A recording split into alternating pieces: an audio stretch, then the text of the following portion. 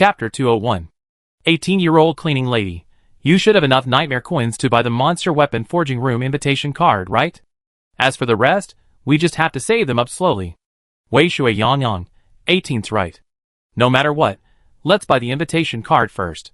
That way, we can go to the monster weapon forging room whenever we have money. Ruffled Lion King. Excuse me for interrupting your conversation. These are all things for tomorrow during the day. Have you thought about going out to kill monsters tonight? Can I live? Are you kidding? We're going to kill monsters in the corridor outside? Is that what you mean? Is that right? All illness is cured. The first night I transmigrated here, I left my dorm. The moment I was exposed, I attracted monsters from the corridor. If I hadn't returned to the dorm in time, I probably would have died on the first night. Bai Zhao's memory of the first night was very vivid. That brush with death was too poignant. 18-year-old cleaning lady. If there weren't many gray wolf monsters outside, it would be fine, but tonight there are 90 gray wolf monsters in the corridor. If we fight alone, our chances of dying are quite high. Very like junior sister.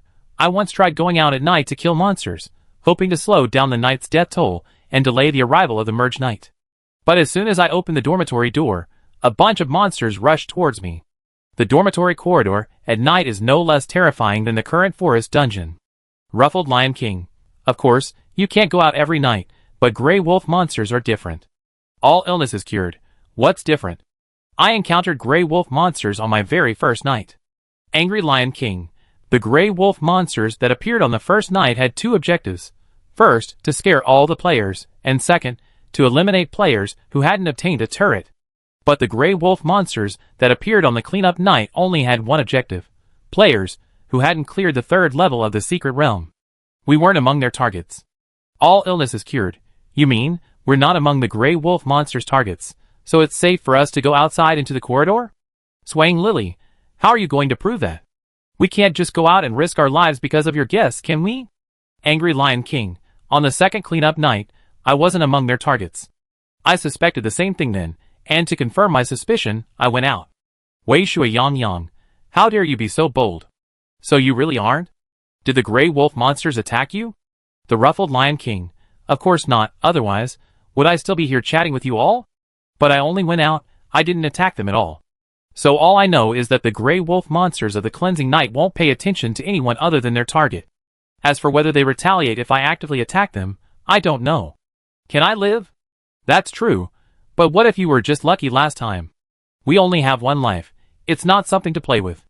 Actually, there was something else he didn't say. Now, the rest of the team was wondering if the Ruffled Lion King was telling the truth. Bai Xiao was also suspicious. The Ruffled Lion King had only joined the team today. They hadn't even met him before. They were practically strangers. Besides, she and the Ruffled Lion King hadn't established any trust relationship yet. Was it worth the risk based on his empty promises? I go out and try first. With that, he sent a picture of his hand turning the doorknob, the dormitory door opening a crack. Can I live? Don't be impulsive. It's okay, nothing happened. He sent another picture, a long dormitory corridor, with a pair of shoes at the bottom, showing he was already outside the corridor. If no gray wolf monster comes running at me within a minute, then I'm telling the truth. Bai Xiao unconsciously clenched his fists, sweating for the furious Lion King. This guy was too reckless. No one in the team sent messages, everyone stared intently at the time on the game screen, waiting for what would happen in 1 minute. The Frizzy Lion King, I'm fine. The Elegant Pian, I already opened the door, everything's alright. Compared to the Frizzy Lion King, Bai Xiao naturally trusted the Elegant Pian more. She hesitantly opened the dormitory door, her movements extremely careful and slow. After opening the door, she didn't hear any footsteps approaching, nor did she see any gray wolf monsters running towards her. Bai Xiao tentatively stepped out of the dormitory door. This was the first time she had stood in the corridor at night, aside from the night of the merger. The dormitory corridor was dimly lit. Bai Xiao, dressed in black combat gear, seemed to blend into the corridor from a distance. The 18-year-old cleaning lady. She's out. Everything's alright. Should we go find the gray wolf monsters? I'm ready for this tough battle. The Swaying Lily. Not yet. Let's observe a bit more. Xiao Xiao, I come find you. Alright. I head over there too. 2 people together is definitely safer than 1 person alone. Soon, Bai Xiao and Baihe met up. They moved stealthily down the corridor, afraid to make any noise, lest the gray wolf monsters be attracted by the sound. The 18-year-old cleaning lady said, "I tried it. It can kill those gray wolf monsters. If you attack one, only the attacked one will retaliate, the others ignore me." It seems the 18-year-old cleaning lady didn't listen to Baiha, and went directly to test it on a gray wolf monster. Swaying Lily, that's too reckless. What if attacking one attracts them all? 18-year-old cleaning lady, don't worry, I live pretty close to the dorm. If that happens, I definitely outrun them. I have some good news, do you want to hear it? Wei Shui Yang Yang, my dear sister, stop being so mysterious. Fairy-like junior sister, yes. 18-year-old cleaning lady, I didn't just kill a gray wolf monster, and it didn't drop a treasure chest, but nightmare coins plus 200. Can I live? What? It dropped nightmare coins. I'm going to try my luck too. Gray wolf monster, here I come. Bai Xiao was surprised.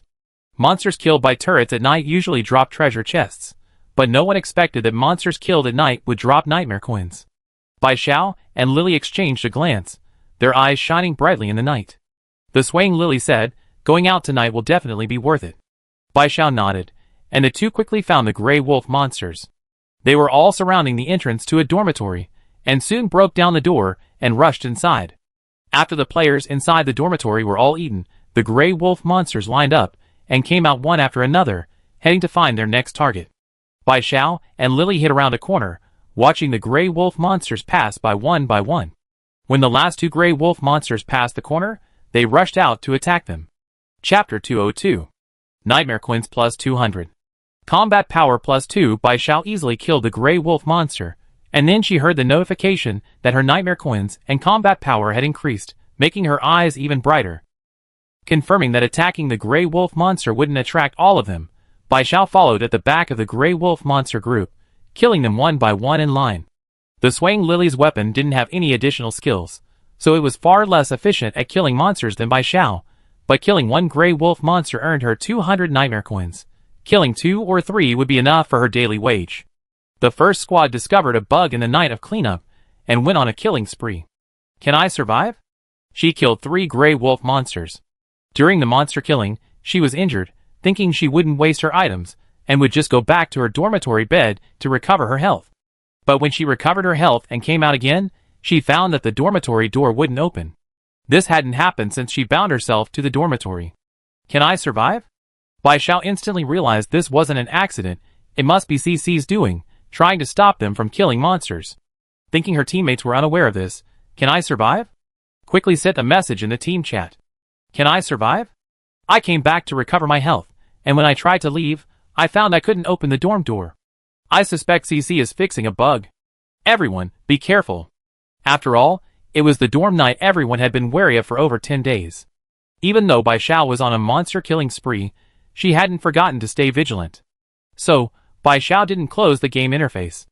Instead, she moved it to the side, occasionally glancing at it without obstructing her view, so she wouldn't miss any of her teammates' notifications. So the message "Can I survive?" had just arrived when Bai Xiao saw it. Perhaps it was a sixth sense, but seeing CC's name, Bai Xiao instinctively felt something was wrong and immediately shouted to Bai He, who was still killing monsters, "We can't stay in the corridor any longer, let's go back."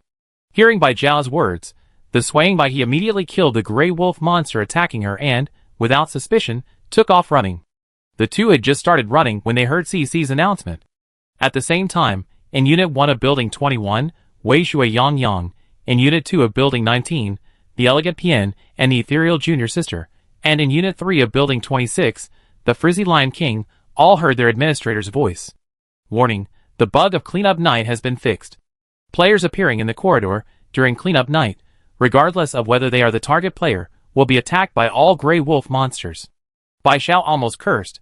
You didn't announce it when you fixed it before, but now that it's fixed you know to announce it? It's intentional, absolutely intentional. The gray wolf monsters, who had been ignoring Bai Xiao and Baiha, suddenly seemed to regain their sight, all turning around at once and chasing after them in a large horde.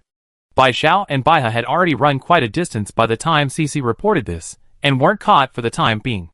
Bai Xiao's weapon had a freezing and slowing effect, and its attack range was also quite long. Bai Xiao deliberately slowed down, falling behind Baiha, and when the gray wolf monsters were about to catch up, she would strike them with her scythe to slow them down. The swaying Lily, having cooperated with Bai Xiao for so long, naturally knew that she wasn't actually that slow. This was a deliberate act of protection. She gritted her teeth and ran faster towards dormitory 4488. When she saw the dormitory door, Baiha opened it, went in, and then closed it in one swift motion. Seeing that Baiha had safely returned to the dormitory building, Bai Xiao no longer restrained herself and sped up. Finally, she returned to her dormitory safely. Bai Xiao closed the dormitory door, and the gray wolf monsters, having lost their target, immediately scattered. Bai Xiao's stamina had returned. After running for so long, she wasn't even out of breath, just a little anxious. "Everyone's all right?" asked the 18-year-old cleaning lady. "It's fine," she replied. "I told you, those gray wolf monsters can't outrun me. If I were a monster, I'd be considered fast. It's just that we were having a lot of fun killing them, and then this bug was suddenly fixed, so we can't keep killing monsters anymore. It's really frustrating." Although the 18-year-old cleaning lady spoke lightly, she had also suffered some injuries from being chased by so many gray wolf monsters. "The elegant Pian, I got a few injuries while escaping, but it's nothing serious." Pian was covered in claw marks from the gray wolf monsters, practically dripping with blood, but she didn't even flinch, sitting on her small bed recovering her health. Actually, besides Bai Xiao, the swaying Lily, and the rest of the first team, everyone else had barely escaped with their lives, all seriously injured. But as long as you're alive, these injuries don't matter. A little rest on the small bed back in the dorm, some health-restoring items, and you'd be fine. The ethereal junior sister, everyone's avatars are lit up, so everyone's definitely alright. I'm more interested in knowing how many gray wolf monsters everyone killed. I killed 7, and got 1,400 nightmare coins. Even with the injuries, I think it was worth it. Wei Shui Yanong, I killed 7 too. 18-year-old cleaning ant, 9, 1,800 nightmare coins. I have enough nightmare coins to upgrade my weapon, so I think tonight was worth it. Swaying Lily, 8, 1,600 nightmare coins, because Xiao Xiao helped me. All illnesses cured, 13, 2,600 nightmare coins. Because the weapon was too powerful, Bai Xiao not only helped Lily several times in 2 hours, but also killed 13 gray wolf monsters himself. However, his combat power only increased by 2 points when he killed the first gray wolf monster. The elegant Pian, 8 of them, 1,600 nightmare coins, definitely worth it. Can I survive? Looks like I'm at the bottom. I only killed 3, 600 nightmare coins. The ruffled Lion King, you're wrong. The real bottom spot is here. I only killed 2.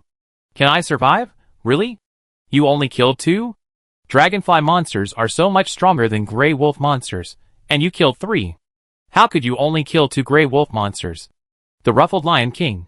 Because of the bug where gray wolf monsters don't attack people other than their target on cleanup night, I already verified it, so I went to verify my other guesses. Can I survive? What other guesses do you have? What are you verifying? The ruffled Lion King, I was thinking, the elevator is closed during the day, but what about at night? But except for merge night, I don't have a chance to go out at night, so today I finally got to go out at night, so I went to check on the elevator. All illnesses cured, and then? Is the elevator active at night? Bai Zhao's curiosity was also piqued. Angry Lion King, my guess was right this time too. The elevator was in operation at night. I even tried taking it to the bottom dormitory lobby. Want to guess what I saw in the lobby? Can I survive? Guess or not? Stop keeping me in suspense, just tell me. Chapter 203. The Angry Lion King, don't rush, I gone to the lobby on the first floor. After confirming his guess was correct, the Angry Lion King didn't go to kill the gray wolf monster like 18 and the others. Instead, he went to confirm another of his guesses. He rushed to the elevator lobby and found that the elevator, which had been dimmed during the day, was exceptionally bright in the dark corridor at night. The small light in front of the elevator was on, indicating that the elevator was working properly. The Angry Lion King pressed the start button and watched the numbers on the elevator slowly rise from the first floor until they reached his floor. He entered the elevator, and after a brief moment of thought, he pressed the first floor button, the place they had come from. The Angry Lion King was a person who deeply loved life and cherished existence. He enjoyed observing all kinds of insects. Their lives were small and short, yet so fascinating. Before his transmigration, the Angry Lion King was taking pictures of grasshoppers in the countryside.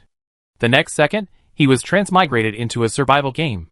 From the first day he transmigrated, he had never given up searching for a way back. He firmly believed that as long as he could transmigrate here, he could transmigrate back. He remembered a heavy, locked iron door in the lobby on the first floor. From the very first day he arrived, he had a gut feeling that opening that door would allow him to leave, so he had been searching for the key. Although he hadn't found it, it didn't stop him from taking this opportunity to carefully observe the lobby door again. The elevator slowly arrived on the first floor, and as soon as the doors opened, the ruffled Lion King eagerly rushed out. The lobby was no longer the same as when he arrived. The biggest change was a large display board on the wall, displaying red lettering and numbers, which stood out starkly against the dim light of the lobby. 6,421 players survived. The cleanup night plan aims to eliminate a minimum of 400 players. The angry Lion King immediately understood what this meant. The number of survivors was naturally the number of players still alive in this dormitory building. As for the cleanup night plan aiming to eliminate a minimum of 400, it meant that at least 400 players had to die tonight. So, every night has a target number of deaths. At this point, someone in the team couldn't help but interject. Can I survive? So there's a death target every night? Does that mean we have to work hard to survive? It's 2. All illnesses cured. So, maybe 4th-4 hated our dormitory building, Unit 4, because we weren't cooperating, resulting in a low death count one night? So it's been trying to get rid of our building. Turns out it really does have a KPL, King Pro League system. 18-year-old cleaning lady. I'm so angry. We feel like meat on a chopping board. No different from a dying struggle, only the knife hasn't fallen on us yet. Raging Lion King. Calm down, let me finish. When the Raging Lion King saw the numbers on the screens, he was also furious, but he knew he couldn't do anything. So he continued walking forward, until he reached the heavy dormitory door, still bound by thick iron chains, a large lock securing the chains together. No matter how much force he used, he couldn't budge the door. The Frizzy Lion King took a picture of the lock and keyhole, and sent it to his deceased friend. Since the game interface did not have a photo-saving function, he could only use the deceased game players as his photo album. The frizzy-haired Lion King forwarded the photo to his team, showing it to everyone. He believed that if there was a lock, there must be a key. If they could find the key, they could escape. After taking the photo, the frizzy-haired Lion King was about to leave when he suddenly heard voices. The voices were faint, almost imperceptible, but since he was alone in the empty lobby on the first floor, he heard even the faintest sounds. It seemed to be from outside the main door. The frizzy-haired Lion King pressed his ear tightly against the narrow crack between the two doors, trying to hear what was being said. And the end of the game? What's the rush? It's so good, there's only days left. How many people did you choose? That's enough. Did you see the players? 4 buildings, players. The frizzy-haired Lion King could only hear part of the conversation. The door was too thick. He couldn't hear the rest, but he could guess from the tone and what he already knew. Roughly, how many days are left until the game ends? What's the rush? This game is so fun, it only lasts a few days. How many people do you plan to keep alive? 1 is enough. Do you have any players you're interested in? Players from Building 4, or other buildings with 4. Although the angry Lion King was certain his guess was correct, he actually didn't hear any crucial information, and then he couldn't hear anything at all. The angry Lion King wasn't giving up, and waited a long time, making sure he couldn't hear anything at all, before taking the elevator back to his floor. So, in the end, he didn't have enough time and only killed 2 gray wolf monsters. Wei Shui Yanong, I'm speechless. So you didn't hear how many days the game would end, or how many people would survive. You only heard 4, not exactly 4 buildings, 14, 24, or 34. You heard nothing at all. Ruffled Lion King, you can't say that. At least what I heard was human language, so the person who planned this game is most likely human. Even if they weren't human, they must have lived on Earth, otherwise why would they speak our language? All illness is cured. If it really was planned by humans, then the Fox King must know something, which is why he hates humans so much. Can I live? It might not be human. I'm a novel enthusiast. Maybe the one who planned this survival game is a higher dimensional intelligence than humans. Biographies. They might have automatic language translators, allowing any creature to understand them, and vice versa. That wouldn't be surprising. Wei Shui Yangyang. Speaking of which, we can understand intelligent monsters too, so just because someone can speak human language doesn't mean they're human. Maybe it's true, as Xiao was said, that language translators exist, so we all hear the same language. Ruffled Lion King. That seems to make sense.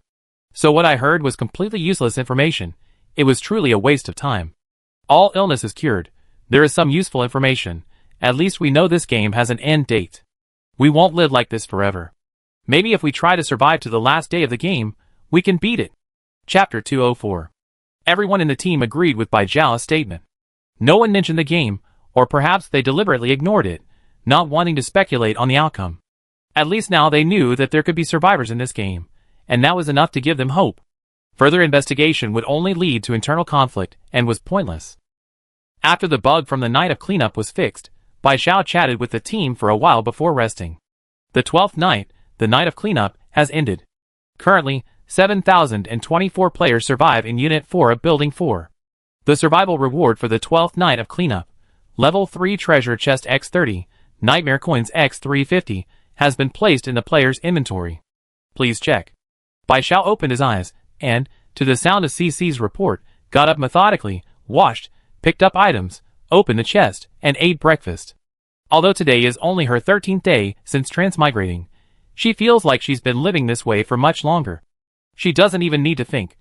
She finishes one task and immediately moves on to the next. It's become muscle memory. However, today is a little different. Yesterday, Kyle Easy told her that she would have the manager of the mobile game store come to her dormitory building, Unit 4, Building 44. The mobile game store opens at 8 a.m., so Bai Zhao finished everything before 8 o'clock and was waiting for the store to arrive. She currently has 17,017 nightmare coins, and even if she doesn't spend them all today, she plans to spend most of them. Notification: the mobile game store has arrived at Dormitory Building, Unit 4, Building 44. Not long after the announcement from Building 44, Bai Zhao looked out the window and saw that a mobile game store had suddenly appeared in the hallway leading to his dormitory. It seemed that Chocolate had spoken to the manager of the mobile game store, so the manager in charge of Building 44, just like Chocolate had done last time, came directly to find Bai Zhao first. Bai Zhao opened the dormitory door and went outside. At the same time, the door of the mobile game store's car was opened by a fluffy white cat's paw. Then, Bai Zhao saw a silver, spotted cat-like creature with adorable round eyes and a pink nose. Standing there, it exuded a sense of politeness. Short-haired tabby cat monster. Name: Nwomi. Monster level: Level 2 monster. Monster HP: 50. Monster type: Intelligence-based. Nwomi saw Bai Zhao outside and waved her white paw at her, saying softly, "Hello, respected Diamond VIP member Xiao Xiao, please come in." This was the first time Bai Zhao had been addressed like this. Under Nwomi's polite gaze, she walked in somewhat awkwardly. Nwomi closed the car door, and the mobile game store slowly started operating in the corridor. Bai Zhao, following the same procedure, took out Mouse Stick X5 from her backpack and handed it to Nwomi with a smile. "Hello, manager. This is a welcome gift for you." Nwomi politely accepted it. "Thank you." Judging from her tone, Nwomi wasn't particularly surprised, but that was normal. Most players had mouse sticks. Nwomi had probably received mouse sticks from players every day while she was working last week. She gave Chocola mouse bars before, and Chocola was so happy, largely because she came in first. After that, the number of times it happened didn't fluctuate anymore. The cat-like monster Nwomi has gained 10 points of favorability, currently at 30. Bai Zhao guessed correctly. Nwomi had already received many mousetraps from players, so receiving this gift again wouldn't make it as happy as it initially was. However, it was still happy that Bai Zhao gave it the gift, because Bai Zhao was a Diamond VIP member, and a friend personally instructed by Chalas to receive special care. Therefore, Bai Zhao's gift to it had a completely different meaning than a gift from an ordinary player. Bai Zhao hadn't expected Nwomi to increase her favorability. Even though it was only by 10 points, Nwomi's favorability towards her was already 30. Judging from Bai Zhao's interactions with other monsters, 30 favorability was already quite high. It must be her Diamond VIP status that was taking effect. All the shop employees initially had a favorability of 20 towards her. Nwomi helped Bai Zhao find a seat, poured her a glass of water, and then stood next to her, politely saying, "You're a regular customer, so you should know what items the mobile game store has. Just tell me what you need, and I get it for you." Bai Zhao felt a little disappointed. Although Nwomi was also a very cute cat-like creature, it was clearly a very mature store manager, treating her purely as a customer, very businesslike, unlike Kyle Easy who treated her like a friend. "Bai Zhao, I need a monster restaurant work card, a monster weapon forging room invitation card, a level 4 turret X1000, and a low-level repair station X1000. By the way, do you know about diamonds?" Naomi calculated the prices of the items Bai Xiao needed. Monster Restaurant Work Card X1. Price 100 Nightmare Coins. Monster Weapon Forging Room Invitation Card X1. Price 500 Nightmare Coins. Level 4 Turret X500. Price 6,000 Nightmare Coins. Low Level Repair Station X700. Price 14,000 Nightmare Coins. Even with a 20% discount for Diamond VIP members, the total cost would still be 16,480 Nightmare Coins. The princess was right. This human was truly generous. Hearing Bai Xiao ask about diamonds, Naomi pondered for a moment and said, "Are you talking about diamonds? The material for upgrading the gate?" Bai Xiao nodded. "Yes. Do you know where to get them?" Naomi looked apologetic. "I'm sorry, esteemed Diamond VIP customer. Our mobile game store doesn't sell jewelry. I can only tell you that if you want diamonds, you have to enter the Monster Secret Realm. The 6th level might have what you need."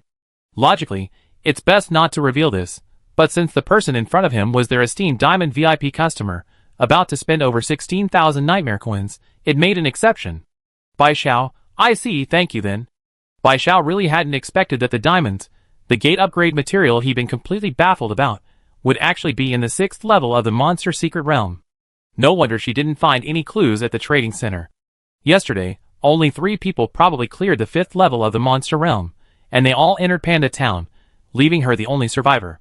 Currently, no one in this dungeon is progressing to the 6th level, so nobody knows where to obtain diamonds. Although she's complained many times, Bai Xiao still couldn't help but complain. This game is too unfair. If you can't clear the 6th level, then no matter how much you save, you never have enough materials to upgrade your gate. It's practically forcing players to participate in dungeons. Chapter 205. Bai Xiao received the item she wanted and paid with Nightmare Coins, then left Naomi alone. Partly because Naomi's attitude towards her was always focused on work, she felt it inconvenient to chat casually, partly because Naomi still had to go to work and greet other customers. But before leaving, Bai Xiao couldn't help but ask, "Manager Naomi, are the 18th and 46th floors you're going to today?" Naomi blinked. Although it hadn't originally planned to go to the 18th and 46th floors, since its esteemed Diamond VIP customer had brought it up, it naturally wouldn't refuse. Naomi politely replied, "Yes, that's exactly what I was planning to do." "You guessed right." Bai Xiao couldn't help but smile. She suddenly realized that although Naomi was a diligent working cat monster, it also seemed to be an incredibly adorable one. Naomi quietly saw Bai Xiao off, and then officially began its work, getting busy. Bai Xiao returned to Dormitory 4444. She and her teammates now mostly had turret crafting stations, so they weren't short of level 4 turrets. They had also bought repair stations from Bai Xiao last time, so there was no need to upgrade them for the time being. Bai Xiao purchased 1,000 level 4 turrets and 700 low-level repair stations. Only the ethereal junior sister wanted 50 level 4 turrets and 20 low-level repair stations, and the Frizzy Lion King wanted 50 level 4 turrets and 10 low-level repair stations. Bai Xiao kept 100 of each for herself, and uploaded the remaining 800 level 4 turrets and 570 low-level repair stations to the trading center. The original price of a level 4 turret was 6 Nightmare Coins, but Bai Xiao priced it at 10 Nightmare Coins. The original price of a low-level repair station was 20 Nightmare Coins, but Bai Xiao priced it at 25 Nightmare Coins. This price was quite reasonable for the trading center, so it was quickly snapped up by players who hadn't yet waited for the mobile game store. Bai Xiao earned 23,450 Nightmare Coins, bringing his total to 23,987. He not only broke even, but also made a profit. If this happened a few more times, Bai Xiao even felt he could quickly accumulate enough Nightmare Coins to forge a weapon spirit. After leaving the 44th floor, Naomi went to the 18th and 46th floors. Swaying Lilies, the 18-year-old cleaning lady, and Can I Live? All mentioned in the team chat that they had purchased a Monster Restaurant Work card and a Monster Weapon Forging Room invitation card. Wei Shui Yangong, I'm so envious. It's already Wednesday, and the mobile game store still hasn't come to our dorm. I don't know if it come tomorrow or the day after. Very like junior sister, be content. At least you have something to look forward to. Pian and I have already missed it. We can only wait until next week. Elegant Pian, are you planning to upgrade your weapon 18? 18-year-old cleaning aunt, I really wanted to go, but now that I have the card, I don't want to anymore. I still don't have enough Nightmare Coins. I save up some more before going, so as not to waste an opportunity. Can I live? I'm so conflicted. I earned some Nightmare Coins killing Grey Wolves last night. I can use them to buy some materials, And I should have enough nightmare coins to upgrade my weapon, but I'm out of nightmare coins to increase skills. But now I'm stuck on level 4. If I don't upgrade my weapon, I might stay stuck on level 4 forever. So, should I use the monster weapon forging room invitation card? All illness is cured. My suggestion is yes. Don't forget, we're going to the forest secret realm tonight. Upgrading your weapon to a higher level will make it more powerful than a mid-level weapon. The 18-year-old cleaning lady, being strong enough, could accumulate more nightmare coins to upgrade, but her combat power was always the weakest in the team, so she could only compensate for this weakness with her weapon. Swaying Lily. Xiaohua, after we come out of the secret realm today, let's go to the monster weapon forging room together to upgrade our weapons. Xiao is right. The forest realm is very dangerous right now. Let's not keep our invitation cards hidden. Let's strengthen our weapons to stay alive first. We can talk about buying skills next time. Can I survive? Yes. Bai Xiao had actually considered lending Xiaohua nightmare coins to upgrade her weapon skills. However, she ultimately dismissed the idea. Now that the team was growing, she was, after all, the leader, and it wouldn't be good to show favoritism. But everyone was short of nightmare coins for upgrades and skill enhancements. If she lent money to Xiaohua, it wouldn't be right to watch her teammates be without funds for upgrades and skill enhancements. So Bai Xiao simply refused to lend any to anyone, avoiding any awkward situation later. However, the members of the first team were all considerate people, and no one took it for granted that Bai Xiao, as the leader, should help them or manage them. At 10 o'clock sharp, the vortex gate to the secret realm dungeon appeared precisely on Bai Xiao's wall.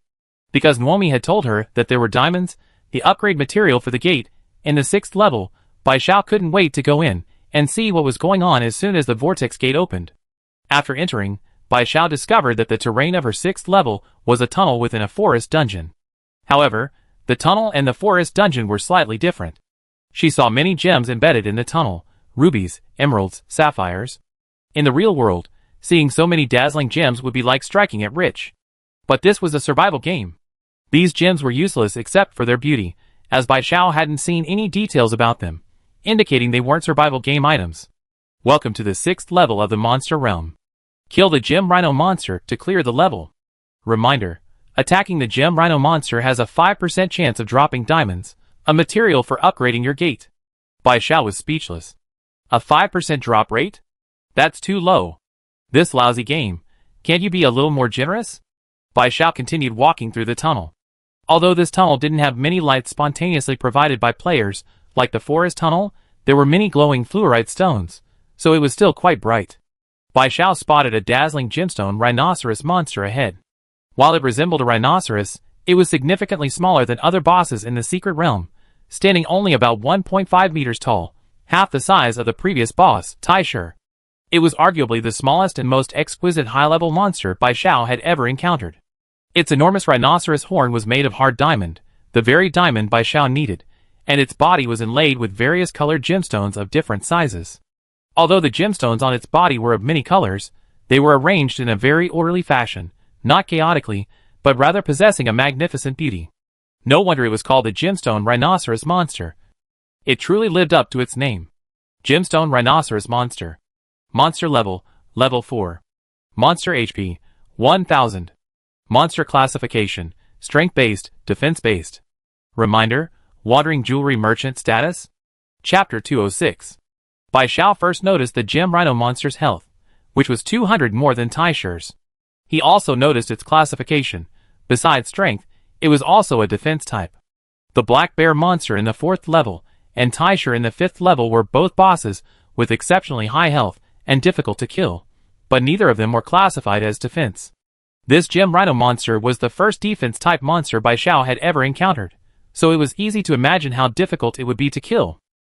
However, if it weren't difficult, it wouldn't be placed in the 6th level.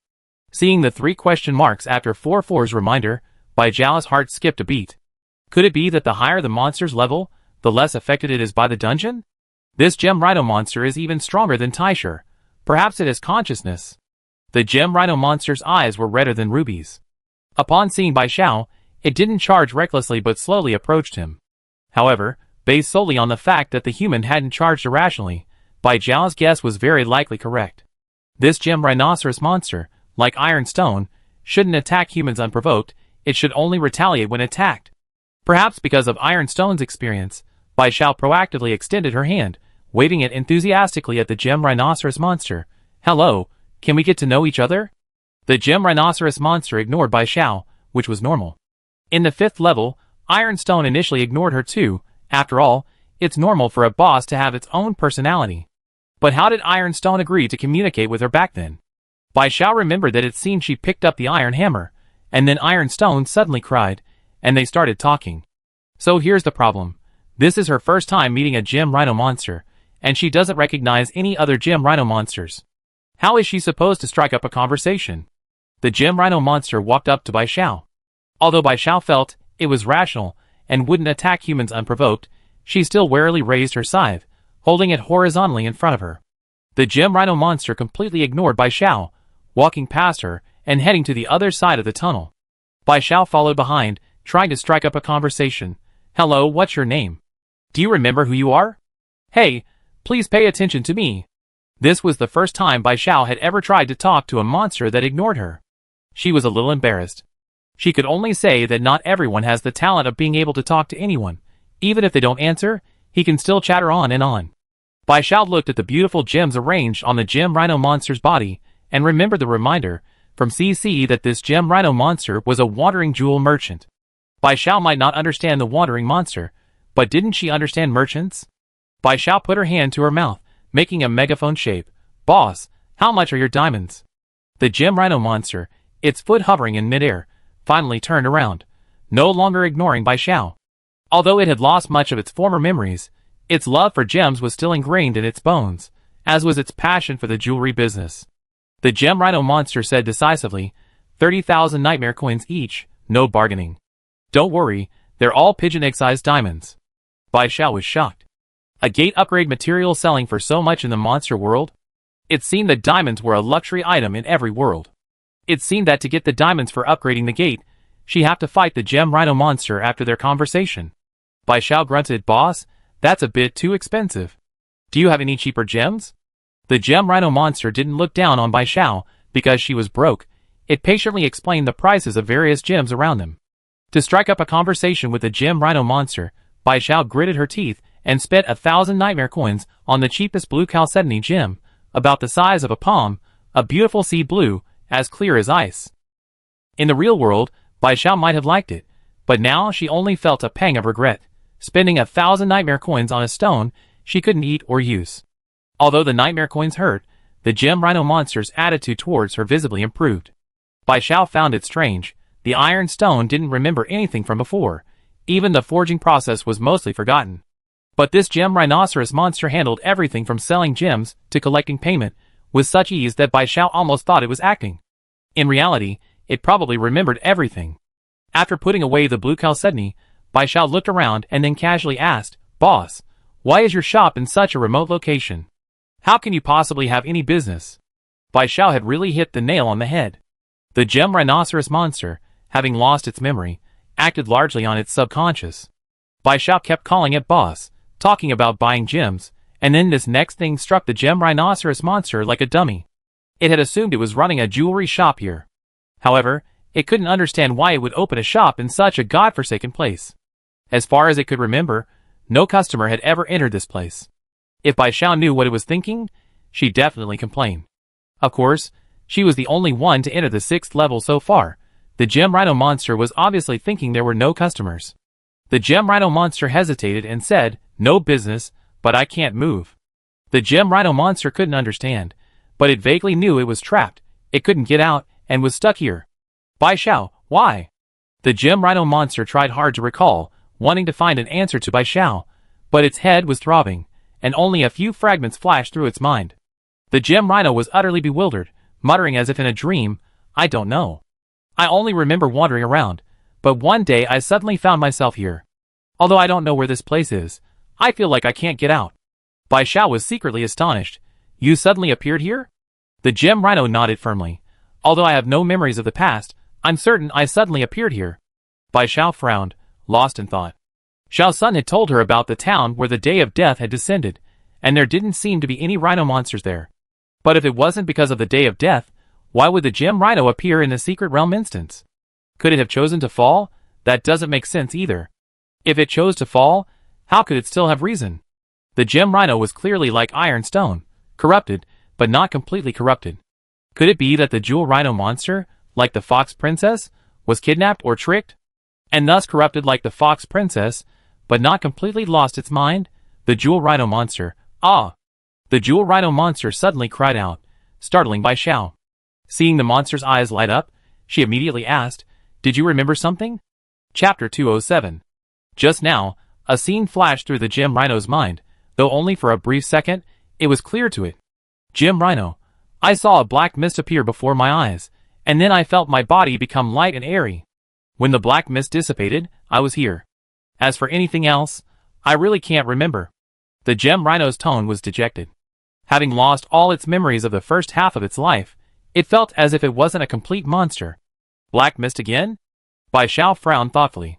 She thought of the grayish-black gas emanating from the stitched monster on Death Day in Panda Town. Could it be the same thing? Last time in Panda Town, she saw those grayish-black gases. They could bind monsters, making them float in the air like balloons. Could it be that at that time, those monsters bound by the grayish-black gas had already had their memories erased, becoming corrupted monsters like the gem rhino? So what exactly is this thing? She wondered if Fox Flame had any clues. The jewel rhino monster truly couldn't remember anything. Bai Xiao continued trying to guide its memory, but it didn't react at all. Bai Xiao had no choice but to give up, thinking she'd contact Chala's and the others when she had time. They were all in business. Perhaps Chala's knew the jewel rhino monster. If she could know the jewel rhino monster's name, maybe it could help it remember something. However, Bai Xiao was quite surprised that she hadn't been ejected by 4-4 today. Could it be because the jewel rhino monster knew nothing? Did it have no intention of revealing any secrets, so the leak mechanism wasn't triggered? Bai Xiao couldn't figure it out either, but she stopped worrying about it. Anyway, she was already far ahead of everyone else in the dungeon. Even if Cece kicked her out again, she still asked more questions. It was better than being completely clueless. Bai Xiao told the gem rhino monster about the dungeon. This guy didn't even know he was the dungeon's boss, probably because he hadn't been attacked by players yet. After learning he was the boss of the 6th level of the dungeon, the gem rhino monster hesitated. So you kill me? Their roles were player and dungeon boss, and even though Bai Xiao hadn't explicitly stated it, the thinking gem rhino monster knew they were on opposing sides. Bai Xiao said helplessly, although I don't want to, it's the truth. We all have no choice but to do this to survive. The gem rhino monster stared at Bai Xiao's face for a while before reluctantly saying, fine, then come on, but I won't just stand there and let you kill me. Although I have no memories, I know my own physical condition very well. With a weapon in your hand, killing me is impossible. At most, you can only tickle me. Bai Xiao was already prepared to fight the gem rhino monster, because how could she obtain the diamond upgrade material for the gate if she didn't fight it? She just hadn't figured out how to talk to the gem rhino monster about this.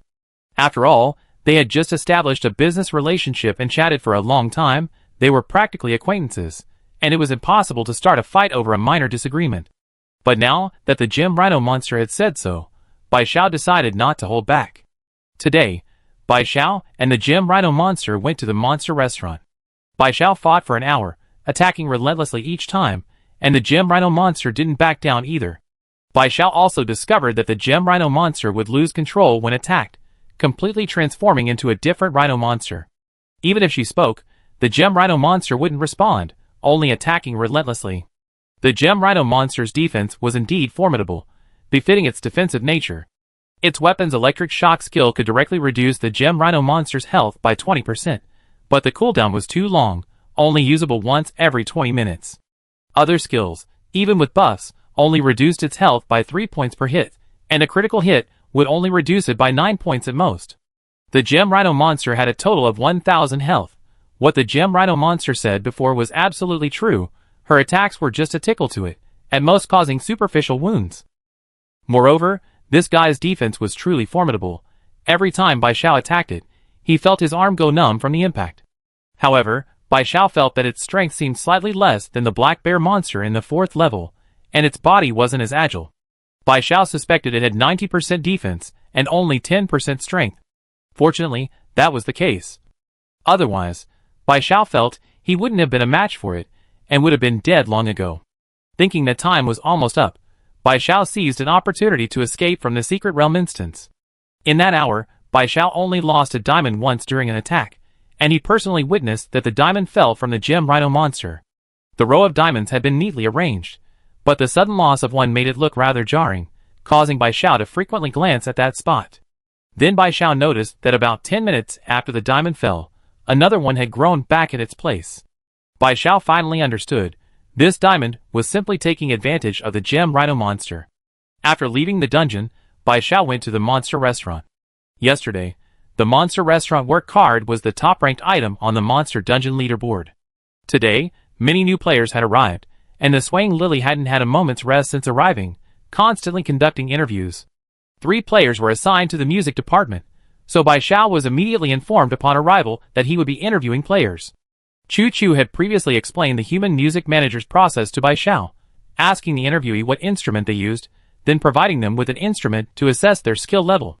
The music manager would then decide whether the interview passed, and those who passed would be issued an instrument.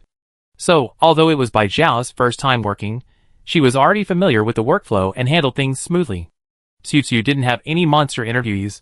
Generally, it didn't have much to do, assuming this was Bai Xiao's first time assessing interviewees, and that she might not handle things well due to inexperience or nervousness.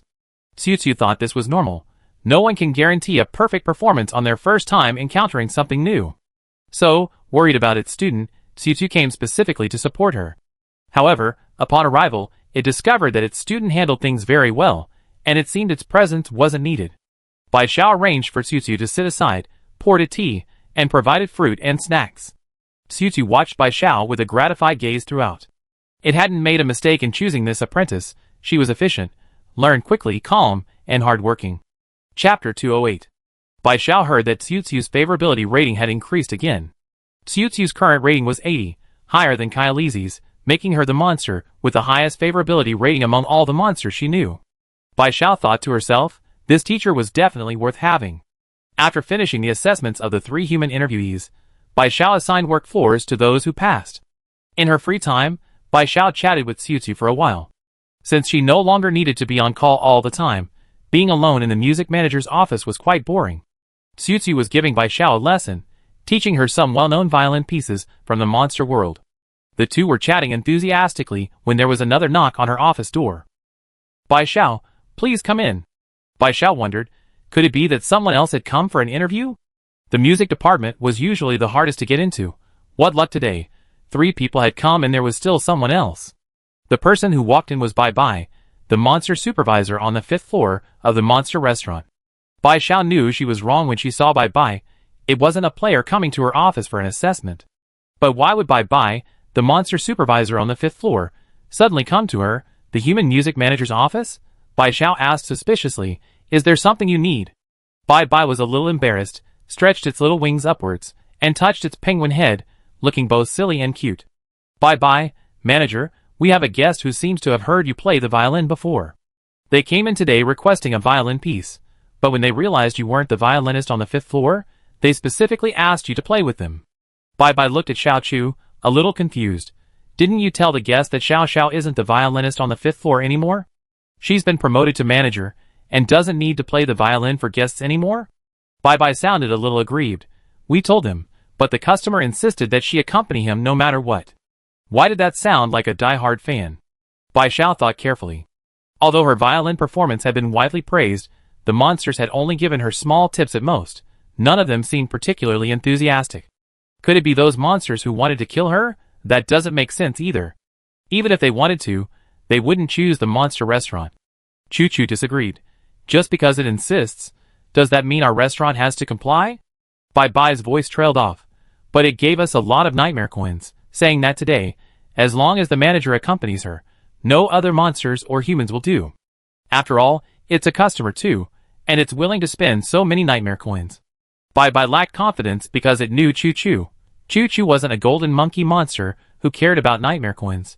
It had become famous in its youth and was known for its love of music. It was said that it became the manager of the monster restaurant because it knew the owner. In short, Chu Chu probably didn't lack nightmare coins, so it didn't value them. As Xiu Xiu's apprentice, Bai Bai must share a similar personality. Thinking this, Bai Bai continued, if the manager is willing to go, he can get a share of 3,000 nightmare coins. Before it could finish speaking, it heard Bai Zhao's resounding voice. I go. I go right now. Bye-bye, if you're not willing, then I go and talk to the customer again. Huh? You agreed? Bye-bye didn't react at first, but when it did, it was a little dumbfounded. Did he agree so readily? Bai Xiao, I agree, wait for me. Bai Xiao didn't care who it was. If it was willing to spend a fortune to invite her, it might really be a monster who loved music. Because it had heard her play the violin before, it couldn't forget her and wanted to hear her again. In that sense, they were kindred spirits. Bai Xiao wouldn't be coy with a monster who appreciated her, especially since it was so generous. She had absolutely no reason to refuse. Bai Xiao quickly changed her clothes, grabbed her violin, and went up the elevator with Bai Bai, afraid that if she was any later, the number one monster would get away. When Bai Bai led Bai Xiao there, Bai Xiao finally saw the monster, who had specifically requested her company and spent a fortune, and then it was the monster that was dumbfounded. The monster sitting at the dining table had beautiful, sunset-like fur, long, narrow, upturned yellow-black eyes, and wore an expensive-looking black suit. The one who spent a fortune to get her to accompany him was actually Hu Yin. Bai Zhao's feelings were incredibly complicated. It was like meeting someone you met online with high expectations, only to find out they were just the neighbor's son. Completely disillusioned. Give her back her music-loving soulmate, give her back her number one fan. Seeing Bai Zhao's change in expression, Hu Yan's narrow fox eyes darkened slightly. It was a little unhappy, and gestured for Bai Bai to leave. After Bai Bai left, Hu Yan said irritably, "What's with that expression? Aren't you happy to see me?" Bai Xiao didn't mince words, pulled out the chair opposite Hu Yan, plopped down, and said irritably, "Couldn't you have just told me you wanted to see me?" "Your Grace." She emphasized the last four words, "Your Grace." She was just moments ago quite happy, because a monster appreciated her music, and she even earned 3,000 nightmare coins. But upon learning it was Hu Yan, Bai Zhao's happiness instantly turned to a heart attack. She knew Hu Yan had spent a huge sum, definitely more than 3,000 nightmare coins. The monster restaurant must have taken the lion's share, and she only gotten a small portion. This guy isn't without her contact information. Does he have money to burn? Why pull this stunt on her? If he has money to burn, he could just transfer it to her and let her come see him. The thought of how many nightmare coins Hu Yan had spent to see her, while she only received 3,000, made Bai Zhao's heart bleed. While it's true you shouldn't be too possessive of other people's money, who wouldn't feel a heart attack in this situation? They have each other's contact information. If he had just sent a message, she wouldn't be busy. She could have just transferred the money, and come over quickly, without any middleman taking a cut. Fox Flame couldn't understand what Bai Xiao was angry about, but considering she respectfully addressed it as Your Grace, it forgave this powerless human's occasional mood swings. "Fox Flame, don't you work at the monster restaurant? I happened to be eating here today and remembered this, so I ordered a violin piece, hoping you come over. Who knew other monsters would show up? They told me you'd been promoted and could play the violin again. To get them to cooperate in calling you over, I gave them a little money." Judging from Fox Flame's tone, Bai Xiao was probably not in Versailles. It genuinely felt it had only spent a small amount of money. Perhaps for it, this was even easier than sending her a message. A little money was all it took to get her to come for a face-to-face meeting. Bai Xiao, She didn't know how to describe it. Perhaps it was the humiliation brought about by the disparity between rich and poor. Chapter 209. Fox Flame leaned back in its chair, its tone languid. "You paid, so you came quickly, didn't you?" Bai Xiao gave a stiff smile, almost gritting his teeth as he said, "Next time, just transfer the money directly to me, and I promise I'd be even faster." Fox Flame gave an "oh," not caring at all to it. It was really just a small amount of money. It was willing to spend this money to get Bai Xiao to appear before it faster. "Bai Xiao, what do you want?" Fox Flame, "Just wanted to chat, of course. Didn't you say we needed to exchange information?" Bai Xiao, "What information do you have?" Fox Flame, "There's no death day in the monster world today." Bai Xiao, "So only yesterday's reward for clearing the 5th level was a town visit card. Today it should be other items. The town visit card has a short usage period. If there's no death day today, either no one cleared the 5th level today, or the town visit card was just a limited time reward from yesterday." It can only be said that Bai Zhao's luck has always been unpredictable. She not only obtained the limited time reward but also survived. Hu Yan recounted yesterday's events in detail, and Bai Xiao quickly became immersed in them. Not long after Bai Xiao left yesterday, at 4 o'clock, the barrier of Panda Town disappeared, and Hu Yan led his fox soldiers into the town. The gray-black mist permeating Panda Town was rapidly dissipating. Hu Yan and his fox soldiers dared not delay, and immediately opened containers that could store the mist, collecting the dissipating mist into them. At this moment, Panda Town was a dead town. Apart from Hu Yin and his fox soldiers, no other living monsters could be seen. After collecting the mist for about 10 minutes, the grayish-black fog that had been lingering throughout Panda Town completely dissipated. Normally, after collecting the grayish-black fog from the town, the fox monsters should have set off back to the Fox Kingdom. However, Fox Flame discovered several surviving panda monsters, instantly putting the group of fox monsters in a dilemma. The fox monsters of the Fox Kingdom are very united. Many fox monsters love any little fox monster, even strangers, and they naturally love unfamiliar little fox monsters.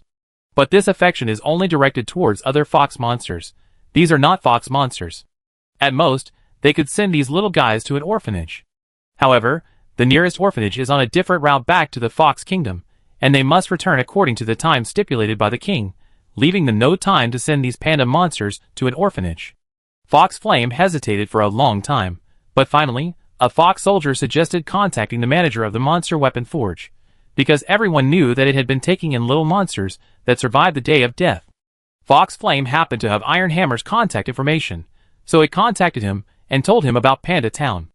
Iron Hammer was already planning to go the next day, so Fox Flame was relieved. It left tents, food, and water for the Panda Town residents, and then led a squad of fox soldiers back. On the way back, Fox Flame kept thinking about what Bai Xiao had said. Was it possible that the Fox King was being controlled? This suspicion was amplified infinitely in Fox Flame's mind. Even before seeing the king, it felt that this possibility was very likely true. Finally, Fox Flame returned to the Fox Kingdom's palace. The king had been waiting for their return because the gray-black mist needed for the experiment had completely disappeared, making the experiment impossible to continue. In the king's eyes, this meant that the resurrection of his daughter, the Fox Princess, had been greatly hindered. The king, anxiously waiting, personally received Fox Flame. When he saw Fox Flame bring back many vessels filled with grayish-black mist, he finally felt relieved. Fox Flame, who had harbored suspicions about the king throughout the journey, sincerely apologized to him in order to extract information, overturning all his previous insistence and saying that the king was right. Fox Flame was the only one in the entire Fox Kingdom who dared to challenge him, and this stubbornness was practically ingrained in the Fox King's heart. Now, with his apology and flattery, the Fox Kingdom was indeed very pleased. As before, the king invited Fox Flame to dinner, saying he wanted to have a good talk with Fox Flame about the resurrection of the Fox Princess. To extract information, Fox Flame chatted with the king throughout the meal. Fox Flame discovered that no matter how many past events were mentioned, the Fox King remembered them.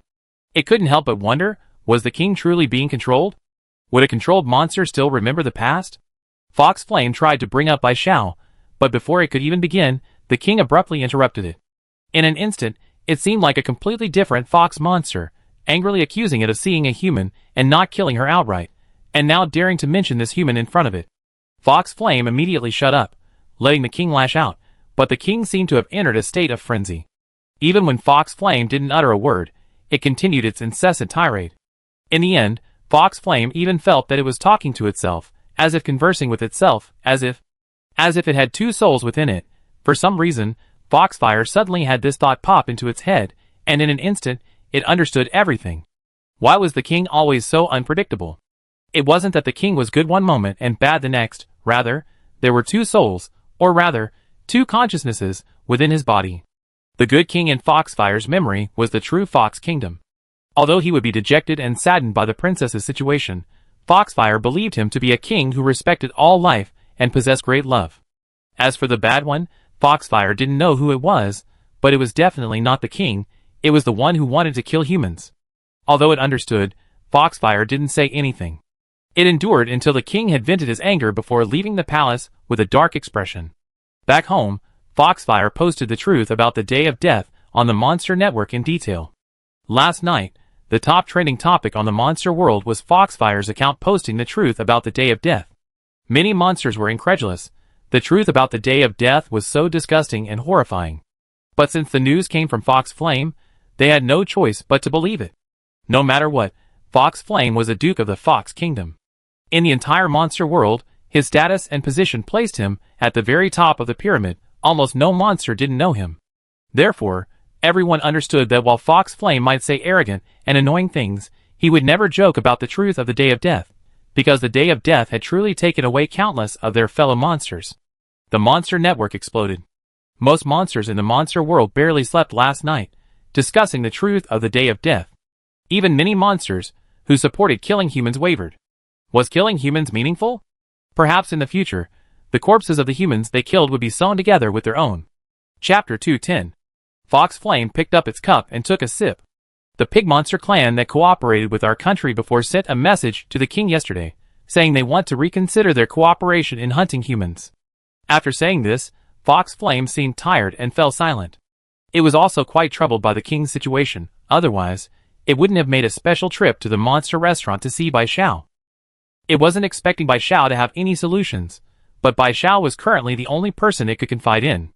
After processing this information, Bai Xiao hesitated for a moment before deciding to talk about what Fox Flame was interested in. Bai Xiao, if your king had 2 souls in his body, what would you do? Does the monster world have a way to resolve this situation? Fox Flame shook its head. No way. Before this, I thought that having 2 souls in one body only happened in movies and TV shows. Bai Xiao pondered, this should be considered possession, right? In more down-to-earth terms, it's called ghost possession. He wondered if magic could handle it. Bai Xiao, do you have any human books or anything like that here? Hu Yen, I guess so. Why are you asking? Hu Yen looked puzzled. Bai Xiao's question had absolutely nothing to do with what they were talking about. However, the monster world really does have books from the human world, because the monsters in the monster world have always known about the existence of humans. Now it was Bai Xiao's turn to be puzzled. She had originally been thinking that if there were any books about Taoist magic or something similar, perhaps she could try to expel the soul that didn't belong to the Fox King from its body. But after asking the question, she immediately dismissed the idea, because she thought, how could the monster world possibly have human books?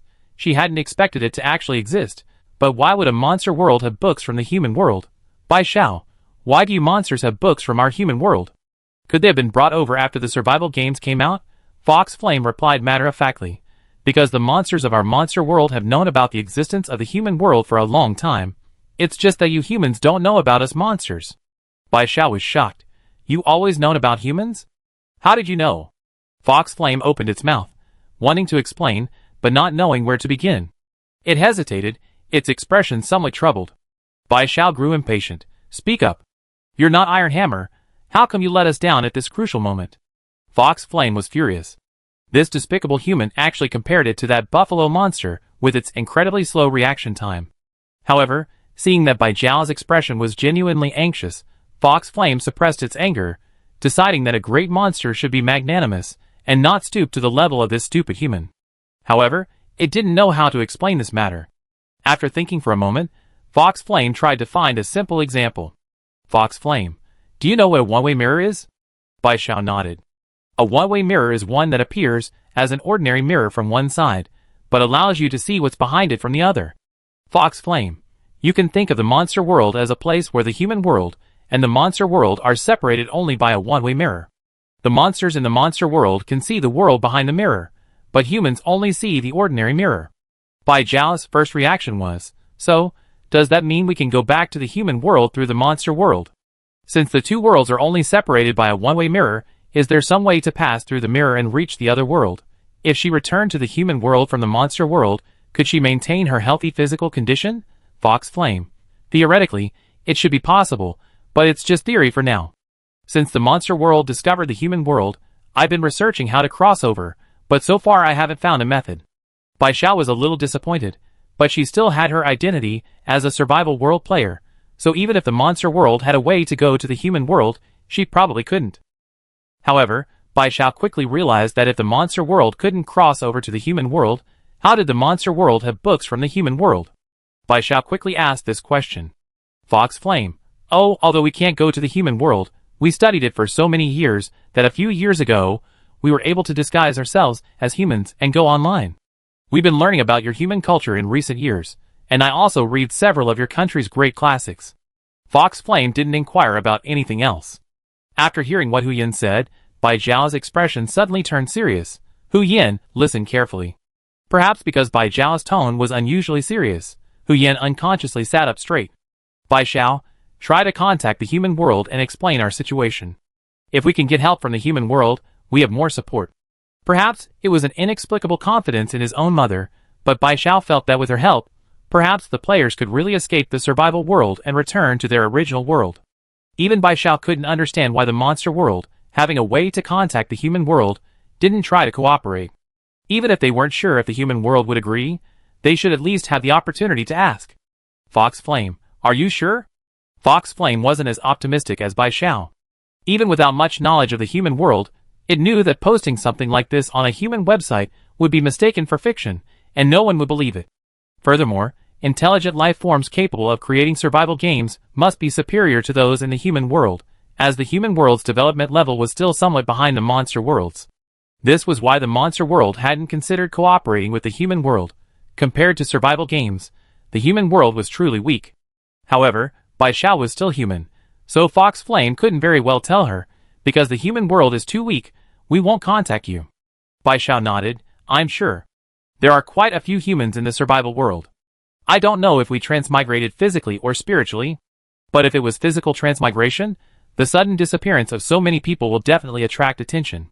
Hu Yan, what if it was spiritual transmigration? Bai Xiao, if it was spiritual transmigration, the sudden emergence of so many people into a vegetative state will also attract attention. Such a large-scale disappearance, or sudden emergence into a vegetative state, would surely have been noticed by the authorities long ago. They're probably already investigating, but such things are generally kept secret to avoid causing panic among ordinary citizens. Perhaps that's why they can only learn about the monsters in the human world through the internet, and are unaware that the human world is paying attention to these matters. Chapter 211. Bai Xiao, anyway, give it a try first. If you can make contact, we have one more asset. Besides, I think if the survival game has descended upon the monster world, it definitely won't spare the human world either. It might even descend upon the human world someday. Although he didn't know the reason for the survival game's creation, so many deaths, and so many monsters were definitely not a good thing. Individual strength was too limited. Bai Xiao felt they needed to unite all available forces. Fox Flame was a little helpless. It felt the human world couldn't be of much help, but since Bai Xiao had suggested it, it would give it a try. Bai Xiao, by the way, you can also look for Taoist priests and books on magic in the human world. See if there's any way to perform a ritual for your king, something to exorcise evil spirits. Fox Flame nodded. Although it didn't understand what Bai Xiao meant by Taoist priests, magic, and exorcisms, it would try anything that could restore the king to normal. Maybe it would work. Bai Xiao urged, let's try it now. Knowing they could contact the human world, Bai Xiao was already impatient. Hu Yan had no choice but to take a rectangular object out of his pocket. Judging from its shape, it was probably a cell phone, with a 90% similarity to cell phones in the human world. Hu Yan posted some threads about the monster world and survival games on human world websites, but basically no one paid attention to it. Even when there were replies, they were usually about abstract concepts or writing novels. Hu Yan was furious. Humans are so stupid. I knew I couldn't cooperate with them. Bai Xiao watched anxiously from the sidelines. Then two people came to mind. Bai Xiao's mother, Yu Mingyan, came from a scholarly family and was a renowned painter. Her maternal grandparents were both professors at prestigious universities, with countless students and a vast network of connections. Bai Xiao's father, Bai Shizhou, was a well-known patriotic entrepreneur with considerable national recognition, practically a public figure. Although they divorced and remarried after Bai Xiao fell ill, they were still her parents. Therefore, Bai Xiao's first instinct was to contact them.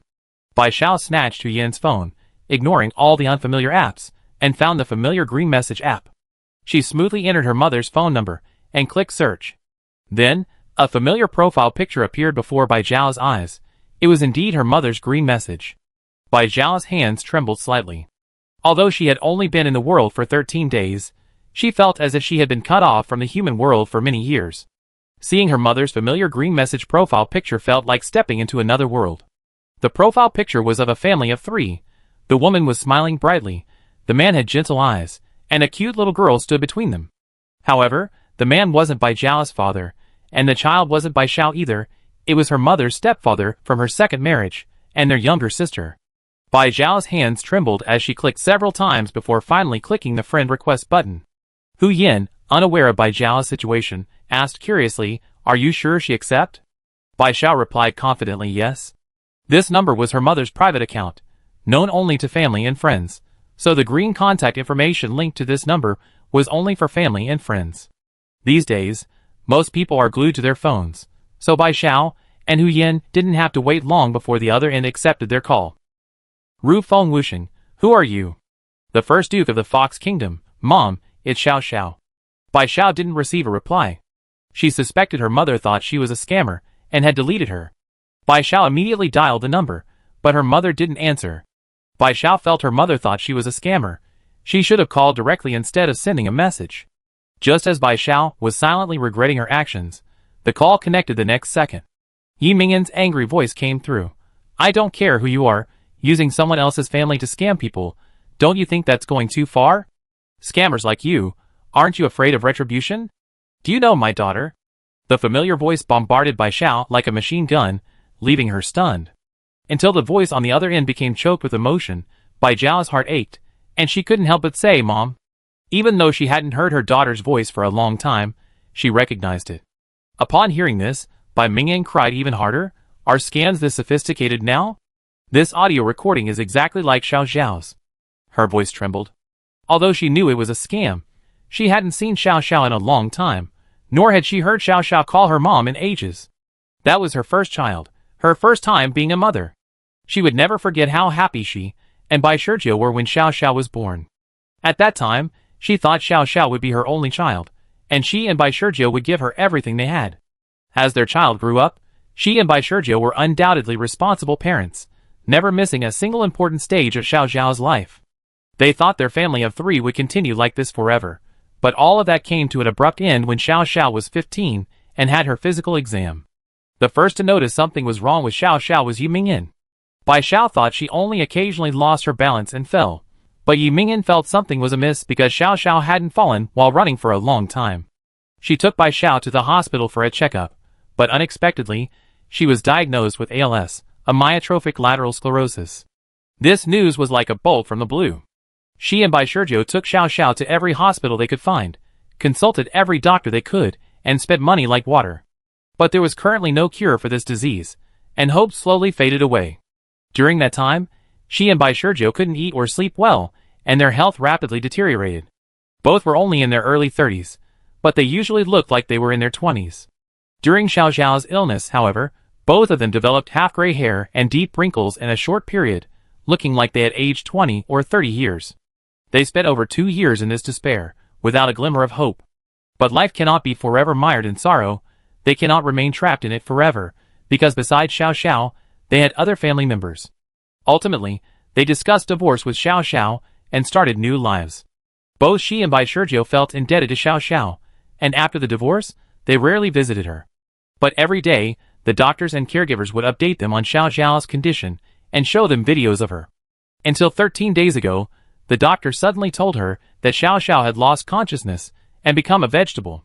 To put it bluntly, it was fortunate that she and Bai Shizhou had started new lives, had new family and children, otherwise, this news would have crushed them. Chapter 212. Yi Mingyan knew they had selfishly chosen to run away, but it wasn't that they didn't love Xiao Xiao, they were just afraid of caring too much. But this child was destined to be lost. They feared that if they didn't distance themselves from the child, they would leave this world with Xiao Xiao the day she passed away.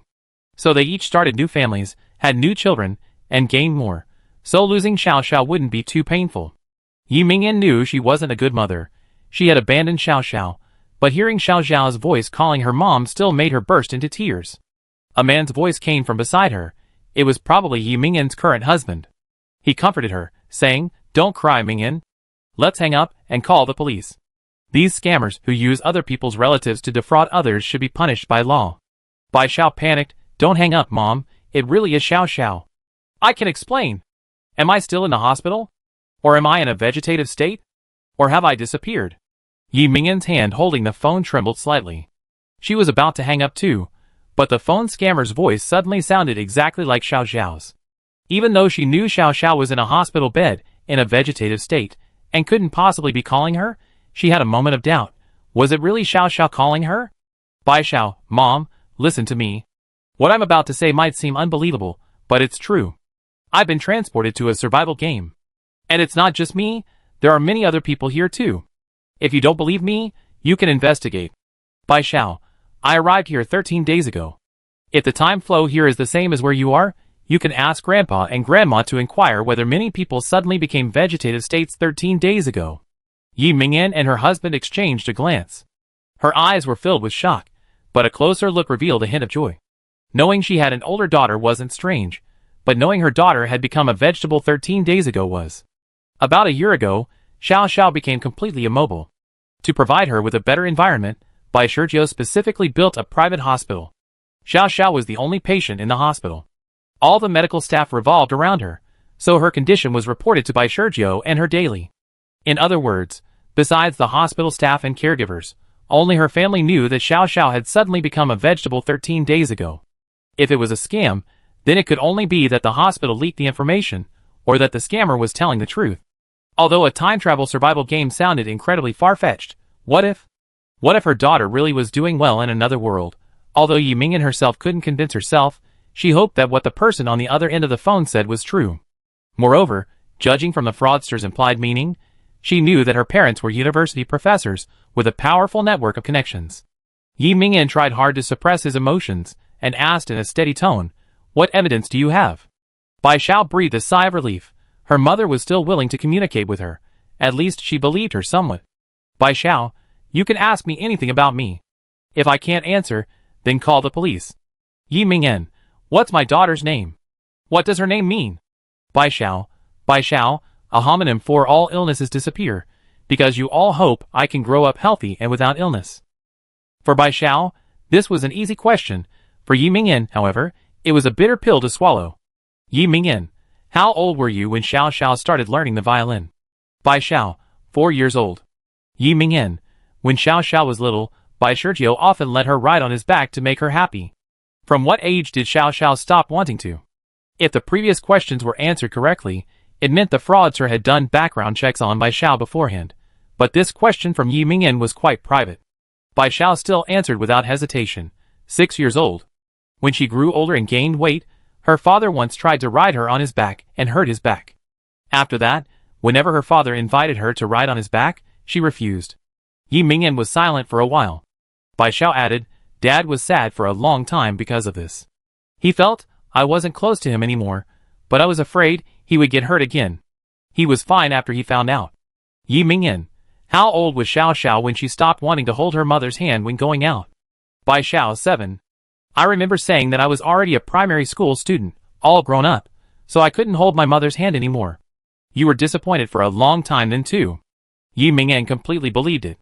Although her husband didn't know these things, seeing Yi Mingyan covering her mouth to stifle her sobs, he knew the person on the other end of the phone was completely right. "Yi Mingyan, one last question, do you hate your mother?" Bai Xiao said without hesitation, "I don't hate her. You've done everything you could. As the saying goes, a long illness tests the filial piety of even the most devoted children. She was sick for 4 years, and her parents took care of her for more than 2 years. They didn't eat or drink or sleep for her sake, and their bodies deteriorated faster than she did, like a dried-up corpse whose life force had been exhausted. As their daughter, she didn't want to see them like this, which is why she supported their decision to divorce. She knew that if she didn't support their divorce and starting a new life, they would continue to drag things out with her, a dying woman. Bai Xiao hoped they could move on, so even though they hadn't visited her since their marriage, she had felt sadness, disappointment, and cried secretly, but she had never harbored hatred. Yi Mingyan wiped away her tears. She wasn't a fragile person. 90% of the tears she had shed in her life were for Xiao Xiao. "Yi Mingyan, okay, don't hang up. I go find your grandmother now. Tell me everything you know." Hearing this, Yi Mingyan's husband silently went to get the car keys. Yi Mingyan couldn't drive while on the phone. Bai Xiao tried to tell Yi Mingyan everything she had learned in the past 13 days in the simplest terms possible. Yi Mingyan knew she was in such a terrifying game, and her face turned pale with fright, as if she had returned to the time when she first learned of Xiao Xiao's illness, the shadow of death enveloping her, unable to see a glimmer of hope. But she had already given up on her daughter once. She couldn't give up again this time. Yi Mingyan also contacted Bai Shizhou, asking him to come to Bai Zhao's maternal grandmother's house. The two had a peaceful divorce, and although they didn't bother each other afterward, they still kept in touch. Upon receiving the news, Bai Shizhou rushed over immediately. He knew Yi Mingyan, if it weren't about Xiao Xiao, she wouldn't have been so eager to call him over without explaining anything clearly. Chapter 213. Bai Xiao was listening to her mother call her grandmother. informing her that she and Bai Sergio were coming over to discuss something very important. Before Bai Xiao could hear her grandmother's reply, her phone beeped, and then she heard nothing more. Bai Xiao took the phone off her ear, and saw that the screen showed the call had been dropped. When she tried to call back, it kept showing a signal interruption. The call wouldn't go through. Hu Yan leaned closer, puzzled. What's going on? The signal at Monster Restaurant is supposed to be the best in the monster world, and my phone is a brand new model I just bought. It shouldn't be broken, right? Bai Xiao didn't reply. She knew this was clearly abnormal. She tried sending a message, but the message kept spinning and wouldn't send. Bai Xiao's face instantly darkened. Everything was fine just now. This sudden change couldn't be an accident. It was definitely related to the survival game again. She was 100% certain that the survival game didn't want her to contact the human world. Bai Xiao, is there any other way to contact humans in the human world? Bai Xiao thought back to the last cleanup night. They had only just discovered the bug when the survival game fixed it. Could it be that the survival world also noticed her contact with the human world this time, and therefore fixed the bug as well? She just didn't know if it was only the green message that was like this, or if it was the same on other websites. Hu Yan took the phone and tried sending messages to friends on the monster dating app. Everything was normal. Hu Yan, I don't understand these things either. When I get back, I use a professional monster to try and continue contacting humans in your human world. If you have anything you want to tell them, I pass it on for you. It wasn't that Fox Flame was stingy for not giving Bai Xiao a phone. It was just that the survival game had rules. Besides nightmare coins, monsters in the monster world couldn't give human players anything. Although the survival game didn't specify the consequences of giving anything, Fox Flame didn't dare try it lightly, fearing it would end up sewn into a human corpse. It didn't want such a gruesome death. Bai Xiao nodded, but in reality, she had already given up hope. She'd been in this game for 13 days. She knew its nature. Now that the bug had been discovered and fixed, it seemed the monster world would no longer be able to contact the human world. However, she had informed her mother. During the 10-minute call, she had said everything she needed to say. Since her mother believed her, she would definitely try to help her. Even if they couldn't contact each other, at least she, as a human player, wasn't fighting alone anymore. The human world might help them. Although she only just reconnected with her mother before losing contact, she believed her mother would definitely help her. Besides, her grandparents had such extensive connections. Perhaps they could really expose this to the government. And today's phone call wasn't entirely fruitless. At least she knew she wasn't a transmigrator. Her real body was still in the human world. The body she was using now was likely a one-to-one replica of her original body from the survival game. As for why they weren't allowed to use their original bodies to transmigrate, Bai Xiao figured that modifying a human body might take time, while a body created in a survival game could change instantly with just a few points added. Even if covered in wounds, as long as health was maxed out, it could instantly recover. In short, the created bodies are more suitable for survival in the game than their original bodies. Every human player probably understands this deeply. So, she didn't truly recover her health? Bai Xiao lowered her eyelashes, a strange feeling welling up inside her, but she quickly banished it. It's good that she didn't actually wear the body. It means those dead players might not have truly died. Their bodies might still be alive in the human world, only their souls are nowhere to be found. Although this was just Bai Xiao's guess, she hoped it was correct, because only then would there be a possibility of resurrection for the dead. Having finished her task, Fox Flame intended to consult a Taoist priest about exorcism, but discovered that it couldn't post on any human websites, not just WeChat. Fortunately, it could still access human websites and research information itself. After finding some methods, Fox Flame couldn't wait to try them out and left the monster restaurant. Bai Xiao returned to her office. After careful consideration, she decided not to tell her teammates about today's events. Since they were currently unable to contact the human world, telling them would only disappoint them. She would share the good news with her teammates later, once the human world re-established contact with the monster world. At 4 p.m., the Monster Realm rankings were finalized, and Bai Xiao easily topped the list. However, the reward was still just an expanded backpack slot. No other items appeared. It was already so late. Iron Hammer should have returned from Panda Town by now, Bai Xiao thought, and sent him a message. Did you bring the survivors from Panda Town back? Bai Xiao asked. They're back, Hammer replied. Just like before, the survivors are a bunch of little monsters, the oldest only 14 or 15 years old, about the same age as Kai Kai. We need to settle them in. The monster weapon forging workshop won't be open tomorrow, so we won't be selling weapons for the time being. Bringing so many children back, settling them in, and comforting them will definitely take time, which Bai Xiao understood. I understand, Hammer asked. Did you bring back any of the little panda monsters named Xiao Sun? No, Hammer replied. Bai Xiao's heart skipped a beat. She thought of Xiao Sun, who had been talking to her so nicely yesterday, and her mood plummeted. Iron Hammer, you didn't bring it back. Its parents are still alive. It's an orphan monster. Bai Xiao then remembered that Xiao Sun's parents worked at the monster restaurant. When the day of death fell on Panda Town, they were still working there. So Xiao Sun was still alive, but its parents were still alive, which is why Hammer hadn't brought it back. Bai Xiao breathed a sigh of relief. It was good that it was alive. Dear players of Unit 4, Building 44, night falls at 6 p.m. Tonight, you will face the Night of the Deathly Pandas. The Night of the Deathly Pandas? Bai Xiao was certain that the monsters appearing in the dormitory corridor tonight were the same panda monsters she had encountered in Panda Town yesterday. So, the survival game went to Panda Town to buy supplies yesterday and delivered them to the human players today. They're really profiting from both sides, without contributing anything themselves. Panda Monster Countdown, 10, 1. Chapter 214. At 8 p.m., the forest instance opened, and all members of the first squad entered the forest. The Ruffled Lion King met with the members of the first squad. Bai Xiao immediately felt that the nickname Ruffled Lion King was quite fitting. He had naturally curly chestnut hair, and was about the same height as Wei Shui Yang, but he was completely different from Wei Shui Yang, who had double eyelids, fair skin, and dimples. The Ruffled Lion King had single eyelids, slightly dark skin, and a head of frizzy, naturally curly hair, making him look like a dirty bun. This was Bai Xiao's first impression of him. But the dirty bun comment wasn't malicious, it was just a simple resemblance. They couldn't walk in a straight line in the tunnel.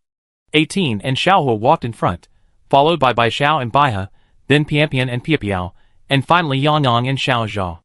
All 8 members chatted happily with their companions, with Yang Yang being the happiest, finally no longer the only boy in the team. Usually, the forest dungeon had the most members, but tonight, including the first team, only about 4 or 5 teams had come. Now, upon entering the forest dungeon, they were met with an endless expanse of grass. Sensing the arrival of humans, the dragonfly monsters in the distance would swarm over and attack in a flash. As soon as Bai Xiao and the others entered, they immediately sought cover. Even though they knew the dragonfly monster's weakness, they decided to be cautious and try not to stray too far from the exit. If they couldn't defeat the dragonfly monsters, being closer to the exit would increase their chances of escape. Soon, Bai Xiao and the others heard the sound of a helicopter. Looking up, they saw a large swarm of dragonfly monsters flying towards them from the sky. Fortunately, the moonlight in the forest instance was always bright, allowing Bai Xiao and the others to clearly see the dragonfly monsters' flapping wings. Upon closer inspection, the wing spots on the dragonfly monster's wings were easily visible due to their dark color. Bai Xiao hid behind a blade of grass, cautiously peeking out, aiming at the wing spot of the dragonfly monster closest to her, and threw her scythe. The scythe grazed the dragonfly monster's wing, falling to the ground. Bai Xiao quickly picked it up and found another hiding spot. She saw that the dragonfly monster whose wing spot had been struck, just as the Ruffled Lion King had predicted, suddenly lose its balance, its body swaying left and right, its flight path becoming erratic. It flapped its wings faster than before, but instead of flying higher, it flew lower and lower. Seeing this worked, Bai Xiao repeated the method, using her scythe like a javelin, striking the other wing spot. The dragonfly monsters were finding it harder to fly, almost skimming the ground. Bai Xiao immediately rushed up to finish them off. The other members of the first squad used the same method as Bai Xiao. They usually felt this was the least monster-killing job, but today they finally found their comfort zone. As a medical student, her hands were steady, and her aim was good, she hit her target every time. However, there were still too many dragonfly monsters. When she went to finish off one after shooting it down, she was often spotted by other dragonfly monsters, and it was easy to get caught by one. But the first squad didn't plan to keep hiding and ambushing forever. After discovering that attacking the wing-like spots was effective, they took the initiative. Bai Xiao jumped up from the leaves of the weeds, climbing to the highest point. Immediately, dragonfly monsters were attracted to her and flew towards her. Bai Xiao seized the opportunity, leaping onto the back of the first dragonfly monster, just as it was about to swoop down and grab her. As long as she was riding the dragonfly monster, she wouldn't be afraid of being grabbed by the others. The dragonfly monster saw Bai Xiao jump on, so it knew she was on its back and frantically circled, trying to throw her off. Bai Xiao managed to grab the dragonfly monster's back feathers, which wasn't a big problem, but with this dragonfly monster causing so much trouble, Bai Xiao couldn't attack the other dragonflies. She needed someone to help her. She would control the dragonfly monster while the other attacked. That was the optimal solution. Bai Xiao gripped the dragonfly monster's neck tightly, forcing it to fly low. After finding Lily's hiding place, she reached out her hand. The swaying Lily reached out at the same time, and was pulled onto Bai Xiao's back. They had planned their tactics beforehand. Bai Xiao and Lily would work as a team, one watching the dragonfly monster's flight path, and the other attacking the wing spots of nearby dragonflies. The 18-year-old cleaning lady and Can I Live formed a team. The 18-year-old cleaning lady controlled the dragonfly monster's flight, while Can I Live attacked the dragonfly monster's wing spots. The elegant Pian and the ethereal junior sister formed another team, as did Wei Shui Yang Yang and the frizzy Lion King. However, these two teams weren't attacking the dragonfly monster's wing spots. Instead, they were responsible for finishing off those dragonflies with injured wing spots. Bai Xiao and the 18-year-old cleaning lady controlled the dragonfly monster beneath them, flying towards areas with many dragonflies. The swaying Lily and Can I Live attacked the wing spots of nearby dragonflies. The four worked together seamlessly. Although the dragonflies with injured wing spots became easier to deal with, their health was still low, and it would take time for the elegant group to deplete their health. Soon, the other hidden teams noticed that the dragonfly monsters in the sky were flying erratically, as if they were drunk. Moreover, this drunkenness seemed contagious, with more and more dragonfly monsters flying erratically in the sky. Because Bai Xiao and his group were on the backs of the dragonfly monsters, the players below could only see the monsters, but it was difficult to see the people on their backs. Although they didn't know why the dragonfly monsters had suddenly changed like this, everyone could see that these dragonfly monsters looked much easier to kill than before. Many of the hidden players bravely stepped out, wanting to kill the dragonfly monsters that were flying erratically. The ethereal junior sister killed a dragonfly monster with a medium-grade long staff, glanced down, and saw players from other teams chasing after a wounded dragonfly monster. The ethereal junior sister immediately shouted, "Xiao Xiao, 18, finish them off first. Someone's trying to steal the kills." Bai Xiao and the 18-year-old cleaning lady heard this, and controlled the dragonfly monsters below to chase after the wounded ones. The players below finally saw that some of the dragonfly monsters had people riding on them, and they immediately understood why the dragonfly monsters had become like this. Some clever players had been observing Bai Xiao and the others' actions, and discovered that attacking the dragonfly monsters' wing spots would cause them to fly erratically. The first team had anticipated this situation. After all, they weren't the only team in the forest dungeon, and their method of killing dragonfly monsters would inevitably be noticed by other teams. Gradually, players from other teams also followed Bai Xiao and the others' example, riding dragonfly monsters and attacking their wing spots. The originally densely packed dragonfly monsters visibly became increasingly sparse. Chapter 215. The night flew by as humans and dragonfly monsters battled wits and courage, and the forest dungeon was about to close. Just like last time, Bai Xiao and the others controlled the dragonfly monsters to descend near the forest dungeon exit, then finished off the one they were riding before leaving the dungeon. They had a great time killing dragonfly monsters today. The idea came from the angry Lion King, and the first team had completely accepted him. At the tunnel exit, the forest dungeon results announcement sounded. Today's monster drops. Agility point card X1. Can I survive? Huh, only one item reward today? 18-year-old cleaning ant, let's hear it first. First place. First team, cleared 86 dragonfly monsters in the dungeon. Each team member received an agility point card X1, 15 points. Second place. Sky City, cleared 49 monsters in the dungeon. Each team member received an agility point card X1, 13 points. Third place. My Faith, cleared 35 dungeon monsters. Each team member received an agility point card X1, 11 points. Fourth place. Magic Witch, cleared 33 dungeon monsters. Each team member received an agility point card X1, 9 points. Fifth place. Eternal Day, cleared 29 dungeon monsters. Each team member received an agility point card X1, 7 points. Bai Xiao and the others each received an extra agility point card, only then realizing that this time the reward was 15 points, whereas previously it was 10 points. Bai Xiao used the agility point card, currently at 56 agility plus 10. However, she already knew that her current body wasn't truly her own, so she didn't feel the same joy as before at the increase in stats. The group went home. Bai Xiao, after arriving at her dorm, deliberately stood outside the window for a while, watching until she saw a ferocious-looking panda monster pass by.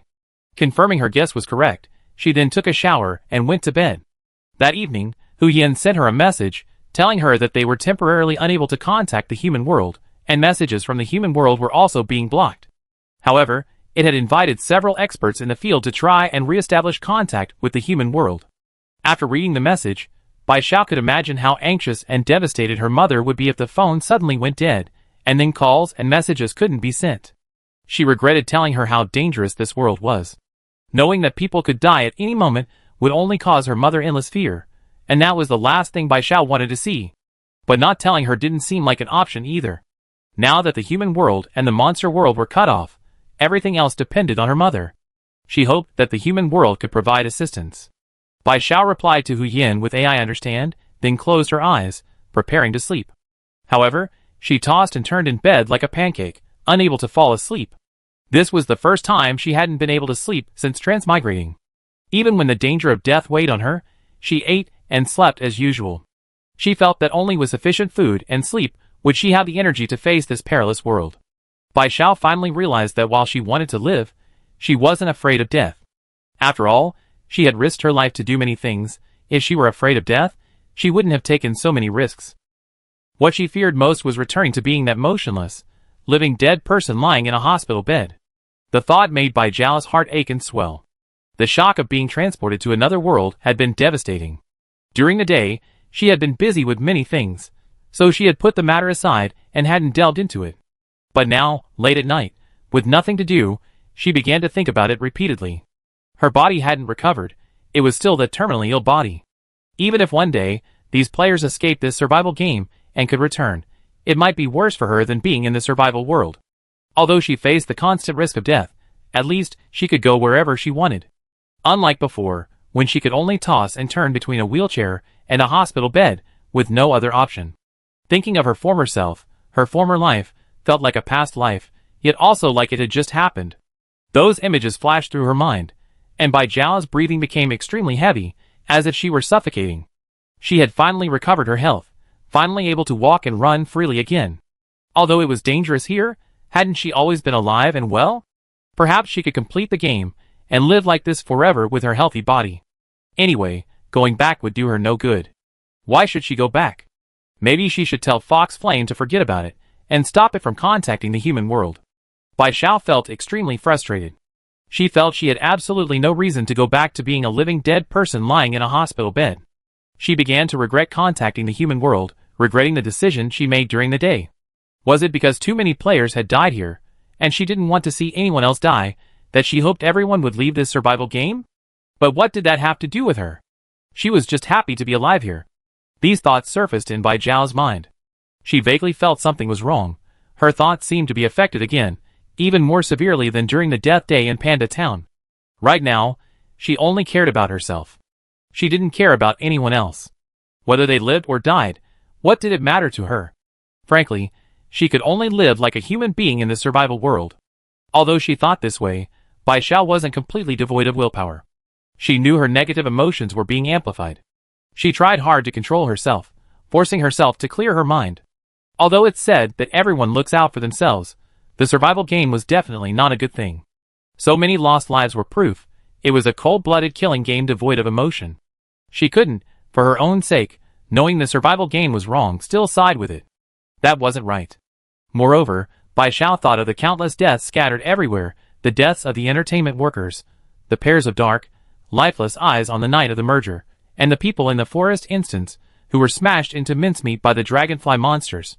These memories gradually calmed Bai Xiao's anxious emotions, even to the point of calmness. Actually, she wasn't particularly great, but compared to the lives of so many people, a healthy body that didn't belong to her didn't seem so important anymore.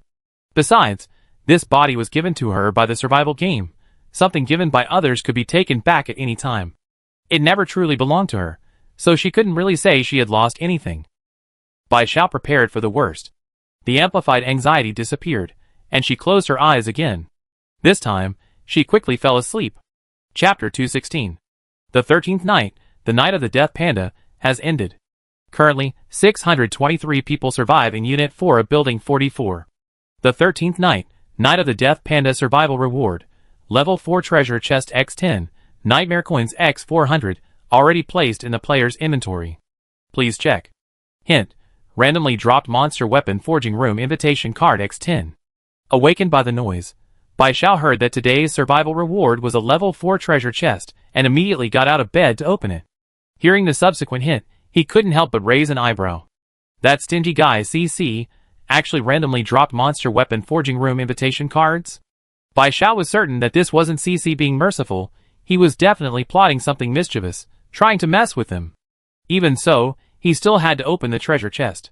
The Level 3 treasure chests had almost all contained poisonous monsters. He wondered what kind of monsters were in the Level 4 treasure chest. Bai Xiao cautiously opened a Level 4 treasure chest. The next second, something inexplicable happened. A snake woman monster jumped out. Previously, the monsters that jumped out were all small, and even in large numbers, they were still manageable within the chest's capacity. But now, a snake woman monster had appeared. Wasn't that a bit much? It didn't seem like it could fit at all. The red-haired snake woman monster had a ferocious face, its mouth splitting open to the back of its head, revealing a set of sharp fangs. Bai Xiao remained calm, because this snake woman monster was only a Level 3 monster. Dealing with Level 3 monsters was no problem for her.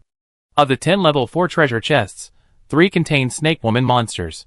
After retrieving the snake woman monster, Bai Xiao obtained a red snake scale, a blue snake scale, and a brown snake scale. Red serpent scales. Function: strengthens weapon durability. Type: weapon material.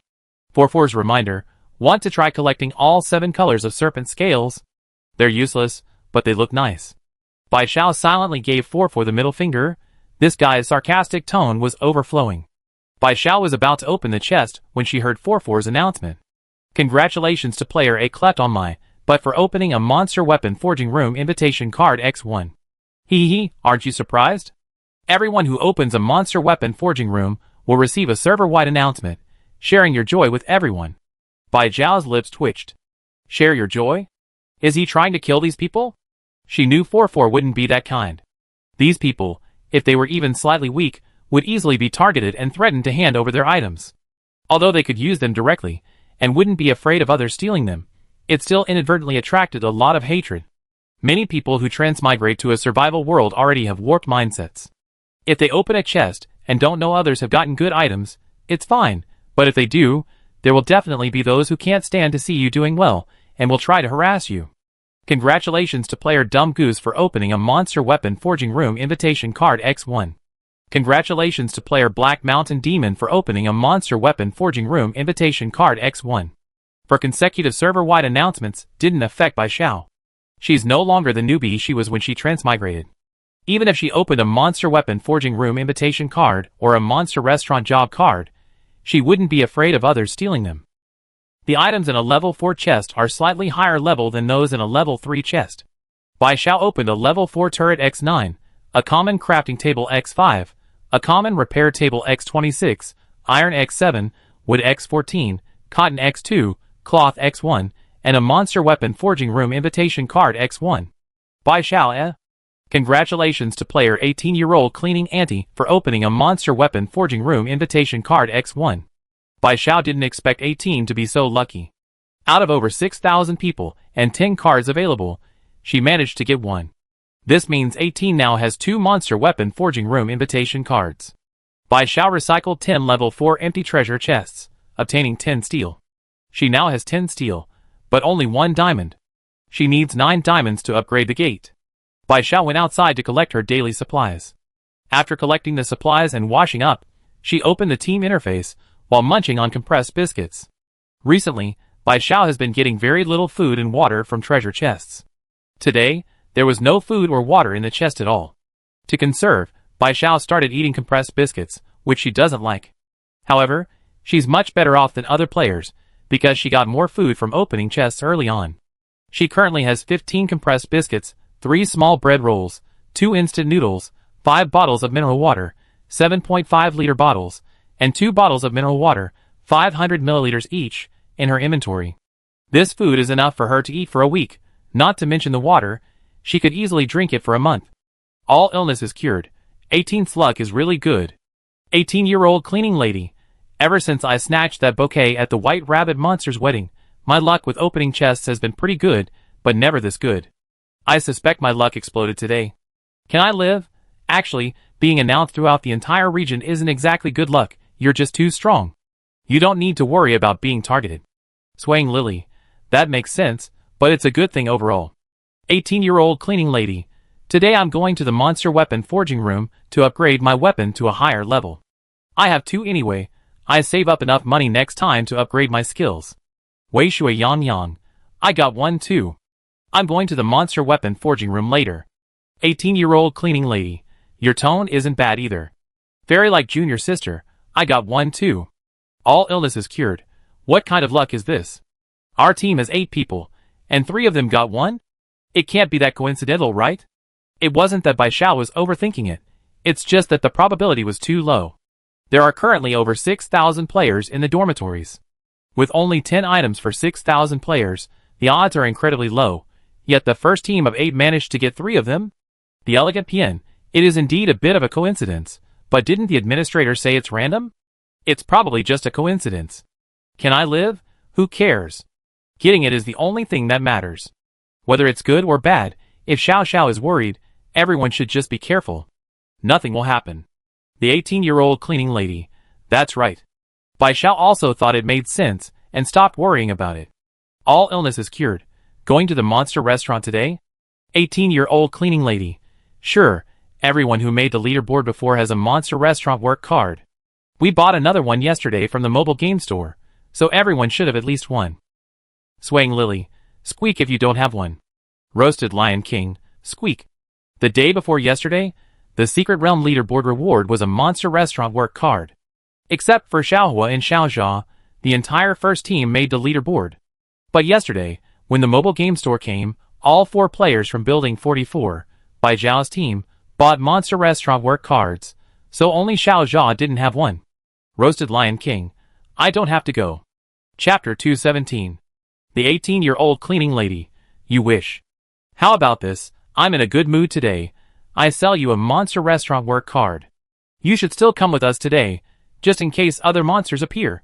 They're a team, and everyone who makes the list gets a reward, regardless of whether they actually killed monsters in the forest dungeon. That's why 18 said the frizzy-haired Lion King was dreaming. However, 18 didn't really think the frizzy-haired Lion King was dreaming, wanting a share of the rewards without contributing. It's just that there are fewer dragonfly monsters in the forest dungeon now, and she's worried that other monsters will appear after killing them today. If the frizzy-haired Lion King is there, he can help analyze the situation. The frizzy-haired Lion King. Thanks then. The 18-year-old cleaning lady. No need to thank me, we're on the same team, we always help each other out, you get used to it. Actually, the 18-year-old cleaning lady has always been a generous person, as you can see from the certain incident when she first transmigrated. Now that the frizzy-haired Lion King is her teammate, she doesn't think selling him a monster restaurant work card is a big deal. After deciding to go to the monster restaurant today, everyone stopped chatting and went back to sleep to recharge. She'd gone to bed close to 3 a.m. last night and woken up at 6 a.m. She'd been playing too much. Before going to sleep, Bai Xiao sent a message to Chalas and Fox Flame, describing in detail the gem rhino monster from the 6th level of the Secret Realm dungeon and asking if they knew its identity. It was only a little past 6 a.m., and she figured Chalas and Fox Flame were probably still asleep, so she went to sleep after sending the message. Bai Xiao slept until almost 10 a.m. The Secret Realm dungeon was about to open in about 10 minutes. Bai Xiao first checked the game interface. Chalas and Fox Flame had replied to her message. Chalas, I know several gem rhinoceros monsters.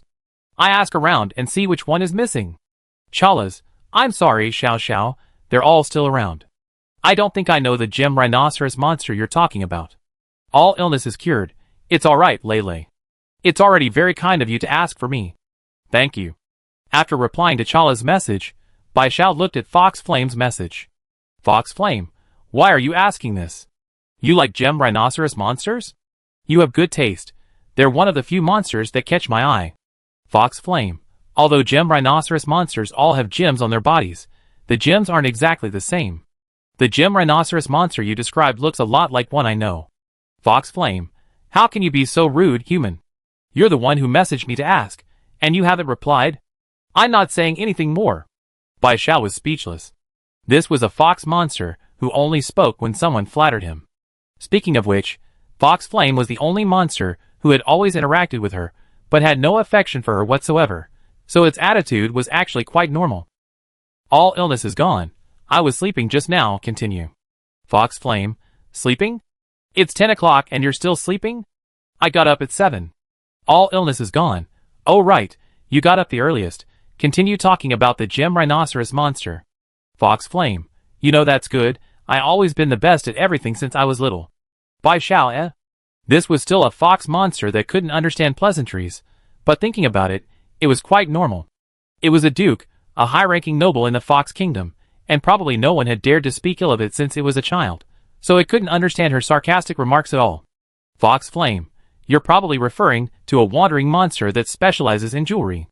It travels all over the monster world, so it has gems from all over the globe. Every time it comes to the Fox Kingdom, I buy some novel jewels from it. I haven't seen it lately. I heard it's gone missing. Fox Flame, so I think it's very likely the same gem rhinoceros you mentioned. However, I don't know much about it, only that its name is Cece, and it's a wandering gem merchant. All illness is cured, I understand.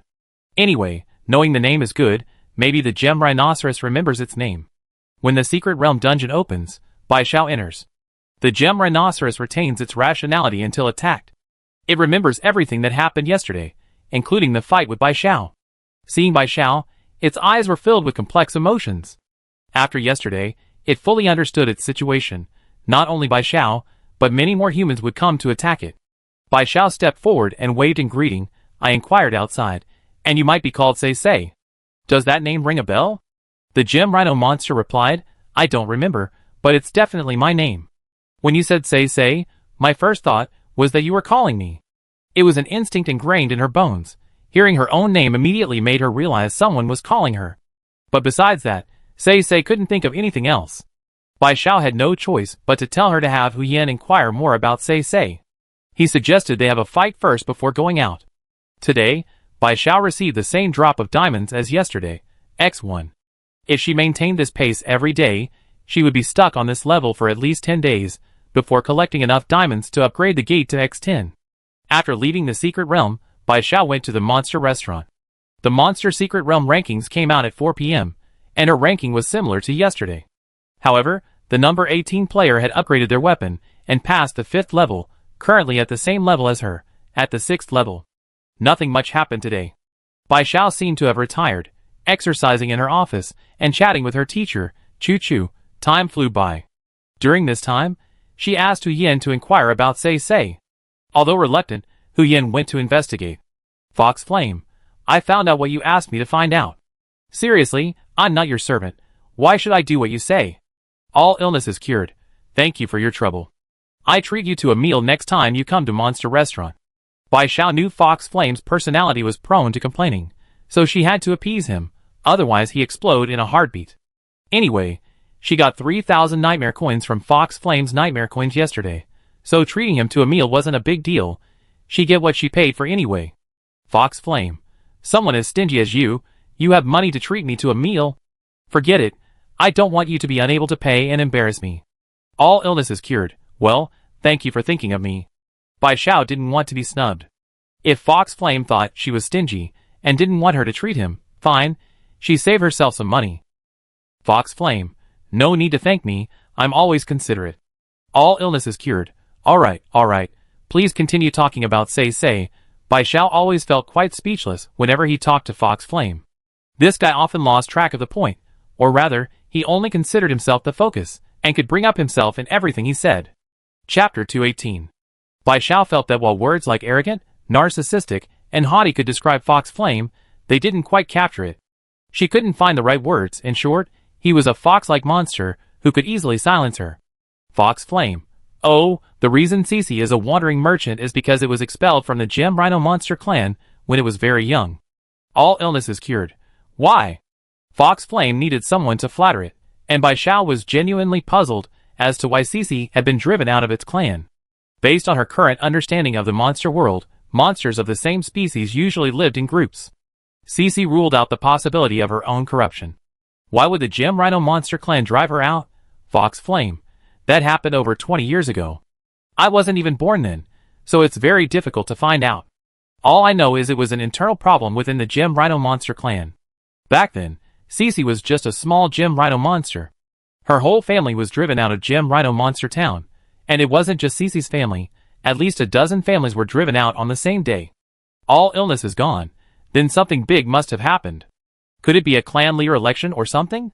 With so many people involved, Bai Xiao could only think of that. Like a prince's struggle for the throne, the losing side certainly wouldn't have a good ending, and those on their side certainly wouldn't have a good ending either.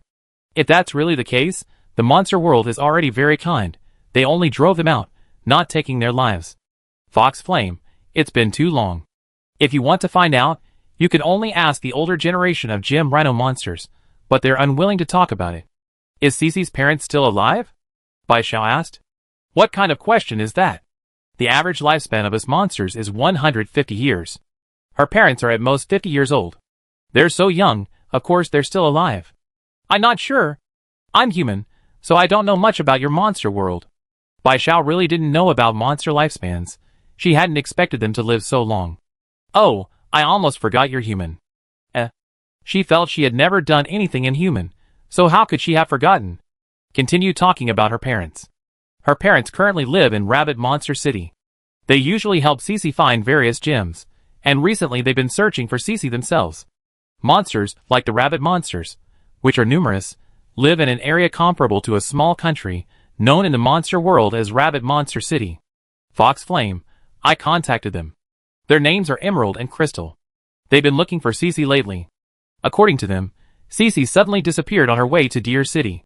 They have no clue where she is. Fox Flame, it's quite pitiful. When I found them, they thought I had news of Cece and kept asking me.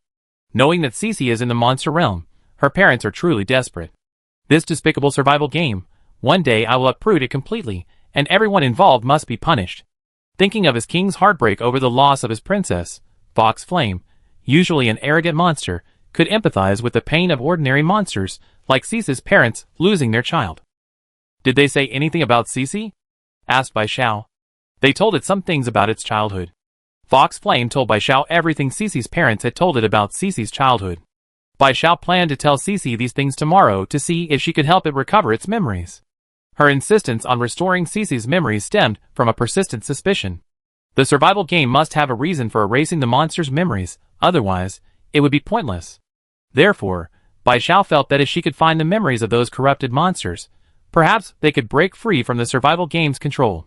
So far, the survival game has never directly interfered with the game's progress. Players die in only two ways, either killed by monsters or from infighting. Even when Cece couldn't reach the death count and was cursing, they didn't directly kill players. Instead, they colluded with the fox monsters to capture people in the dormitory to achieve the death rate. Judging from all these factors, the survival game can only use monsters to kill humans, and then use the stitched-together monsters to kill other monsters. It doesn't actually do anything itself, or rather, it can't directly intervene. Although it's unknown how the Snake Woman monsters were killed on the first death day, the survival game hasn't directly intervened since. Therefore, Bai Xiao believes that if there's a way to restore the monsters' memories and sanity, freeing them from the survival game's control, the game's mortality rate would be greatly reduced, perhaps even to the point where the game couldn't function normally. Bai Xiao and Hu Yin talked until evening, and at 6 o'clock as promised, the 14th night arrived. Dear players of Unit 4, Building 44, night has fallen. Tonight is the 14th night, the night of the demons. Are you ready? The countdown to the demon's appearance is 10, 9, 1. Bai Xiao was a little confused when he heard Unit 4 announce that tonight was the night of the demons, and that demons would be appearing. The previous names were easy to guess what monsters would appear, but this night of the demons was completely unpredictable. To figure out what this night of the demons was all about, Bai Xiao looked at the chat lobby. Spring breeze 10 miles. What kind of demon's night is that? It's just a goat monster. Big glutton, but to be fair, goats are indeed considered demonic in some countries, so the name isn't wrong. Miracle flying, but aren't goats herbivores? Do they eat people? Sweet rice dumpling party. I don't know if they eat people, but I definitely been gored by a goat before. It was really deadly. This monster goat is definitely stronger than a regular goat. Let's eat first since things have come to this. You guessed it. I got attacked. That goat gored the door and took away 8 health points. It was really deadly. Luckily, there was only one, otherwise it would have broken down the door and killed me. Compared to the terrifying atmosphere that used to permeate the chat hall is now much calmer in the face of night. After all, being constantly on edge is tiring, and everyone has learned to find joy in hardship. Bai Xiao also learned from their chat that the monster that appeared in the corridor tonight was a goat monster. He just didn't know if these goat monsters had been there all along or were victims of today's death day. Bai Xiao didn't know how long the survival game would last, but in the past 14 days, the monster world had been devoured by the survival world by at least 1/5. 12 types of monsters were almost extinct, and while the remaining races weren't driven to extinction by the day of death, many monsters had fallen into corruption. Chapter 219. At 8 p.m., the forest dungeon opened, and the first team entered.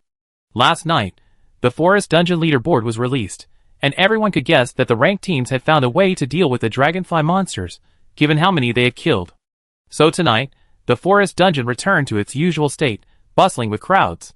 Practice makes perfect, and after yesterday's coordinated efforts, the first team killed the dragonfly monsters very smoothly. Other players followed suit, and after about 3 hours, there was no trace of dragonfly monsters left in the forest dungeon. After killing all the dragonfly monsters, the 8-year-old cleaning lady began to move forward. The 18-year-old cleaning lady walked along, wiping her high-grade long-handled axe clean of monster blood. Her eyes were full of satisfaction.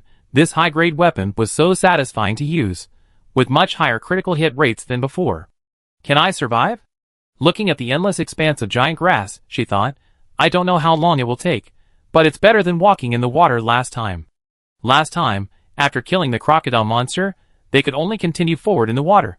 This time, even after killing the dragonfly monster, they still have to move forward. The elegant Pian suddenly stopped. Her ethereal junior sister, walking beside her, asked in confusion, "What's wrong?" Pian pointed to a plant in the weeds and said, "That fruit is a raspberry, it's edible."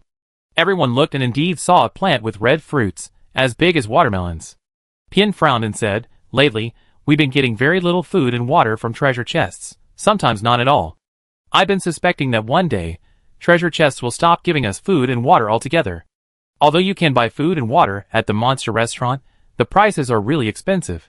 A cup of water costs 12 nightmare coins, and even with a 50% discount from the staff, it's still 6 nightmare coins.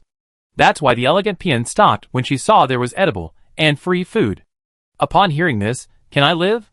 eagerly exclaimed, "Then let's go pick some. They won't spoil in our backpacks. These berries are so big, one is enough for a meal." The 8 of them went to pick raspberries, and the other players, seeing this, also began searching for edible wild fruits nearby. Just as Pian had said, the food from treasure chests was dwindling. There was free food here, and it would only take about 10 minutes to gather, so it wouldn't waste much time. Each of the 8 took 5 raspberries, the size of watermelons, and there was one left over, which they shared. Bai Xiao had been eating compressed biscuits all day, so she was quite happy to eat the sweet and sour raspberries. The 8 people ate, walked, and chatted, the moonlight bathing each of them. Bai Xiao subtly scanned each one. 18 held a raspberry in one hand, and had her other arm around Xiao Hui's shoulder. Piao Piao linked arms with Pian Pian. Yang Yang looked at Xiao Zhao with disdain. His face was covered in red juice from eating. Bai He stood beside her, walking side by side. Bai Xiao stared intently, wanting to memorize this scene. The swaying lily noticed her darting eyes and asked, "What are you looking at?" Bai Xiao smiled. "Look at everyone. Everyone seems so happy. Can I live?" Took a big bite of the juicy raspberry. It is quite enjoyable. I haven't eaten any fruit since I transmigrated." Wei Shui Yang Yang, me too. While I get to taste the dishes while cooking in the kitchen, I haven't had fruit in ages. But Xiao Xia, not to be rude, but even if you haven't had fruit in a while, you don't have to get it all over your face. After saying this, Wei Shui Yang Yang deliberately moved away from the frizzy-haired Lion King, her disgust quite obvious. The frizzy-haired Lion King, feeling a little embarrassed by her disdain, lifted the corner of his shirt, wiped his face, and then said boastfully, "Okay, now it's clean." The other 7, Ugh, I really want to pretend I don't know them. Wei Shui Yang Yang, I can't take it anymore, I'm running away. After saying this, he ran off as fast as if he were being chased by a dog. "Can I live?" said one of the others. "I can't take it anymore, goodbye little bomb." Seeing this, everyone else ran away, except for the frizzy-haired Lion King, who chased after them, yelling, "Hey, is it really necessary? Don't be so disgusted. It's just wiping your mouth with your clothes. It's juice, not something dirty." The 8 chased each other until they finally saw a light and stopped. The round, large moon in the forest instance was reflected on the water, making the night surface very bright. Bai Xiao reached out and touched the water, creating ripples that shimmered, and the moon's reflection swayed. "Bai Xiao, we have to cross the river again." "Can I live?" said one of the others with a helpless expression. "You just said this time would be better than last time." Urged on by Wei Shuiyang, the frizzy-haired Lion King scooped up water from the riverbank and washed his hands and face. After washing, he looked up and saw a pink lotus petal floating in the water. The bristling lion pointed to the lotus petals and said, "Look, there are lotus petals in the water." The 7 looked in the direction he was pointing and, sure enough, saw a patch of lotus petals, about the size of a small boat, slowly drifting on the water. Following its direction, they could see several more lotus petals ahead. "Bai Xiao, this should be able to be used as a boat, right?" "The 18-year-old cleaning lady. Let's try it. The water here is definitely deeper than the crocodile lake we went to last time. Xiaohua and the others can't swim. They definitely won't be able to get across. Since there were lotus petals the size of small boats here, the lotus flowers must be enormous. The water below must be unfathomably deep for them. Those who can't swim definitely couldn't cross." As the lotus petals drifted closer, Pipiao used a long stick to reach them and pulled them over. One lotus petal was enough for 2 people to sit on, so Bai Xiao and Baihe got in first, using their weapons as oars to paddle and reach for the other lotus petals. Soon, all 8 of them were sitting in the lotus boat, drifting on the water. "Can I live?" one of them mused. "I never imagined I lived to use lotus petals as a boat, sitting inside one of them. I feel like Thumbelina. Alas, it's a pity we didn't travel into a fairy tale. I wonder what awaits us next." The 8 of them continued rowing their lotus boat forward. As they rowed, they came upon a field of lotus flowers and leaves. Under the moonlight, the lotus flowers stood gracefully, their pink and white blossoms particularly beautiful against the backdrop of green leaves. A delicate fragrance wafted through the air, and even the round dewdrops on the lotus leaves seemed endearing. The 8 of them drifted slowly into the heart of the lotus field in their boat. The scene was like stepping into a traditional Chinese ink painting. The exquisite beauty left them speechless with awe. Chapter 220. Bai Xiao didn't know how long she had been gazing at the scene. Lost in thought, she murmured, "So beautiful." Lily, who was sharing the lotus boat with her, echoed, "It's truly beautiful. I never seen such a beautiful night view before." A cool breeze caressed everyone's faces, carrying the delicate fragrance of lotus blossoms. The full moon shone brightly in the sky, and countless stars twinkled, their reflections shimmering in the lotus-filled water. This was the most beautiful scene of a summer night.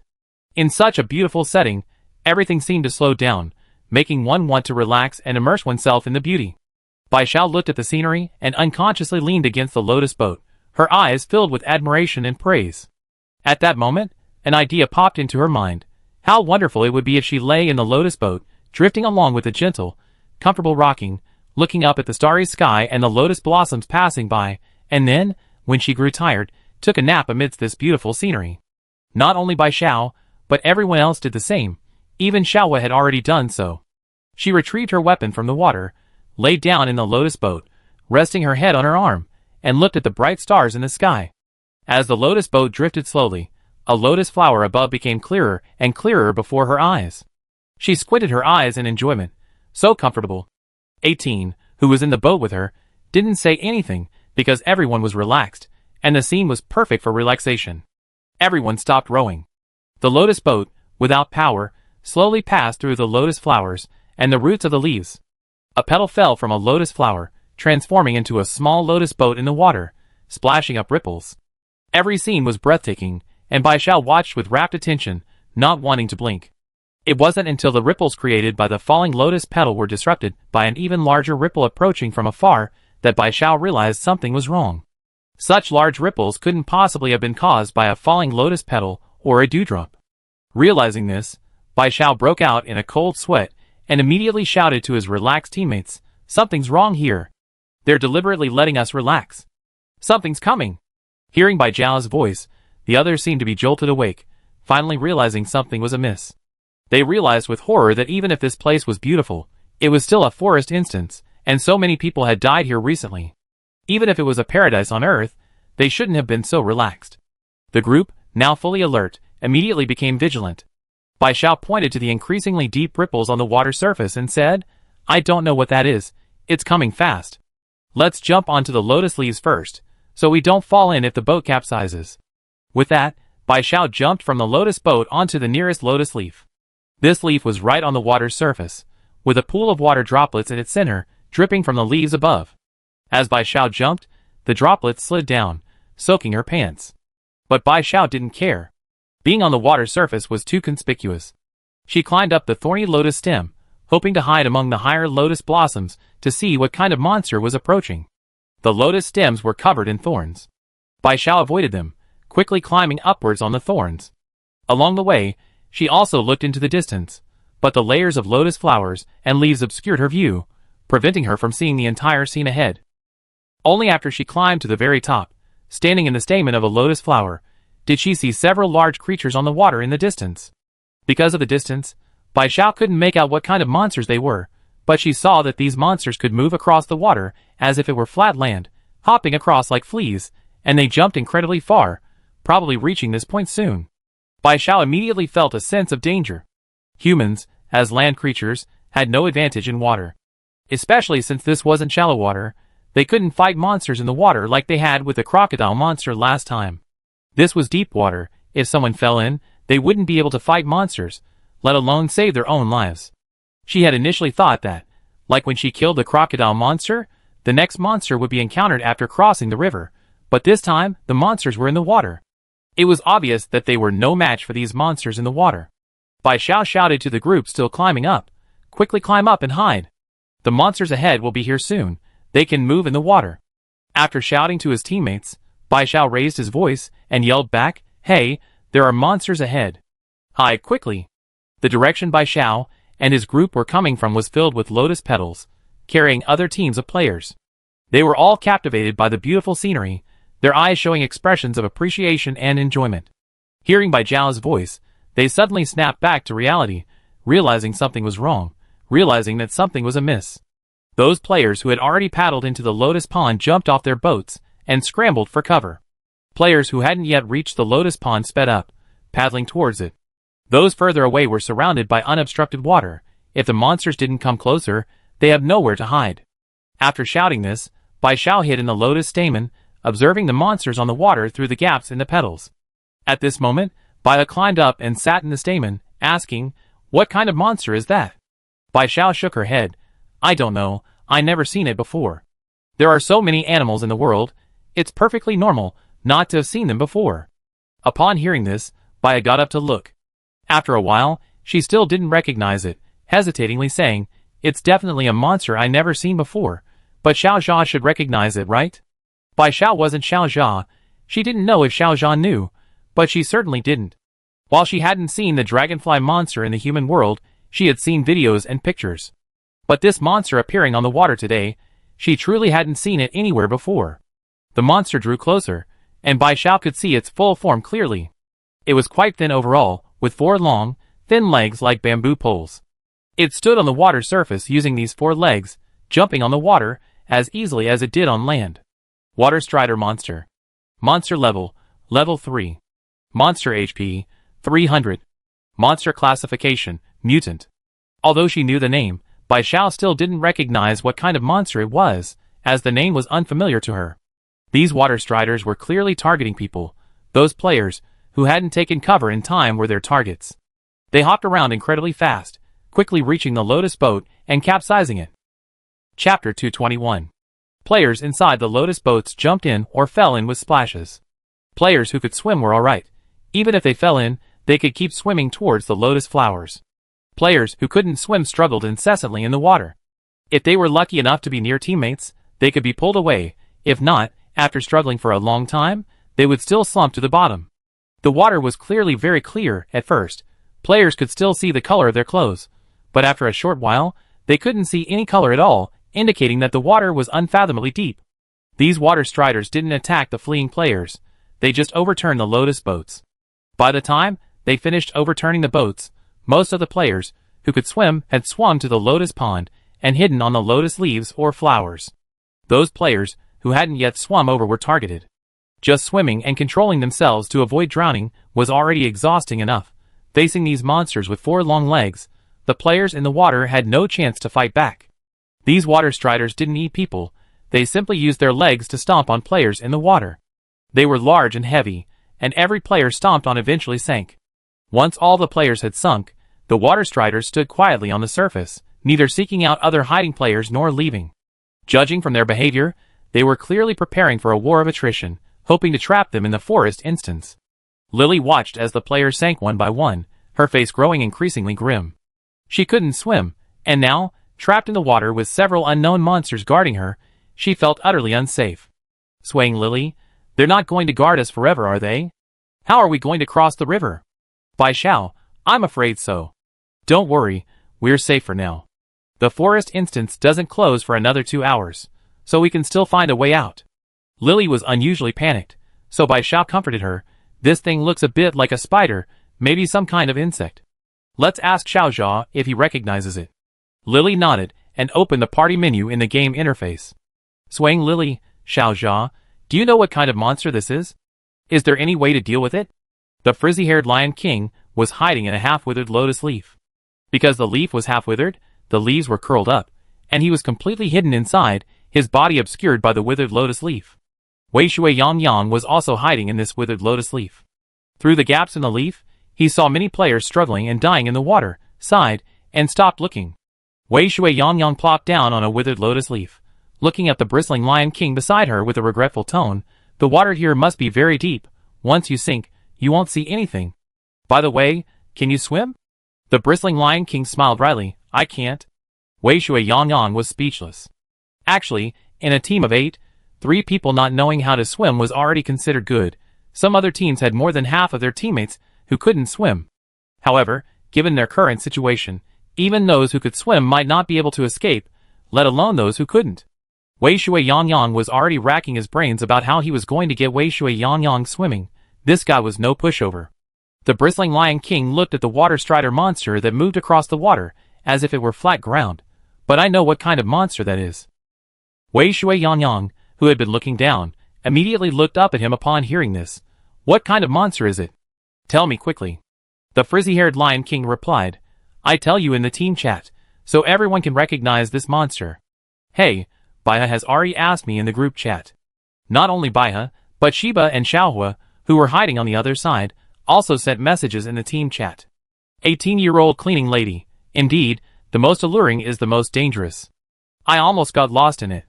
If I hadn't snapped out of it, these monsters might have suddenly jumped out while we were admiring the scenery. Can I survive? Is everyone hidden? I wonder if there's any way out. Little Bomb, do you know what kind of monster that is? Ruffled Lion King. It's a water strider. Elegant Pien. I've seen this kind of insect before, but we call it a water spider where I'm from. Ruffled Lion King. That's its name in the martial arts world. Its proper scientific name is water strider, the master of light-footedness in the insect world, best known for its ability to walk on water. Very like Junior Sister. Let me tell you something you don't know. All illness is cured. Why can it walk on water? It has a weakness. Huh? We can't stay trapped in the water forever. Ruffled Lion King.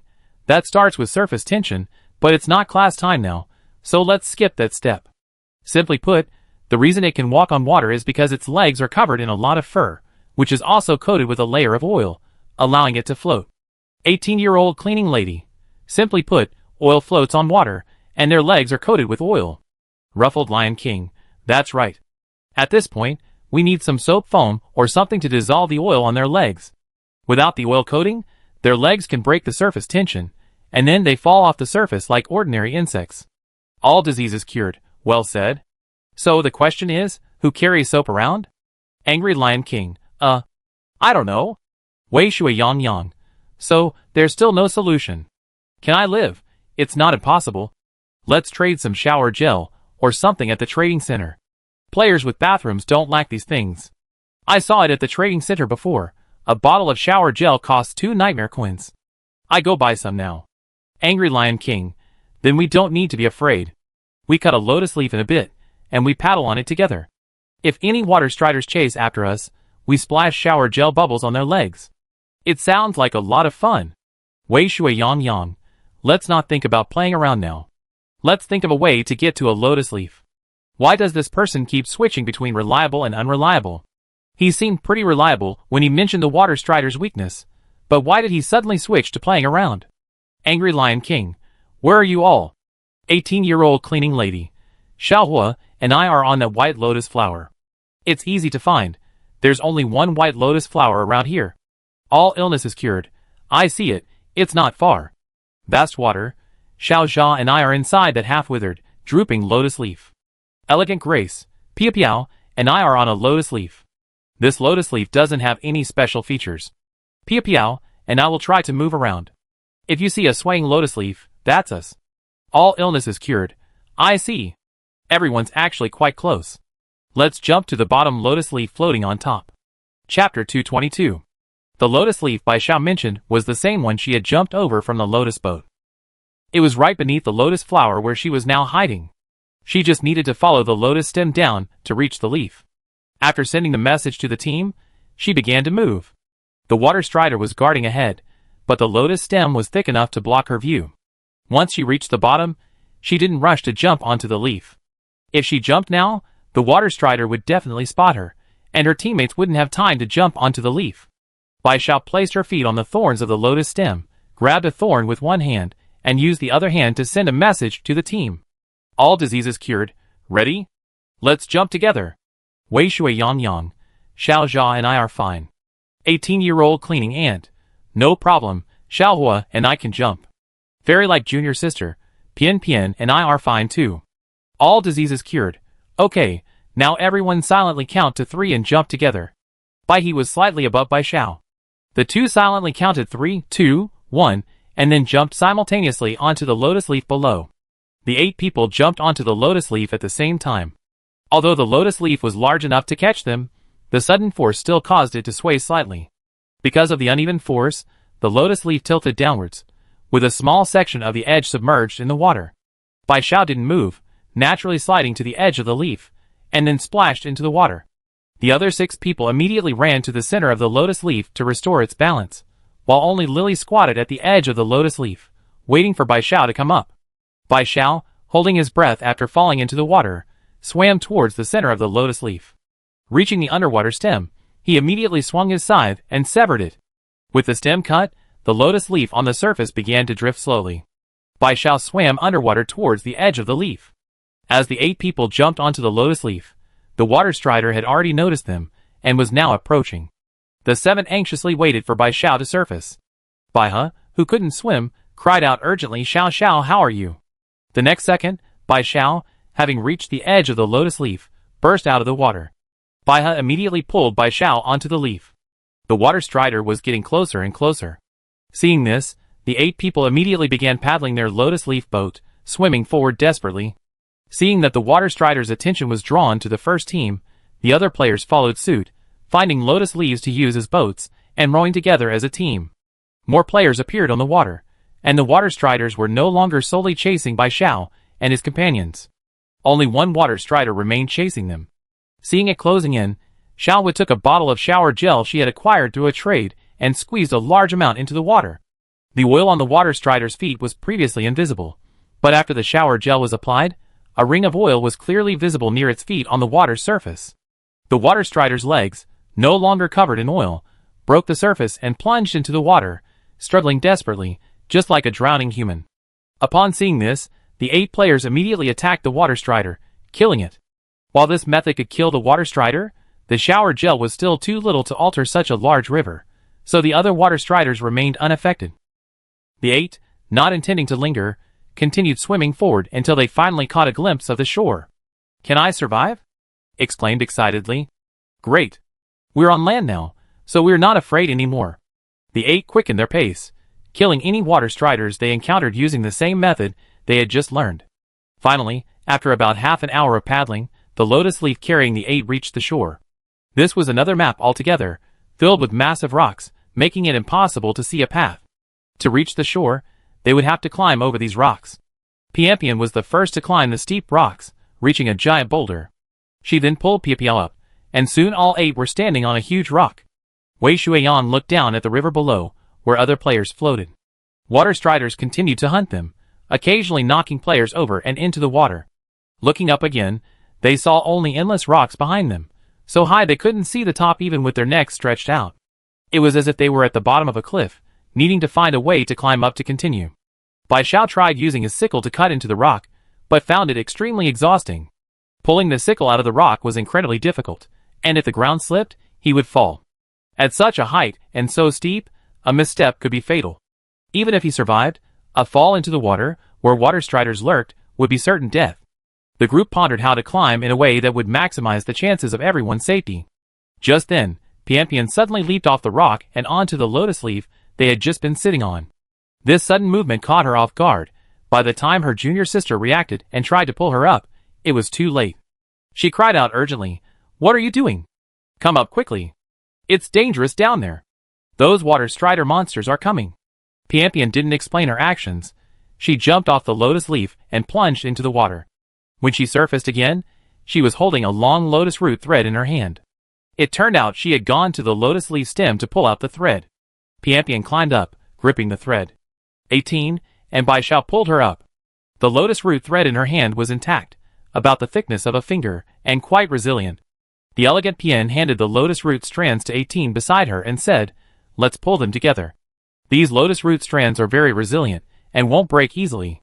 We pull them out and tie them around our waists, so even if someone accidentally falls, they won't be hurt." The 8 of them, like in a tug of war, slowly pulled the lotus root strands out of the lotus leaf stems. The lotus root strands were incredibly resilient, had good elasticity, and most importantly, weren't easy to break. Soon, all 8 of them had lotus root strands wrapped around their waists. Pian, who often went rock climbing, said she wanted to go first, and everyone agreed. Pian followed, then 18, Bai Xiao, junior sister Yang Baihe, who couldn't swim, Xiao Jia, Xiao Hua, and brought up the rear. Although using weapons was physically demanding, having the weapons embedded in the rocks made them safer, so the 8 decided to take turns using the weapons, with Pian leading the way. With each step she climbed higher, she would chop her axe into the rock. Sometimes the rock beneath her feet would break, but thanks to the ropes tied to her and the axe firmly embedded in the rock, those who made mistakes could quickly adjust and start climbing again.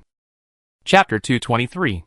The 8 of them took turns using their weapons, and after climbing for over an hour, they finally reached the summit without incident. Upon reaching the top, the scenery before them disappeared, replaced by the tunnel exit of the forest instance. "Can I survive?" Frowned and hesitated. "Should we continue?" Bai Xiao, "Let's go back first. The forest instance closes in less than 20 minutes. If we continue and encounter some troublesome monsters, we'd be in trouble." Bai Xiao's words made sense.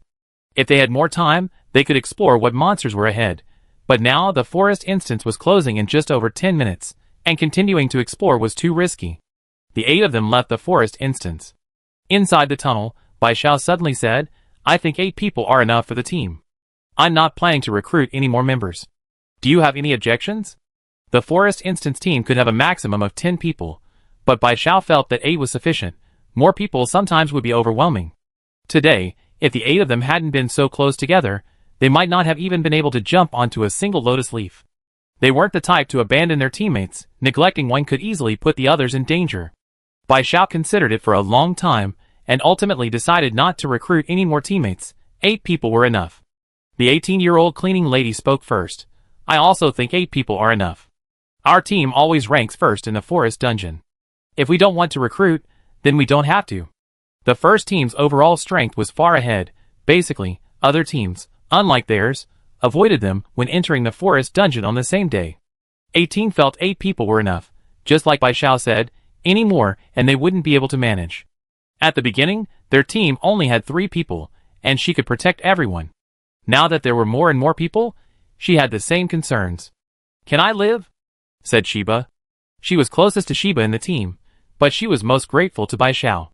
Now that both Shiba and Bai Xiao felt 8 people were enough, she was definitely on their side.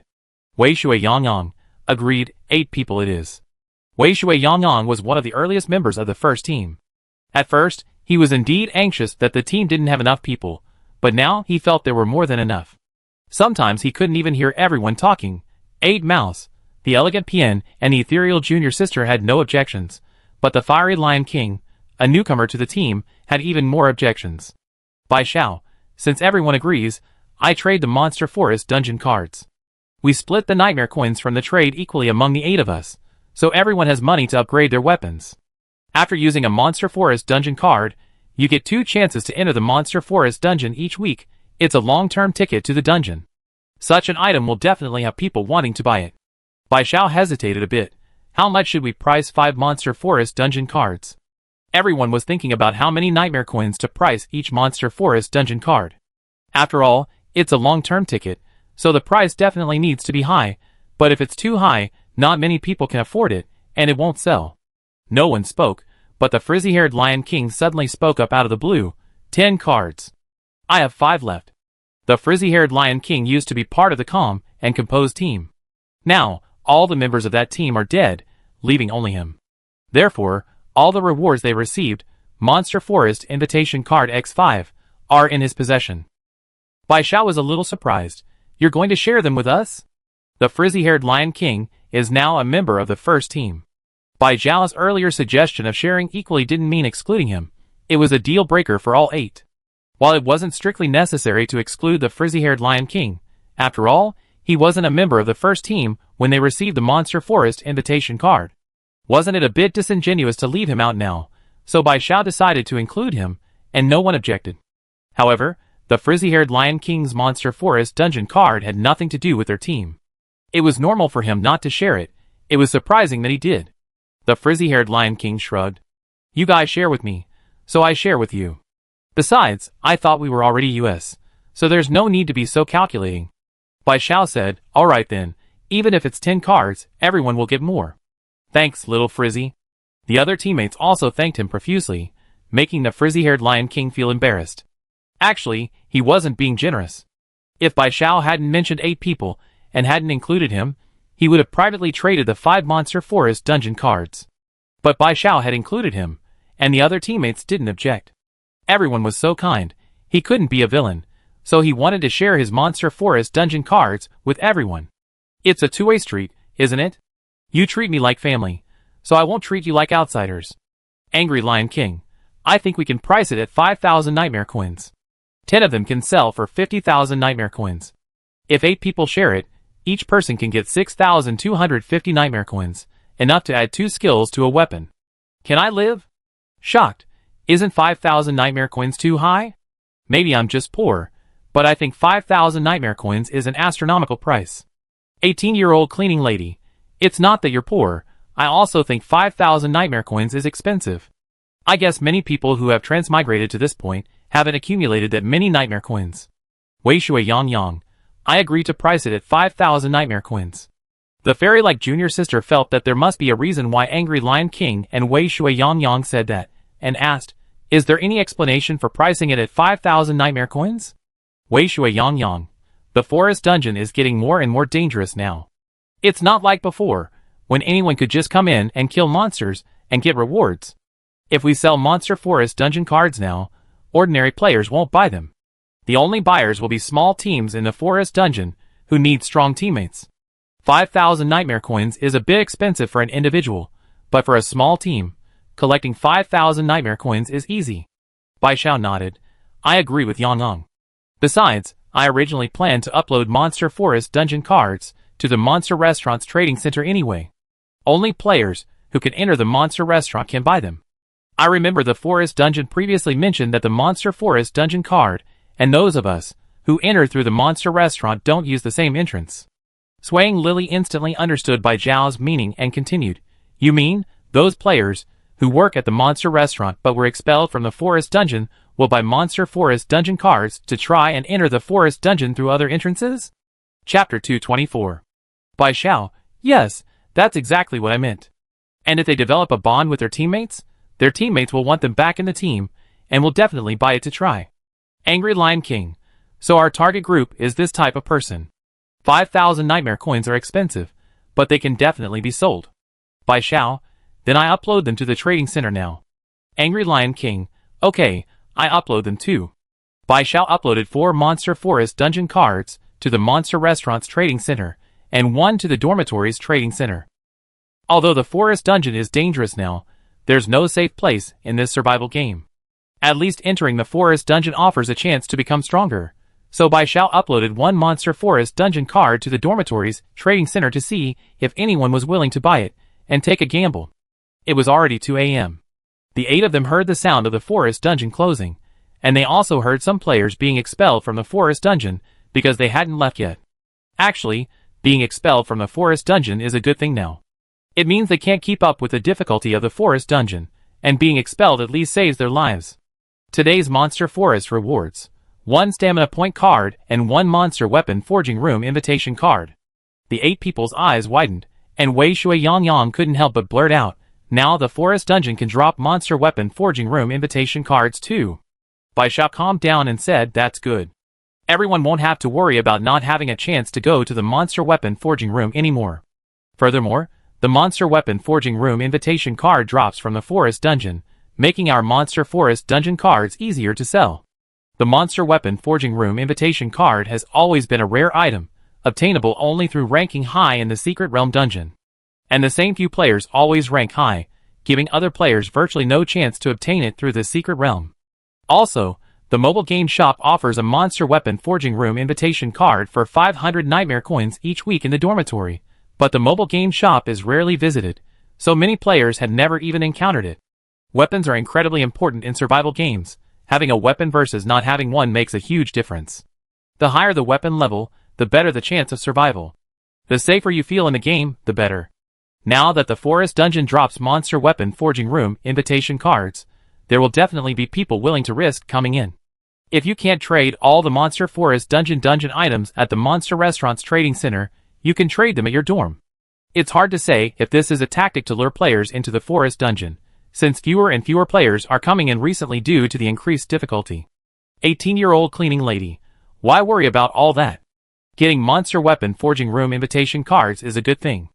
I don't mind having more of these, the more the better. Although the leaderboard hasn't been released yet, the 18-year-old cleaning lady is certain that the first team is on the list. They're sure they can get the monster weapon forging room invitation cards. That's confidence in their team. Monster Dungeon Leaderboard. First place.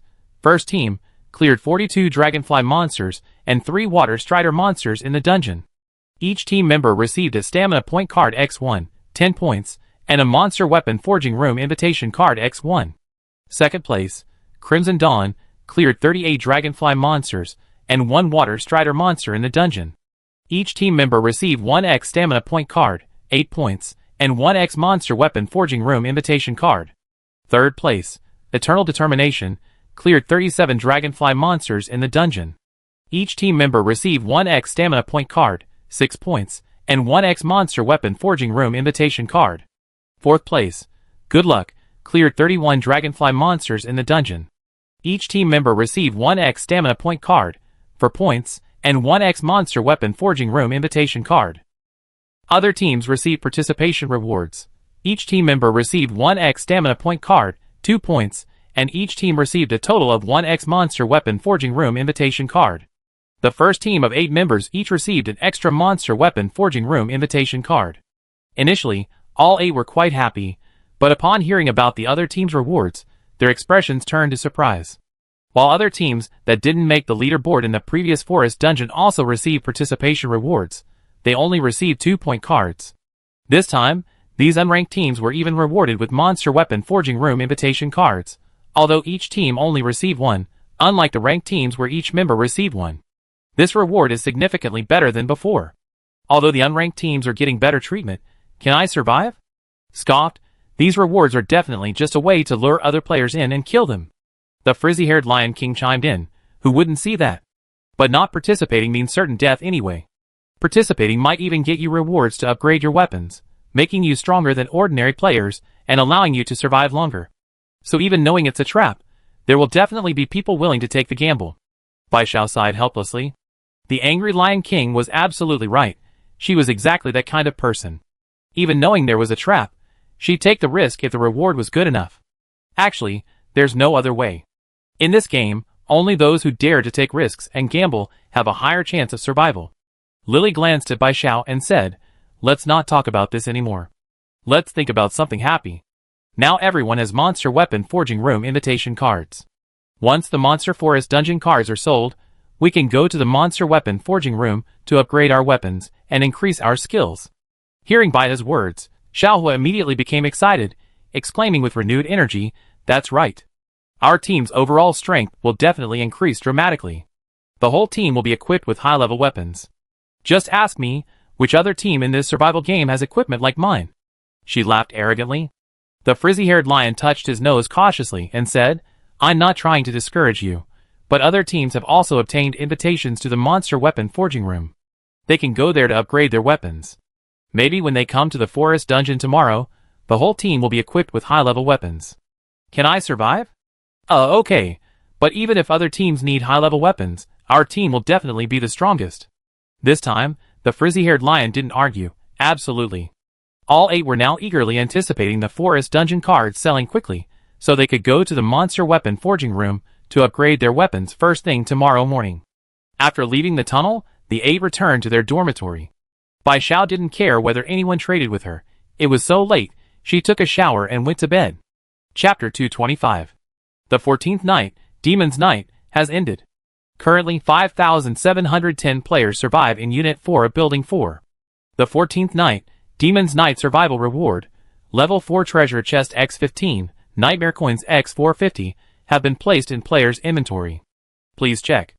Everyone has used up their Monster Restaurant visits and Monster Restaurant work cards this week, so Team 1 doesn't plan to go to the Monster Restaurant today. Therefore, Bai Xiao doesn't need to get up so early today. She went outside and picked up a level 4 turret, then opened the trading center to see if the Monster Forest dungeon cards had been traded. It seems 5,000 Nightmare Coins per card is still too expensive. Of the 4 Monster Forest dungeon cards she placed in the Monster Restaurant trading center, only 3 were successfully traded, 2 were sold, and 1 remained untraded. However, the Monster Forest dungeon card she posted in the Dormitory trading center actually sold. She never expected there would actually be a player in the dormitory who could afford 5,000 Nightmare Coins. Bai Xiao simply removed the Monster Forest dungeon cards from the Monster Restaurant trading center and posted them at the Dormitory trading center. If no one traded them after she woke up, she could try trading them with Yang Yang and the others in their dormitories as well. Anyway, she wasn't in a rush today, so after doing all this, Bai Xiao went back to sleep. It wasn't until 10 a.m., when she heard the sound of the dungeon opening, that Bai Xiao got up, washed up, and ate something to tide her over. All 5 Monster Forest dungeon cards were traded, and Bai Xiao received 25,000 Nightmare Coins. She transferred 3,125 Nightmare Coins to each member of her team. After sending the Nightmare Coins to all her teammates, Bai Xiao checked the team's messages. The frizzy-haired Lion King hadn't sold all his Monster Forest dungeon cards yet. He still had 2 left. This morning, he sent 1 each to Yang Yang and Pian, asking them to upload them to their dormitory's trading center. Yang Yang's Monster Forest dungeon card had been sold, but Pian's hadn't. Quite a few players wanted it, but they all hoped Pian would lower the price, which she ignored. The frizzy-haired Lion King said, ignoring them was the right thing to do. If they really wanted it, they would have bought it even without a price reduction. Let's go to the Secret Realm dungeon first. The elegant Pian replied, okay. After reading the messages, Bai Xiao also entered the Secret Realm dungeon. Since transmigrating, she'd been going there every day. Now it was as familiar as going home. As soon as she arrived, she greeted Cici. Others had already cleared the 6th level of the Secret Realm dungeon. Cici could feel herself being divided into many parts, facing attacks from different kinds of humans. But Bai Xiao was the only human who talked to it before attacking it. Although they had only known each other for 2 days, as the first person Cici met after losing her memory, Bai Xiao could be considered Cici's friend. Cici, you come. Cici's tone was as if Bai Xiao were a friend visiting its home. Bai Xiao smiled. I come, and I brought good news. Cici asked curiously, what good news? Bai Xiao, I asked someone yesterday to find out a lot about you. Maybe after you hear me out, you remember your past. Hearing this, Cici eagerly said, really? Then tell me quickly. Bai Xiao, first of all, your parents' names are Crystal and Emerald. Do you remember them? Cici paused, stunned. Hearing the names Crystal and Emerald, images of 2 gem rhinoceros monsters flashed through its mind, and it matched these 2 rhinoceroses with the 2 names Bai Xiao had mentioned. Even though it remembered nothing, these 2 gem rhinoceros monsters gave it a strange sense of familiarity. Cici almost instantly recognized them as its parents. This realization made it extremely anxious. If it remembered nothing, perhaps it would have been indifferent to being trapped in this place, as before. But now that it knew it had parents, It couldn't help but think that perhaps its parents were still searching for it, waiting for it to come home, and maybe they would be heartbroken if it disappeared. Thinking of this, Cece felt extremely distressed and desperately wanted to leave.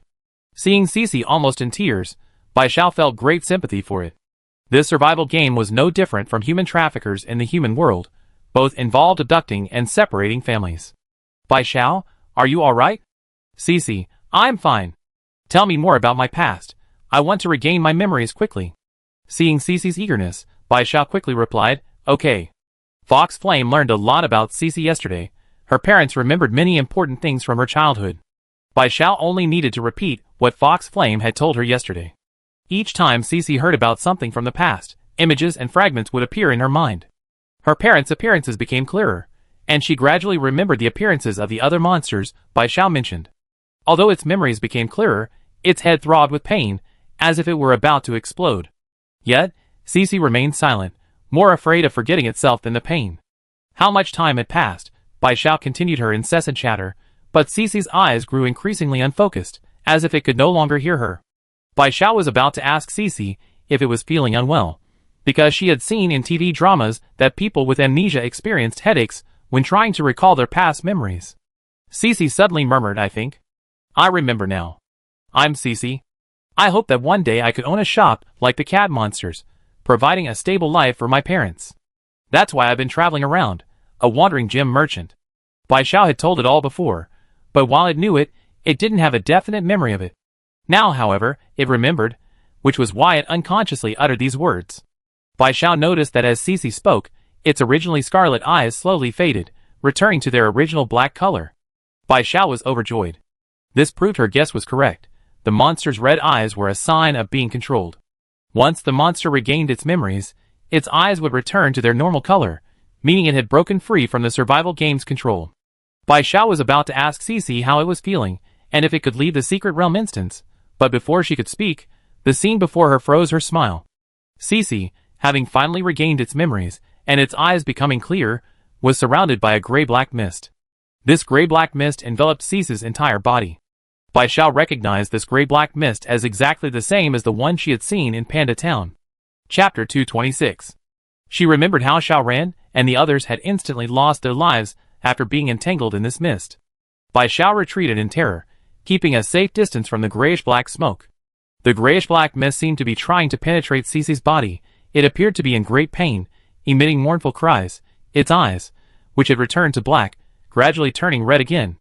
Bai Xiao truly understood the power of this mist, and dared not approach Cece, only able to watch helplessly as it was swallowed up, its eyes growing increasingly red until they were completely scarlet. Finally, the grayish-black mist completely disappeared, and Cece's gaze towards her became utterly unfamiliar. Just like when Bai Xiao first entered the 6th level of the secret realm, Cece walked past her as if nothing had happened, as if she couldn't see it. Bai Xiao stood there silently for a long time before exhaling a breath of stale air. She had originally thought that once Cece regained its memory, it could escape the control of the survival game. In the end, she was naive. The survival game could erase memories once, and it could erase them a second time. Even if she tried to awaken Cece's memories again using the same method, it would be pointless. It would still be controlled by the survival game time and time again. Bai Xiao took out a scythe from her backpack. Her only option now was to pass the 6th level, see what the monsters in the 7th level were, how much they were affected by the survival game, and if there were any new clues. Cece walked slowly ahead, seemingly completely unprepared for Bai Xiao's attack. Suddenly attacked, it felt pain and was visibly startled, seemingly incredulous, with some hesitation in its eyes. However, the hesitation in its eyes quickly disappeared. Attacked and losing its senses, Cece lunged to Bai Xiao. Although the hesitation in Cece's eyes was brief, Bai Xiao still caught it. Previously, after chatting with Cece, she would tell her that she was about to attack. Today, she suddenly attacked without warning, which is why Cece reacted this way. Perhaps Cece, whose memories had been erased, didn't remember her, but subconsciously, Cece still had an impression of her. But she couldn't save Cece, just as she couldn't save Taisher even when he had reason. Bai Xiao felt angry and powerless. Compared to the survival game, she could feel her own insignificance. All the methods she could think of ultimately only served to fix bugs in the survival game. Today, there was no need to go to the monster restaurant. Bai Xiao stayed in the secret realm dungeon for a long time, only leaving at 2 p.m., having obtained Diamond X3. Bai Xiao felt very frustrated and sent a message to Hu Yin after leaving. I told Cece about it, and it remembered, but then that grayish-black mist appeared, and it quickly forgot everything again. What exactly is that mist? Haven't you figured out its components yet? Bai Xiao had calmed down, but sending this message made her feel like she was about to break down again. Fox Flame, no progress yet. It's probably because we're going in the wrong direction. We're planning to change our research. I already partnered with the cat monster. Caramel sent some of the cat monster scientists to join the research, so maybe we have results soon. Fox Flame's words slightly eased Bai Xiao's anxiety. At least the monster world hadn't been completely controlled by the survival game. Perhaps it would be better for free-spirited monsters, like Fox Flame, to investigate the survival game than for her, trapped within it. Fox Flame, I have some good news to tell you. All illness is cured. What good news? Bai Xiao hadn't heard any good news in a long time, so she was quite excited by Fox Flame's words. Fox Flame, I tried using your human world's exorcism methods on the king. Fox Flame had learned a lot about the supernatural in the human world, which it found fascinating. The more it looked, the more it felt its king was possessed, or rather, haunted by a ghost. As the first Duke of the Fox Kingdom, and not to boast, its learning ability was truly remarkable. It had drawn exorcism talismans, and secretly placed them under the king's pillow. This afternoon, when the king was taking a nap, as soon as his head touched the pillow, grayish-black smoke began to rise from his body, and he began to scream incessantly. Fox Flame immediately led its soldiers in, and all the foxes were stunned by the sight, not knowing what had happened to the king. Only Fox Flame knew that the thing that had been residing inside the king's body had been expelled. The doctor examined the king, his body was fine, and his mind was much clearer. He no longer became extremely agitated at the mention of humans. However, he seemed to have lost some of his memories of his outbursts. But he remembered everything that had happened recently. The king himself found it unbelievable that he had hunted humans and resurrected the Fox Princess. He was shocked that he could have done such a thing. At this moment, Fox Flame revealed everything, including his suspicion that it was being controlled by the survival game. The Fox King was furious, and ordered the fox monsters to stop harming humans. Fox Flame, the atrocities against humans were initiated by the king. Now that the king has retracted his order, the other monsters should no longer target humans. For you humans, this should be considered good news, right? All illness is cured, yes. The case of Bai Xiao encountering Mei Diandian wasn't an isolated incident. Recently, the monster restaurant had frequently seen humans attacked by monsters, and some had even been killed by sudden ambushes. Now that the Fox King, the biggest anti-human leader, had forbidden the monsters of the Fox Kingdom from harming humans, such incidents should decrease in the future. Therefore, Bai Xiao considered this good news. Fox Flame, the king also told me something else, something I think you'd like to know. All illness is cured, then please tell me, Your Excellency. When he needed something from someone, Bai Xiao didn't mind lowering his stance. Fox Flame, since you put it that way, I tell you. This was something the Fox King summoned me to discuss privately. After all, I'm the Fox King's first duke, his most valued subject. Fox Flame, and after the king told me this, he specifically instructed me to tell you. Bai Xiao, eh? So the king made you tell me, and you only revealed it after being invited. However, Bai Xiao didn't say anything. She was afraid that if she interrupted Fox Flame, he'd start acting all high and mighty again. Now that he was willing to talk, she'd hold back and flatter him. Fox Flame, you should thank me, you know? If it weren't for me, you wouldn't have caught our king's eye. All illness is gone. Ah, yes, thank you, Your Excellency, for speaking well of me to His Majesty. Fox Flame, good that you know. Bai Xiao, eh? Bai Xiao suddenly stopped being angry.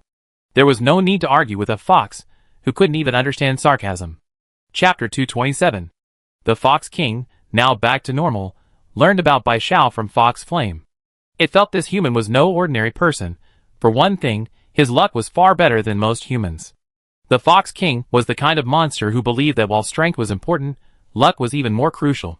Knowing that Bai Xiao had escaped death several times, knew some inside information unknown to other players, and even connected to the human world, it felt Bai Xiao was no ordinary person, and cooperating with Fox Flame wouldn't be harmful. Of course, Fox Flame wouldn't tell Bai Xiao these things. It thought Bai Xiao was just a stupid human, at most a little smarter than other stupid humans, unworthy of such high praise as a king. Besides, what if Bai Xiao got arrogant if it said so? Fox Flame hesitated for a while before finally getting down to business. What the Fox King told had happened 20 days ago, the day of death first descended upon the monster world. At that time, the Fox King was paying close attention to the movements of Snake Woman Town, and even sent a team of soldiers there, but the soldiers reported that they couldn't enter the town. The Snake Woman Town was blocked by an invisible barrier. They couldn't even see what was happening inside. The Fox King ordered his soldiers to continue observing. After an unknown amount of time, the soldiers discovered they could enter the town. But upon entering, they found the town completely deserted. The houses and buildings were all intact, seemingly peaceful, showing no signs of any disaster. However, all the snake women who lived there were gone. Not even a single snake egg remained. They had been wiped out. The Fox King was devastated upon receiving the news.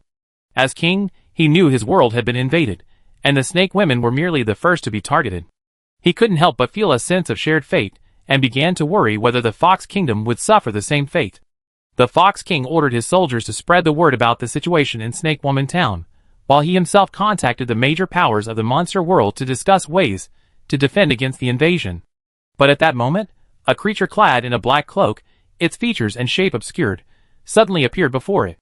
The Fox King didn't know how it had appeared out of nowhere, but the situation made it hard not to guess that this was the creature intending to invade the monster world. The Fox King tried to call for its men to capture the intruder, but it felt as if its throat was being squeezed, rendering it speechless. It understood that this creature must be from a higher dimension than its monsters. The Fox King didn't know what it wanted, and could only watch it in despair, thinking it was about to perish. Then it saw a grayish-black mist emanate from the creature, drifting over and enveloping it. The Fox King felt increasingly drowsy, uncontrollably closing its eyes and fainting. Bai Xiao, hearing this, finally couldn't help but interrupt Fox Yin. "Have you found out? Is it the same kind of grayish-black fog that appeared on the day of death?" Fox Flame, "It's the same kind. After the fog appeared on the king, I rushed in, collected some in a container, and sent it to the researchers who study fog. They confirmed it's the same substance. So it's a fog that can make monsters lose their minds, erase their memories, cause their death, and even possess them, becoming their other personality? That's incredibly powerful." "What is it?" Fox Flame, "It is indeed very powerful. I'm also surprised that the king was possessed and influenced by this thing." "Go on, what happened next?" said the Fox King. Then, the Fox King awoke from his slumber, having lost this memory. He only found it strange that he was sleeping on the ground. However, he didn't change at the time. He contacted the major powers of the monster world as usual, discussing how to deal with the external invasion. Until the fourth day of the Death Day, which was Princess Lily's birthday. Fox monsters are inherently devoted, having only one mate in their lifetime. After their mate dies, they will not seek other monsters. Some fox monsters even commit suicide for love. As the king of a kingdom, the Fox King could not choose to commit suicide after the queen's death. He still had a country to govern. But he would never have another queen in his life, so Princess Lily was the king's only child. It's no exaggeration to say that Princess Lily was the Fox King's lifeblood. The Fox King planned to make her the crown prince of the Fox Kingdom after she turned 10, a fact known to everyone in the monster world. Princess Chestnut's birthday celebrations are always lavish, with invitations extended to monsters of various races and status. However, Princess Chestnut finds these celebrations exhausting. Therefore, she wishes for a birthday celebration this year free of other monsters, just her and her little monster friends. The Fox King readily agrees to this small request, but stipulates that Princess Chestnut must end her birthday party by 10 p.m. and cannot stay out too late. Because Princess Chestnut doesn't allow adults to enter, even the Fox King is not permitted to attend her birthday party. He has no choice but to wait until 10 p.m. But to everyone's surprise, when the Fox King pushes open the banquet hall doors at 10 p.m., the place is completely empty.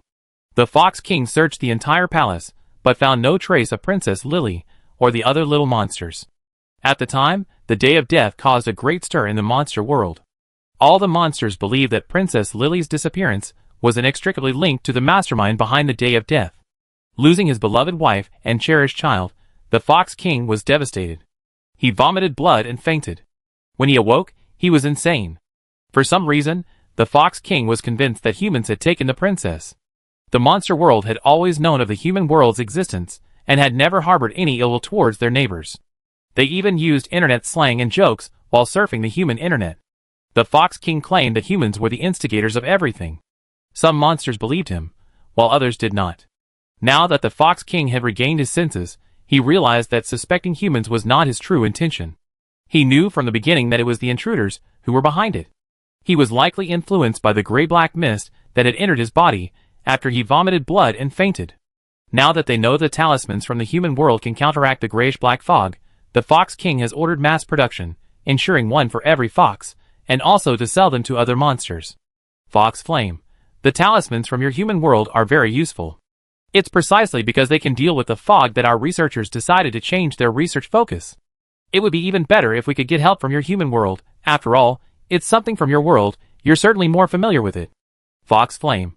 Unfortunately, we can't contact your human world anymore. Chapter 228. Bai Xiao sighed silently upon seeing this message. After chatting with Hu Yin, she opened the team chat. The members of the first team had already emerged from the secret realm dungeon. While Bai Xiao and Hu Yin were chatting, everyone was already chatting in the team chat. Rattling Lion King, all the Monster Forest dungeon cards have been traded. I transfer the nightmare coins to everyone now. Can I live? Wow, suddenly having 6,250 nightmare coins. I feel like I've become rich. I can finally go to the monster weapon forge to upgrade my weapon and increase its skills. I always envied Xiao Xiao's weapon having skills. Bai Xiao received the transfer from Can I Live, so it seemed Xiao Hua had some money and was repaying her for the weapon she had advanced earlier. 18-year-old cleaning lady. Go, go, go. When are you planning to go? If we meet in the monster weapon forging room, we can chat in the waiting room. It's like a team building activity. Wei Shui Yang Yang. That makes sense, but Xiao Xiao hasn't come out of the monster dungeon yet. She hasn't sent any messages to the team. Let's wait until Xiao Xiao comes back. Very like junior sister. Great. We usually only meet in the forest dungeon. We don't have much time to chat. Today we can finally sit and chat somewhere else. Can I live? Wow, now that you mention it, I'm not just looking forward to the high-level weapons, I'm also looking forward to meeting you all. Elegant PN. Upgrading the weapons and adding skills takes about 2 hours. Can we stay in the waiting room for those 2 hours? 18-year-old cleaning lady. It should be fine. I went to the monster weapon forging room before, and I didn't see them chasing away customers. All illness is cured. I'm out now, we can go now, won't we? Swaying Lily. Xiao Xiao, you're finally out. In that case, let's go together. Can I live? Yay. Let's go now. Bai Xiao has already saved up 36,477 nightmare coins, and hasn't been to the monster weapon forging room even once this week. She can still enter the monster weapon forging room twice more using her SVIP card, and she also has monster weapon forging room invitation card X2 in her inventory. Bai Xiao thought, everyone's going to the monster weapon forging room today, hoping to chat together, so she definitely has to go too. She just doesn't know if Iron Hammer is done with his work. Apparently, the death days in the monster world are coming more and more frequently lately, and Iron Hammer is busy running around adopting orphan monsters that survive the death days, so he doesn't have time to take on weapon manufacturing orders. Players of the monster restaurant were constantly tagging Bai Xiao in the chat lobby, asking when she would resume selling weapons. Although the chances and number of invitations to the monster weapon forge had increased recently as a reward for the survival game, most players still couldn't obtain them. Buying weapons from Bai Xiao was their only way to acquire higher-level weapons. Bai Xiao was quite helpless about this. Iron Hammer hadn't given her a definite date for resuming work, and he'd been so busy lately that he barely replied to her messages. She decided to go and check it out herself. Bai Xiao used her SVIP card privileges to enter the monster weapon forge. As soon as she entered, she clearly felt that there were far fewer monsters in the forge. Chapter 229. Bai Xiao guessed that some of the monsters in the monster weapon forging room had probably gone to take care of the orphan monsters. Furthermore, Bai Xiao looked around but didn't see Iron Hammer. Iron Hammer shouldn't be in the monster weapon forging room. Shortly after Bai Xiao appeared in the monster weapon forging room, several more doors appeared on the walls, and 18, and the others opened them one after another and came out. 18-year-old cleaning lady. Xiao Xiao, you're pretty quick, you got here before us. Bai Xiao, yeah, I just got here too. Can I survive? Wow, is this the monster weapon forging room? This is my first time here. Are weapons forged by these monsters? They're all so big. Can I survive was new to everything, especially since there were monsters all 2 or 3 meters tall. They looked very imposing. Bai Xiao explained, they're all very small, the oldest is only about 16 years old, not even adults yet. Despite the large number of monsters in the monster weapon forging room, only Iron Hammer is actually an adult. Moreover, Bai Xiao heard from Fox Flame that Iron Hammer had only recently reached adulthood, yet this single monster is shouldering such a heavy burden. Even Fox Flame, a monster with an arrogant air, admires Iron Hammer. Raising its own race's young monsters is nothing special, but raising young monsters from other races as well, few monsters could do that, considering how difficult Iron Hammer's past was. Wei Shui Yangyang, 16 years old and already this big? Doesn't that mean it can grow very fast? Wei Shui Yangyang had been to the monster weapon forging room before, and he always assumed these monsters were all large, adult monsters, so although they looked quite large, he wasn't particularly surprised. But today, when Bai Xiao said that these monsters were all minors, Wei Shui Yangyang was quite surprised. What would they be like when they grew up? Wouldn't they be 4 meters tall? How much food would they need to eat? So many people suddenly appeared in the monster weapon forging room, and Kai Kai immediately noticed them. Seeing Bai Xiao among them, its tail wagged like a propeller. Their SVIP clients from the monster weapon forging room had arrived. Kai Kai enthusiastically walked up to Bai Xiao and the others. "Gentlemen, please go to the left and wait in the waiting room for a moment." This was addressed to the group of 18. After speaking, Kai Kai looked at Bai Xiao, its tone even a little obsequious. "Guest, please come with me, I take you to the SVIP exclusive reception room." Although the group of 18 knew that Bai Xiao was an SVIP of the monster weapon forging room, they had never personally witnessed his treatment. Now that everyone was here, the difference in treatment was very obvious. Under the teasing gazes of her teammates, Bai Xiao awkwardly said, "Kai Kai, these are all my friends. I just go to the reception room with them." Kai Kai suddenly realized, "Oh, they're your friends. Then I take you and your friends to the SVIP waiting room. It's very big there, with fruit, snacks, drinks, and even some games." Kai Kai was a clever yellow dog. It knew Bai Xiao had come with so many friends and definitely wanted to take this opportunity to spend time with him. It enthusiastically led Bai Xiao and the others to the SVIP reception room. It was indeed very large, with a table laden with fruit, snacks, and a wide variety of drinks. There were sofas on all 4 sides of the table. Bai Xiao found a seat. The sofa was very soft and comfortable. Bai Xiao noticed a drawer under the table in front of her. Opening the drawer revealed some games. "Can I survive?" Bai Xiao pulled a large box from the drawer he opened, exclaiming with delight, "It's Monopoly. I haven't played it in ages. I used to play it when I was in school. We can play it today." Wei Shui Yangyang chimed in, "It really has been a long time. We can play while we eat today." The 18-year-old cleaning lady sat on another sofa, opened another cabinet, and took out a box as well. "Ludo? This game looks good too. Who wants to play Ludo?" The frizzy-haired Lion King sat down next to the 18-year-old. I love playing Ludo the most." The ethereal junior sister sat down next to Xiaohua. "I want to play Monopoly with Xiaohua." The elegant Pian, "Then I'd play Ludo with you guys." Bai Xiao was considering whether to play Monopoly with Xiaohua or Ludo with the 18-year-old when Kai Kai called him away. Bai Xiao then noticed that there was a separate small room inside the reception area. The soundproofing was excellent. After she and Kai Kai went in, Kai Kai closed the door, and she couldn't hear anything outside. "Kai Kai, please have a seat. Are you here at the monster weapon forging room to upgrade your weapon or increase your skills?" "Bai Xiao, I want to upgrade my weapon to God tier." Bai Xiao helped Iron Hammer sell weapons, so she knew the weapon levels in the monster world from lowest to highest: common, no level, low tier, medium tier, high tier, special tier, super tier, and God tier. Bai Xiao's current weapon was high tier, meaning she needed to upgrade it 3 levels. Bai Xiao felt her skills were currently sufficient, so she wanted to save up 100,000 nightmare coins to add a spirit to her weapon later. The more she learned about the survival game, the more uneasy she became, constantly worried that something bad would happen. She couldn't be on guard all the time, even sleeping with one eye open. But if she had a weapon spirit, at least when she couldn't be there for herself, a spirit would protect her. However, there were conditions for a weapon to develop a spirit. The weapon carrying the spirit had to be a divine level weapon. Kai Kai's puppy eyes lit up instantly, like light bulbs. Upgrading a high-level weapon to divine level costs 22,400 nightmare coins. With the SCP 8.5% discount, it's 19,040 nightmare coins. Do I need to add skills or anything else? Bai Xiao shook her head. No, not today. Do you have any combat suits that increase defense?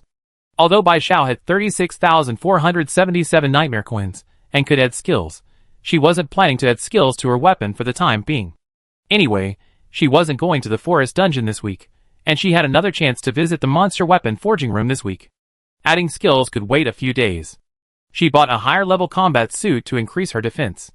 Although her violin and teammates could restore health, so even with low defense, it wasn't a problem, but that was only true in the forest dungeon.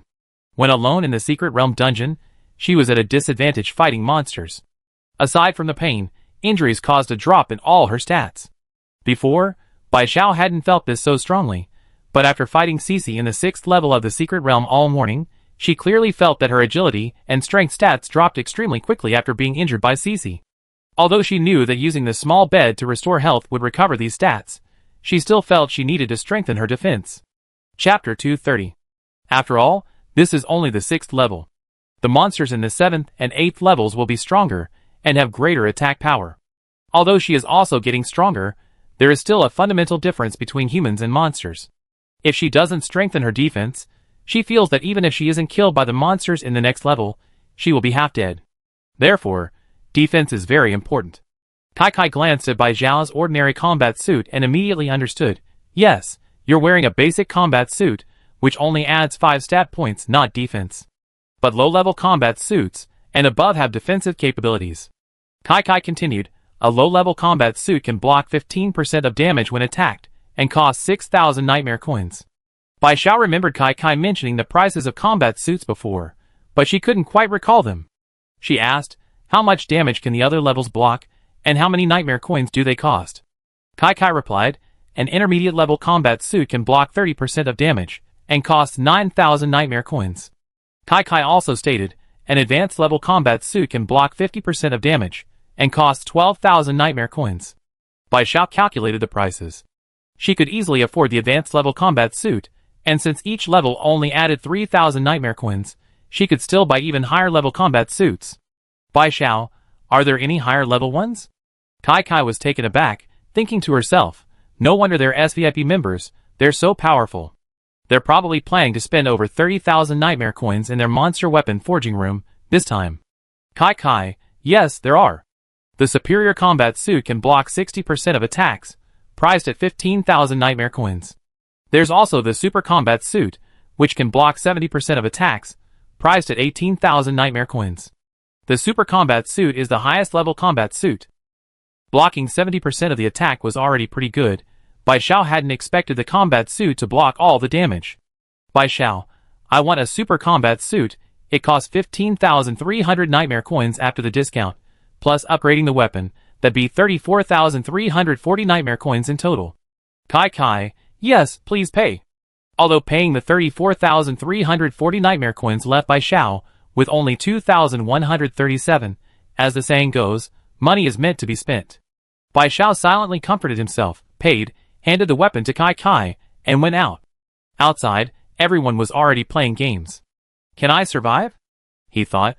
Wei Shui Yang, the ethereal junior sister, was playing Monopoly, the 18-year-old cleaning lady, the frizzy Lion King, the elegant Pian, and the swaying lilies were playing Ludo. Bai Xiao was out, next up was going in. The order had already been agreed upon, so when Shiba saw Bai Xiao, she called her over, help me play for a bit, I'm going in. Okay, now Bai Xiao didn't have to refuse whether to play Monopoly or Ludo, she simply took Shiba's place. Soon, the 8 of them told Kai their requests. Kai told them to wait 2 hours, during which time the 8 of them would play games together. In this era, there are so many online games, basically, everyone plays games online, and very few play physical games like this anymore. Besides, after becoming adults, there aren't many opportunities to get together with so many friends to play games. Actually, playing games with a group of friends is much more fun than playing games online. Xiaohua and Yang even suggested dividing the snacks and fruit on the table equally among everyone. The loser had to give the winner a bag of snacks or a piece of fruit. For 2 hours, the laughter in the SVIP waiting room never stopped. Bai Xiao had incredible luck, winning tons of snacks and fruit, while the frizzy-haired Lion King was incredibly unlucky, losing every game and ending up with nothing. The others either won or lost, but none kept winning like Bai Xiao, nor did the frizzy-haired Lion King keep losing. It wasn't until Kai came to inform them that the weapon upgrade was over that they reluctantly packed up the game. As for the snacks, fruit, and drinks, of course, they took them all. It was food. Bai Xiao received his upgraded divine level scythe. Although it didn't look much different from before, for some reason it looked shimmering and sparkling, like special effects from an anime. Bai Xiao admired it for a while before putting the side into his weapon bag and his super combat suit into his backpack. The others were all excitedly receiving their weapons. Bai Xiao's weapon was a gift from Kai Kai herself. Bai Xiao asked Kai Kai, when is Iron Hammer coming back? Kai Kai sighed, its ears drooping slightly.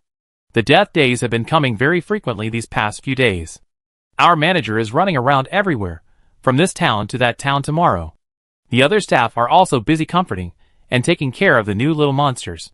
They're all exhausted. Bai Xiao said, you really worked hard.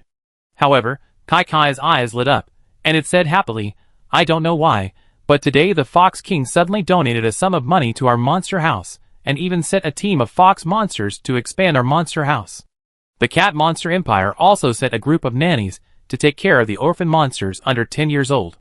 Kai, these were all things we were originally busy with, but now with their help, we can relax a lot. I estimate that after tomorrow, the manager will have time to come to the monster weapon forging room. Although Kai didn't know why the Fox King and the Cat Monster Empire were suddenly willing to take care of these orphan monsters, the fact that they were managing the manager made things easier for them made Kai very grateful to the Fox King and the Cat Monster Empire's ruling monsters. Bai Xiao felt relieved upon hearing this. Honestly, although she felt quite busy in the survival game, compared to Tai Chui, she felt relatively relaxed. Tai Chui had to supply the monster weapon forging room every day, upgrade weapons, manufacture weapons, adopt orphan monsters, care for them, and teach them forging. According to Kai, Tai Chui was even planning to expand the orphanage. Just listening to this made Bai Xiao feel exhausted and overworked. She seriously suspected that Tai Chui didn't even have time to sleep. His energy levels were just too high. Kai, don't worry, we can resume selling weapons once our manager returns. Kai thought Bai Xiao was asking when the monster weapon forging workshop would resume selling weapons. After all, Bai Xiao was an agent. Without weapons, she had no income. Bai Xiao, let Iron Hammer rest. There's no rush. Bai Xiao wasn't a capitalist. Iron Hammer had worked so hard, and finally had a break, so he should rest for a few days. Kai said with concern, the manager won't rest. We keep trying to persuade him to, but the monster den has over 100 mouths to feed, and recently they've taken in so many little monsters, around 300 now. Raising them is very expensive. The manager simply can't afford to rest. Chapter 231. Raising 300 little monsters. That's a lot of pressure. Bai Xiao really felt sorry for Tai Chui. Monsters like Kai look like they can eat a lot. If all the other monsters ate like that, the daily food cost for 300 little monsters would probably be several thousand. Not to mention the little monsters also need clothes, toys, and school. Tai Chui must be working so hard. Bai Xiao suddenly stopped worrying about the money he spent. Tai Chui was using all that money to raise the children. It was a worthwhile investment. Kai, I want to grow up quickly and help the manager more, so the manager won't have to work so hard. Bai Xiao smiled. Kai is so thoughtful. If Tai Chui heard this, he'd be very touched. Kai blushed a little. I have other things to do, I go now. Bai Xiao and the others should also head over, because it was already past 5 o'clock, and there was less than an hour until evening. After returning home, Bai Xiao messaged Xiao Erwi. Although she had moved to Unit 4 of Building 44, Xiao Erwi could still find her through the trash can. Bai Xiao hadn't seen Xiao Erwi for 3 days, and she'd been quite busy. Their chat history was still at the point where Xiao Erwi told her it had arrived home. Hello, are you free to come see me today? I haven't opened the treasure chest. I'm waiting for you to come and collect it. After sending this, Bai Xiao opened the chest, skillfully killed the monster inside, and then checked if Xiao Erwi had replied. Generally, Xiao Erwi replied quickly, since it only worked 1 hour a day and was free the rest of the time. But this time, more than 10 minutes had passed, and Xiao Erwi still hadn't replied. Bai Xiao checked the time. It was already 5:30, which was Xiao Erwi's working time. Bai Xiao didn't think much of it, assuming Xiao Erwi was at work and hadn't seen her message. She figured she'd just wait. Bai Xiao waited until 5:50, but Xiao Erwi still hadn't replied. Helpless, Bai Xiao took the items out of the treasure chest. They were all ordinary items, no different from what she usually got, but today's chest still contained no water or food. After putting all the items into her backpack, Bai Xiao recycled the empty treasure chest, obtaining 15 steel. The 15th night, the 4th night of cleanup, arrived. The number of gray wolf monsters quadrupled, with 120 gray wolf monsters appearing on each floor. Cleanup target: players who haven't cleared the 4th level of the monster realm. Gray wolf monster appearance countdown: 10, 9, 1. Even after the 6:44 announcement, Bai Xiao still hadn't received a reply from Xiao Erwi, but the team started discussing it. Can I survive? The 4th cleanup night is here so soon. A lot of people will definitely die tonight. The boss of the 4th level, the black bear monster, has so much health. Too many players are stuck on it. Even I, can I survive, only managed to pass the 4th level after upgrading my weapon to intermediate level, but upgrading weapons isn't that easy. Although by now, most players without weapons are dead, and those remaining are those with weapons. But currently, most players are still using low-level weapons. The percentage of players with intermediate weapons is really small. Swaying Lily. When the Secret Realm rankings came out today, the number of survivors dropped to 5670. I originally thought we could hold out for a few more days, until the next merge night. But if tonight is cleanup night, I conservatively estimate that a small portion of the players will die tonight. 18-year-old cleaning lady. I think there are more than that. There are probably no more than 3,000 players currently on the 5th level of the Secret Realm dungeon. Ruffled Lion King. 120 gray wolf monsters. Next time it probably be 150. The difficulty is getting higher and higher. Are they trying to purify us faster? Wei Shui Yang Yang. We can't control others. We can only make sure we don't get wiped out. Luckily, we all upgraded our weapons and added skills today. Clearing the 5th level of the Secret Realm dungeon tomorrow shouldn't be a problem. Unlocking the 6th level shouldn't be a problem. Swaying Lily. Xiao Xiao, your weapon is already god tier. Every attack is a critical hit. Hurry up and clear the 6th level tomorrow. I have a feeling the cleanup nights will become more and more frequent. 18. 20-year-old cleaning lady. I think so too. I have to try my best to pass level 6 every day. All illness is cured. I know, I wonder where the next merge will be. I really want to know how many dormitory buildings are left. Ruffled Lion King. Why don't we ask the administrator? All illness is cured. We can ask the administrator? Ruffled Lion King. When the Secret Realm dungeon first opened, the administrator posted a message in the chat lobby. I don't know if you guys have it. All illness is cured. Are you talking about the player death photos? Bai Xiao remembered this. At that time, CC posted 10 photos in the chat lobby, all of different terrains, so players knew that the Secret Realm dungeon had different terrains. And because those photos were very bloody and terrifying, they were very visually shocking to Bai Xiao, who had just transmigrated back then. She couldn't forget them even if she wanted to. Ruffled Lion King. Yeah, I was thinking that since it was posting messages in the chat lobby, could I add it as a friend through the chat lobby? So I tried it, and it actually worked. All illness is cured. How come I didn't think of that? Swaying Lily. Me neither. Can I live? +1. Very like junior sister. I always thought the administrator was an evil bot, but it turns out you can add friends? Shocking. Elegant Pien. I'm quite shocked too. It actually accepted. Vastwater. I always thought my social circle was wide enough, but I didn't expect there to be a new track. You're amazing. Ruffled Lion King. When I first transmigrated, I was in Unit 3 of Building 21. Although it merged several times later, it always merged with Building 20-something, so the administrator has always been Unit 22. All illness is cured. That's not important. The important thing is if you send it a message, will it really reply? Ruffled Lion King. I sent it once before, asking why the food was getting less and less, and it said it was because it wanted to starve you all to death. All illness is cured, So, being sarcastic isn't CC's unique trait, it's just an administrator setting? All illness is cured. I try adding CC. Can I live? Me too, me too. Very like junior sister. Then Piampian and I will add EE. Bai Xiao clicked on the Nightfall announcement that CC had just posted in the chat lobby, and found that he could indeed see CC's profile after clicking it. At the bottom, there was an Add Friend button, different from the player's interface. The Add Friend button was very small. You might not even see it if you weren't paying attention.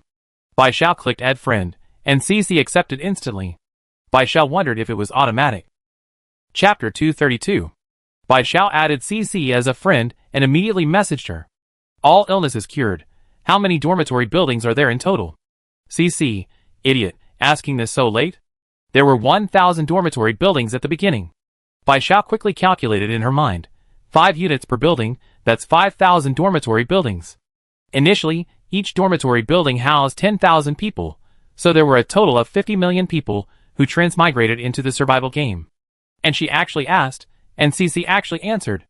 Could it be that CC is actually the game's customer service? She's been hiding this too well. All illnesses cured. How many dormitory buildings are there now? 186 dormitory buildings. Initially there were 5,000 dormitory buildings. After 3 merger nights, each time 3 dormitories were combined, so there are indeed approximately 186 dormitory buildings. There are currently around 5,000 players per dormitory building, so the total number of players in the survival game is no more than 100,000. That means approximately 49.9 million people have died in the past 15 days. Bai Zhao's mood suddenly turned heavy. If another wave of players is wiped out today, the number of players in the survival game might drop to only 50,000. After merging again tomorrow, there will be another wave of players missing. All illness is gone. When will this game end? 4-4. Ding. Insufficient permissions. All illness is gone. Will there really be a winner in this game? 4-4. Ding. Insufficient permissions. All illness is gone. After completing the game, can I return to my original world? 4-4. Ding. Insufficient permissions. All illness is gone. Then what else can I access? CC. It's within the access permissions. Bai Zhao, But the problem is, she doesn't even know what within the access permissions means. CC is definitely doing this on purpose. Although she knew CC wouldn't say anything important, it's still really infuriating that she keeps saying she doesn't have enough permissions to access it. Bai Zhao couldn't get anything out of them, so she had to return to her team in frustration and continue discussing with everyone. All illness is gone. I'm back after asking. There were 5,000 dormitories initially, and now there are 186 left. I think this game, even if it's not over yet, is already in the mid to late stages. Can I live? Same here, CC replied to me the same way. There are 186 dormitories left, so there must be around 100,000 people. Wei Shui Yang Air replied to me the same way. Wei Shui Yang is currently in Unit 1 of Building 21, so his administrator, like the Frizzy Lion King, is Air. The ethereal junior sister, Yi said the same thing, but she couldn't get any other questions. Like Bai Zhao, the ethereal junior sister tried to ask other questions, but Yi said she didn't have the necessary permissions. In the end, she could only find out how many dormitory buildings were still standing. The 18-year-old cleaning lady, from 50 million to almost 100,000, that means a lot of people died in the early stages, and fewer died later? But I feel like a lot of people are still dying every day. The elegant PN, because a lot of people around us have really died, and we don't know when this game will end. All illness is cured. I guess we have to clear all the levels of the Secret Realm dungeon before the game ends. When they first transmigrated, the Secret Realm dungeon was already open. CC mentioned there were 10 levels in total. Besides the Secret Realm dungeon, which had specific completion paths, the other dungeons, whether it was the Night of the Players or the Forest dungeon, lacked clear completion clues. Furthermore, the Night of Cleansing was tied to the Secret Realm levels, so Bai Zhao believed the game would only end after clearing all the Secret Realm dungeon levels. However, by then, there probably wouldn't be many players left in this survival game. Wei Shui Yang. So, the cleanup nights will last for 9 nights in total. Anyone who hasn't reached level 10 will be eliminated. Swaying Lily. I asked how many nights there were in the 4-4 merge nights, and it said I didn't have enough permissions, but I suspect there will only be 5 dorm buildings in the end. Swaying Lily. Because based on our 15 days of experience, dorm building mergers only happen between buildings within the same unit. For example, we started as Building 4, Unit 4, and the buildings that merged with us were Building 8, Unit 4, Building 10, Unit 4, Building 44, Unit 4, and so on. Wei Shui Yang. That's right, I started as Building 7, Unit 1. Now it's Building 21, Unit 1. Roasted Lion King. I started in Building 9, Unit 3, now it's Building 26, Unit 3. Swaying Lily. It's very likely that different unit buildings won't be merged, so in the end, there will only be a maximum of 5 dormitory buildings, 1 for each unit. All illness is cured. Agreed, Lily, and I think the same way. Can I live? Let me calculate. Yang is a Unit 1 player, Junior Sister and Pian are Unit 2 players, Xiaozhao is a Unit 3 player, and I, Xiao, Shiba, and Lily are Unit 4 players. Our team has Units 1, 2, 3, and 4, but no Unit 5. The ethereal junior sister said, if in the end each unit has 1 dormitory building, that's actually a good thing for us, we can all survive. The elegant Pian asked, What if only one dormitory building remains? After Pian said this, no one in the team sent a message for a while, because no one could accept such an ending. If only one dormitory building could remain, then to survive, even they would have to be enemies. No way. If only one dormitory building can remain in the end, why did the game start by dividing it into apartment buildings? Why set a rule that buildings from different apartment buildings can't be merged? So it must be because in the end, there will be 5 apartment buildings. 1, 2, 3, 4, 5. That's why it's divided like this. I think so too, Pian. Don't be so pessimistic. I think the 8 of us have been incredibly lucky to survive this long, and we definitely make it to the end of the game. Sorry, I was a bit pessimistic. There was something on Pian's mind that she didn't say. Her intuition was always very accurate. She felt that the game wouldn't go as smoothly as everyone said. But saying these things would be too discouraging, so she apologized and admitted that she was being too pessimistic. Actually, didn't Pian also hope that things would turn out as everyone guessed? She hoped she was just overthinking it. Can I survive?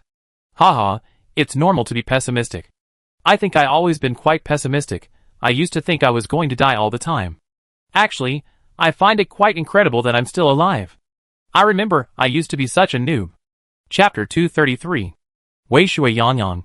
It's normal, but don't keep saying you're bad. I think you're already very strong. Being bad is a thing of the past. No, that's not being bad, that's where you came from. Can I live? That makes sense. Today's cleanup night had nothing to do with Bai Xiao, but while she was chatting with her teammates, she could hear screams and the sounds of gray wolf monsters coming from outside. She didn't know how much time had passed, but the sounds outside gradually subsided, and the dormitory building became increasingly quiet. Bai Xiao had already finished washing up and was lying in bed. She opened her chat interface with Xiao Erhui. It had been so long, and Xiao Erhui still hadn't replied to her messages.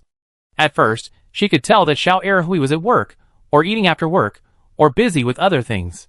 But now it was past 11 o'clock at night. Xiao Erhui was just a small, fancy rat monster.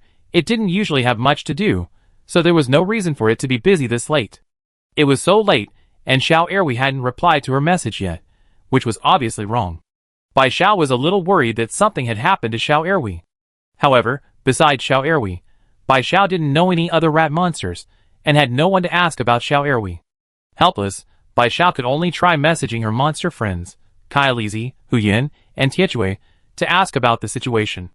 Bai Xiao asked about a rat monster friend she had suddenly lost contact with, so she wanted to ask them for information.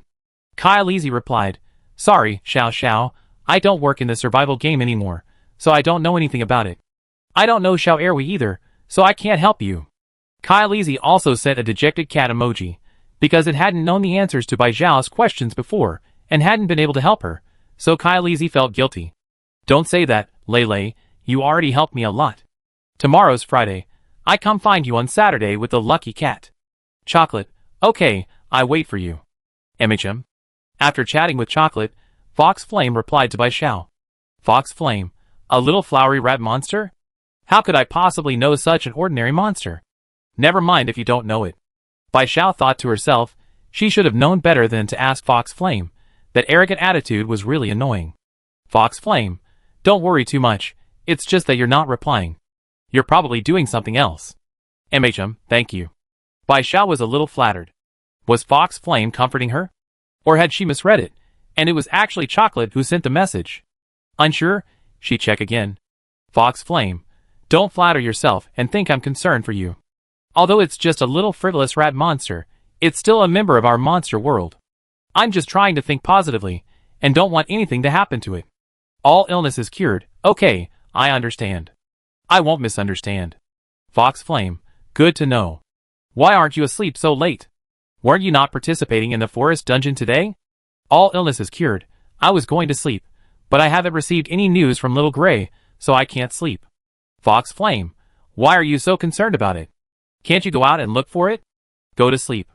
I send some monsters out tomorrow to inquire and help you find it. All illness is cured, thank you, Your Grace." "Fox Flame, I'm not talking to you anymore. You're not sleeping, but I am." Seeing that Fox Flame was going to sleep, Bai Xiao stopped messaging it and switched to Little Gray's chat interface. Little Gray's avatar and name were lit up, so it was definitely alive. But why wasn't it replying? "Iron Hammer, I don't know the little gray you're talking about, but the Rat Clan has already defected from the survival game.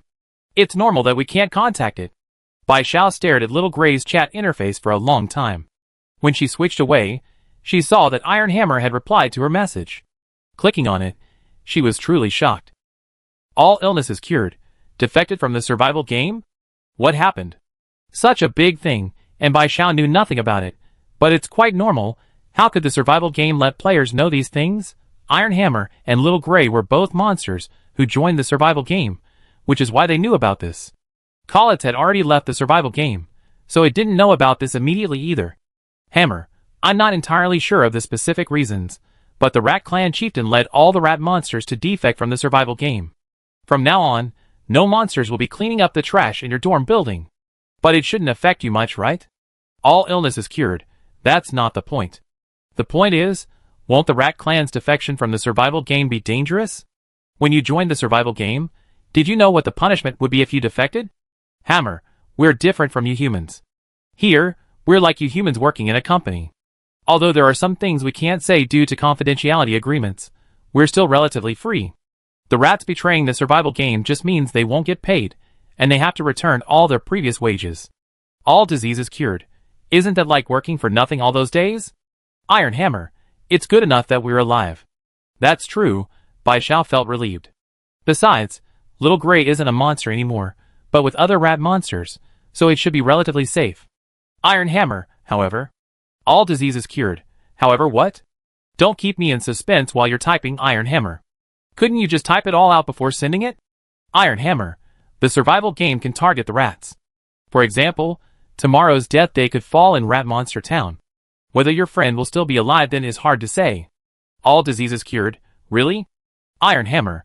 But there are many towns in that rat area, like Groundhog Town, Squirrel Town, Hamster Town. Your friend is a fancy rat, so it should be in Fancy Rat Town.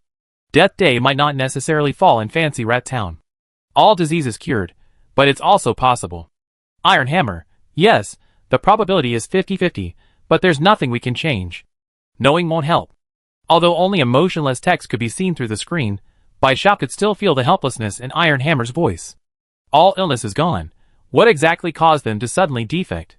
Although Iron Hammer had already said it didn't know, Bai Xiao asked again, because this was what was on her mind. It was less of a question to Iron Hammer, and more of a monologue to herself. She wondered if Little Gray would be alright tomorrow. She had already lost her human friends. Would she lose her monster friends too? This feeling of helplessness, of being unable to change anything, was truly awful. Chapter 234. Iron Hammer. The day of death happened in Rat Town before, and the rat monsters basically disappeared. Among the monsters in the monster world, the rat race is considered one of the weaker groups. Iron Hammer. To survive, the rat chief decided to join the survival game, and the fancy rat monsters became the sanitation worker rats in the survival game. In the human world, this might be considered betrayal treason. But it's not like that in the monster world, because each race is like a small country, and each race only cares about its own group. To survive, the rat race joined the survival game. It's their way of survival, and no monster in the monster world would blame them. Iron Hammer. The rat race suddenly chose to defect from the survival game. Although I don't know the reason, it must be related to the survival of the rat race, otherwise, their chief wouldn't have decided to defect.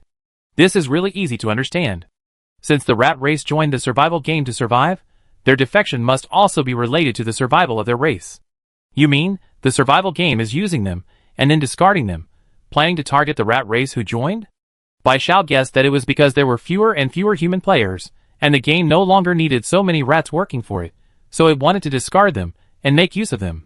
Did the rats realize this, so they fled before the game could make a move? Iron Hammer. I think so, because I can't think of any other reason why the rats would defect from the survival game. They all escaped, so they should be safe now, right? Bai Xiao wasn't sure either. Although Iron Hammer said that monsters joining the survival game was like humans working for a company, Bai Xiao felt the survival game wasn't that kind. It was definitely more than just taking back wages, and making the rat monsters work for free. Iron Hammer. Even if they escape, they might not be safe. The survival game might target them. The worst case scenario is that death days will continuously descend upon the rat tribe's town. Yes, Bai Xiao had almost forgotten about that. Death days were still constantly descending upon the monster world. Although everyone said death days were random, Who knew if they could be manipulated behind the scenes? Now that the rat monsters had defected, the survival game couldn't openly do anything about them, but secretly, by having death days descend upon the rat monster town every time, they could still kill all the rat monsters. Iron Hammer. They know that escaping the survival game will lead to the arrival of the day of death, but they still choose to run away. It must mean they have nowhere else to go. If they don't escape now, they die even faster than when the day of death arrives. All diseases cured. Is there really no way to stop the day of death from arriving? Iron Hammer. Didn't Fox Flame learn about talismans from the human world and start selling them in bulk? It said that these talismans can ward off those unknown gray-black mists, and many monsters in the monster world have bought them. All diseases cured, and then? How effective are they? Iron Hammer. Recently, in the town where the day of death arrived, some adult monsters have survived. These monsters all have the talismans sold by Fox Flame. All diseases cured. If buying talismans can save you, then everyone should buy them. Iron Hammer. It's not that easy. Of the talismans sold by Fox Flame, maybe only 1 out of 10 is useful. It's probably because each one has subtle differences, which render some talismans useless. Fox Flame tried printing directly, but the printed talismans were useless. Bai Xiao understood. Talismans needed to be drawn in one continuous motion. A slight mistake, a missing stroke, or an interruption during the drawing process would render the talisman useless. In the monster world, there were no professionals in this field. All the talismans Fox Flame sold were imitations. It had the talent to perfectly replicate effective talismans. However, the number it could draw was limited, and Fox Flame didn't seem like the type of monster to tire itself out. It must have delegated the drawing to other monsters. Of these monsters, not everyone could draw a talisman in one go, resulting in many wasted talismans. Although Bai Xiao and Fox Flame weren't particularly close, she had Fox Flame draw one for her personally. A talisman for Little Gray shouldn't be refused by Fox Flame, but that's all she can do to help Little Gray. Knowing this, Bai Xiao quickly thanked Iron Hammer and then sent a message to Fox Flame. All diseases cured. Fox Flame, could you please draw a talisman to ward off evil and give it to a friend of mine? Fox Flame had said it was going to sleep, so Bai Xiao didn't expect a reply. She was hoping that if Fox Flame saw the message tomorrow, it could draw the talisman for her. If it could be finished and given to Little Gray before the day of death tomorrow, it would ensure Little Gray's safety. Fox Flame, you're still awake? What a hassle. Which friend is it this time? All diseases cured. It's the little flowery rat monster I just told you about, named Little Gray. Bai Xiao didn't have time to care why Fox Flame wasn't asleep. In fact, it was a good thing that Fox Flame wasn't asleep. She could draw the talisman and give it to Little Gray sooner. Bai Xiao told Hu Yan everything that Tai Chui had just told her, hoping Hu Yan could help him. Hu Yan, I already sent monsters to Rat Monster Town. Don't worry, I try my best to bring them all back to the Fox Kingdom. Bai Xiao exclaimed, you're going to bring all the rat monsters back? Bai Xiao was shocked. She herself only dared to ask Hu Yan to help Xiao Erhui, but Hu Yan was actually willing to help all the rats. Had it been misunderstanding Fox Flame all this time? Was Fox Flame actually the handsome but kind-hearted type? Fox Flame, why are you so surprised? Isn't this normal? The day of death always arrives randomly. Before it arrives, we don't even know which town it will fall on. I can't possibly bring all the monsters from the monster world to the Fox Kingdom, can I? Fox Flame, now that we know for sure that the survival game will target the rat monsters, of course I bring them all to my territory. Fox Flame, do you think I'm just a fox monster who doesn't care about other monsters?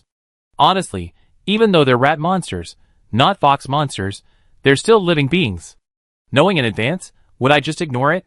Bai Xiao finally realized that Fox Flame hadn't cared about the day of death before because it couldn't. It couldn't predict which town the day of death would fall on. As a duke, although it had its own territory, its territory was limited and couldn't accommodate all the monsters from the monster world. But now that it knew the survival game would target them, helping the rat clan was inevitable. Thank you, Fox Flame. Although it was normal for Fox Flame to handle this matter, Bai Xiao still wanted to thank it. Chapter 235. Fox Flame, it's not your place to thank me. If anyone should thank someone, it's that rat tribe. Don't message me again, I'm really going to sleep. As for your friends, don't worry, the rat tribe will be safely in my territory until dawn. All illness is cured. Okay, I'm going to sleep then, good night. Fox Flame, good night. With Fox Flame willing to take care of the rat tribe, Bai Xiao was completely relieved and closed his eyes to sleep. The 15th night, the night of cleanup has ended. Currently, 2,472 people survive in Unit 4 of Building 44. The 15th night of cleanup survival rewards. Level 4 treasure chest X20, nightmare coins X500, have been placed in the player's inventory. Please check. Now that there are no more rat tribes in the survival game, Bai Zhao's empty treasure chest can only be directly recycled. So, after being woken up, Bai Zhao immediately got up and opened the chest. Putting aside other items, after collecting all the treasure chests, she already had 109 steel. She only needed 5 diamonds to upgrade the gate. Today, she planned to clear the 6th level directly. Bai Zhao guessed that killing the monster boss in the 6th level should drop a large number of diamonds. However, it was still early. Bai Zhao was worried about Xiao Erwi. After opening the chests, she opened her friend list and found that Xiao Erwi had replied to her message, and Hu Yan had also sent her a message early in the morning. Xiao Erwi, Xiao, don't worry about me. We've been taken to Duke Fox's territory now. It's very safe here, and the fox monsters are very kind to us. Xiao Erwi, I never expected this. I always thought Duke Fox was arrogant, but it turns out he helps us little monsters. It didn't rest all night yesterday to help us. We gave it gifts to thank it, and although it complained about the gifts, it accepted them anyway. Little Gray, I'm so grateful to it now. I never say it's arrogant again. I love it so much now. I have another one to admire. Seeing Little Gray so lively, Bai Zhao was completely relieved. All illness is gone. It's good that you're alright. Do you know what happened? Why did your rat clan suddenly defect? Little Gray, I'm not really sure. I'm just an ordinary little fancy rat monster. We do whatever the chief says. Yesterday, the chief suddenly told us to escape, so we escaped. Because we were on the run, we didn't have time to reply to your messages, Xiao. I'm sorry you worried. All illness is gone. Did you escape from the survival game? Little Gray, yes, we monsters who joined the survival game all live inside the game. But unlike you players living in dormitories, we have our own territory, which is the area outside your dormitories. We can go to the monster world sometimes, but we can't stay there for long. Bai Zhao had originally wanted to ask if human players could escape the survival game since the monsters could. But Xiao Erwi said that the monsters in the survival game lived outside the dormitory building, so Bai Zhao knew that humans definitely couldn't get out. Because human players simply couldn't leave the dormitory building, no one knew how to open the iron gate and the padlock at the bottom of the dormitory building. I see, Bai Zhao said. Oui, do you know any clues about the key to our dormitory building's main door? Little Gray, I don't know, but I can ask the other rat monsters for you. All illness is cured, thank you. Little Gray, you're welcome. Duke Fox told me that it was because you asked it for help, Xiao, that it came to save us. We rat monsters are all very grateful to you, Xiao. We're all happy to help you. Unexpectedly, Fox Flame said all this. Could it be that because the rat monsters were so enthusiastically thanking Fox Flame got shy and blamed it on her, saying it helped because she asked it? Bai Zhao already had a picture in her mind. This was definitely something Fox Flame would do. Bai Zhao finally remembered that Fox Flame had also sent her a message. Bai Zhao chatted casually with Little Gray for a few minutes, ended the chat, and then went to see what Fox Flame had sent. Fox Flame, the rat monsters have already entered my territory. Fox Flame, it's already 6 o'clock, are you still sleeping, you stupid human? Honestly, can't you be a little more disciplined like me? I got up before 6, and have already done so much. Bai Zhao, If Xiao Erwi hadn't told her that Fox Flame had been busy all night without sleep, she would almost have believed that Fox Flame was a disciplined fox, who went to bed early, and got up early. All illness is cured. Actually, you were working yourself to death, weren't you? Fox Flame, how could that be? I said goodnight to you last night, and went to sleep. I usually get up around 5 o'clock, you stupid human, you don't even believe me. Bai Zhao, TSK, getting angry and embarrassed, completely defenseless. All illness is cured. Right, you are a disciplined fox, I believe you. Fox Flame, you're smart enough. All illness is cured, thank you. Fox Flame, you already thanked me yesterday. Don't you have anything else to say besides thank you? All illness is cured. You're such a strangely handsome and kind-hearted fox. Fox Flame, isn't this something all monsters know? Do I need you to tell me? Bai Zhao, What could she say? What's wrong with this fox? Why is she so hard to coax? All illness is cured. The Fox Duke is of high rank and great power, busy with countless affairs. I won't disturb you any longer. Goodbye. Fox Flame, of course you may leave. That familiar choked-up feeling. This fox probably will never understand sarcasm. However, Fox Flame had been busy all night, and probably needed to catch up on sleep now. Bai Xiao didn't message it. In the team, everyone was looking forward to 10 o'clock, because they all wanted to try out the power of the new weapon. Finally, it was 10 o'clock, and the Secret Realm dungeon opened. Bai Xiao entered, and upon seeing the gem rhino monster, she charged in without hesitation. Wielding a god-tier weapon, every strike was a critical hit. Combined with her super-grade combat suit that blocked 70% of attacks, she was practically divinely aided. The gem rhino monster, with its massive health pool, instantly became fragile in her presence, its health bar visibly decreasing. Just as she was about to deliver the final blow, Bai Xiao saw Cece's eyes change, the red fading back to its original color. Cece was confused. It felt excruciating pain all over its body, as if it were about to die. It looked at Bai Xiao blankly and called out, "Xiao Xiao." Bai Xiao stopped her attack. She didn't understand why. Just as she was about to kill the gem rhino monster, it regained its memories and transformed back into the Cece she knew. Cece was stunned for a moment, and her memories gradually returned. She remembered everything that had happened recently and realized that Bai Xiao had given up on helping her recover her memories, and was now going to kill her. Chapter 236. Seeing Bai Xiao's obvious stunned expression, Cece felt relieved. "Cece, I remember everything, but not by myself. It just suddenly came back to me." Bai Xiao didn't understand. Her mind was a bit muddled at the moment, and Cece's words were indeed somewhat unclear, so she couldn't grasp what Cece was trying to say.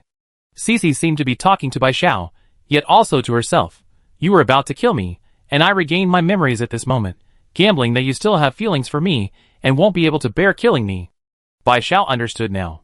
This game was truly adept at exploiting human weaknesses and manipulating human emotions. Cece's tone became firm. "Don't fall for it. Xiao Xiao, I won't die. As long as the Secret Realm dungeon doesn't close, I won't die. Now, quickly finish me off, and deplete my health so we can move on to the next level." Bai Xiao had heard Taisher say this before, and hearing it again still caused her a dull ache in her heart. She wouldn't die, but it would hurt. But Bai Xiao didn't hesitate. Taisher and Cece had made the same choice, and all she could do was give them a quick death. Congratulations to player, all illnesses cured for clearing the 6th level of the Monster Realm. Reward, Diamonds X95, already added to player's inventory. Congratulations to player, all illnesses cured for becoming the first player to clear the 5th level of the Monster Realm. First clear reward, Exploration Card. Use this card to explore outside the dormitory building. Congratulations to player, all illnesses cured for unlocking the 7th level of the Monster Realm. Continue clearing? Bai Dao's mind was now filled with the words explore outside the dormitory building. She quickly took out the exploration card from her inventory and checked the card details. Exploration Card. Function: allows you to reach outside the dormitory building after use. Type: one-time auxiliary item. Duration: 90 minutes of exploration time, starting from when you leave the dormitory building. CC's reminder: you might discover something you're looking for. CC's reminder struck Bai Xiao like a hammer blow. Having traveled for so long, she always wanted to understand the truth about the survival game, but she only ever scratched the surface. Could this exploration card reveal some of the truth? Bai Xiao took a few deep breaths to calm herself and checked the time on the game interface. She hadn't been in the dungeon long. It was only 11 a.m. The exploration card had a 90-minute time limit, which was only an hour and a half. She could use the card now to check out the next level, and then use it again after leaving the dungeon. Bai Xiao chose to continue and enter the Vortex Gate, arriving at level 7. Welcome to level 7 of the Monster Dungeon. Kill the Gale Tiger monster to clear the level. Dungeon reminder: attacking the Gale Tiger monster has a 5% chance of dropping the gate upgrade material, the electric net.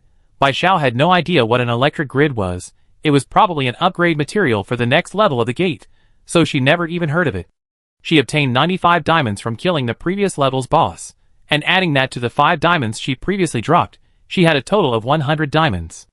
Could killing the Gale Tiger also yield 100 electric grids? The 7th level's terrain was a vast jungle, the same giant jungle where Bai Xiao had encountered the dragonfly monster in the forest dungeon. A tiger monster slowly emerged from the grass. Its appearance was similar to a white tiger in the human world, with white fur and black stripes, but its fur faintly shimmered with blue-purple electricity, and she could even hear crackling sounds. This was actually a tiger monster with skin. Bai Xiao remembered that the white tiger's eyes were a beautiful ice blue, no less striking than gemstones. But this tiger monster's eyes were red, adding a touch of malevolence to its otherwise cool and beautiful appearance. Even so, it still looked majestic, its presence in this giant jungle giving the impression that it was the king, and Bai Xiao, who had appeared here, was an uninvited guest trespassing into its territory. Its eyes were filled with displeasure at being offended, and a deafening roar rang out, a warning to Bai Xiao. If this human continued to trespass recklessly, it would show no mercy. Swift Tiger Monster. Monster Level, Level 5.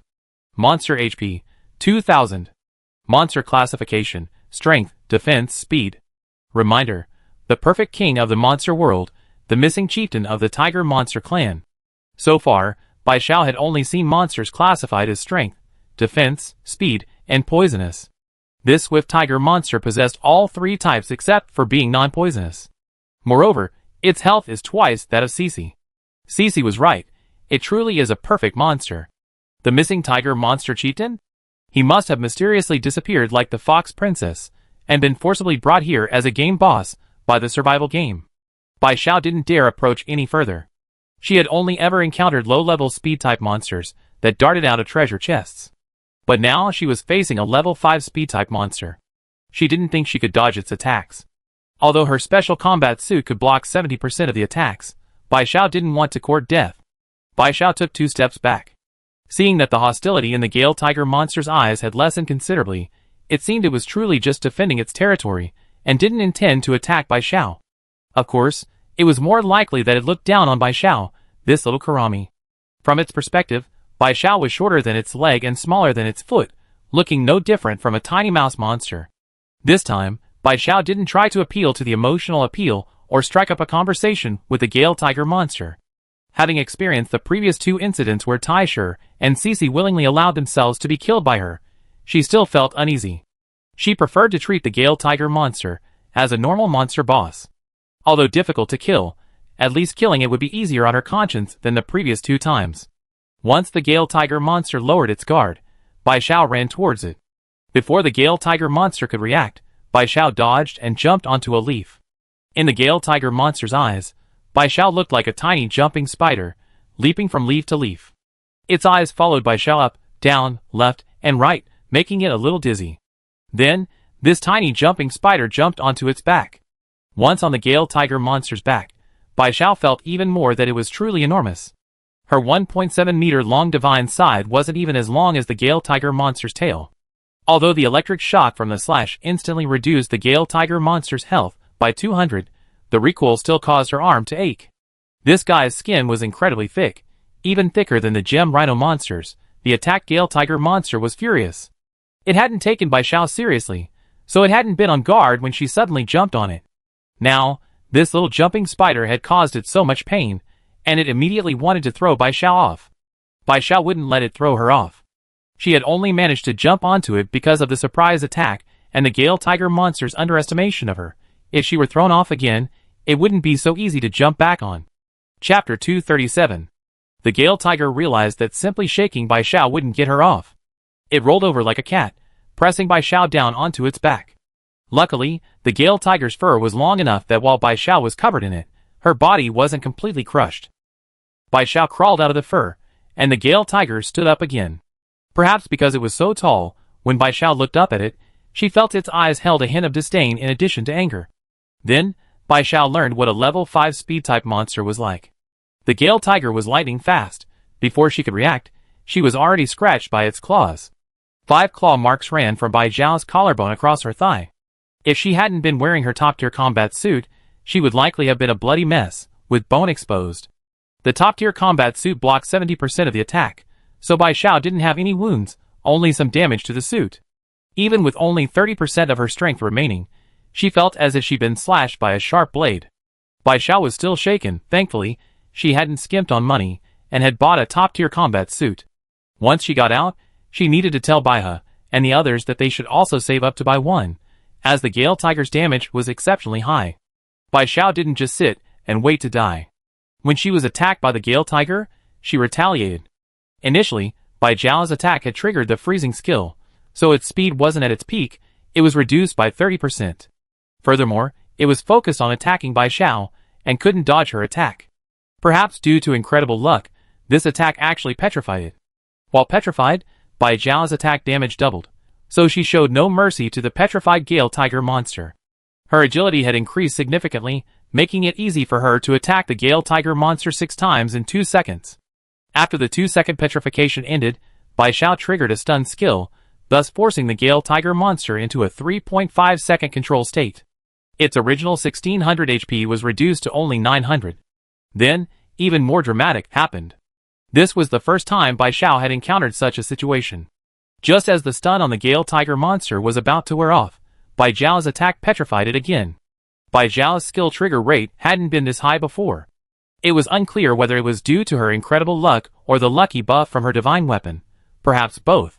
The petrification followed by the stun controlled the Gale Tiger monster for a full 7 seconds, reducing its HP to only 400. Bai Xiao had never enjoyed fighting monsters so much. Finally freed from its control, the Gale Tiger's eyes, which had previously held Bai Xiao in contempt, vanished. Even its anger disappeared, replaced by a clear, almost bewildered look. Although it only had 400 HP left, the Gale Tiger was still a level 5 monster, retaining considerable strength. Bai Xiao's electric shock skill was still on cooldown, and her other passive skills had already been triggered. Currently, each of her attacks only doubled the burn damage, reduced freezing speed by 30%, and granted her divine weapon a 100% critical hit rate. While it sounded powerful, it still required actually hitting the target. The freed Gale Tiger was incredibly fast. Bai Xiao couldn't even touch a hair on its head, and was even vulnerable to its attacks. Bai Xiao simply stopped attacking the Gale Tiger, focusing solely on dodging, leaping onto the leaves of nearby grass, higher than the Gale Tiger. The Gale Tiger stretched out its claws to clear the weeds, but Bai Xiao always managed to leap onto the leaves of another blade of grass before the Gale Tiger could crush the weeds. Perhaps that was the advantage of being small. There's a song that goes, "Don't underestimate me, don't underestimate me, I'm so small you can't find me." However, Bai Xiao was currently so small that the Gale Tiger couldn't catch her. Every time its claws landed, she managed to jump away. But having not attacked the Gale Tiger, its freezing skill had disappeared, and its speed had fully recovered. Bai Xiao found it increasingly difficult to dodge. So, before the Gale Tiger's claws could land again, Bai Xiao chose to attack. She still missed, because the Gale Tiger was too fast. Instead, the Gale Tiger not only dodged Bai Xiao's attack, but also pinned her down with a single claw. Bai Xiao was immediately forced to cough up blood by the thick claw pads of the Gale Tiger. She felt her internal organs were definitely injured. The Gale Tiger, enraged at failing to catch Bai Xiao, stomped down again with its paw pads, as if trying to crush her to death. In its mind, it felt like it had been toyed with by a mere jumping spider. Bai Xiao coughed up another mouthful of blood. She felt her health plummeting. The good news was that her electric shock cooldown had ended. Electric shock was an attack skill, requiring little effort from Bai Xiao. The side blade only needed to touch the target. Although severely injured, Bai Xiao hadn't loosened her grip on the scythe. From the moment the Gale Tiger first stomped on her, she had been secretly moving the scythe. The Gale Tiger didn't care. A spider-sized person, severely injured by its stomping, it assumed Bai Xiao was no longer capable of attacking. Bai Xiao was indeed too exhausted to attack, but activating her skill didn't require any strength. The scythe blade touched the Gale Tiger monster, and a bolt of lightning struck it. 20% of its health was 400, and the Gale Tiger monster, with exactly 400 health, died instantly. This was Bai Xiao's fastest clear of the monster realm, taking less than 30 minutes. It was simply too easy. She triggered 4 hard crowd control effects in a row. Bai Xiao stood up, clutching her chest. Her health was down to only 30. Back when she was more fragile, she would have died long ago. Congratulations to player all diseases cured for clearing the 7th level of the monster realm. Reward, Electric Net X 100, already added to player's inventory. Congratulations to player all diseases cured for becoming the first player to clear the 7th level of the monster realm. First clear reward, Awakening card. This card can awaken the player once when confused. Congratulations to player all diseases cured. Unlock the 8th level of the monster realm. Continue? Bai Xiao clicked no. She was too badly injured and needed to go back to recover her health. She couldn't continue adventuring. After clicking no, she entered the vortex gate and returned to her dormitory, plopping down on her small bed. She had collected all the upgrade materials for her bed, and it was now a level 5 cozy wooden bed, restoring 40 health points daily. Her health recovered quickly. Upgrading the level 5 cozy wooden bed to level 6 required. Wood X200, Iron X50, Cotton X40, Cloth X30, Latex X10, and Upgrade Card X50. She was still far from having enough materials, but she could upgrade her gate now, as she had Diamonds X100. Bai Xiao took out the upgrade materials needed to upgrade her level 4 sturdy steel gate, Steel X40, Diamonds X10, and Upgrade Card X40. She combined these materials with the gate, instantly upgrading it. Chapter 238. Level 5 Diamond Gate. HP, 800. Type, Dormitory Facility. Upgrade Materials. Steel X60, Diamond X90, Electric Net X10, Upgrade Card X80. Bai Xiao used all these materials, so she took them out directly, and the gate was upgraded again. Level 6 Defensive Gate. Function. When monsters attack the gate, 10% of the damage is reflected. HP, 1600. Type, Dormitory Facility. Upgrade Materials. Steel X80, Electric Net X90, Poison Sac X1, Upgrade Card X160. Previously, the gate only had HP but no attack power. This upgraded level 6 gate not only has 1600 HP, but can also reflect monster damage. She didn't know if the next level gate would deal more damage to monsters, but Bai Xiao didn't have a poison sac to upgrade it yet, so she guessed that the poison sac would be in the next level.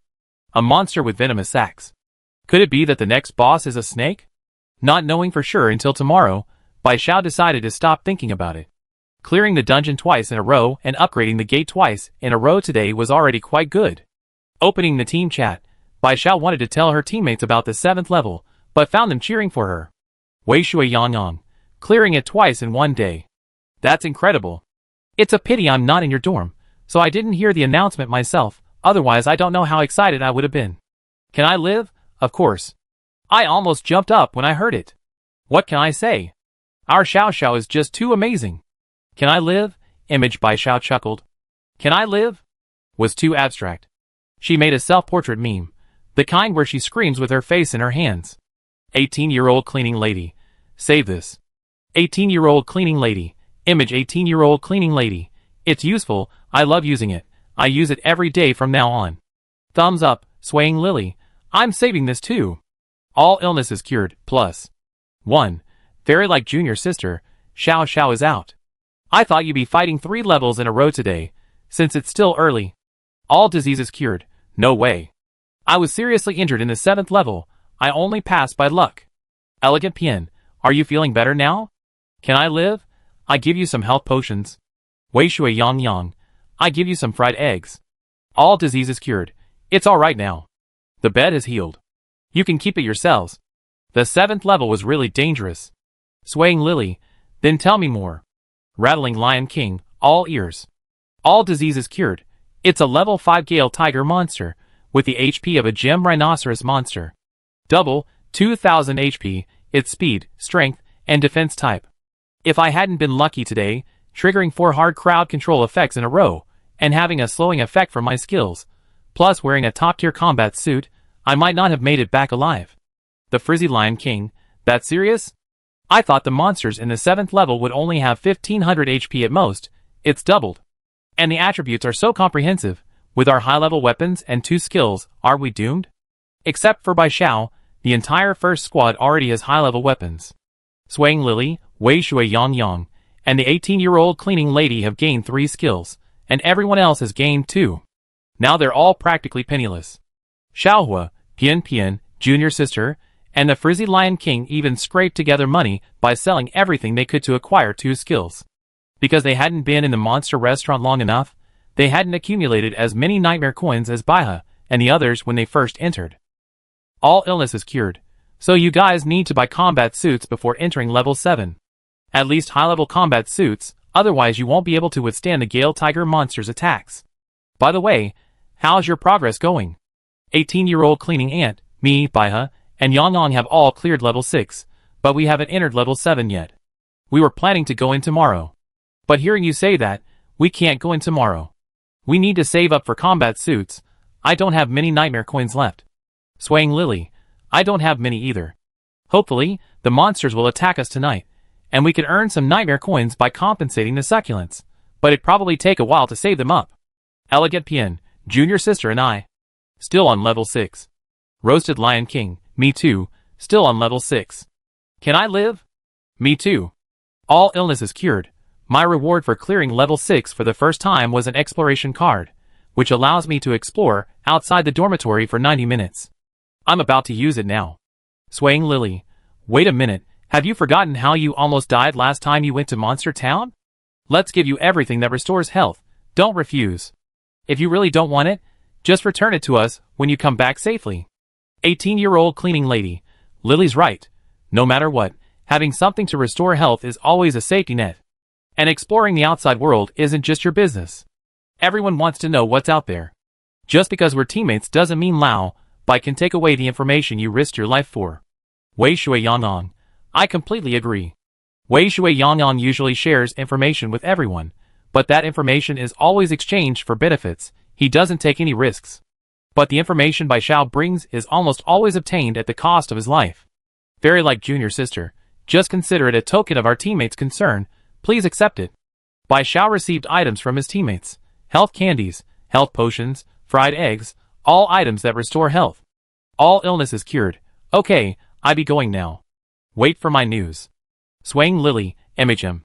Everyone felt that exploring the outside world would inevitably be dangerous, but no one tried to stop Bai Xiao. They reasoned that if they were in her shoes, they would have explored even if their teammates tried to dissuade them. As Bai Xiao's teammates, the only thing they could do at this moment was support her and help her as much as they could, not prevent her from exploring the unknown. Everyone reminded Bai Xiao to be careful, and after replying to everyone, Bai Xiao closed the game interface and took out an exploration card from her inventory. A pop-up window appeared above the exploration card. Use exploration card? Bai Xiao clicked yes. When she reopened the dormitory door, a countdown timer appeared above her head. 1 hour 29 minutes and 59 seconds. Exploration rules. 1. Players must return to the dormitory before the countdown ends, otherwise they will be lost outside the dormitory building. 2. The explorable area is limited. Players must be aware of the boundaries. If a player goes beyond the boundaries, they will bear the consequences. 3. Players can only return alone. Do not bring anything back to the dormitory, otherwise the dormitory will be contaminated and disappear. Chapter 239. Bai Xiao stepped out of the dormitory gate. What greeted her eyes were many identical dormitory buildings, 100 stories high, whose tops she couldn't see even with her head tilted back. Is this the world outside the dormitory? A full moon hung in the sky like a forest scene, the dark sky filled with countless stars, illuminating everything on the ground clearly. Bai Xiao walked on the cobblestone path. It turned out all the dormitory buildings were in one area, like a residential complex. Bai Xiao even saw a bench ahead. Bai Xiao looked back at her dormitory building. It was the familiar heavy iron door to the first floor lobby locked. An old sign hung above the door. Building 44, Unit 4, the building's number. Bai Xiao followed the cobblestone path, noticing that each dormitory building had a number on its door. Building 47, Unit 2, Building 52, Unit 3, Building 79, Unit 5. She also saw Building 21, Unit 1, where Yangon lived, Building 19, Unit 2, where Pian and her junior sister lived, and Building 26, Unit 3, where the Raging Lion King lived. All the dormitories were identical. Even the stains and rust on the doors were in the same place, as if copied and pasted, only the numbers differed. She couldn't enter these dormitories, they were locked. Bai Xiao quickened her pace, wanting to see what else was there besides the dormitories. As Bai Xiao walked, a very obvious white line appeared on the ground. Behind the white line was a writhing mass of grayish-black mist. Bai Xiao immediately thought of Exploration Rule 2. Players beware of boundaries. If you step outside the boundaries, you bear the consequences. Was this white line the boundary? The things outside the boundary and the grayish-black mist that appeared before should be the same thing, right? Had they devoured the dormitory buildings that hadn't merged into the main building? Bai Xiao walked around the white line for about 5 minutes before she saw the monster weapon forging room. Previously, when she entered the monster weapon forging room, she always went directly inside. This was the first time she had seen its exterior. Compared to the towering dormitory buildings, the monster weapon forging room was quite short, only 2 stories high. Bai Xiao knew the first floor was where Iron Hammer and his team worked, and there were a few reception rooms. She hadn't been to the second floor, but she guessed it was probably where the employees rested. There was something like a time clock at the entrance of the monster weapon forging room. It probably required an employee card to open the door. Bai Xiao naturally didn't have an employee card, and she didn't plan to go inside. She didn't think the secret she was looking for was inside the monster weapon forging room. Now, only 1 hour 18 minutes and 33 seconds remained on the clock. She needed to hurry and look for something else. Bai Xiao continued walking along the white line. The dormitory buildings became fewer and fewer, and she came to an area filled with mobile game stores. It turned out the mobile game store she had entered earlier was just outside the dormitory building. The survival game section didn't seem to take up much space. Everything was concentrated in one place. Bai Xiao glanced at it a few times, then ignored it and continued walking. She was confident there was something else she didn't know about here. Finally, Bai Xiao arrived at a large, single-story building with a sign that read Game Management Room. Seeing this name, Bai Xiao knew this was definitely what she was looking for. However, the door was locked. Bai Xiao pushed the door, but it wouldn't budge. Bai Xiao had a strong premonition that once she entered this place, she might uncover many things. She had to go in. Bai Xiao took out a scythe from her weapon pouch. She could attack the dormitory door, and perhaps she could attack the door of this game management room as well. After slashing with her scythe, Bai Xiao found that the attack was effective. Although the door of the game management room had no health bar, and was very thick, her scythe cleaved a gap in the door, revealing darkness inside. Bai Xiao quickly slashed a few more times, and with a loud bang, the door of the game management room collapsed, kicking up a cloud of acrid dust. Bai Xiao stepped onto the fallen door and went inside. Seeing the dust rising, Bai Xiao knew that the place seemed deserted. But that made sense. Obtaining the exploration card was part of the game. Since they knew she was coming, they would definitely leave beforehand, without letting her know. After walking a few steps, Bai Xiao found that there seemed to be many obstacles inside. Unable to see clearly, she felt her way along the walls in the dark game management room. Suddenly, she felt her fingertips touch something. The shape seemed to be a switch or something similar. She pressed it, and with a snap, the lights turned on. The glaring incandescent light made Bai Xiao instinctively raise her arm to shield her eyes. After her eyes adjusted, she slowly lowered her arm. She saw many screens on the walls, densely packed together. At the far end was a large control panel, and several chairs with movable backs. The obstacles she had felt earlier were due to touching these chairs. Now that she could see them, she no longer needed to be cautious and quickly walked to the control panel. Looking at the various buttons on the control panel, whose purpose was unclear, Bai Xiao finally decided to try and open it. She pressed the largest, most prominent red button. Then, the screens on the wall lit up, but not completely. Some remained dark, while others lit up. These screens were likely surveillance cameras, displaying images of the building, unit, and floor, the corridor. Bai Xiao found the surveillance footage for the 44th floor of Unit 4 in Building 44. She saw an empty corridor, with only the occasional person leaving a dormitory room, the camera following that person. Bai Xiao saw that person walk from their dormitory to the restroom, spend about 3 minutes there, and then return to their dormitory. After they returned, the camera stopped, and the image returned to the empty corridor. In other words, whenever a player left their dormitory, their actions were recorded by the game management team. This seemed to be expected, so Bai Xiao wasn't too surprised. Besides, that wasn't what she wanted to figure out. Perhaps there were other places she hadn't discovered yet. Bai Xiao walked around the game management room. It was just a huge monitoring room, nothing else. Bai Xiao felt her way along the walls, trying to find a secret room.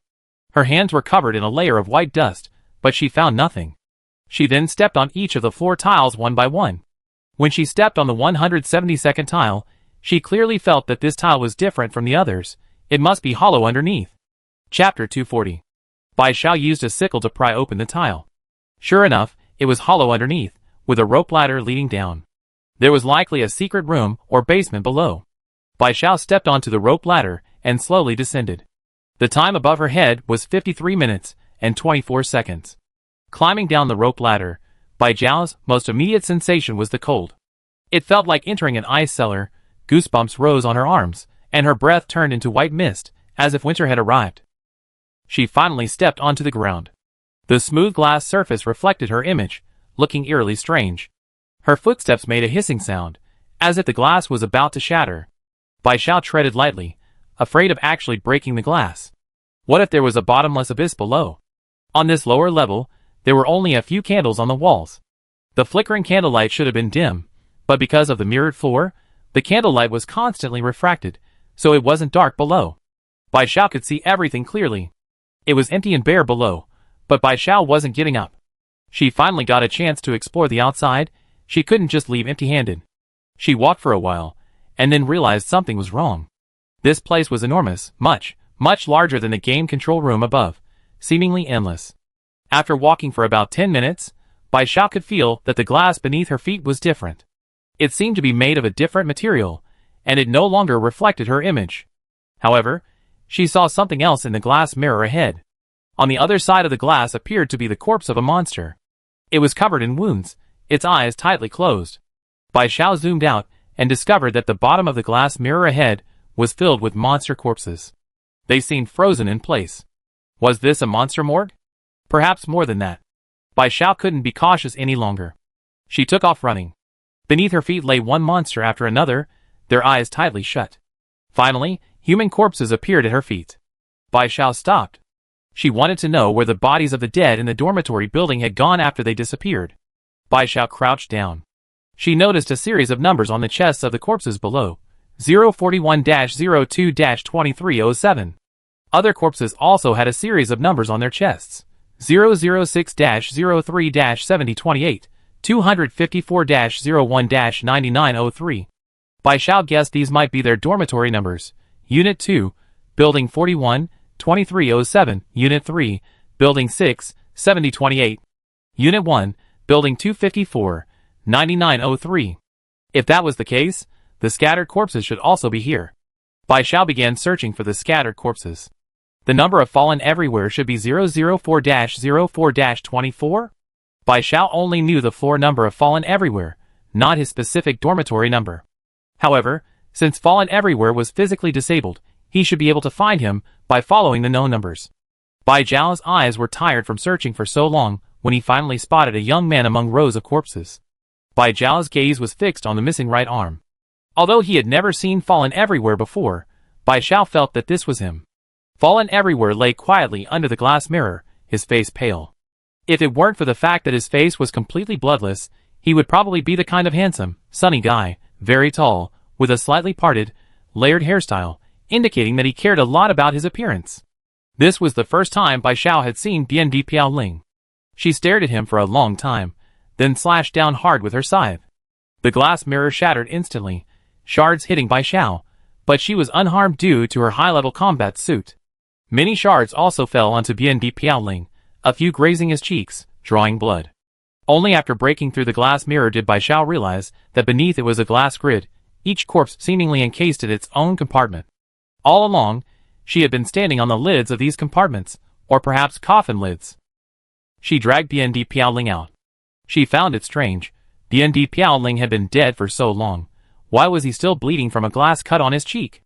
Bai Xiao touched Bian Di Piaoling's chest. Although weak, his chest was indeed rising and falling, and there was even a slow heartbeat, meaning he wasn't a corpse, he was still alive. But Bian Di Piaoling was already dead. Bai Xiao felt herself going insane. Why wasn't Bian Di Piaoling, who should have been dead long ago, still alive? Was all of this an illusion? Was she hallucinating? But Bai Xiao felt it was all very real, and her intuition told her it wasn't fake. Bai Xiao picked up Bian Di Piaoling and placed her on a spot without any shards of glass. Then she broke open the glass covering the other corpses to feel their breathing and heartbeats. Nothing. Bai Xiao broke open the next one. Nothing, still nothing. It wasn't until the 10th that Bai Xiao felt a heartbeat again, as faint and slow as Bian Di Piaoling's. She found Bian Di Piaoling by dormitory number, and discovered that he was still breathing, as if he were asleep. Bai Xiao checked the others, and found that they were all breathing. Bai Xiao couldn't understand why. Why were some of the humans here breathing while others weren't? What was the purpose of their lives? After careful observation and comparison, Bai Xiao finally discovered the difference between those who were breathing and those who weren't. The humans who weren't breathing had marks on their bodies, black marks. For example, one corpse had 5 black marks on its chest, like scratches from a gray wolf monster. Or there might be a small mark on its neck, as if its throat had been slit.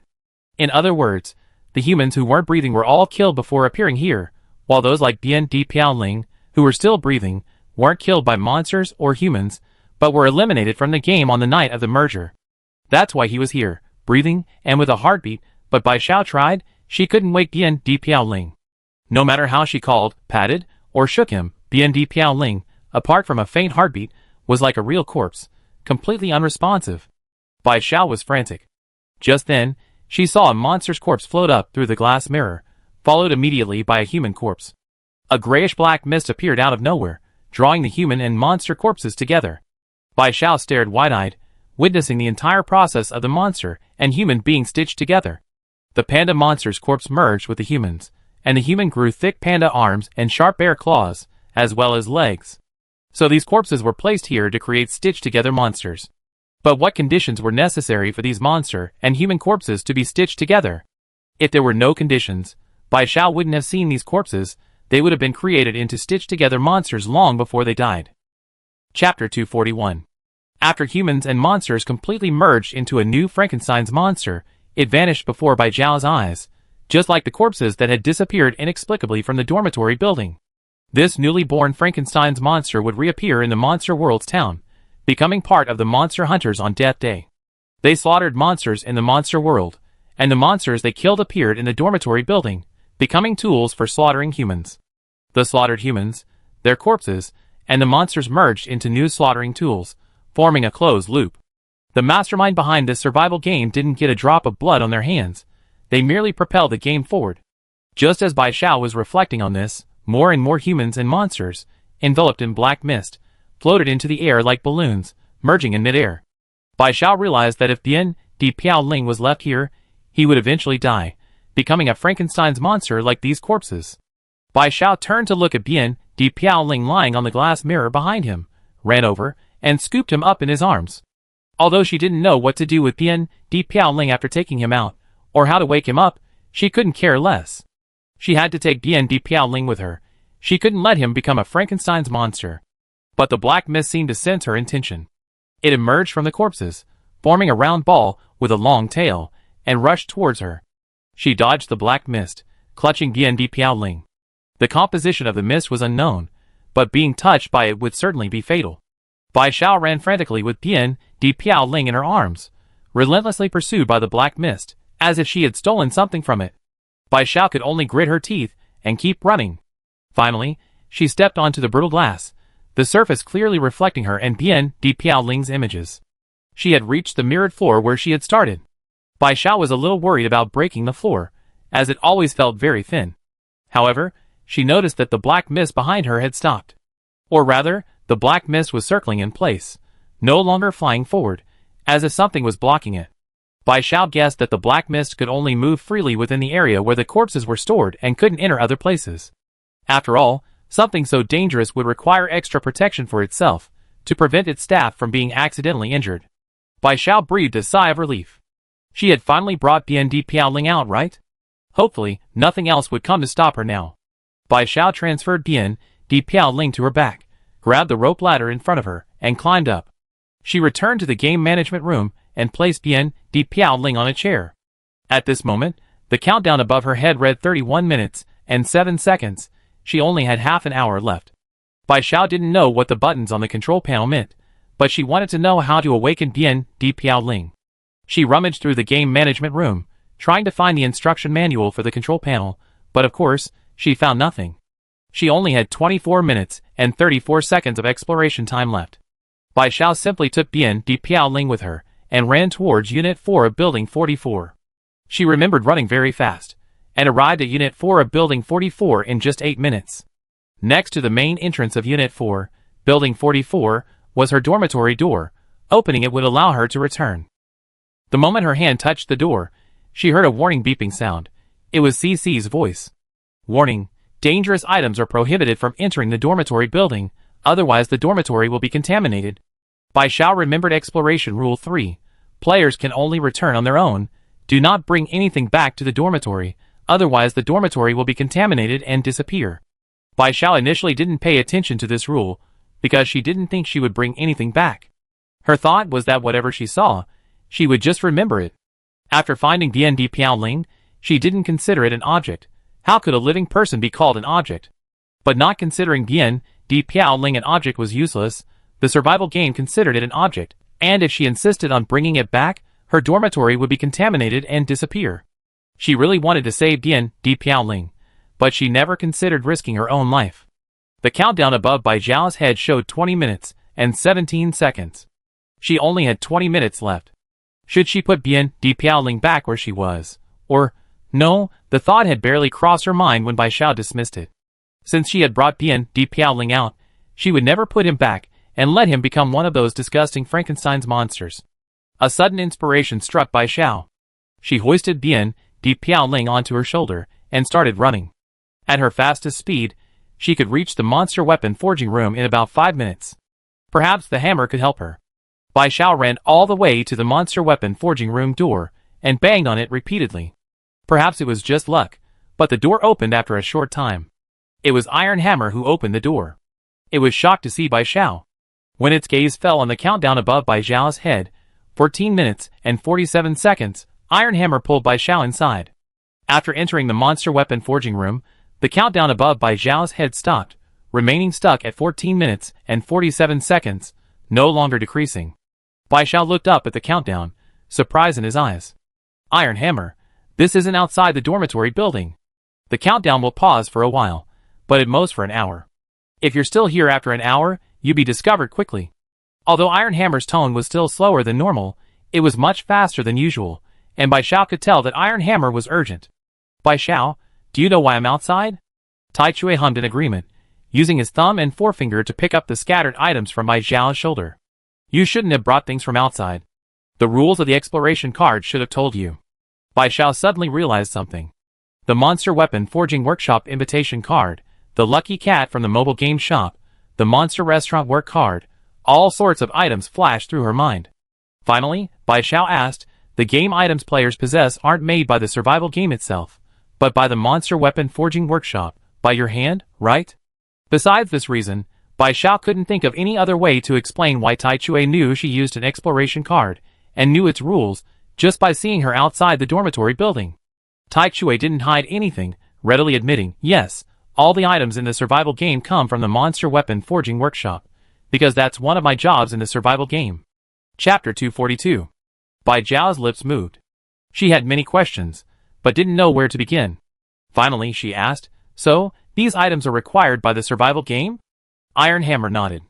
But I didn't expect the exploration cards to be given to players so quickly. What did you find? Bai Zhao's eyes were complicated. I found something. This is what you have in your hand. Iron Hammer picked up the unconscious, drifting petrified creature and examined it, then shook its head. You can't wake him. He'd be completely dead when the game ends. Don't worry about him. He dragged you down with him. Bai Zhao, he's my friend. Bai Zhao paused, then added, and you are too. Iron Hammer's eyes seemed to change for a moment. Its movements as it casually manipulated the drifting petrified creature softened. Under Bai Zhao's gaze, Iron Hammer relented. Iron Hammer, alright, I can take him in, but he still die after the game ends. But at least you can see him every time you visit the Monster Weapon Forging Room. Bai Zhao was doing this on purpose.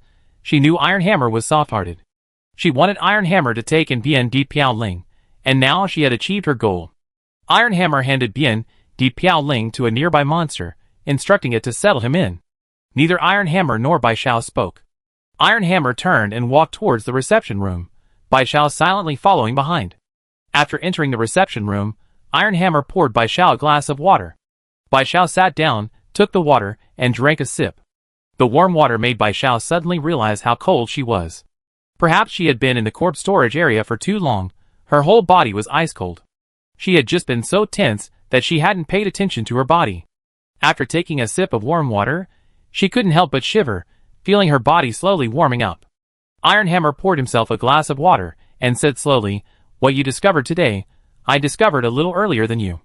Bai Zhao finished her glass of hot water in a few gulps, and Iron Hammer picked up the kettle and poured her another glass. I always knew there was a game management room here, but I never went inside. It wasn't until Fox Flame exposed the truth about Death Day online that I learned about the existence of the Frankenstein's monster, and only then did I want to go and investigate the game management room. Bai Zhao held the steaming water, watching Iron Hammer listen intently. Iron Hammer, it was already empty by then. Like you, I found the basement and saw countless monster and human corpses. That's when I realized it was where the Frankenstein's monsters were being bred. Then I received the quest to create exploration cards. Bai Zhao stroked the rim of her cup, but the exploration cards didn't reveal anything, because the game management room was already empty. Players could only see monster and human corpses. Iron Hammer glanced at Bai Xiao. That's right. Any sentient being has family and friends they care about. Humans who came using exploration cards, seeing so many human corpses, would definitely go looking for people they know. When they learned these people might become Frankenstein's monsters, they definitely wouldn't be able to accept that their loved ones had become like this. They would want to take those people they know with them, especially if that person was still alive. Bai Xiao's hand stroking the rim of her cup paused. She thought of the surveillance cameras in the management room. No one could escape those cameras. In the survival game, they had no secrets. Bai Xiao, you mean, this was all a setup against me? The survival game anticipated I'd be the first to clear the game. It anticipated I use the exploration card. It anticipated seeing so many corpses, and going to find scattered ones.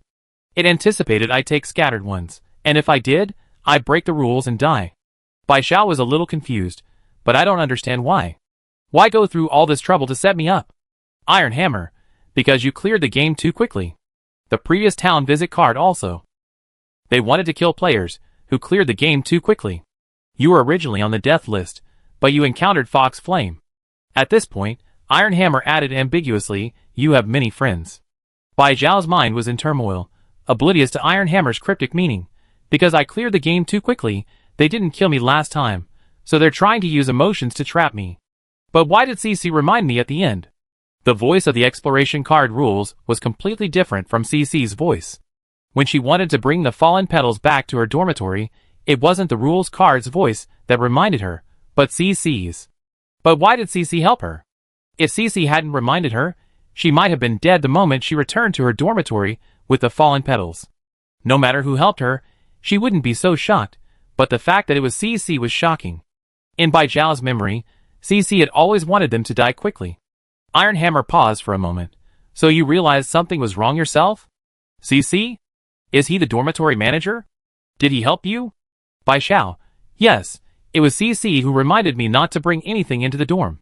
Because I didn't consider humans as things, and my friends as things, I ignored the rule. I was just about to open the door to let my friend in when the dorm supervisor reminded me, so I came to find you. Tai Chui, I don't know why it helped you. Logically, the survival game wants you dead. Could there be some internal conflict that makes it want you to live? Bai Xiao was confused. Would that be? Tai Chui, what other reason could it have for you to live? What did you do in the survival game? Can you tell me? Bai Xiao thought for a moment. Not much. Did I contact the human world with Hu Yin, trying to get their help? But the survival game has cut off our communication with humans. We can't contact anyone anymore. The human world? Tai Chui pondered for a moment before saying then. Perhaps something's happened in the human world. Maybe CC's sudden reminder is related to them. Bai Xiao said incredulously, you mean, CC, the administrator, has been hijacked by the human world's technology? But didn't Fox Flame say that the human world's technology is very backward? Even more backward than your monster world? Iron Hammer, it is indeed backward, but infiltrating for a few seconds isn't impossible. After all, there are 10 administrators in the survival game. If one of them is hacked for a few seconds, they might not notice it immediately. If it really is the human world, it means they can see us too. Before, only the monster world could see the human world. Now the human world can see the monster world too. Maybe the two worlds really can unite. Chapter 243. Bai Xiao clearly shared the same thought as Tai Chui. Perhaps it was an inherent pride in their respective countries, but the more she thought about it, the more she agreed with Tai Chui. Their country had the ability to make the impossible possible. Tai Chui, although the human world has taken some action, their involvement is still very limited. You still need to be careful. You cleared the game so quickly, you should have been targeted long ago. Even if you escape this time, there will definitely be another time. Bai Xiao nodded. She would definitely be careful when it came to her safety. Bai Xiao, Tai Chui, the survival game wants to eliminate the rat race. Are you okay with that? If something happened to the rat race, Tai Chui, as a fellow monster working in the survival game, would definitely feel a sense of shared vulnerability. Tai Chui, I'm still useful. Don't worry. The rat race was only responsible for cleaning up the dormitory buildings. But now that there were fewer and fewer dormitories, so many rats were definitely useless. But Tai Chui was responsible for all the item design in the survival game, as well as the weapon upgrades for human players, so he was still useful to the survival game. Hammer added, don't worry about the cat monster either. Caramel isn't a stupid cat, If anything happens, it'd make the cat monster withdraw from the survival game. Bai Xiao thought of Chala's. Chala's rat tribe had withdrawn from the survival game before the incident, and Chala's had said that its older brother had transferred it back. So Caramel should also be keeping a close eye on the survival game's movements. With a squeak, Hammer got up from its stool, the stool making a sound as it was pushed back. Bai Xiao looked at Hammer in confusion, but heard it say, "It's almost time, you should go back now." Bai Xiao, "Okay, see you later." Iron Hammer escorted Bai Xiao outside. As soon as Bai Xiao stepped out of the monster weapon forging room, the countdown above her head, 14 minutes and 47 seconds, instantly changed to 14 minutes and 46 seconds. The countdown started again. Bai Xiao ran as fast as she could. This time, without the fallen petals, she ran even faster. It would only take about 5 minutes to get back, plenty of time. Identical dormitory buildings flashed past Bai Xiao's eyes. Suddenly, a flash of white caught her eye. She instinctively turned her head, and saw a brand new building she hadn't seen before. Bai Xiao's legs came to an abrupt halt. She stood in front of the new building. It was large, but only a single-story structure, its all-white exterior standing out starkly among the old dormitory buildings.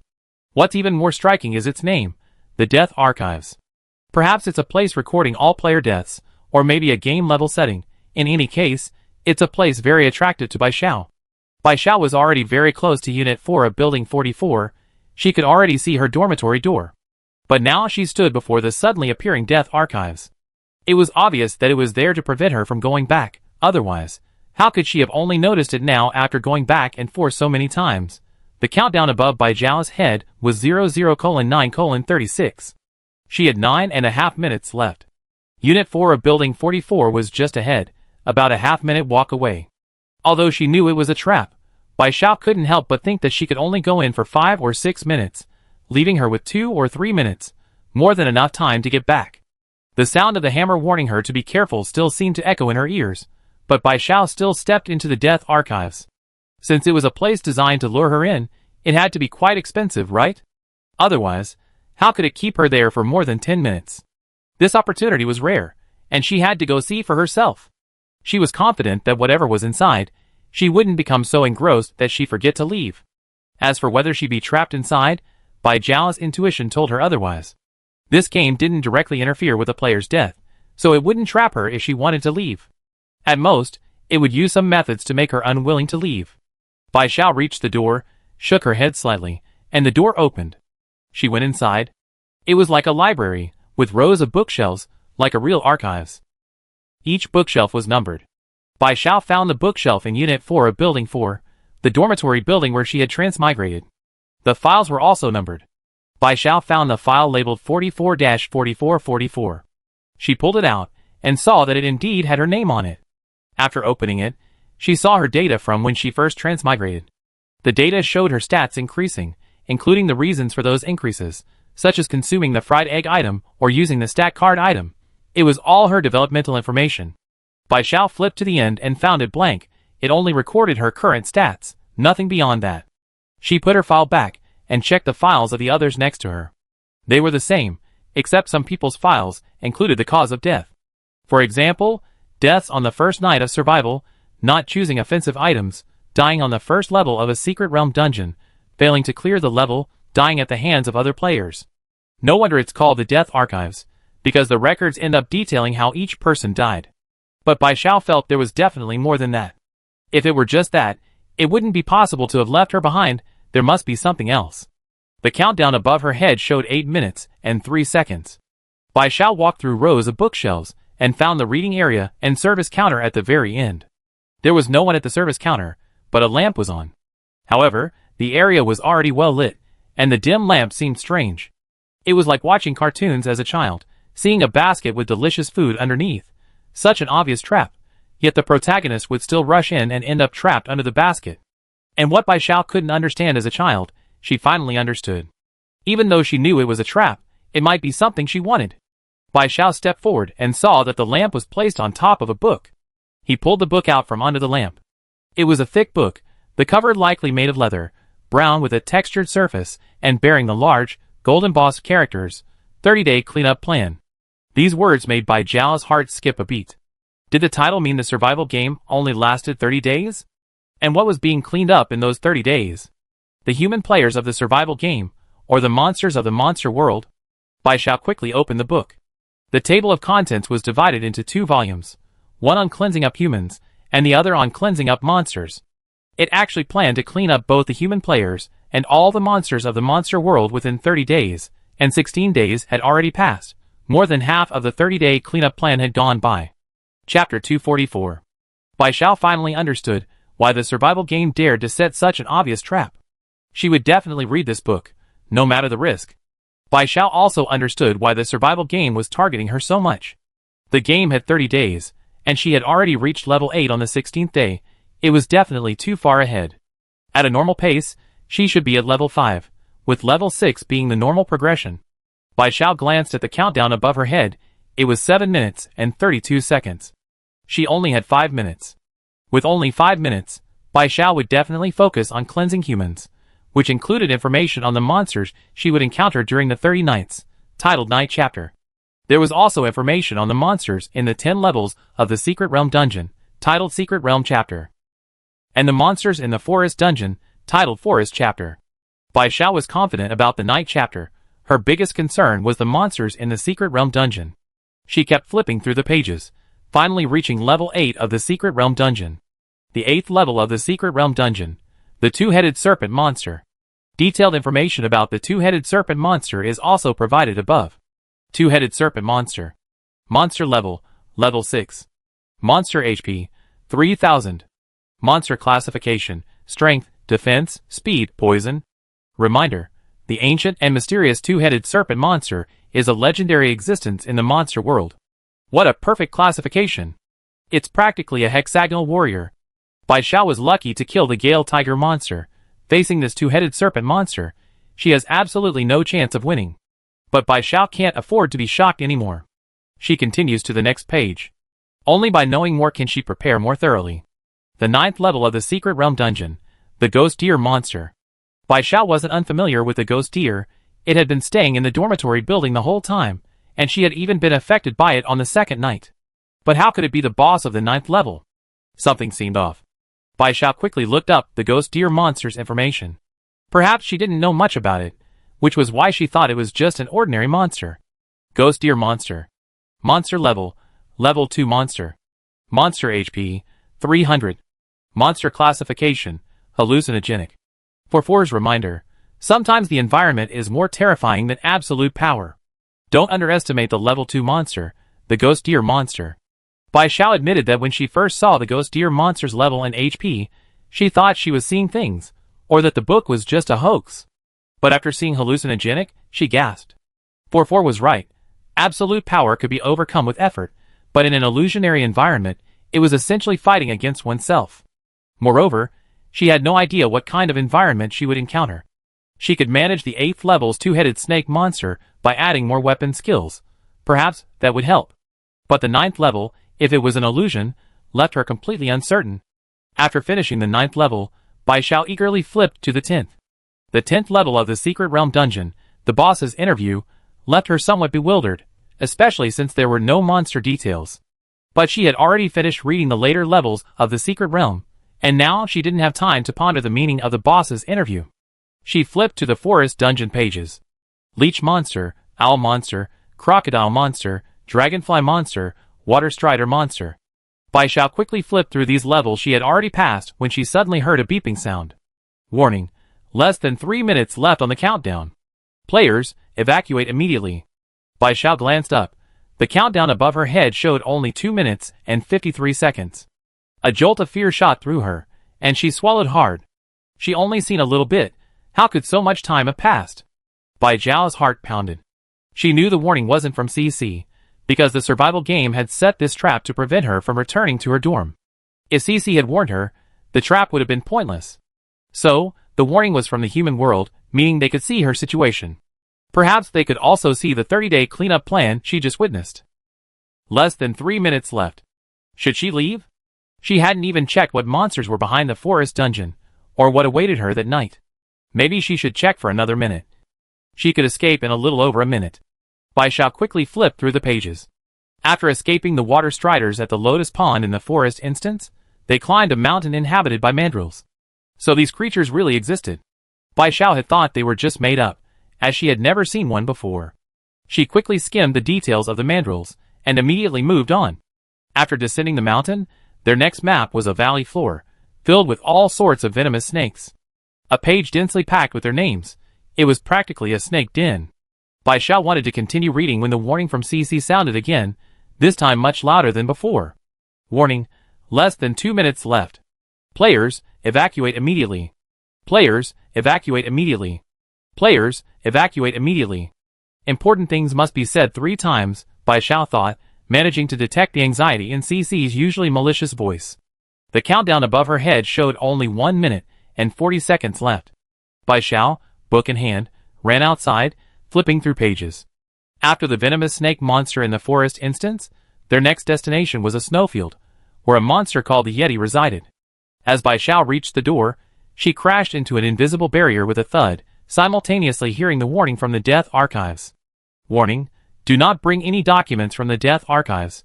Bai Xiao glanced at the time, 1 minute and 7 seconds remained.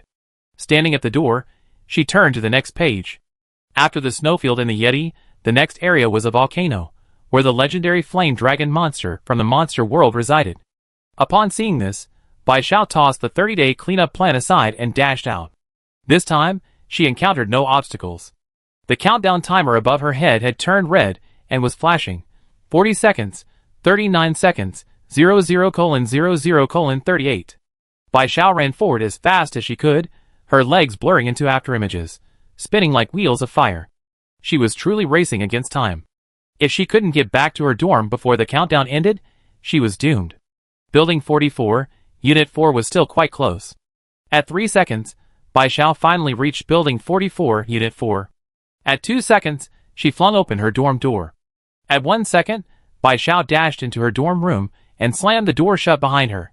Chapter 245. Bai Xiao arrived safely at her dormitory. The countdown above her head disappeared. The only thought in her mind was that her body had truly improved. Running so fast, aside from a slightly rapid heartbeat, she wasn't even out of breath or red-faced. After drinking a few sips of water, Bai Xiao opened the team chat. All illnesses cured, I'm back. Swaying Lily, finally back. I've been keeping an eye on things. You must have timed it perfectly. I knew you could do it. All illnesses cured, I did time it perfectly. I knew what I was doing. 18-year-old cleaning ant, what's outside? Tell us quickly. Wei Shui Yang Yang, let Xiao Xiao talk. Let's not ask so many questions at once. All illnesses cured, outside is our dormitory building. They're all in one place, like a residential area. Bai Xiao described in detail what she had seen using her exploration card to the team chat. After Bai Xiao finished speaking, the team started discussing. The ethereal junior sister. So, you really learned a lot on this trip. You know the levels of the secret realm dungeon, and the monsters in the later parts of the forest dungeon. Now we can plan ahead. Wei Shui Yang Yang. So next time we enter the forest dungeon, we be facing mandrills? Does Xiao Xiao know anything about these animals? The frizzy-haired Lion King. Sorry, I only study insects, I'm not interested in animals. The most I know is that mandrills have multicolored butts. Can I live? Let me tell you something you might not know. Mandrills are most famous for their multicolored butts. The 18-year-old cleaning lady. I heard legends about mandrills eating people when I was little. They shouldn't be easy monsters to deal with. But I never seen a video of a mandrill attacking someone, so I'm not sure how they attack. Wei Shui Yanong. Mandrills are baboons, right? They should be able to climb trees. The mountaintop is full of trees, so they might dart around like monkeys. The terrain at the top gives them an advantage. If they suddenly appear and ambush us, it'd be a real problem. Feng Du Piampian, if we had money, it wouldn't be difficult. We can each buy a combat suit, then we won't be afraid of being ambushed. That would solve the problem at its root, and we have a layer of protection against powerful monsters in the future. Zhao Maosher Wang. Then the problem is, we don't have any money. By Bingquan Xiao, how many nightmare coins do you guys have? I plan to go to the monster shop tomorrow. I can buy some cheap turrets and stuff, raise the price, and sell them at the trading center. I should be able to make some money. Bai Xiao had promised Xiao Luzi to visit it today, but so many things happened today that he probably wouldn't have time to visit Xiao Luzi today and would have to go tomorrow. Can I survive? I haven't had many nightmare coins since coming to the monster weapon forge. Upgrading weapons is so expensive. 18-year-old cleaning lady. Same here, I'm completely out of nightmare coins. I only have the nightmare coins from the survival rewards left. All illness is cured. Give me all the nightmare coins you have. Every little bit helps. I can get 2 days' wages at the restaurant next week, and if I save up, it'd be enough to buy a combat suit. Swaying Lily. Yeah, let's do that. Violet Water. The forest dungeon is next week. It's only Saturday now. I think we should discuss the monsters in the Secret Realm dungeon first, since Xiao Xiao is entering the 8th level of the Monster Secret Realm tomorrow. Can I survive? Yeah, the two-headed snake monster sounds really weird. Does it mean it has 2 heads? CC even reminded me that it's a legendary existence in the monster world, so I feel like it'd be a very powerful boss. All illness is gone. I was planning to ask some of my monster friends after we finished talking. Bai Xiao was also very interested in the phrase legendary existence, so she had already decided that after discussing it with her teammates, she would ask Chalas and the others to see if they knew about the two-headed snake. The ethereal junior sister. Actually, I think the hardest one is the 9th level, the ghost deer monster. As the boss of the 9th level, it's only a level 2 monster? The 9th level is definitely an illusion, unlike any of the previous levels. Wei Shui Yang Yang, we're not stupid. We already know it's an illusion, so we definitely won't get lost. The Swaying Lily, I don't think so. Sometimes, even knowing it's an illusion, if the illusion is too beautiful, we can't help but fall into it. All illness is cured. I agree with Lily's idea. Most of the time, Lily and Bai Xiao are on the same page. Bai Xiao has always felt that illusions are the hardest, even harder than defeating other monster bosses. Wei Shui Yangyang, even if the illusion is beautiful, we already know it's an illusion. Would we stay in it just because it's beautiful? Swaying Lily, have you ever heard the saying, you think those who get scammed are stupid because you haven't encountered a scam that suits you? Wei Shui Yangyang, I heard of it. Swaying Lily, the same principle applies to illusions. Let me give you an example. You're a mediocre, poor working person in the real world. One day, you accidentally enter a fantasy world where you are the world's richest person, surrounded by luxury cars and fine wine, with people fawning over you. You are high above, like an emperor. Swaying Lily, at this point, would you rather wake up and continue being an ordinary person with nothing, or sink into the fantasy world as the world's richest person, surrounded by admirers and possessing everything? Wei Shui Yangyang, wow, now that you mention it, this 9th level is something. Ruffled Lion King, I almost want to stay in the fantasy world. Money, power, the world revolves around me.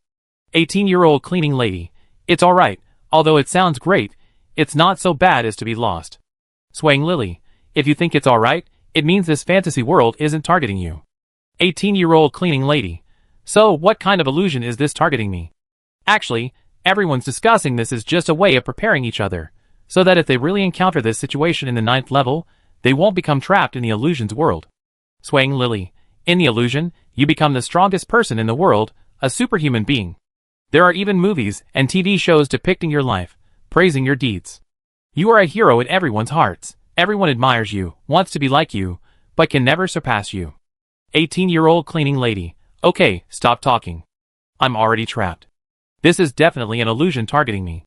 Just hearing about it makes me feel a little giddy. If I were really in it, even if I knew it was an illusion, I wouldn't want to leave. Chapter 246. Can I live? What about me? What will my illusion be like? All illness is cured. Let me tell you this time. Swaying Lily, please speak. All illness is cured. In the illusion, you are a world-renowned divine physician. No matter how difficult or complicated the illness, it can't stump you. You even conquered all sorts of incurable diseases. Countless patients, who have recovered after your treatment, present you with banners of praise. Medical students all over the world take you as their role model. You sit alongside Bien Ke, Huatua, and Sun Simiao, and you sit in the main seat. Can I live? Oh no, I imagined myself in that situation, and then I realized I was drooling. I'm really just a mortal. Swaying Lily, so the 9th level is the most difficult. Does everyone agree? Can I live? No objections. Vast Water, no objections, don't. Let me tell you, I can't refuse money alone. The Swaying Lily, so starting today, we need to do desensitization training, striving to remain unmoved by money, power, honor, and favor, able to take it and let it go. The ethereal junior sister, teacher, I think it's a bit difficult. Just thinking about being a martial arts prodigy even more powerful than master makes me feel elated. All illness is cured. That's why we need desensitization. Although everyone is still a ways from the 9th level, we need to give ourselves positive self-talk sooner or later.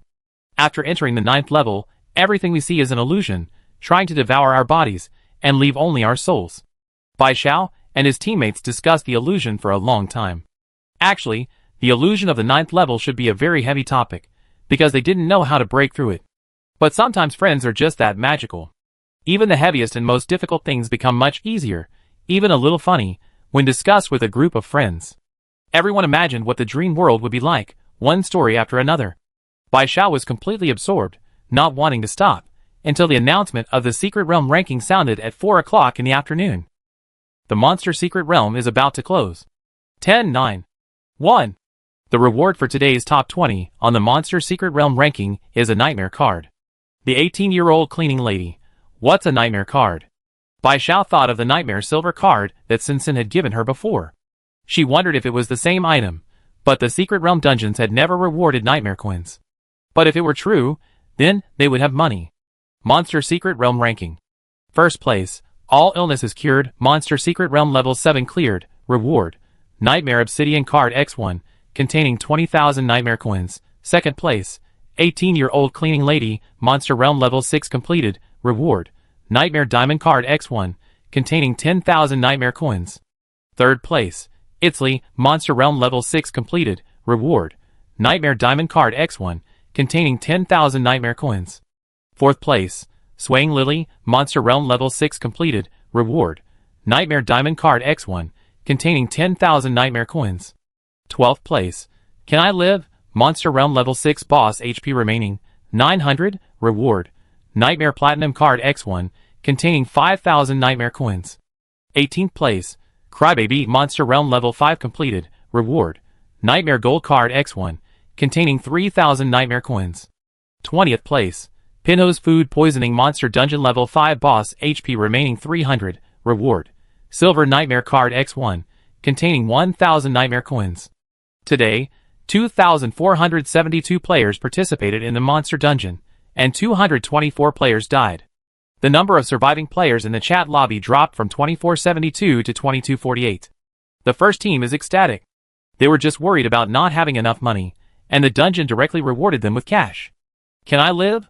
What? The dungeon has been giving out backpack expansion slots for so long. Finally something useful. I got 5,000 nightmare coins in one go. This clear was totally worth it. Swaying Lily.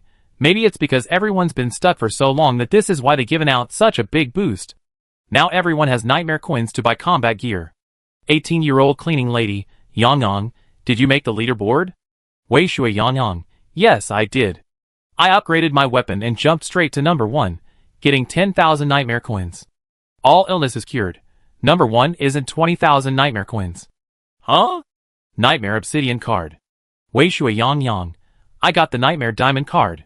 Maybe it's because the level completion is different.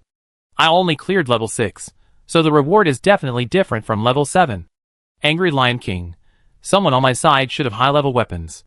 I'm only ranked 3rd, and I got 5,000 nightmare coins, the same as Xiaohua. Very like junior sister, Pian Pian and I are ranked 1st and 2nd, respectively, and each got 10,000 nightmare coins. Can I Live? I wonder what the reward will be next time. If it's still nightmare coins, that would be great. Then we use nightmare coins to buy the 18,000 nightmare coin super combat suit. 18-year-old cleaning lady. I'm a little reluctant to buy such an expensive combat suit. I think my damage resistance is okay. A high-level combat suit will suffice. Blocking 50% of the damage is enough for me. Swaying Lily. 18-year-olds have high health, so you can do that. Those of us whose health isn't even over 100 should just stick to super or premium combat suits. The 18-year-old cleaning lady started with over 90 health points. Over the past few days, her health has increased through various means, and she now has 150 health points, making her the one with the highest health bar in the team.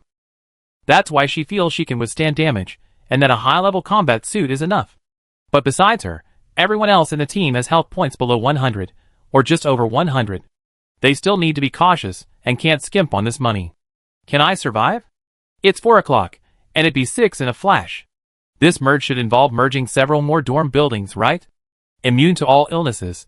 I haven't looked at the nighttime content, but each dorm building currently only has around 2,000 players. If it's just 3 dorm buildings merging like before, there won't be many people. So I guess this merge will involve more than 4 dorm buildings. Wei Shui Yang Yang. Then, there will be even fewer dorm buildings left. Can this game really last 30 days? I feel like it won't last 30 days. There might only be 5 dorm buildings left. Immune to all illnesses. The progress should be faster than the game was initially planned. But the plan is 30 days. It will definitely drag on to the 30th day. Swaying Lily. How do you know the progress is faster than the game was initially planned? Immune to all illnesses, I guessed. Bai Xiao didn't tell everyone about being targeted for completing the game too quickly. They couldn't help with that. Telling them would only create anxiety. She just needed to be careful herself. Chapter 247. Bai Xiao hurriedly ended the chat in the team, and sent a message to Xiao Lizi. All illness is cured. Lele, I'm busy today, and can't come to your place. I come see you tomorrow. Xiao Lizi. Okay, you haven't come all day. I guess you were busy. All illness is cured. Yeah, I got an exploration card today, and went out to explore. I found some things. Xiao Lizi. What things? Can I know? All illness is cured, of course. We're good friends. Bai Xiao had originally planned to tell others about the monster and human corpses she had seen, as this was crucial information for the monster world. Bai Xiao told Xiao Lizi everything she had seen in the game management room, and casually forwarded her message to Fox Flame, Little Gray, and Xiutu, monsters she knew well. Iron Hammer knew these inside stories, but it was still in the survival game and couldn't spread them, so the monster world hadn't heard about them yet. By the way, Lele, I knew beforehand that the monster in the 8th level of the Secret Realm dungeon is a 2-headed serpent monster. Do you know what kind of monster that is? After telling Kylizi about the stitched monster, Bai Xiao began asking her about the monsters in the Secret Realm. Kylizi, a 2-headed serpent monster? Are there really 2-headed serpent monsters in the Secret Realm dungeon? In our monster world, 2-headed serpent monsters have long been extinct. It's said that because they were too large, the monster world didn't have enough food to support their survival, so they haven't been seen since 500 years ago. Could it be that their numbers have simply decreased, and the remaining 2-headed serpent monsters have gone into hiding? Call it's impossible. Extinction is extinction. Our monster world is different from your human world. You humans live in fixed locations, but the monsters in the monster world are diverse, so monsters inhabit every terrain, and every inch of land is utilized. In this environment, there wouldn't be any surviving monsters mistakenly considered extinct. So they were resurrected? Eliminating all the impossibilities, what remains, however impossible, is still possible. Although Bai Xiao was originally from the monster world, she believed Colletts wouldn't lie to her. If Colletts said the 2-headed serpent monsters were extinct, then they were definitely extinct. The sudden appearance of an extinct animal can only mean it was resurrected. As for who resurrected it, isn't it obvious? Besides survival games, who else would bring an extinct monster back to life? Colletts. What you're saying is actually quite possible. The Bird Clan is in charge of the Monster World's museum. On the day of death, the Bird Clan princess told my older brother that the museum's 2-headed serpent skeleton had gone missing. Colletts. But at the time, the monster world was in an uproar because of the day of death, so the disappearance of the museum's 2-headed serpent skeleton was relatively insignificant, and not many monsters cared. All illness is gone. What did the 2-headed serpent skeleton look like? How long was it? The 2-headed serpent had been extinct for 500 years, and Bai Xiao didn't expect to see any pictures of it anymore. But since the museum had the skeleton, at least she could ask how long and big it was, and get some idea of the 2-headed serpent's size. Colletts. It has 2 heads, each with a neck about 4 meters long, and a single tail about 15 meters long. It's enormous, and its strength is proportional to its size. Moreover, its venom is extremely potent. It can spray venom directly from its mouth, killing a large number of monsters.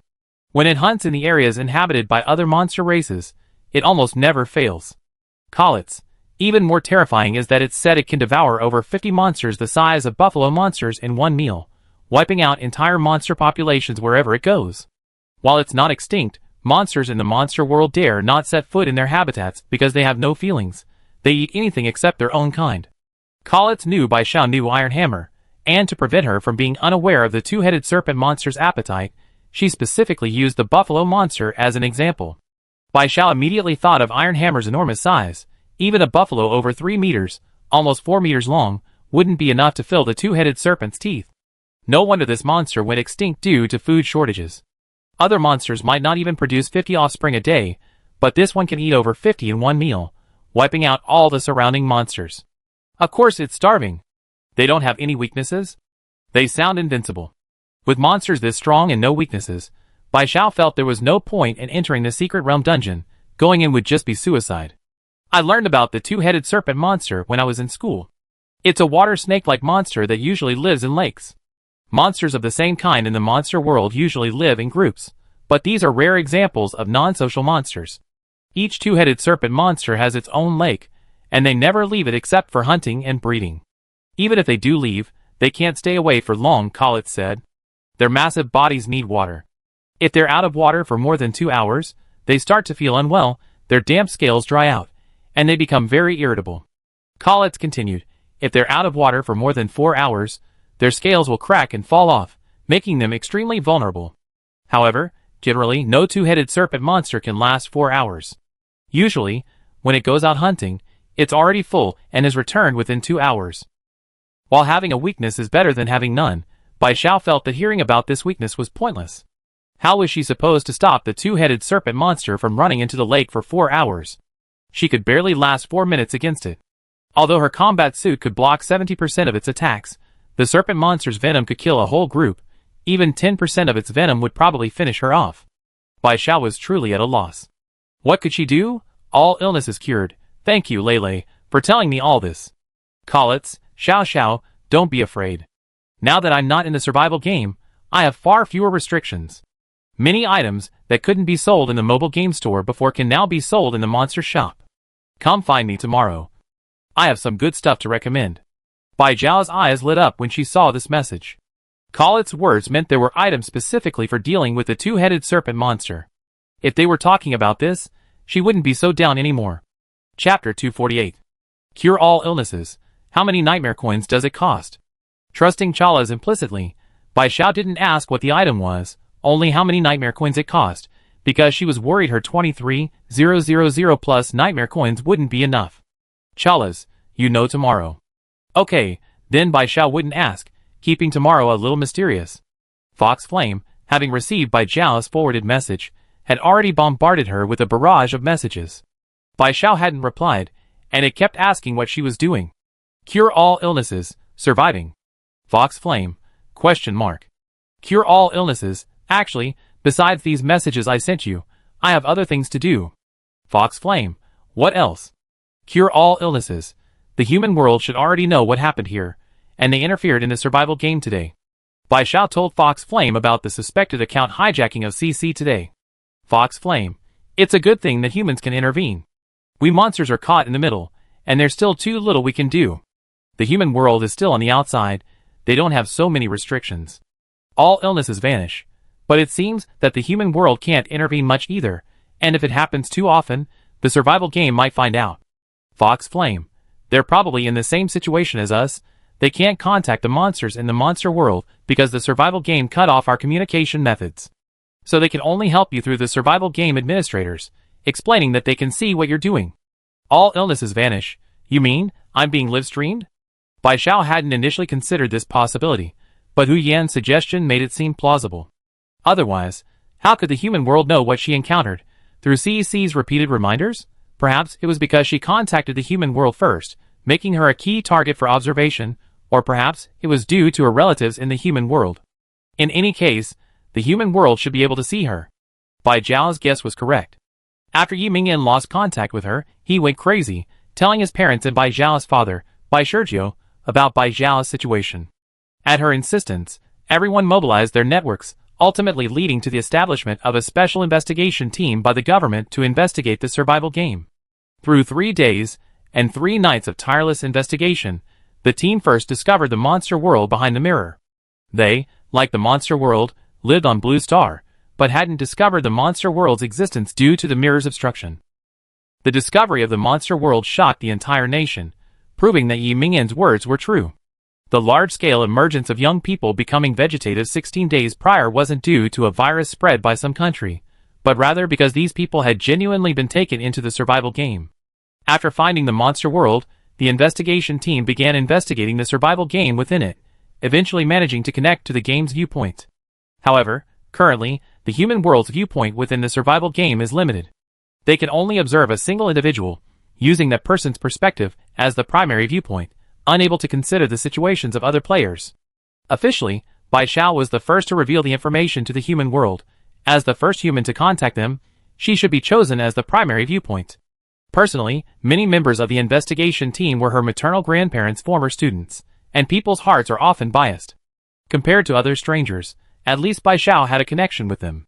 Ultimately, after a meeting, the investigation team chose Bai Xiao as their primary perspective, limiting their view to Bai Xiao and those within 100 meters of her. The first time they located Bai Xiao was precisely when she used the exploration card today. Everyone heard the card's rules. They also saw everything Bai Xiao saw, including the eerie mist that allowed humans and monsters to merge.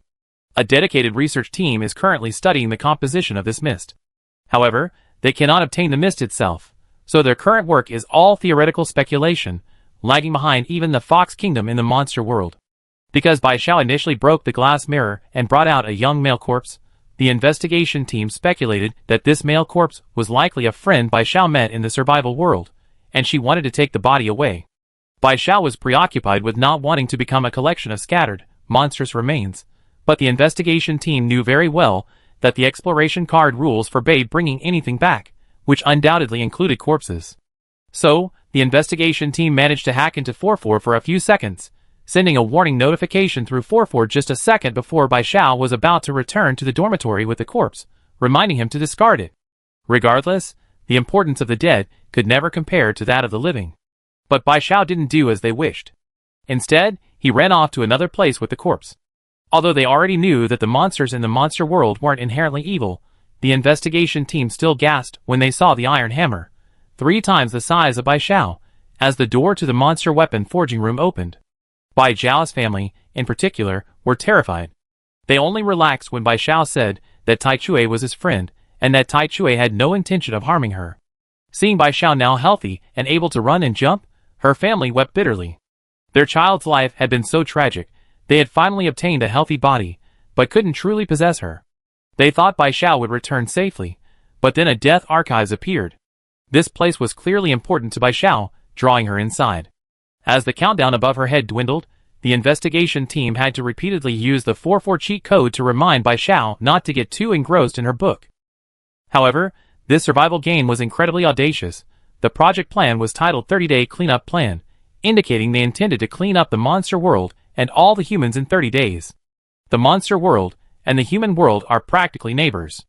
Although they were unaware of each other's existence before, given the trouble in their neighbor's world, it's easy to guess that if the monster world's 30-day cleanup plan succeeds, the next target will undoubtedly be a similar 30-day cleanup plan for the human world. Both the monster world and the human world reside on Earth. Given this survival game's actions, it's not hard to guess that aliens want to conquer Earth. They just started with the monster world, perhaps because they believe its overall strength surpasses that of humans. This is undeniable. Aside from other factors, most monster races in the monster world possess physical superiority over humans. Chapter 249. Bai Xiao thought that since the human world might be able to see her, she had something she needed to tell them. Bai Xiao waved her hand at the air in front of her. "Hello, can anyone over there see me?" Of course, no one would answer her question, but her expression was very serious, as if she was certain that someone was indeed listening to her. In fact, she guessed correctly. Bai Xiao's self-talk in the dormitory attracted the attention of the investigation team, and everyone stopped what they were doing. Because they knew that Bai Xiao might realize she had been seen, and might have something else she wanted to tell them. Bai Xiao, the humans and monsters harmed by the survival game all originate from that grayish-black mist. You should be arriving soon while I'm out exploring, right? After discovering this, you surely investigate that black mist, won't you? Bai Xiao, what I want to tell you is that the scientists in the monster world have been investigating for a long time, but still without any progress. However, the Fox Duke of the monster world discovered that the talismans from our human world are effective against that black mist. Bai Xiao, I know this isn't scientific, but isn't there a saying that the end of science is theology? The monster world doesn't have Taoist priests, but our human world does. I hope that after hearing what I said, you can find some capable Taoist priests to participate in the research. On the large screen, after seeing Bai Xiao speak, many people looked at Yi Wenbo. Yi Wenbo was over 70 years old this year, his hair already gray, wearing a white lab coat, but despite his age, he showed no signs of hunching, his back was straight. He wore gold-rimmed glasses, and his wrinkled face still gave him a refined appearance, but he was far from weak. His body looked strong and robust. However, his dark circles under his eyes suggested he hadn't had much rest recently. He was Bai Dao's maternal grandfather, and he made all the decisions regarding the investigation team. A researcher asked, "Elder Yi, should we go find the Taoist priest Bai Xiao mentioned?" Yi Wenbao pondered for a moment. "Go and invite him. Since the talismans have an inhibitory effect on the black mist, our research direction needs to be completely changed. As the saying goes, everything has its counter. If the talismans are truly effective against the black mist, then there are only two possibilities. The first is that in ancient times, the survival game also invaded Earth, but was driven away by their wise ancestors using some method, most likely Taoist magic. The second is that perhaps the survival game originated on Earth, but was resisted by Taoist magic in ancient times, and thus left Earth for other places. Now that Taoist magic has declined, they have returned. Regardless of the reason, they absolutely need to invite some truly skilled Taoist priests to join the investigation team." After saying this, Bai Xiao had a feeling that her words had been heard, so she went to attend to her own business. Tonight is the night of the merger, and Unit 4 of Building 44 might not necessarily be the main building. She needs to discuss the evening's plans with her teammates. However, this night of the merger, she doesn't need to help her teammates. Now everyone has high-level weapons. Breaking down doors is a piece of cake. Night is about to fall, dear players of Building 44. Tonight is the fourth night of the merger, merging dormitory units Unit 4 of Building 29, Unit 4 of Building 36, Unit 4 of Building 44, Unit 4 of Building 71, and Unit 4 of Building 90. As 6 o'clock approached, the announcement from Dormitory 44 sounded, and Bai Xiao listened quietly. She wasn't too surprised to hear that 5 dormitory buildings were merging together for the fourth night of the merger. The number of surviving students in the dormitories was too low. On average, each building only had a little over 2,000 students. If they continued merging in 3 buildings at a time, only 4 or 5,000 students would likely remain after the merger night, making the merger pointless. She just didn't know which of the 5 dormitories would be the main building today. Building 29, Unit 4, 1,980 surviving students. Building 36, Unit 4, 2,077 surviving students. Building 44, Unit 4, 2,248 surviving students.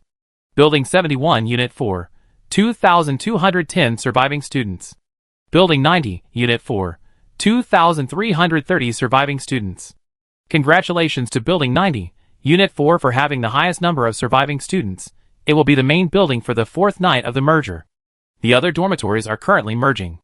As soon as the announcement from Dormitory 4444 ended, Bai Xiao, who was still inside, was instantly ejected from her dormitory and landed in the corridor, outside the elevator lobby. The 5 dormitory buildings have been merged, and 8,515 new players have joined. Come and move into your assigned dormitory. Although she had moved to Dormitory Building 90, Unit 4, Bai Xiao didn't feel like she was in a different place, because all the dormitory buildings looked exactly the same. To her, apart from being ejected from Dormitory 4444, it was as if she hadn't moved at all. The corridor in front of the elevator was suddenly filled with people, as crowded as a subway during rush hour. Even Bai Xiao was squeezed a bit flat. Because there were more people than usual on this merged night, they were all concentrated in the corridor near the elevator. With so many people, it's inevitable to encounter a few hot-tempered individuals. Bai Xiao had already seen several people, thinking they'd been jostled, stab the person who pushed them without hesitation. Such incidents were not uncommon, because more people meant competition. It didn't matter if they were players from the same dormitory, killing the first one meant getting their supplies. What Bai Xiao saw, the investigation team also saw, but they remained silent. Killing was undoubtedly wrong, but in this world, they didn't know what these humans had gone through, and it wasn't appropriate to judge. Bai Xiao tried to avoid these people, and soon the crowd dispersed. Bai Xiao even saw Lily. The swaying Lily also saw Bai Xiao, and the two hurried towards each other, holding hands as they prepared to find their assigned dormitory. Then, they saw a shirtless man, acting like a madman, wielding a high-grade long-handled axe, hacking at anyone he could get his hands on, treating the surrounding players like carrots. He was soon covered in the blood of the dead players. Not a single part of him was clean, and he no longer looked human, but a bloodthirsty demon. Moreover, he was still laughing after killing so many people. He was clearly a psychopath. Bai Xiao and Baihe exchanged a glance, both seeing murderous intent in each other's eyes. This man was obviously treating the night of the merger as a growth night, treating these players like treasure chests. As fellow players from floor 44, they weren't meddling, they just wanted this man dead, otherwise all the players on floor 44 might become his blood bags. Chapter 250. The bloody scene made many members of the investigation team feel physically uncomfortable, but Yi Wenbao watched Bai Xiao rush forward without blinking, his eyes filled with heartache and complex emotions. This child has survived in such a place for so long, showing how strong her will is. If she had a healthy body, she would definitely be the most outstanding child in this family. What a pity. That perverted man didn't even last 10 rounds against Bai Xiao and Baihe before being killed by Bai Xiao. Bai Xiao received a level 5 reward chest. Currently, the highest survival reward chest is only level 4. Killing someone yields a level 5 chest, which shows how rich this perverted man was. But now wasn't the time to open the chest. Bai Xiao and Baihe left, finding dormitories 4488 and 4444 one after the other. Perhaps due to their incredible luck, both dormitories were empty and unoccupied. Bai Xiao and Baihe immediately checked into dormitories 4444 and 4488. After settling in, they began to check on their teammates. The dorm room that the 18-year-old cleaning lady and Can I Survive were paired with was also empty, and they moved in directly. It just goes to show how few players survive in the dorms. Most of the dorms in the building are empty.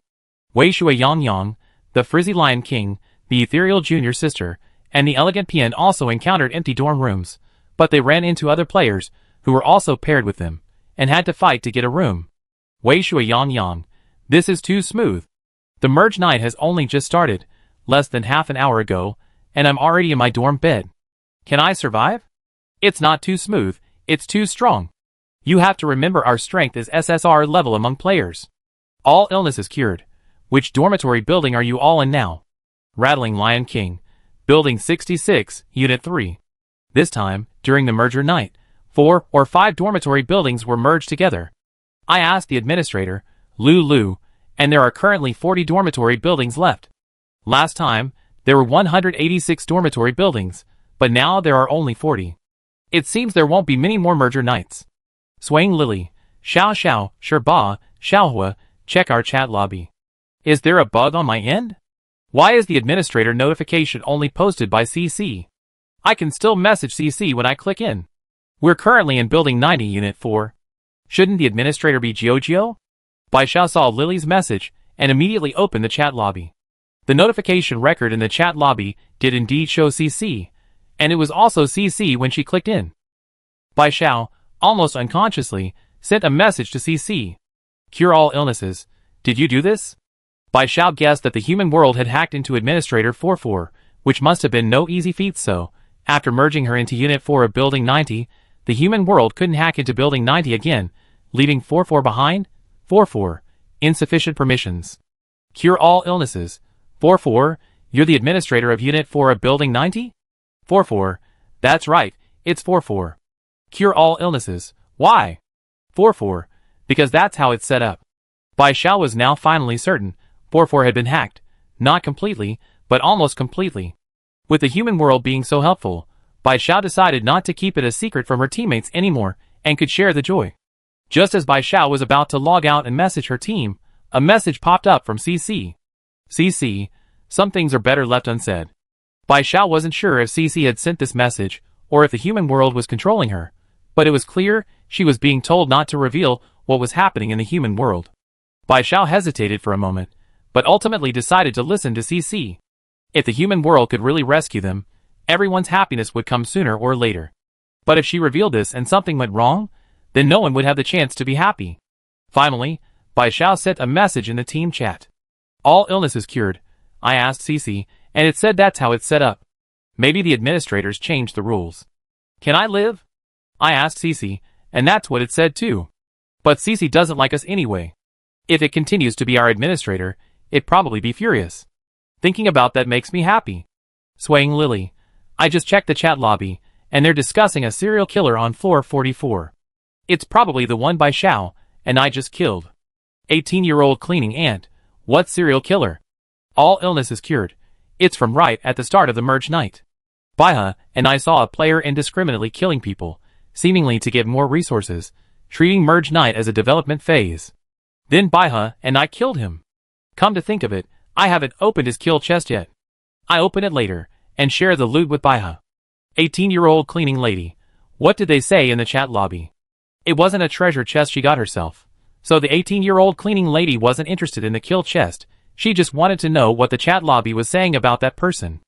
Although she could check it herself, chatting with her teammates was more interesting. Swaying Lily. It's a player who used to be in the same dorm building as him. They warned the players on floor 44 to be careful of a player called Murderer, saying that every time there was a merge night, they would kill at least half of the players on floor 44 to accumulate resources. 18-year-old cleaning lady. There are all sorts of birds in a big forest. It's lucky you guys ran into this scumbag and gave him a quick death. If I had met him, I would have tortured him severely before killing him. Very like Junior Sister. I heard of people like that before, but I never seen one. Vast Water. I heard of them too, there are. Some players enjoy killing and looting during the merge night, when there are many players. If they can't survive, fine, but the problem is these people are usually quite strong. They're not actually starving, they're just bullying the weak. Elegant Pien, said one player. If we encounter this, we can kill these people. If we don't, we can only let them be. There's no law here to punish them. Maybe? Said another player. Since Bai Xiao learned that everyone's souls had been transported, or rather, their consciousnesses were trapped here while their bodies remained in the human world, she felt that the players who had died weren't necessarily truly dead. Given time, when the human world defeats the survival game and rescues everyone, perhaps these people's crimes will be punished. Killing others to save one's own life is understandable, but indiscriminate killing and looting are a different story. Bai Xiao herself had killed quite a few people. She didn't know if she would be punished later, but she didn't know she wouldn't live much longer after returning, so she didn't dwell on it. Chapter 251. Bai Xiao opened the kill chest she had obtained. Inside were indeed quite a few good items.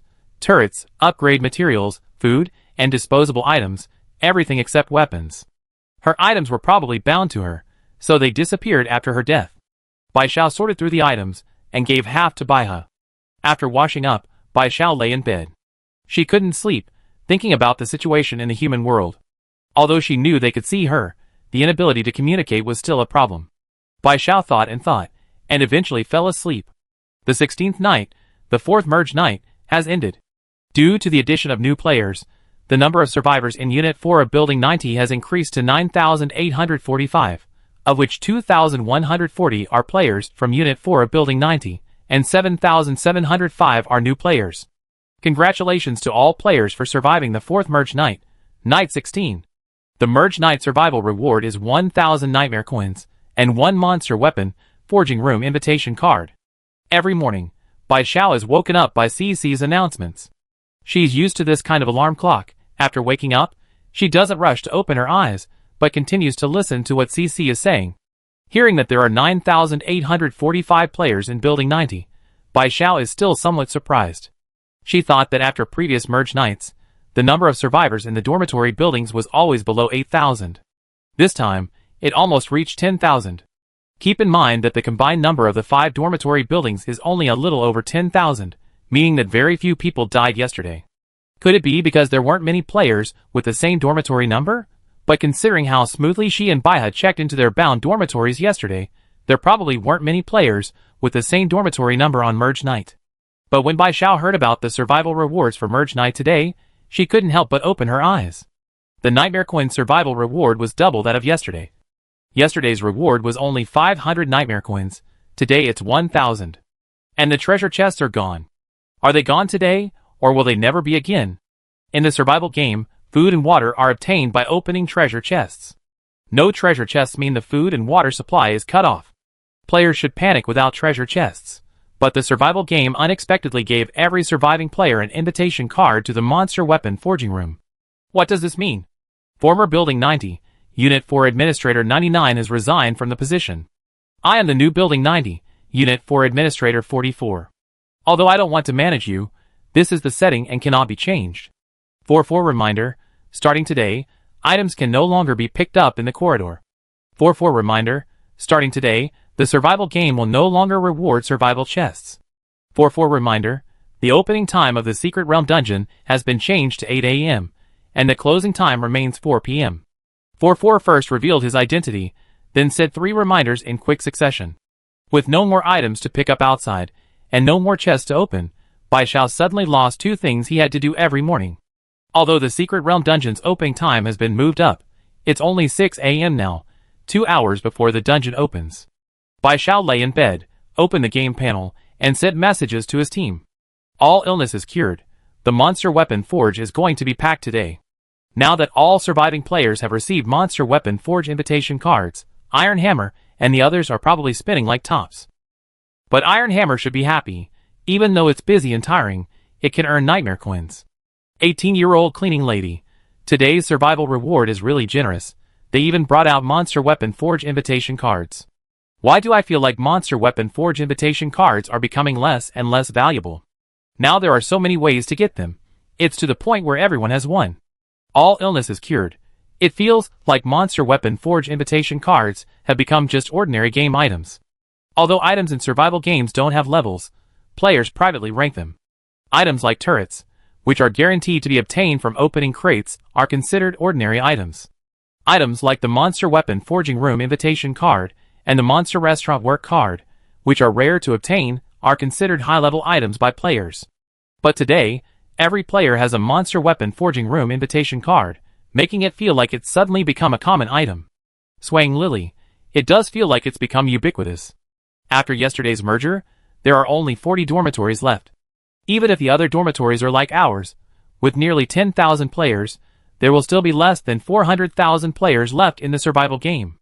With over 300,000 players all having the opportunity to upgrade their weapons, the overall strength of the players will definitely increase significantly, which shouldn't be a bad thing.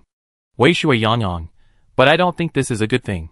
Just the fact that there are no more survival chests means players will lose their food source. Cutting off food and water supplies, yet giving players the opportunity to upgrade their weapons. Don't you think that's weird? Wenenghua Ma, it's obvious. They want to see humans kill each other again. Food and water are scarce, but weapons are getting stronger. It's clearly designed to make people use weapons to steal food and water from others. Angry Lion King, humans live to fill their stomachs. Being full is the most basic need. If there really isn't enough food and water, let alone killing each other, cannibalism is possible. Elegant Pien, players working in the monster restaurant should be better off, but other ordinary players will probably be in an increasingly worse situation. Xian, Chi Piao Piao Junior Sister, this game lasts for 30 days, and we're only on day 17 now. There are still 13 days left. Do you have enough food? 18-year-old cleaning aunt, I rarely get food, and I don't have much in my inventory. It's enough for 3 or 4 days, but 13 days is impossible, no matter how much we try to save. And we don't have enough water either. Wei Shui Yangyang, the cheapest cup of water at the monster restaurant costs 12 nightmare coins, and employees get a 50% discount at 6 nightmare coins, but that's only 200 milliliters. As for food, it goes without saying. Even though I'm a chef and can get cheaper food through connections, it can only happen once or twice, not every time. Like the 200 nightmare coin cake, he bought it for 20 nightmare coins before, but that was only because it was his first purchase. They can't give him that price every time. Therefore, he can't get cheap food that's enough for 8 people. That's too much. He's just an ordinary chef. Normally, the head chef turns a blind eye if he takes a few eggs, but if he dares to take more, he'd probably lose his job. Chapter 252. Can I survive? Bai Xiao thought. I don't have much food left either. I only have the wild berries I picked in the forest dungeon last time, but I can't possibly survive on wild berries for 13 days. What if we run out of food in our backpacks? Are we really going to have to buy those ridiculously expensive food from the monster restaurant? The cheapest bread costs 180 nightmare coins, and even at half price, it's still 60 nightmare coins. Bai Xiao also thought it was too expensive, but she had gotten a lot of food from opening treasure chests before. She still had 14 compressed biscuits and 3 small bread rolls in her backpack. If all else failed, she also had cockroach biscuits. Wait, cockroach biscuits? Bai Xiao suddenly remembered that she got cockroach biscuits after killing the cockroaches in the treasure chest during the 4 pests night. Cockroach biscuits. Function: cockroach-flavored biscuits. 1 biscuit keeps you full for a whole day. Type: disposable auxiliary item. For reminder, if you really have nothing else to eat, you might want to try this. 1 biscuit keeps you full for a whole day. Bai Xiao checked her backpack and found she still had 17 cockroach biscuits. This can sustain you for 17 days, but Bai Xiaoguang's face turned slightly green just looking at its name. All diseases cured. After you killed the cockroach monsters in the treasure chest on the night of the 4 pests, did you get any cockroach cookies? The elegant one. You mean that thing that looks exactly like a cockroach? Although most items in survival games are now known to players after numerous tests and detailed information about their drops in dungeons, the function of cockroach cookies has never been publicly disclosed. This is probably because it's such a common item that dungeons have never dropped details about it. It smelled like cockroaches, utterly repulsive, and no player dared to try eating it. Wei Shui Yangyang, don't tell me it's a cookie. This is blasphemy against food. As a cook, Wei Shui Yangyang had never considered this 1:1 replica to be food. Even though it was called cockroach cookies, Wei Shui Yangyang only thought the administrator was playing a prank on the players. He never considered it food. The mere thought of it being food made him want to vomit. All diseases cured. Unfortunately, it is, and one piece can keep you full all day. Wei Shui Yangyang, oh no, I don't accept that. I thought this thing was a cockroach model. It looks exactly like a cockroach, even smells like one. Can I live? Maybe it tastes like a cockroach too? Wei Shui Yangyang, ugh, stop talking about it, I'm already imagining the taste. 18-year-old cleaning lady, don't be so dramatic. If there's really nothing else to eat, you have to eat even if it tastes bad to survive. Wei Shui Yangyang, I'm relieved to hear you say that. As a chef, he wouldn't be without food, even if everyone else was. No matter what, he could always taste the food while cooking, right? He cooked so many dishes at the Monster restaurant every day, just tasting them would fill him up. He could go to the Monster restaurant twice a week, he wouldn't be so hungry as to eat cockroach cookies. He just couldn't take care of his teammates. Cure all illnesses. Let's post the message that cockroach cookies are food directly in the chat lobby. People with principles would rather eat cockroach cookies than kill someone to steal their food. Everyone agreed with Bai Zhao's words. The chat lobby was bustling with activity, as everyone had received an invitation card to the monster weapon forging room and was preparing to rush there. Mingyou Danzi, what's going on? Why can't I use my invitation card? It keeps saying crowded ahead, please wait, how long am I supposed to wait? This girl is super cute.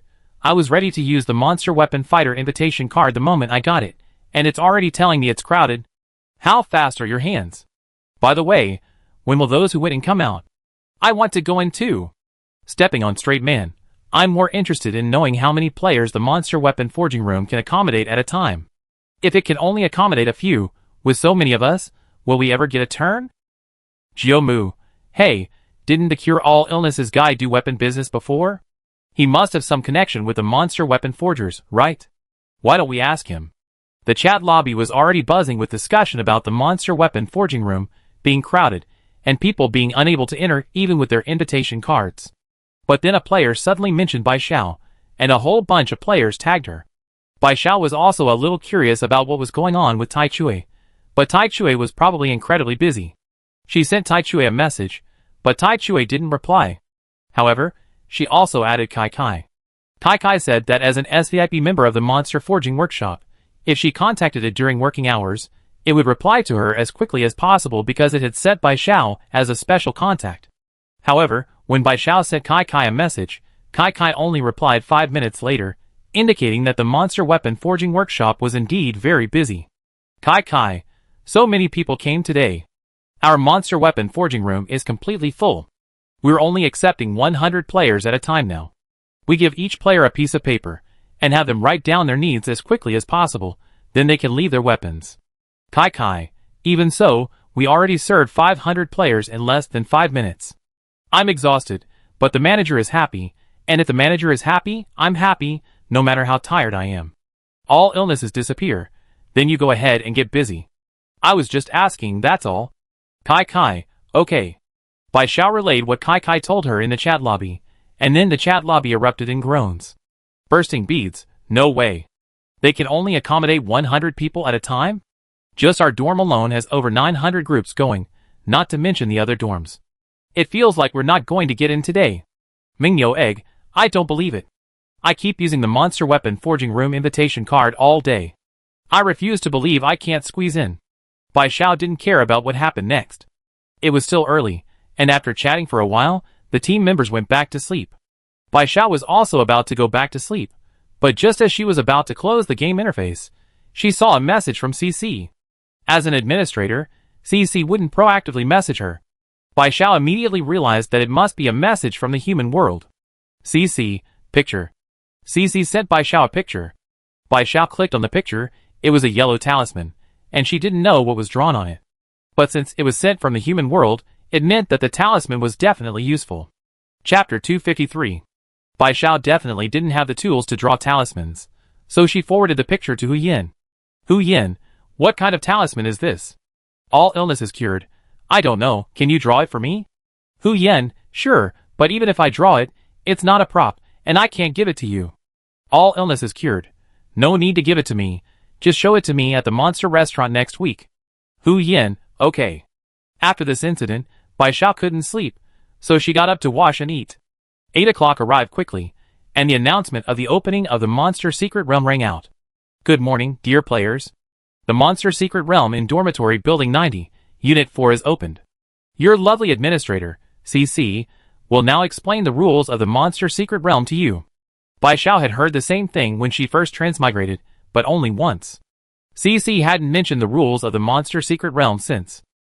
The sudden mention of the Monster Realm rules today suggests only one possibility.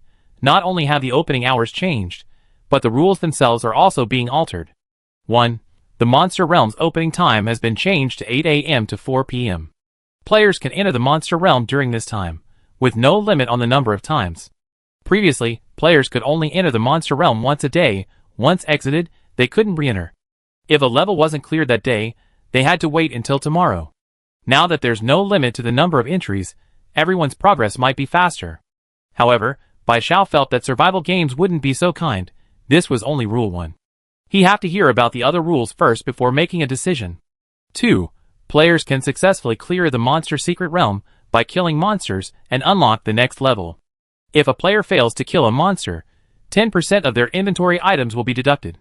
Sure enough, Bai Xiao knew survival games weren't so kind. Failing to clear a level even deducts items. No wonder they removed the daily limit on the number of times players can enter the Monster Secret Realm. 3. The Monster Secret Realm has 10 levels. Clearing the first 4 levels grants an opportunity to upgrade your dormitory. The rewards for clearing the last 4 levels are a choice of 3 options, giving players more freedom. Finally, a friendly reminder. The 5th cleanup night may be approaching soon, so players should hurry and clear the levels before being wiped out by the Grey Wolf monsters. The Monster Secret Realm is now open and will close at 4 p.m.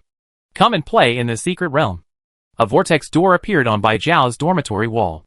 She had originally planned to explore the 8th level of the Secret Realm after the opening time was changed to 8 a.m., and then use the lucky cat to find chocolate.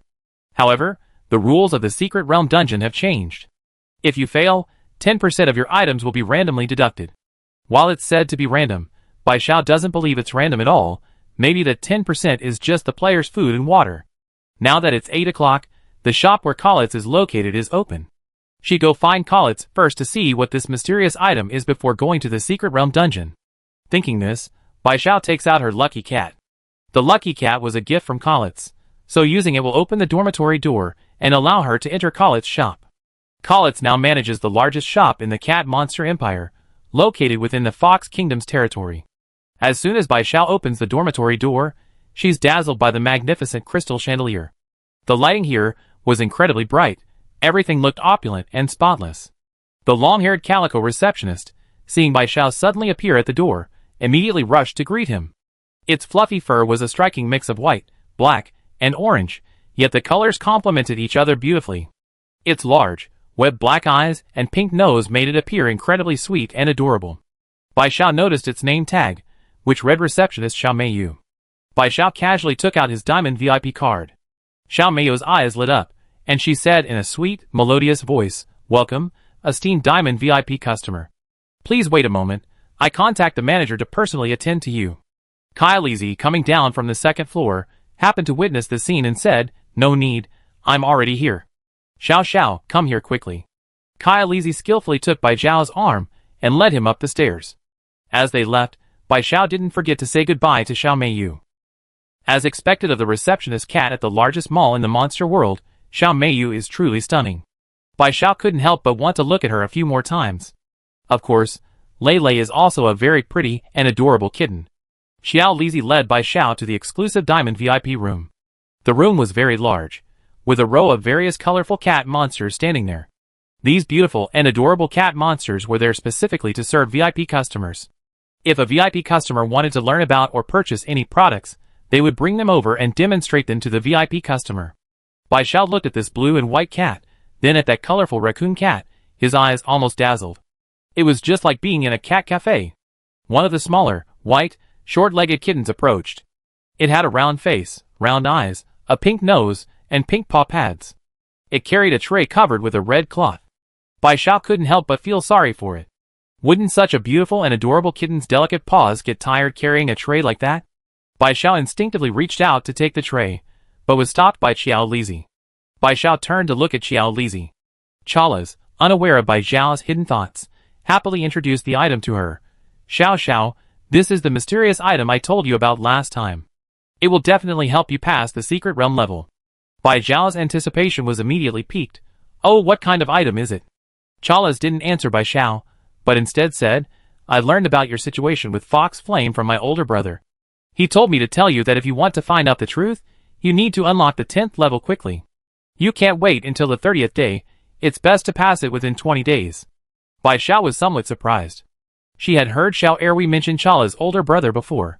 The current ruler of the cat monster empire was named Caramel, a short-haired golden-shaded cat monster. Why did Caramel know about the 30-day event? Did Fox Flame tell it? But how did it know? It's best to unlock the 10th level within 20 days of the game. What exactly is the 10th level? What did Caramel know? Chocolate. Actually, this item was given to you by my older brother. He said he trusts you and hopes you won't disappoint him. After saying this, Chocolate lifted the red cloth covering the tray in the short-legged white cat's hands. Once the red cloth fell, the item inside the tray was revealed to Bai Xiao. On the tray was a fist-sized green gem. Its green hue resembled a firefly in the forest, evoking images of nature and vitality. Chapter 254. Jules said, word by word, the cat monster empire's most precious treasure, the healing gem. Its only function for humans is immortality. Bai Xiao looked at the gem, then at Jules, appearing completely bewildered. Even though she wasn't a local, how could she not understand the gem's value? Immortality. That single function alone was enough to make everyone want it. Jules explained, this is a legendary treasure of the cat monsters in the monster world. It's a gem that existed within the cat monster race since their very inception. The cat monsters have passed it down through generations, entrusted to each leader of the race. It's inextricably linked to the fate of the cat monster clan. Bai Xiao was stunned for a long time before stammering. So, this is your family heirloom? Jules, no, it's not mine. It used to belong to all the cat monsters. Now it's a newly listed item in the Fox Empire's shop, priced at 3,000 nightmare coins. Bai Xiao knew this gem was worth far more than 3,000 nightmare coins. It was priceless. The price was simply set so she could afford it. After acknowledging the gem's power, Bai Xiao desperately wanted it, but she was concerned about what Colas had said, that the gem was inextricably linked to the fate of their cat monster race. Bai Xiao, if I take the healing gem, what impact will it have on the cat monster race? Colas remained silent, as did the other cat monsters. Bai Xiao simply stared at Colas, waiting for it to speak. Colas finally spoke. Our cat monster level isn't high in the monster world. Even my eldest brother, second brother, and I are only level 3 monsters. The highest ranking cat monster in our recorded history only reached level 4. Most ordinary cat monsters might remain at level 3 their entire lives. Because our cat monster levels are low, unlike other monsters that can reach level 5, 6, or even 7, our lifespan is also very short. Our average lifespan is only a little over 130 years, but the healing gem is linked to our fate. It can slow down the aging process for all cat monsters, allowing us to live to an average of 300 years, like higher-ranking monsters. Chalas paused, meeting Bai Xiao's gaze, and said helplessly, if you take the healing gem, our cat monster lifespan will return to normal, with an average lifespan of 130 years. Bai Xiao remained silent for a long time. She was just a human, and the average human lifespan was less than 100 years. She was barely 20 years old before being sentenced to death. If she could live to be 130 like the cat monsters, she would laugh in her dreams. But Bai Xiao knew that people were different, and monsters were different too. There was no comparison between them. A creature that could originally live to be 300 years old had its lifespan drastically reduced, not even reaching 150 years, a premature death in the human world. For the cat monsters, this healing gem was no different from their own lives, but Bai Xiao saw no difference on any of their faces.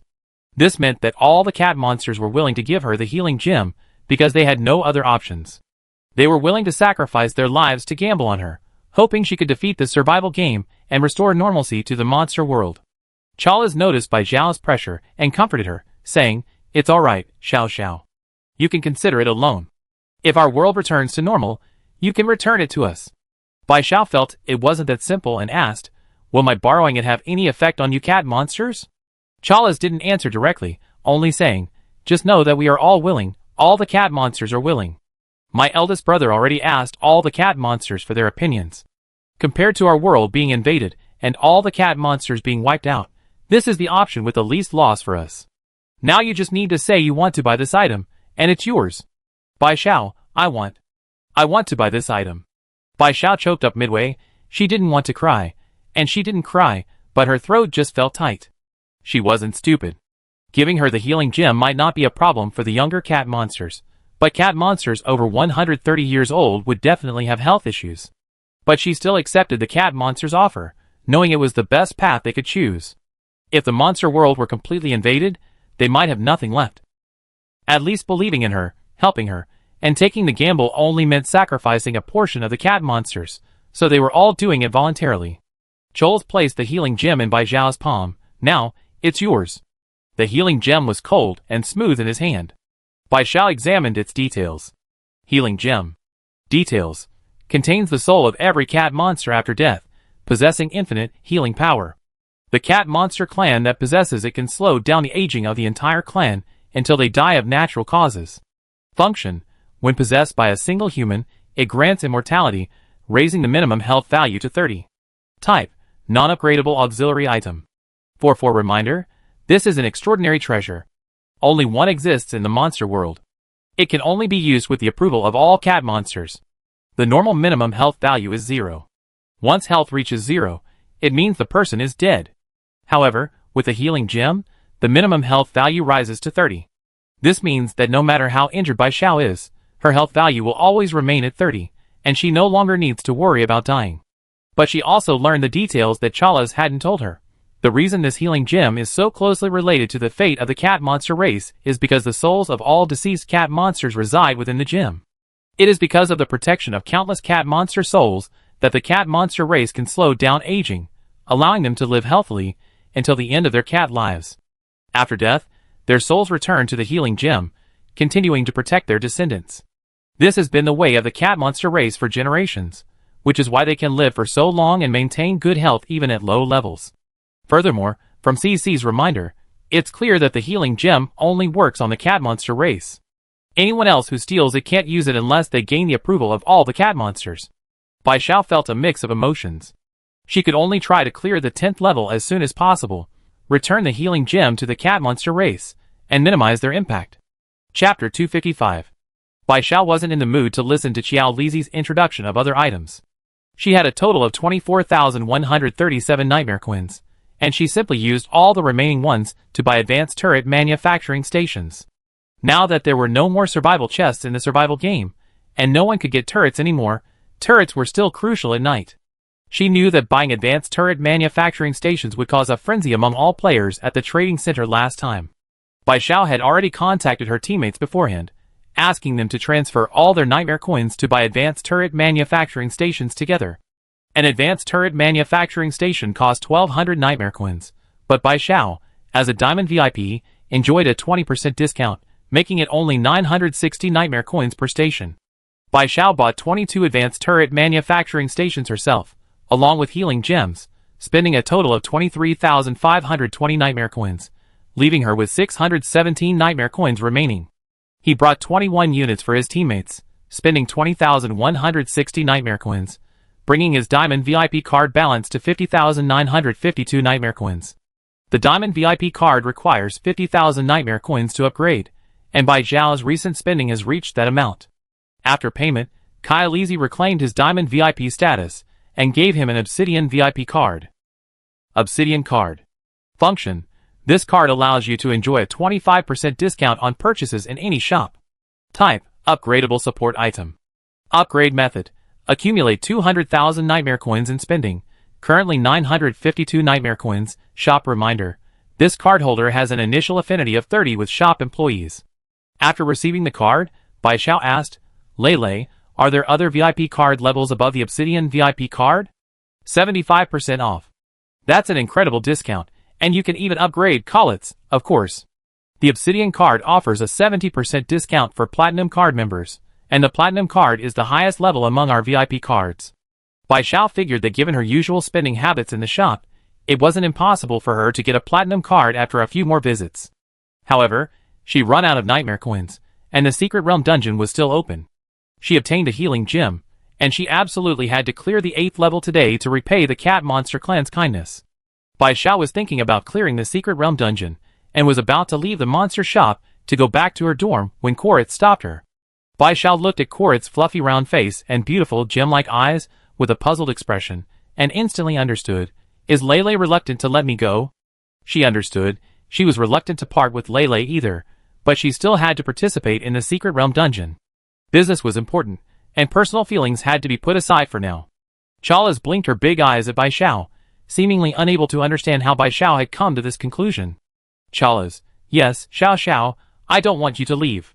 Before, when I was at the mobile game store, the customer service area was too small, and I didn't get to properly serve you. Now you're in our biggest store, with VIP reception rooms all over the floor. You don't need to be in such a hurry to leave, at least experience the VIP treatment. Bai Xiao was a little confused. VIP treatment was just a discount, right? Even if there were other services, she wasn't in the mood for that right now. The two-headed snake monster in the 8th level of the Secret Realm was waiting for her to kill. Besides, Chalice wasn't usually like this. Why was she suddenly so clingy today? Chala's round eyes stared intently at Bai Xiao, her tone carrying a hint of ambiguity. You can listen to music in the reception room. Our mall has a professional orchestra performing live. Aren't you a big fan of music? You can even have something to eat and drink while you listen. What would you like? Bai Xiao initially wanted to refuse Chala's, saying this wasn't a time to relax, and besides, she couldn't pack all the food in her bag to take home. It wouldn't be of any use to her. But just as she was about to refuse, a flash of insight struck her. Suddenly, she understood why Chalice had that look and tone. She was subtly hinting at something. Bai Xiao wanted to slap herself. How could she have missed such an obvious hint? She had clearly been blinded by Chalice and all the other cat-like creatures around, only thinking about enjoying the cat cafe services. Bai Xiao's expression immediately changed, and she smiled, saying, I want to eat everything. Bring me whatever you have. Xiao Lizi knew Bai Xiao understood her hint, and a look of satisfaction flashed in her eyes. She readily agreed, Okay, I have them bring it up right away. I call the band over to play for you. Bai Xiao nodded, and all the cat monsters in the VIP room left to fetch food for Bai Xiao, their VIP customer. The large VIP room was now empty except for Bai Xiao. She looked around, not seeing any other monsters, and then opened the game interface. Her teammates were still waiting for her message. They had given her their nightmare coins to help them purchase items, and she had always calculated the prices for them using the VIP discount. This way, her teammates could buy items from the store at the cheapest price, and she could accumulate VIP card spending. Wasn't that a win-win situation? However, she didn't plan to give the advanced turret crafting stations she had bought for her teammates to them. Bai Xiao didn't keep a single one of the 43 advanced turret crafting stations. She uploaded them all to the trading center. The original price of an advanced turret crafting station was 1,200 nightmare coins, but Bai Xiao priced it at 2,000 nightmare coins per station after uploading. Don't be fooled by her price of 2,000 nightmare coins. It's actually not expensive at all.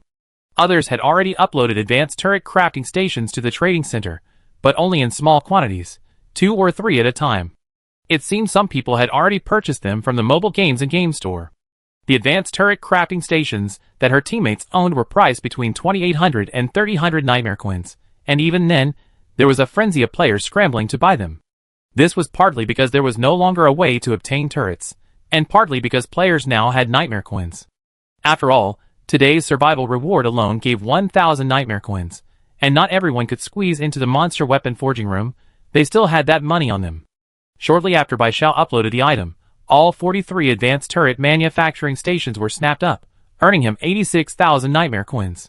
When Collins returned with her band, and the other cat monsters brought back food, Bai Xiao immediately said, I feel like I didn't buy enough items. Can I buy some more? Colette looked delighted, though her surprise was clearly an act. Of course. What other items do you need? Advanced turret manufacturing stations cost 1,200 nightmare coins each. She was now an Obsidian VIP customer, enjoying a 25% discount. After the 26% discount, an advanced turret manufacturing station only cost 900 nightmare coins, making the purchase price even lower. Bai Xiao did some mental calculations and said, I need 95 more advanced turret manufacturing stations. Chapter 256. After a 7.6% discount, a high-level turret manufacturing station only costs 900 nightmare coins. The cost price is even lower. Bai Xiao calculated in his mind and said, I need another 95 high-level turret manufacturing stations. 95 high-level turret manufacturing stations will cost 85,500 nightmare coins. Jules didn't hesitate to send the cat monsters out to get items. Bai Xiao's obsidian card spending instantly increased to 85,500 nightmare coins. 96 high-level turret manufacturing stations. Bai Xiao calculated that his own nightmare coins would account for 50 stations, while his teammates would account for 46.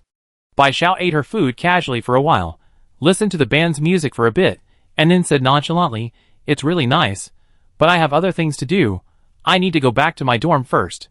Chalice took out a lucky cat figurine. Wait, your spending today has reached the amount for a free lucky cat. Welcome back next time. Bai Xiao took the lucky cat and solemnly said, Thank you. This thank you, of course, wasn't because of the lucky cat, but because Lele was willing to indulge her in this kind of reselling. The Monster Mall didn't mind buying items from them, and then reselling them, but openly reselling them within their mall was obviously not allowed. That's why Chalice deliberately sent all the cat monsters away, letting Bai Xiao sell the items alone in the VIP room, obtain nightmare coins, and then buy more items. Chalice smiled and said, You're welcome. We're friends, after all. You have things to do, so go back now. I have to go and greet other guests too. Bai Xiao smiled, nodded, turned around, and left, returning to his dormitory. Back in her dorm, Bai Xiao uploaded 96 advanced turret manufacturing stations to the trading center, still priced at 2,000 nightmare coins per station. Within 10 minutes, the advanced turret manufacturing stations were sold out. After all, there were over 9,000 players in Unit 4 of Building 90, and these turrets weren't enough for everyone in their dorm. Bai Xiao now had 192,000 nightmare coins. She calculated that of these 150,000 plus nightmare coins, 100,000 were hers, and the remaining 92,000 were for her teammates. Bai Xiao distributed the nightmare coins to everyone. Each member of the team received over 10,000 nightmare coins out of the total. The 18-year-old cleaning lady, what's going on? I gave you over 2,800 nightmare coins, and you transferred over 10,000 nightmare coins to me? Even if you're rich, you wouldn't be so extravagant. I only need my share. The 18-year-old cleaning lady had calculated that her nightmare coins were only enough to buy 3 advanced turret manufacturing stations, and that was only because Bai Xiao gave her a discounted price of 960 nightmare coins. Otherwise, she could only buy 2. According to the price of 2,000 nightmare coins that Bai Xiao had discussed with them, if she uploaded the advanced turret manufacturing station to the trading center, she should only receive a little over 6,000 nightmare coins, not possibly over 10,000. The swaying lily, Xiao, what's going on? Why did you suddenly give everyone so many nightmare coins? The swaying lily felt that although Bai Xiao was usually very good to her teammates and never forgot them when there were good things, she wouldn't sacrifice her own interests to give her nightmare coins to her teammates. This isn't even being kind to teammates. It's downright insane. The teammates were all pressing Bai Xiao for answers, and they wouldn't even accept the money unless she explained. Bai Xiao had no choice but to explain the whole story. This was nightmare coins earned from reselling twice, so it was more than they had expected. Can I live? I was completely shocked. You mean you're currently in the monster shop, buying items, uploading them to the trading center, and then using the nightmare coins to buy more in the monster shop? All illness is cured, that's it. Wei Shui Yang. My goodness, the big shop is really something else. I tried doing the same thing in the mobile game shop before, but after buying the items, the shop manager asked me to leave, saying, Don't take up space where there's less space. Swaying lily, I don't think it has anything to do with space size. It's obvious the manager was being lenient, deliberately letting Xiao do this. Don't follow this example. If you don't get along with the manager, you easily get blacklisted by the shop. 18-year-old cleaning auntie, I always. Now I know how important the monster vein is. 2,000 nightmare coins turned into over 10,000. I never even dared to dream of that before. If this happens a few more times, we never be short of money again. Very like junior sister, I'm thinking of saving up my nightmare coins, so Xiao Xiao can go to the monster shop again and resell them, doubling the profit again. Ruffled Lion King, Captain, I'm in awe of you. Upgrading weapons will never be a problem again. I only spent over 1900 nightmare coins, and it turned into over 8,000. Elegant Pien, I feel like I latched onto a powerful figure, I'm already thrilled. All illness is cured. It's not as amazing as you guys make it out to be. The shop doesn't allow this kind of behavior, but the shop manager has hinted that they're willing to turn a blind eye, so it's okay to do this, but it can't go too far. Can I survive? I understand. It's Sister Zhao's strange talent again, isn't it? Because Bai Xiao, a member of the first team, at the very least, like the bristling Lion King, invested less than 2,000 and earned over 8,000. The most she invested was over 3,800 and earned over 16,000. Everyone was overjoyed to have earned so many nightmare coins. They never been so wealthy before. Bai Xiao earned 100,000 nightmare coins, and now her balance is 100,800, enough to add a weapon spirit skill to the monster weapon forging room. However, Bai Xiao had already used her SVIP card for the monster weapon forging room this week, so she couldn't enter directly with it. She still had 2 monster weapon forging room invitation cards. But even using the invitation cards wouldn't get her in. The monster weapon forging room was already full. Bai Xiao figured one more day wouldn't make a difference. Tomorrow would be a new week, and even if the monster weapon forging room was crowded, she could still enter with her SVIP card. She chatted with her teammates for a while, then checked the time. She'd gone to the monster mall at 8 o'clock, and it was almost 10 o'clock now. Her teammates had already come out of the monster weapon forging room. All illness is cured. How did things go? Did you clear it? 18-year-old cleaning ant. I didn't clear level 7. That tiger monster was even stronger. After failing and leaving the monster realm, 10% of my items were deducted, including 3 compressed biscuits and a bottle of water. I was down to a third of my food. Swaying Lily. I didn't clear it either. My food and water were also deducted. We discussed it, and all those who failed had food and water deducted from their items. Chapter 257. Wei Shui Yangyang. But don't worry too much. Next time we go to the monster weapon forging room, we can add a few more skills, level up, and we can still clear the game. Can I live? Yeah, we can add another hard crowd control skill. Roasted Lion King. If all else fails, there are still cockroach cookies. We discussed it, and no one has been penalized with cockroach cookies. All diseases cured.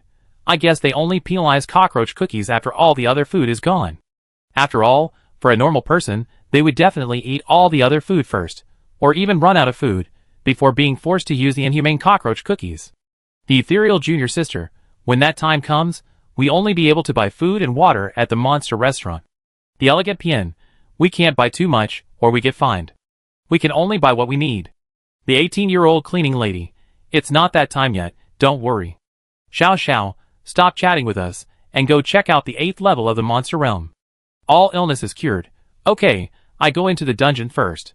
Bai Xiao closed the game interface, picked up her scythe, and entered the vortex gate.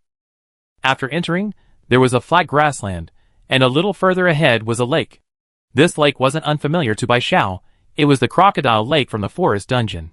She remembered how cold the lake water was, it had even given her a cold once. The surface of the crocodile lake was very calm, but Bai Xiao, who already knew what the 8th level was about, knew very well that the 2-headed serpent monster was most likely at the bottom of the lake. Welcome to the 8th level of the monster realm. Kill the 2-headed serpent monster to clear the level. Secret realm reminder. Killing the 2-headed serpent monster will reward you with a poison sac, a material for upgrading the gate. As soon as CC finished speaking, Bai Xiao saw the previously calm lake surface suddenly stir. With a splash, 2 enormous snake heads broke through the water. It was a pure black snake, its entire body pure black except for its red eyes. It stood upright, its 2 heads facing Bai Xiao, its 4 eyes staring straight at him, devoid of any emotion. Since Taisher, Bai Xiao hadn't seen such emotionless, feelingless red eyes. Perhaps it was because the 2-headed snake monster was essentially a skeleton? Strictly speaking, this 2-headed snake monster in the 8th level of the secret realm wasn't a living being, it had been resurrected by the survival game. Although it possessed the body and abilities of a 2-headed snake monster, it had no capacity for thought and no emotions. The 2-headed snake monster charged at Bai Xiao without hesitation. Its left head opened its mouth, spitting out a clear liquid, its venom, deadly to any creature. Moreover, it was incredibly fast, so fast that few creatures could react and dodge its venom spray. Although Bai Xiao dodged, due to her speed, she only managed to avoid half her body, the other half was still contaminated with snake venom. Despite wearing combat gear, Bai Xiao still felt a burning pain, as if pepper spray had been poured on her skin. In fact, this dose would have been fatal to other players. They would have died the moment the two-headed serpent monster's venom touched their bodies. But Bai Xiao had no shortage of life right now. With a healing gem on her, no one in this world could survive longer than her. Even if the two-headed serpent monster was incredibly venomous, it couldn't kill her. Bai Xiao truly couldn't dodge, and since she wouldn't die, she simply stopped dodging and attacked the two-headed serpent monster directly, relentlessly provoking it. Taking advantage of her small size, which prevented the two-headed serpent monster from grabbing her, Bai Xiao kept running forward, trying to lure the two-headed serpent monster out of the lake. She hadn't forgotten that this creature was a water snake, easily killed if out of water for too long. Finally, through Bai Xiao's relentless efforts, she lured the two-headed serpent monster ashore. Her next task was to stop the two-headed serpent monster from returning to the water. At first, the two-headed serpent monster only wanted to kill Bai Xiao, but as time went on, and its skin became increasingly dry, it instinctively tried to return to the water. At this point, Bai Xiao would stop it, preventing it from leaving. Bai Xiao was now completely enduring the attack. Her health had already dropped to 30 when she lured the two-headed serpent monster ashore, and almost 2 hours later, her health was still at 30. However, enduring the attacks wasn't without its benefits. Bai Xiao frequently heard CC's reports. Combat power +4. Stamina +4. Maximum health +4. Because he was constantly being attacked, his stats kept increasing. This was probably the legendary no pain, no gain. Finally, after 3 hours of Bai Xiao trapping the two-headed serpent monster on the shore, a crackling sound emanated from its body. Upon closer inspection, it was the two-headed serpent monster's scales, which were beginning to crack due to lack of strength. The crackling sound was the scales splitting open. To conserve his energy, Bai Xiao, who hadn't attacked much, knew it was now his turn to strike. The two-headed serpent monster's defense plummeted after its scales cracked. Even with its high health, it couldn't withstand Bai Xiao's scythe, and soon died under his blade. Congratulations to player all diseases cured for successfully clearing the 8th level of the monster realm. Reward: Poison Sac X1, now in player's inventory. Congratulations to player all diseases cured for becoming the first player to clear the 8th level of the monster realm. First clear reward: Glimmer of Light. Congratulations to player all diseases cured for unlocking the 9th level of the monster realm. Continue clearing? Bai Xiao was still wondering what Glimmer of Light was. As a first clear reward, why hadn't CC explained its function? Seeing the option to continue clearing, before Bai Xiao could choose, CC's announcement rang out again. The monster realm is about to close. Players who haven't evacuated yet, please evacuate within 10 seconds. Otherwise, the vortex gate of the monster realm will close, and players will be trapped in the monster realm until it reopens at 8 a.m. the next day. 10-9. Bai Xiao had barely heard the beginning when she turned and ran towards the vortex gate behind her. She hadn't expected the secret realm dungeon to close so quickly. She had entered the monster secret realm around 11 p.m., and had already been there for over 4 hours. When the countdown reached 5, Bai Xiao plunged into the vortex gate and returned to dormitory 4444. Shortly after, the countdown ended, and the vortex gate disappeared. Bai Xiao felt a little regretful that she hadn't been able to explore the 9th level. Today's rewards for the top 20 players on the Monster Secret Realm leaderboard are a Lucky Cat item from the mobile game store and shopping vouchers. Bai Xiao wasn't surprised by the item rewards for this week's Monster Secret Realm leaderboard. Without survival chests, players only had nightmare coins and didn't know where to spend them.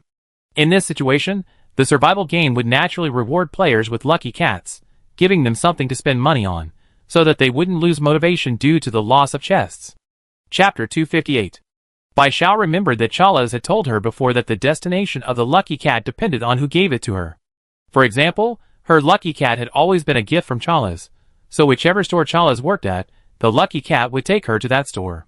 The Lucky Cat reward for today's Secret Realm ranking should have been provided by the mobile game store manager in charge of the dormitory building. Regardless, Bai Xiao still really wanted the Lucky Cat item, since she could make a fortune every time she went shopping and returned to the trading center. She was currently leading in the levels, and it was obvious she would be number 1 on the leaderboard, so she would definitely get a Lucky Cat. She just didn't know how many she would be rewarded with. Monster Secret Realm Ranking.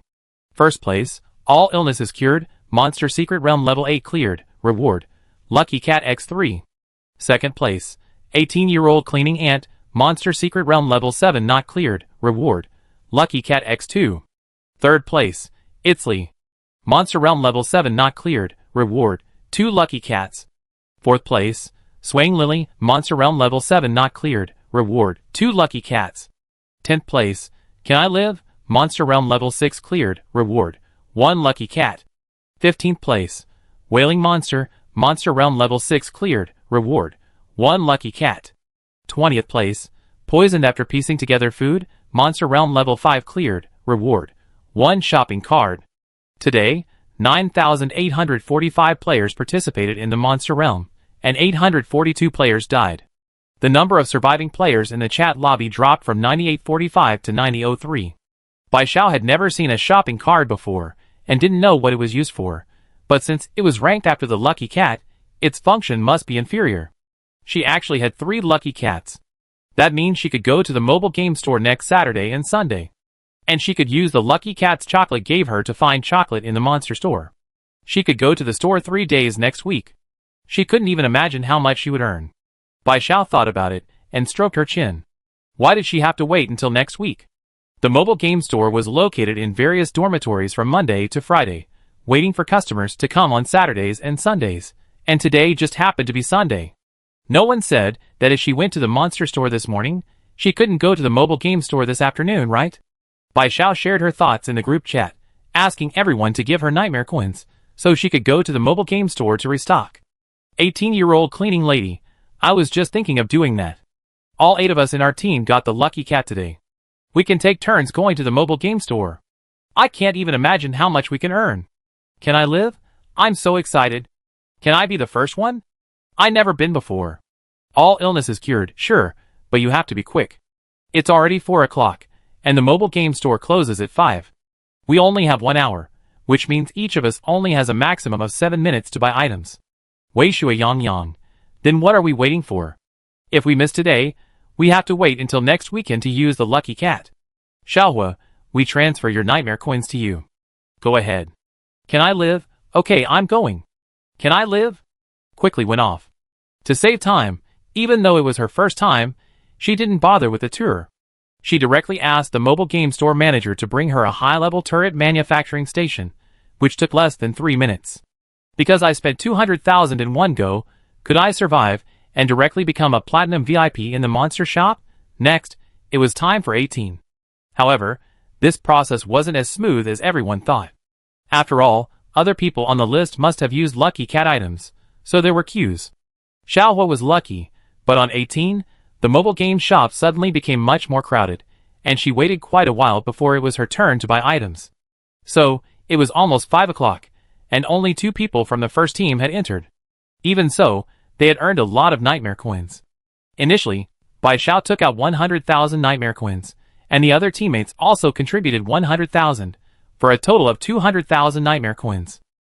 Through the buying and selling by teammates Xiaohua, 18, and Yang Yang, the nightmare coins had grown to a terrifying 554,400. Of the 277,200 nightmare coins, 277,200 belonged to Bai Xiao, and the other 277,200 belonged to the team of 7.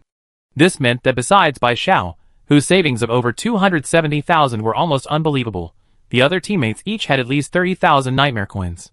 With less than 10 minutes until 5 p.m., it was Bai Xiao's turn. She had a VIP discount, while others spent 1,200 nightmare coins. She only needed 900. It would be a waste if she didn't go. After using the Lucky Cat, Bai Xiao entered the mobile game store. The manager mentioned a strange black cat monster, completely black from head to toe. Bai Xiao looked at the details. Its name was Xiao Xuanzi.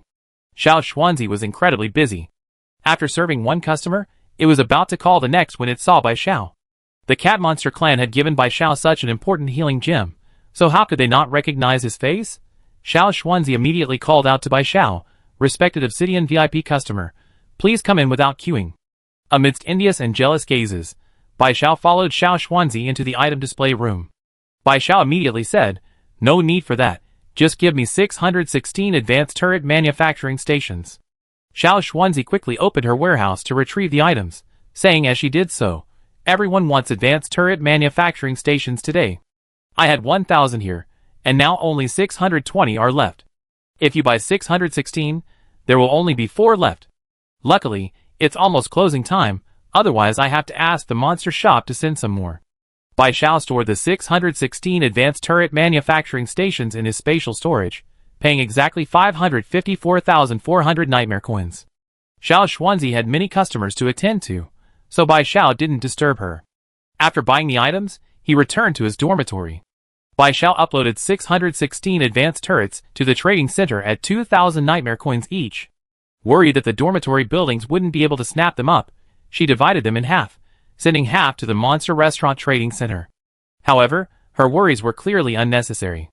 The advanced turret manufacturing station sold out immediately upon listing, yielding 1,232,000 nightmare coins. Bai Zhao's savings instantly jumped to 616,000 nightmare coins. Over 610,000 nightmare coins, something Bai Xiao wouldn't have dared to dream of before. But now, not only did she have them, but her teammates did too. The first squad now averaged over 80,000 nightmare coins each. Just this morning, they were practically penniless, scraping together only around 3,000 nightmare coins. Chapter 259. The team members who received nightmare coins were ecstatic. It was a huge sum of money. With this money, clearing the Monster Secret Realm dungeons would be a breeze. Can I live? Now I finally understand that saying, spending money is fun for a while, and spending money all the time is even more fun. As long as I spend enough, I can leave all the other players behind. 18-year-old cleaning lady. I only got about 3,000 nightmare coins this morning, and over 80,000 in one day. I bet nobody believes me. They think I'm talking in my sleep. Wei Shui Yang Yang. If I knew reselling items was so profitable, why would I be doing information exchange? However, Wei Shui Yang Yang was just saying that. Everyone knows reselling items is profitable, but who has the means to do it? Swaying Lily. The only drawback now is. The problem is we can't get into the monster weapon forging room. Otherwise, we could upgrade our weapons to God tier, add a few more skills, and like Xiao Xiao, clear 2 levels in a row tomorrow to unlock level 9. That would be no problem at all. Very like junior sister, how about we try getting up early tomorrow, and using the monster weapon forging room invitation card at exactly 6 o'clock to see if we can get in. Elegant Pien, will that work? Is the monster weapon forging room open at 6? All illnesses cured. It's not open, but it doesn't matter. I went around 6 last time, and Iron Hammer was already at work. Can I live? Then let's try and see if we can squeeze in tomorrow. I estimate the monster weapon forging room has received at least tens of thousands of people today, because people in the chat lobby have been complaining all day about not being able to get in. Angry Lion King. Business is booming. I wonder if they can handle all these weapon upgrades. I remember weapon upgrades used to take 2 hours, right? With so many weapons, won't the waiting time be delayed? Weapons are crucial for players. If there's a delay, they need to know how long it will take before deciding whether to upgrade that day. But if they don't plan to upgrade because the waiting time is too long, they waste a monster weapon forging room invitation card, making a wasted trip. 18-year-old cleaning ant, your concern seems reasonable. Why don't we ask those players who squeezed into the monster weapon forging room today in the chat lobby how long their weapon wait times are? Very like junior sister, I think we should ask. Better safe than sorry. Can I live? That makes sense. I go ask right now.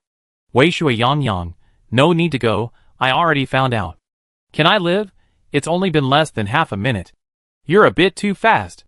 18-year-old cleaning ant, quickly. Tell me, has the waiting time for their weapon upgrades changed? Wei Shui Yang Yang, no, it's still 2 hours. It's not an isolated case. Players who went during the morning, noon, and evening all said the waiting time is still 2 hours. Bai Xiao found it strange. Before, when there weren't many people, it took Tai Chui and the others 2 hours to upgrade their weapons. Today, with so many people, there must be a lot of weapons to upgrade, yet it's still 2 hours. Bai Xiao was a little worried that Tai Chui was overworking himself, so he sent a message to Kai Kai to ask about the situation. Kai Kai replied quickly. Kai Kai, we used to forge our own weapons. Just last night, the survival game suddenly rewarded the monster weapon forging room with a fully automatic upgrade system item. This item is amazing. Weapons put in it automatically upgrade after 2 hours, and there's no limit to the number of weapons. Kai, last night we didn't understand why the survival game would reward this, but we found out this morning. Because a bunch of people started pouring in at 6 o'clock. From 6 o'clock until now, we haven't had a break at all. It's lucky we have this item, otherwise we probably would have worked ourselves to death, and only been able to serve 100 people today. By Bing Quan Xiao, I see. Does the weapon upgraded by this item have the same effect as yours before? The previous weapons were upgraded with iron hammers, and Bai Xiao naturally trusted iron hammers, but this upgrade item was a reward from the survival game. Touching weapons made him a little sensitive. After all, these were things that could save his life, so Bai Xiao had to be cautious. Kai, the critical hit effect is of course the same, but don't worry, you're an SVIP customer of our monster weapon forging studio. Your weapon will definitely be upgraded and forged by our manager himself. It won't be put into an upgrade item. Although Kai said the critical hit effect is the same, it also mentioned that Bai Xiao is an SVIP, so her weapon won't be put into an upgrade item. Bai Xiao wasn't sure if she was being overly sensitive, but she felt that Kai's words had another meaning. But regardless of whether there was another meaning, it was still a good thing that Iron Hammer was personally forging a weapon for her. The survival game first rewarded the monster weapon forging studio with unlimited upgrade items, and then rewarded all surviving players with monster weapon forging studio invitation cards. She felt that these two things were a bit strange. Regardless of whether she was being overly sensitive, she genuinely couldn't believe that the survival game would be so kind as to create an item specifically to make weapon upgrades easier for players. You see, all the weapons in the survival game were crafted by Iron Hammer. This item in the Monster Weapon Forge was practically the only original item in the game, and something just didn't feel right. All illness is cured, thank you, Iron Hammer. Iron Hammer had finally freed his hands, and she was asking him to make it by hand. Kai, it's no trouble at all. Actually, forging weapons is our manager's hobby. Even if there were an automatic upgrade item, it would still forge weapons automatically. And it's not just the manager, we'd be happy to help as long as we asked. All illness is cured, okay, thank you. Bai Xiao mentioned this to the team, telling everyone to tell Iron Hammer to use the Monster Forge when upgrading their weapons, not the item. If this were mentioned explicitly, Iron Hammer would definitely agree, but if it wasn't, the Monster Weapon Forging Workshop would simply put the weapons into the auto-upgrade items. Can I survive? No wonder the weapon upgrade waiting time remains the same, yet they're getting so many orders. It turns out they're rewarding us with fully auto-upgrade items. Compared to items made in the survival game, it's definitely safer to have Manager Iron and thus craft them manually. Who knew the quality of auto-upgrade items would become so reliable? Swaying Lily, no matter what, it's always good to be cautious. We just have to trouble Manager Iron then. Very like Junior Sister. Luckily, I knew this beforehand. Although I don't know if the survival game will tamper with things, something does feel off. Elegant Grace, it is a bit strange. It started to feel odd this morning, when all players suddenly received Monster Weapon Forging Workshop invitation cards. Chapter 260. Can I live? Whatever, we deal with whatever comes our way. We can't figure out what the bad guys are thinking. They might not even be human. We can only take it one step at a time. All illness is cured, that's right, we don't know the specifics. At most, we just need to avoid doing things when something seems wrong. Can I live? Exactly. But should we announce this in the main hall? Swaying Lily, let's not. If everything is handmade, the Monster Weapon Forging Shop won't get many clients a day. All illness is cured. Most importantly, we don't have any evidence to prove something's wrong. It's all just our feeling. Without evidence, it's best not to say anything rash. What if someone? It wouldn't be good if they turned around and accused us of preventing everyone from upgrading our weapons. 18-year-old cleaning lady, right, in this situation, just protect yourself, don't worry about others. Can I live? Okay, I listen to you. Wei Shui Yang, I just checked the time flies so fast, it's almost 6 o'clock. Guess what kind of monster will appear in the corridor tonight? Although we have quite a few nightmare coins now, even a mosquito's worth of nightmare coins produced by the compensation succulents is still meat. All diseases cured. I can't guess, I didn't read the night section of the 30-day cleanup plan, I didn't have time. 18-year-old cleaning lady. Just seeing this name makes me angry. 30 days to clean up all of us, including the entire monster world, how arrogant. I want to see if I die in 30 days. This damn game. Even if it dies, none of us will. Can I survive? Yes, we won't die. Let the mastermind come and kill us if they dare, otherwise we refuse to accept our fate. Although they didn't usually talk about it, Since learning about the 30-day cleanup plan, everyone had a vague unease, worried that they really would die on the 30th day of the game. So they tried to avoid discussing the 30-day cleanup plan. However, despite the unease, everyone felt the same way the 18-year-old cleaning lady thought. Why should they just stay alive, because you say it's the 30-day cleanup plan? Let's see what happens to them in the survival game after 30 days. The ethereal junior sister said, even if the mastermind comes, we won't accept our fate. Either the mastermind dies, or we all perish together. Anyway, once they come, they won't leave alive. Wei Shui Yang Yang. I wonder who's behind all this, and what their motives are. By Bing Quan Shao, maybe they want to conquer this planet. Zhao Mao Shi Wang. But if they want to conquer the monster world's planet, why did they bring us humans here? What does it have to do with us? Or does they want to conquer both planets? By Bing Quan Shao, who knows? Regarding the situation in the human world has already relayed the information through CC. It's best not to let others know. Therefore, Bai Xiao didn't mention that the human world and the monster world are on the same planet, which is why humans were brought here. Can I survive? Whoever planned this survival game is definitely no good. Maybe they're dark, twisted, or even a psychopath. How can we normal people guess what a psychopath is planning? Swaying Lily, I think so too. 6 o'clock is approaching. The 17th night, the night of the centipede, is about to begin. The centipede monster's appearance countdown, 10, 9, 1. The group chatted until 6 o'clock arrived. CC's announcement rang out. Today's monster has made its grand entrance. Cure all illnesses. The centipede monster, judging from the name, it must have 100 legs, so its attack power must be pretty strong. Wei Shui Yang Yang. I hate bugs the most. Last time, during the night of poisonous insects or something, the dorm door was covered in bugs. It gave me trypophobia. Can I live?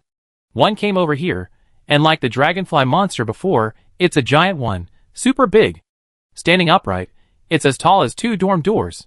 The dorm doors are probably 1.9 meters tall, so it's about 4 meters. I don't know if it has 100 legs. I know, but it really has so many legs. Can I survive? My goodness, the attack power is so high, 200 damage per second. My dorm door was almost blown away. Luckily there's a repair station. Wei Shui Yang Yang. You should say it's lucky not 2 came at once. The player next to me was so unlucky, he was targeted by 3 centipedes, 600 damage per second. He only has a level 5 diamond door, with only 800 HP. The turret didn't even have time to react before the door was destroyed. Can I survive? That's terrible. I also have an 800 HP diamond door. I'm lucky, no second centipede has come yet. I used a turret speed up card, and the centipede monster outside the door has been killed. I really hope we don't encounter 3 at once today, God help me. Wei Shui Yang Yang. Don't worry, I still have some garlic. I give you 2. If 2 come at once, use the garlic. I tried it before, garlic can repel all the monsters at the dormitory entrance, regardless of their number. Can I live? Okay, I'm much more relieved then. Bai Xiao glanced at the chat and her team, then calmly looked up at the door where 10 centipede monsters were densely packed together. Their legs were so numerous that Bai Xiao couldn't bear to look, it was too much of a strain on her eyes. Sometimes, watching her teammates discuss the number of monsters at night in the chat, Bai Xiao almost laughed. She figured there was no dormitory in the entire building that attracted more monsters than hers. She moved to several different dorm buildings, but dormitory 4444's monster-attracting characteristic hadn't changed at all. 10 centipede monsters dealt 2,000 damage to the door per second. She obtained a poison sac after clearing level 8 and upgraded the dormitory door. It was now a level 7 poison net door. Level 7 poison net door. Effect: deals damage when monsters attack the door. The poison has a 50% damage rebound rate, and continuously using it on monsters reduces their health by 2% per second. Health, 4,200. Type, dormitory facility. Upgrade materials. Steel X100, Glimmer X1, upgrade card X420. Bai Xiao only learned that Glimmer was also an upgrade material after upgrading the main gate.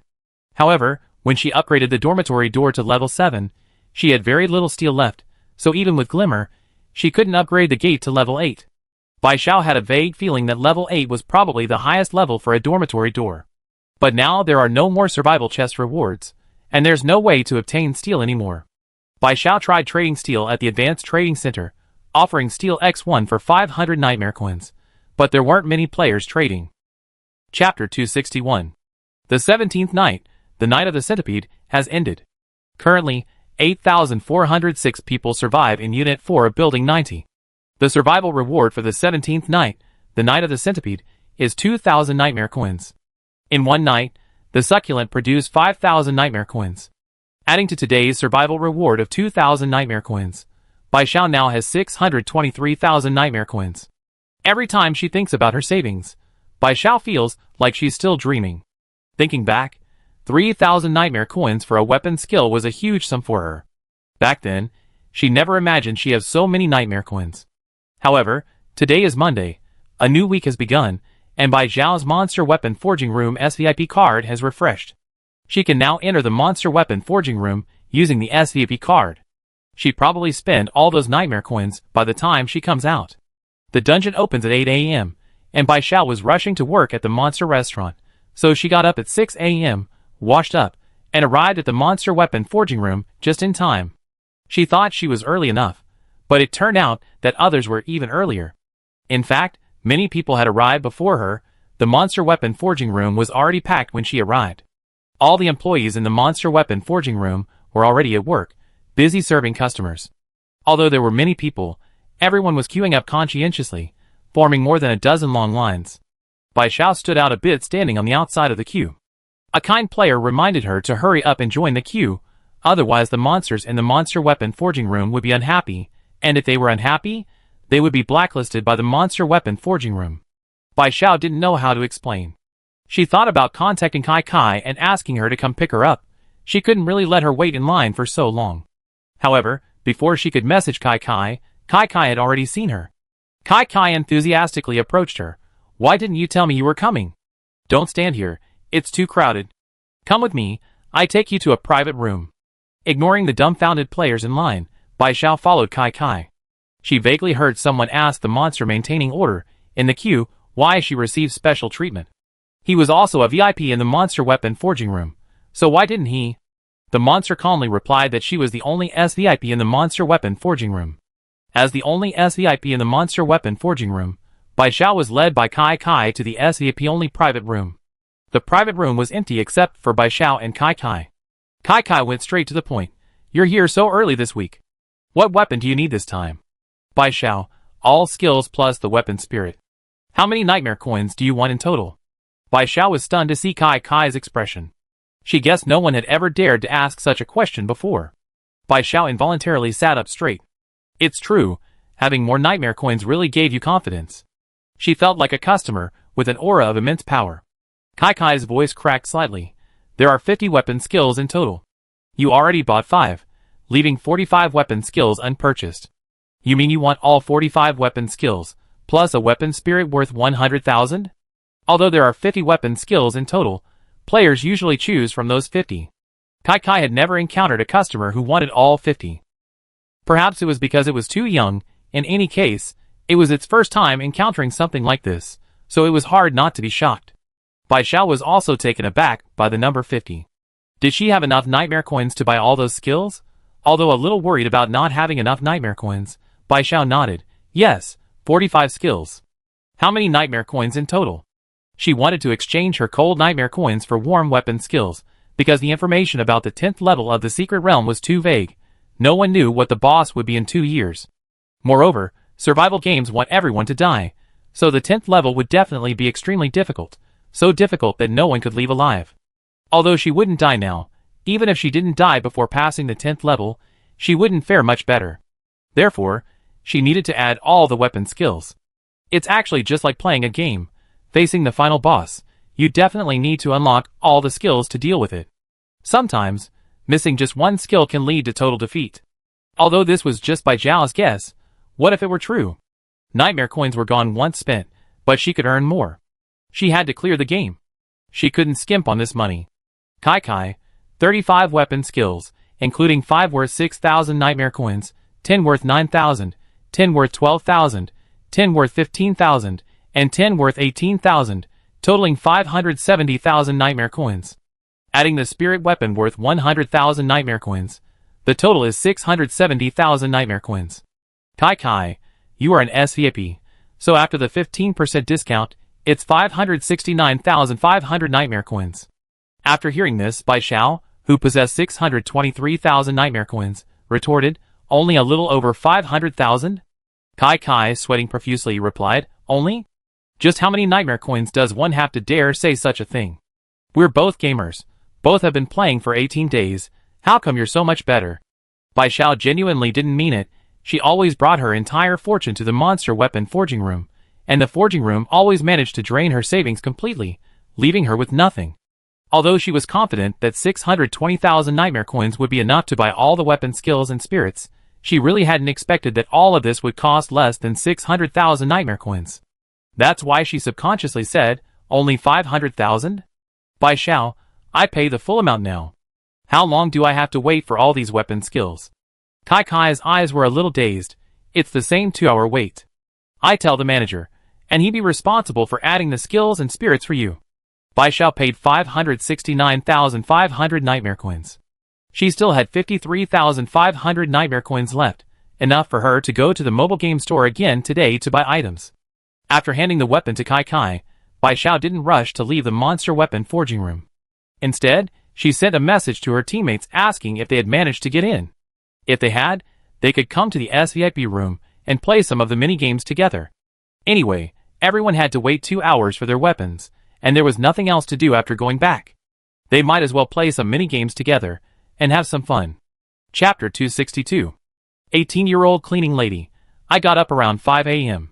From 5 hours 59 minutes and 59 seconds to 6 a.m., I used my monster weapon forging room invitation card and got in, but I'm in line. There are still 8 people ahead of me. Wei Shui Yangong, same as you, but I'm a little luckier. My line moved faster than yours. There are only 3 people ahead of me. 18-year-old cleaning lady, which line are you in? You're so fast. Wei Shui Yangong, 3rd line. 18-year-old cleaning lady, I'm in the 1st line. Swaying Lily, you should be grateful. I just squeezed in. There were at least 30 people ahead of me. Will I survive? The odds of getting into the monster weapon forging room seem higher today. I squeezed in too, in the 5th line. Ruffled Lion King. They must have adjusted the queues. Yesterday, the queuing wasn't this orderly. There are now 10 lines in the monster weapon forging room. The person at the front has a price list for weapon upgrades and skills. After looking at it, they pass it on to the next person, ensuring everyone sees the price list and weapon skill details first. Each line has a monster at the front. The person in line tells the monster their requirements, gives the monster their weapon, and then goes back. They can pick up their weapon 2 hours later. The ethereal junior sister, I want to fight someone. I'm in Team 9, and there's only one person ahead of me. The elegant Pian, don't worry, there's only one person ahead, it'd be quick. The ethereal junior sister, he's been dawdling for 5 minutes.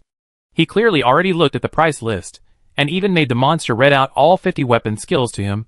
Then he just stood there thinking for a while, saying he has decision-making difficulties or something. Wei Shui Yangong, there really are people like that.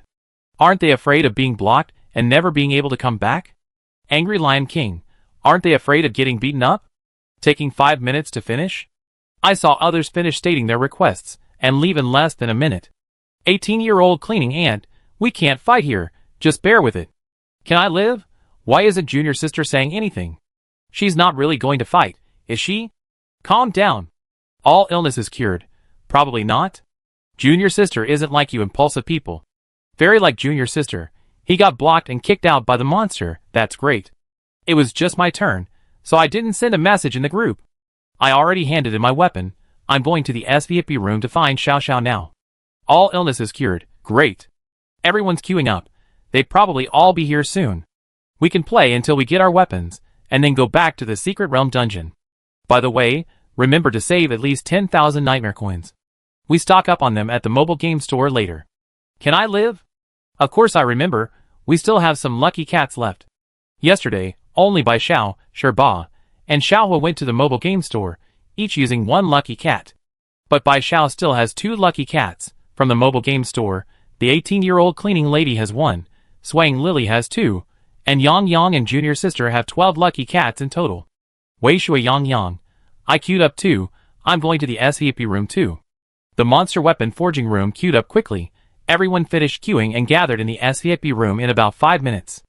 As the saying goes, Practice makes perfect, and they were already adept at taking out the mini-games from the drawer and starting to play. This time, the monster weapon forging room was very busy and didn't have time to entertain the players in the SEP room. There weren't as many snacks and fruits as last time, since only Bai Xiao was in there initially, unlike the special 8-person portion prepared before. But none of the 8 players minded.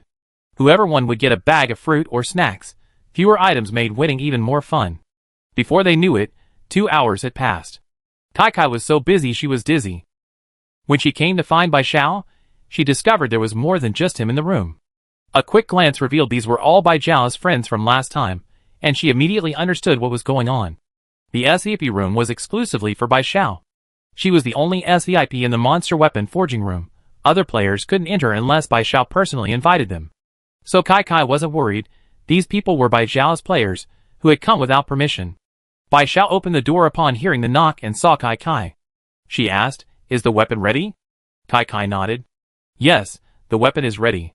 Also, our manager wants to see you." Kai handed the weapon to Bai Xiao.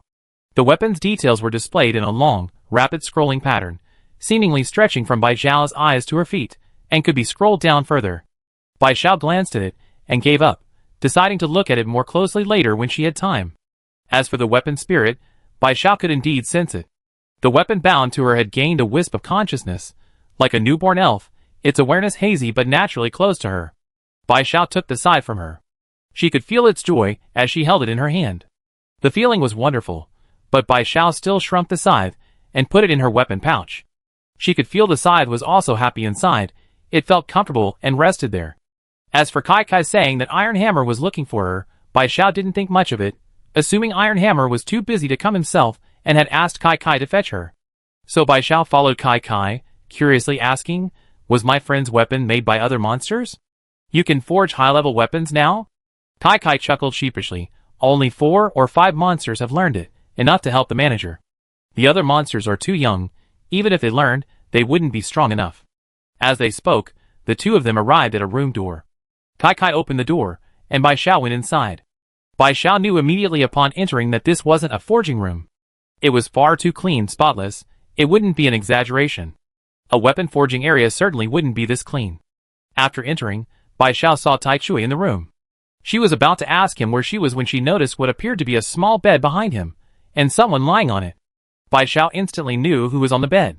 She quickly went to Tai Chui's side and, sure enough, saw a pale-faced man lying on the bed, even paler than the last time she had seen him. Bai Xiao looked up at Tai Chui, her eyes filled with uncertainty. "Him?" Tai Chui replied slowly, "He's not breathing." Chapter 263. Bai Xiao's face turned pale instantly. Tai Chui placed his iron-like hand on Bai Xiao's shoulder, his voice slow and cautious. "It's normal. He's been unconscious for so long, his body has reached its limit, but his soul is still there."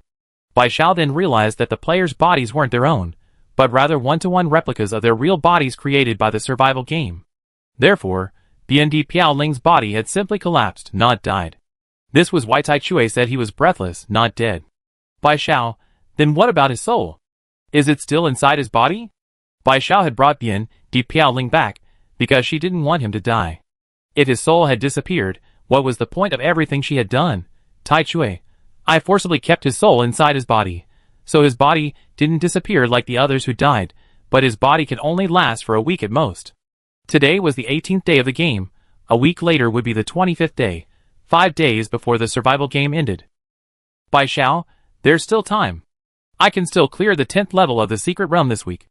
As things stand, all Bai Xiao can do right now is clear it ahead of schedule, even though there's no concrete clue that clearing the secret realm will win the survival game. Iron Hammer, you already purchased all the weapon skills and added the weapon spirit. I believe you can clear the 10th level of the secret realm. I take good care of him for the next 7 days. Bai Xiao nodded haphazardly. It's getting late. The secret realm has already opened.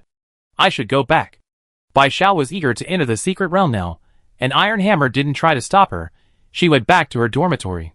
After receiving their weapons, the team members gradually returned to their dormitories. Now they all possessed God-tier weapons, and even more weapon skills. Furthermore, each of them had spent nightmare coins to purchase combat suits with the highest defense. Clearing the first 8 levels of the monster realm was no longer a challenge for them. As Bai Xiao entered the monster realm, she told herself that no matter what was inside, She couldn't become addicted or trusted. She carried a responsibility far more important than any pleasure. She had to pass the 9th level of the monster realm and escape. Welcome to the 9th level of the monster realm. Pass through the illusion of the 9th level to clear the level. Reminder, after clearing the level, the materials needed to upgrade the main gate will be automatically replenished. Bai Xiao looked around and realized that the terrain was actually the monster restaurant. She often worked at the monster restaurant, so she was very familiar with it. Recognizing herself at the elevator entrance, she instinctively headed towards her manager's office. After opening the manager's office door, Bai Xiao saw Xiu. Her kind and friendly golden monkey teacher waved to her as she approached. Xiao, come here. Although she knew it was an illusion, the golden monkey monster in the illusion didn't do anything to harm her. Seeing its identical appearance to Xiu, Bai Xiao politely greeted it as teacher, then sat down beside it and, as usual, expertly poured it tea.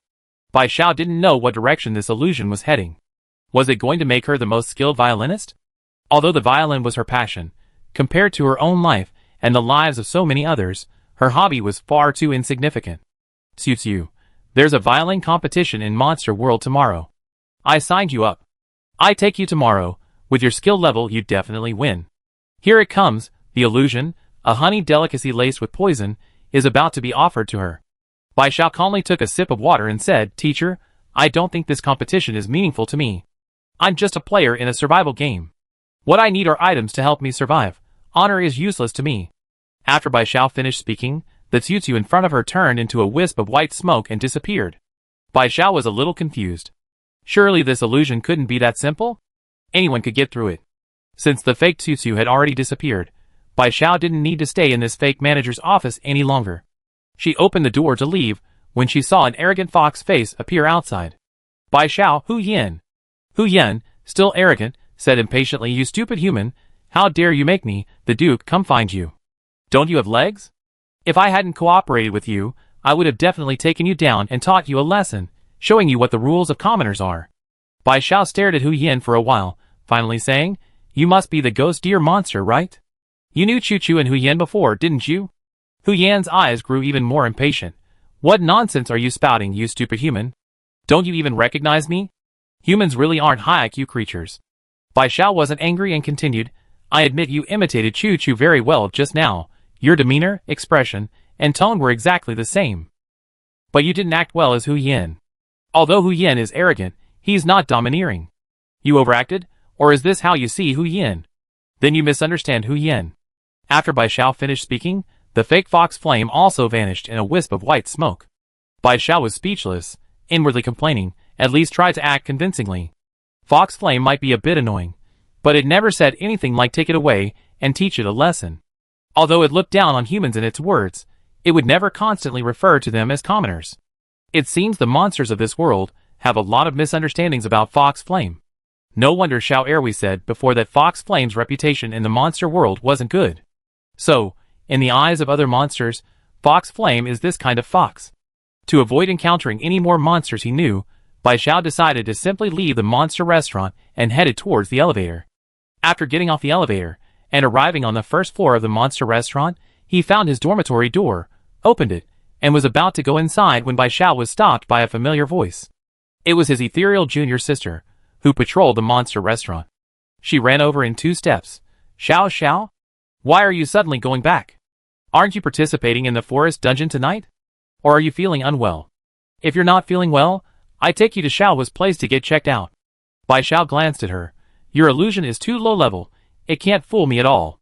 If this is what the so-called 9th level is like, then, to be frank, I think you got to be the boss of the 9th level through connections. Once, twice, 3 times, she had her temper too. Was it meaningful to use people and monsters she knew to deceive her? Doing so would only make her angry that her friend had been impersonated. Chapter 264. Bai Xiao ignored everything else, opened her dormitory door, and went straight in, returning to her familiar dorm room. Compared to living things, inanimate objects are harder to distinguish from reality. The furnishings in the dorm were exactly the same as in real life, making her feel for a moment as if she were truly back in her dorm. Bai Xiao could only keep telling herself that it was all fake. No matter how familiar it was fake. She couldn't be deceived by this illusion. After staying in the dorm for a while, because she was so bored, she habitually opened the game interface. The team chat was still the familiar one. 18-year-old cleaning ant. The secret realm will open soon. Are you all ready? Wei Shui Yang Yang. Do we need to prepare? Xiao Xiao already cleared level 9. She said level 9 is the easiest level. What are we afraid of? All diseases cured. What are you talking about? I cleared level 9. Although she knew it was fake, Bai Xiao couldn't help but ask, because she was really curious. Can I live? Didn't you pass it yesterday? You already forgotten? But you were indeed in a daze after clearing it, saying you couldn't remember how you got out. Could level 9 have some kind of mental effect? Wei Shui Yang Yang. Oh no, could it really cause some kind of after effect? Xiao Xiao, what do you remember? All illness is cured. Passed it yesterday? Isn't today Monday? I remember just coming back from the monster restaurant. There's no way the dungeon hasn't opened yet, right? Swaying Lily, you can check the time. It's only a little past 7 o'clock now. There's still about half an hour before the dungeon opens. As for the monster restaurant you mentioned, we haven't gone yet. You were out of sorts yesterday in the forest dungeon. You said you'd be fine after a nap, but you're still not better? Bai Xiao checked the time. It was only a little past 7. The monster dungeon was still open, so there was no way she could have gone to the monster restaurant today. This illusion was starting to get interesting. It was much scarier than just having acquaintances lie to her before. Now it was trying to alter her memories. All illness is gone. Stop pretending. I'm still in the illusion. I haven't left yet. You're all fake. Roasted Lion King. Oh no, something's really wrong. Even we're fake now. Very like Junior sister. Lily, why don't you go check on Xiao Xiao? I think she's acting a bit strange. She might really be affected by the 9th level of the dungeon. Swaying Lily. She's already on her way. Elegant Pian. Looks like we need to be careful when we go to the 9th level today. Maybe the hardest part of the 9th level isn't clearing it, but rather not being affected by it, and changing our perceptions and thinking. Can I live? Xiao Xiao. Don't be afraid, Xiao Xiao. You just forgotten a small part of your memory. We help you remember. Don't reject us, we're not fake. 18-year-old cleaning lady. Yes, you can ask us anything about our experiences. We remember everything because we're real. Wei Shui Yang Yang. Yesterday you entered the 9th level of the monster realm, and you came out not long after, telling us it wasn't difficult. Then we went to the monster restaurant and the forest instance together. Along the way, you kept clutching your head, saying you couldn't remember a lot about the 9th level of the monster realm. Can I survive? Bai Xiao asked. At first, I thought you had a brain injury, but your health was full, so there shouldn't be any external injuries. I suspected your mind might have been corrupted by the 9th level. But you said you were just too tired and that a nap would probably fix it, so we left the forest instance early, so you could rest. The 18-year-old cleaning lady replied, yes. Xiao's explanation was rather simple. If you want more details, we can explain it in more detail. Bai Xiao, seeing these messages, still stuck to her belief that she hadn't forgotten anything. It was all a lie. A knock sounded at the door. It was Swaying Lily standing outside. Bai Xiao hesitated for a moment before opening the door. After opening the door, Bai Xiao scrutinized Swaying Lily's expression. Perhaps because of her previous sarcasm, this fake Lily was identical to the real Lily in every way, movement, expression, and gaze, without any flaws or imperfections. The Swaying Lily? Xiao Xiao? Why are you looking at me like that? It's like you're looking at a stranger. Don't you recognize me? Bai Xiao didn't speak. Her gaze was condescending, conveying the feeling, I know you're fake. Keep pretending, and see if I believe you or not. But the Lily's concerned and worried expression didn't seem fake. She genuinely believed Bai Xiao didn't recognize her. She forced herself to calm down. Calm down, calm down. It's okay. As long as we're alive, we can solve any problem. It's just forgetting some things, it's okay. We remember, and we tell you everything you want to know. Bai Xiao's condescending gaze softened. Perhaps she truly was a soft-hearted person. Even knowing the Lily before her was fake, she didn't want to continue feigning indifference when the fake Lily was so anxious. Bai Xiao, stop pretending. I wouldn't forget my friends. I admit you acted very convincingly this time, but I trust my memory. I was in the 9th level of the secret realm for less than 20 minutes. Everything was an illusion. You know that, and so do I, don't we? The Swaying Lily took a deep breath. You scared me to death. I thought you really forgotten me. Turns out you just thought you were still in the illusion of the 9th level. Xiao Xiao, caution is never wrong. We're not in a hurry to change your mind. You can take more time to determine whether we're real or fake. The fake Lily's answer surprised Bai Xiao. She felt this was exactly what the fake Lily would say when she had lost part of her memory and doubted her friends. For a moment, Bai Xiao herself couldn't help but waver. Perhaps she knew she had come out of the monster's secret realm, but due to the influence of the ghost deer, she had forgotten her memories of leaving. It seems not impossible. If she treats all her friends as illusions, wouldn't it be natural for her to kill these fake friends in the end to break the illusion? Currently, the best developed players in the survival game are arguably their first squad. The survival game has probably wanted to eliminate them for a long time, but they can't do it themselves. But this method allows her to become a weapon, killing these fast-developing players. And given her personality, if she knew it was all real, and she had killed all her friends, she probably wouldn't survive. By then, all the well-developed players would be dead, and the survival game's 30-day cleanup plan could proceed perfectly. Chapter 265. Yes, she must still be in the illusion of the 9th level of the secret realm. The illusion will definitely try its best to make her think that this is the real world, which is why everything here is gradually becoming real. The swaying lily waved its hand in front of her eyes. Xiao Xiao Xiao Xiao, are you alright? Why are you spacing out again? Are you still doubting whether I'm real or not? Don't think about these things anymore.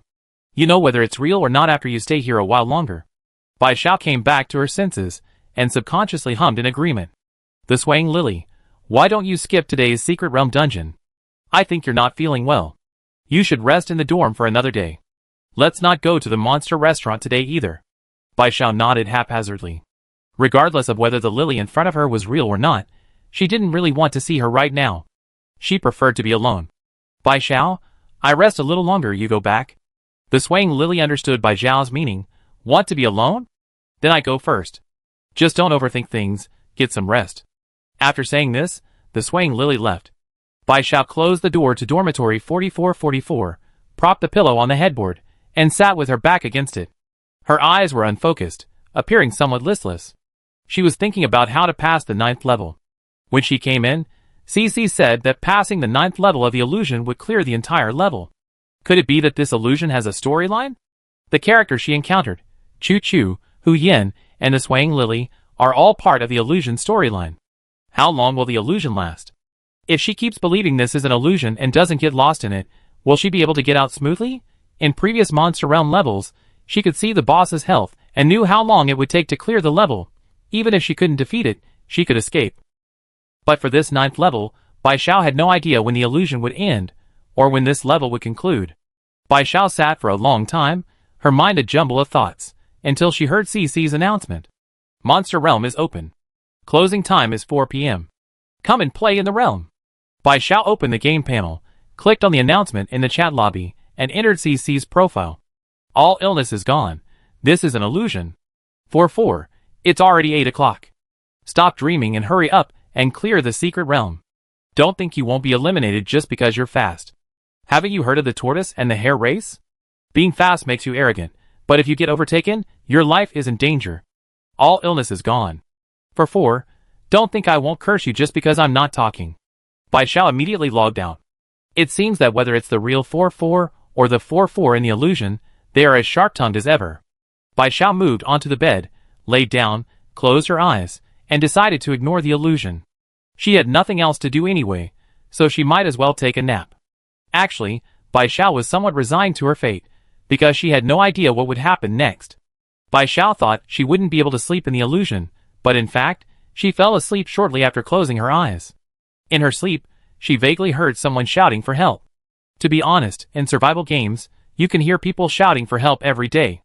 It's not a novelty to hear someone shouting for help, so Bai Xiao didn't pay any attention at first. As the sound grew clearer, a familiar voice instantly brought a name to Bai Xiao's mind. It was Xiao Hua's cry for help. Bai Xiao opened her eyes in her dream. She was surrounded by complete darkness. She couldn't see anything. She could only follow the sound of Xiao Hua's cries for help. Before her lay blackness, an endless expanse of blackness, a blackness devoid of any objects. Bai Xiao didn't know how long she had walked. She was clearly following the sound, but it always felt very far away. Bai Xiao grew anxious. She ran as fast as she could towards the sound, running until she was drenched in sweat and panting heavily, but she still couldn't see the source of the voice. Finally, she was exhausted. She could no longer run. She stopped, supporting herself on her thighs, panting heavily. Sweat streamed down her face, gathering into large beads that patted down her chin, creating small splashes on the ground. Bai Xiao watched as the glistening sweat gathered, drop by drop. Suddenly, her pitch-black dream brightened, and the incessant cries for help ceased. Standing at the source of the light, she saw corpses lying haphazardly on the ground not far away. Their faces were ashen, suggesting they had been dead for some time. Some had broken necks, others had pierced hearts, and still others had their heads exploded like watermelons, brains splattered everywhere. In short, it was clear that these corpses had died gruesome deaths. Bai Xiao couldn't help but tremble, because each corpse bore a familiar face, the faces of her teammates. The visual impact was overwhelming. For Bai Xiao, nothing could be more terrifying. This was arguably the most frightening thing she had ever experienced in a survival game. Exhausted, she was completely stunned when she saw their faces. Bai Xiao's legs went weak, and she collapsed to the ground. Her expression was blank. A string in her mind had snapped.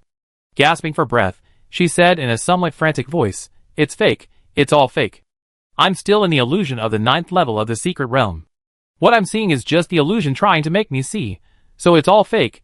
It can't be real." After muttering this to herself, Bai Xiao tried to calm her frantic emotions and deal with the situation rationally. But the illusion seemed to want to shock Bai Xiao even more. A black mist, carrying the corpses of several monsters, appeared out of thin air before her. They drifted past the corpses beside her, and her teammates' corpses were also drawn by the black mist, flying towards the monster corpses. Bai Xiao instantly understood. This was meant to make her watch as everyone she cared about merged with the monster corpses, becoming a stitched-together monster. Bai Xiao looked left and right, seeing her teammates' familiar faces getting closer and closer to the monster corpses. She knew they were fake, not her real teammates, so she tried her best to suppress her anger, but she still felt a surge of overwhelming rage. Even if it was an illusion, they shouldn't keep pushing her limits. Did they think she was made of dough?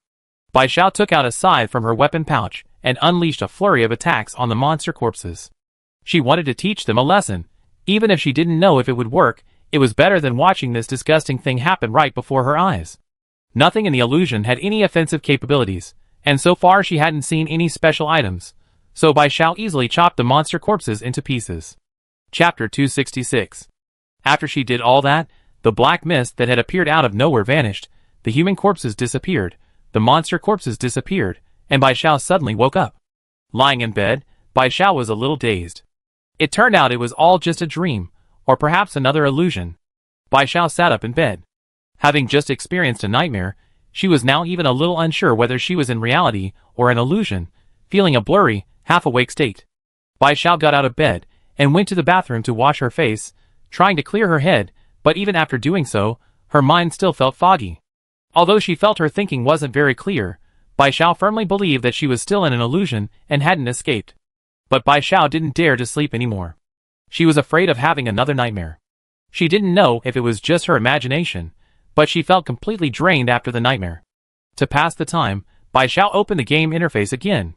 The chat lobby was still lively, with people frequently sending messages asking for food.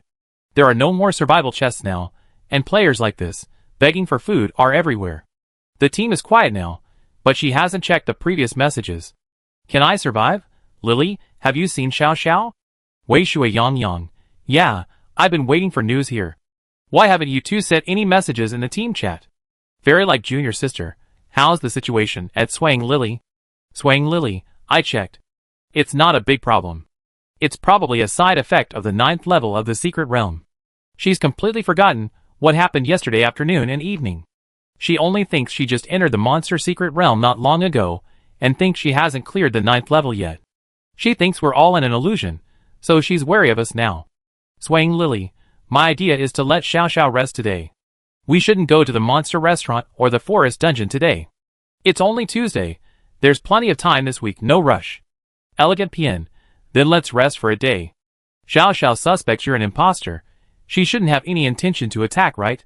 Swang Lily, no, and Xiao Xiao isn't that kind of person. She won't do anything unless someone provokes her. Ruffled Lion King, that's probably true. Otherwise, with Xiao Xiao's current max level, max skills, and weapon, Lily wouldn't have a chance to talk to us. Can I live? That's strange. How could she suddenly lose part of her memory? Could it really be a brain injury? 18-year-old cleaning lady. I don't know, maybe we should let Xiao. Xiao tried slapping herself. If it didn't hurt, it was definitely a dream. If it hurt, it wasn't. That way, she know we weren't in a hallucination, right? Can I live? Oh my dear 18th sister, that's a test for dreams. Dreaming and being in a real environment are two different concepts, okay? You definitely don't feel pain in a dream, but a hallucination is artificially created. Oh no, it's definitely something that will trigger your sense of pain. 18-year-old cleaning lady. Then what can we do to make Xiao Xiao believe in us? Can I live? What can we do? Right now, we can only take it slowly, build Xiao Xiao's trust in us, make her believe we're real, and that should restore her sense of security. Swaying Lily. It seems that's the only way for now. Everyone, don't worry so much about this, just take it easy. Anyway, I believe Xiao Xiao wouldn't hurt us no matter what. Wei Shui Yang Yang. I also believe Xiao Xiao wouldn't hurt us, but I'm really curious about just how mysterious the 9th level's illusion is. Xiao Xiao only felt it was a little bit, and what she told us was child's play. I don't think it's any useful information. Wei Shui Yang Yang. Yesterday we cleared the 8th level, and today we're entering the monster secret realm, which is the 9th level. How should we deal with it? I think Xiao Xiao's willpower is much stronger than mine, but she came out of the secret realm like this. What will happen to us when we come out? Will our fate be better than Xiao Xiao's? Feng Du Pian Pian. Probably not better than Xiao Xiao. Maybe we forget about it for a while, and then feel like we're still in the illusion, suspecting everyone equally. Zhang Mao Shi Wang. I think Xiao Xiao might be overly cautious, which backfired. Although being cautious in this kind of game isn't a bad thing. But I think we can't enter the monster secret realm together today, to go to the 9th level of the secret realm dungeon. Roasted Lion King. Xiao Xiao doesn't believe we're real anymore. If we all go in today, and when we come out we all think it was a hallucination, a lie, and there's no one to explain or mediate, then we're doomed. Very like Junior Sister. I think Roasted Lion King makes a lot of sense. Why don't we discuss it, and enter the 9th level of the monster realm in batches? Elegant Pian. There are only 8 of us in the team. Xiao Xiao doesn't trust us anymore. How about 2 of us go in first to test it out? If that doesn't work, at least there are 5 of us who are still conscious. Can I live? Of the 7 of us, who will go to the 9th level of the secret realm dungeon today? 18-year-old cleaning lady. Don't fight me, I want to go in first. Wei Shui Yang Yang. I go too. I'm so curious about what the 9th level is like, so don't fight me. Can I live? Okay, I won't fight you. You at 18 will go and find out today. Swaying Lily. It's exactly 8 o'clock. The monster dungeon has opened, you can go in now. 18-year-old cleaning lady. Xiao Xiao figured it out in 30 minutes last time, I should be about the same. Everyone, wait for me for half an hour, I'll be back then. Wei Shui Yang Yang. I'm going in. If I come out with amnesia and brainwashed, you guys have to brainwash me back. Can I live? Okay, you guys go ahead without worry. We wait for your news outside. Immediately after, the 18-year-old cleaning lady and Wei Shui Yang Yang stopped sending messages in the team chat. They must have already entered the monster dungeon.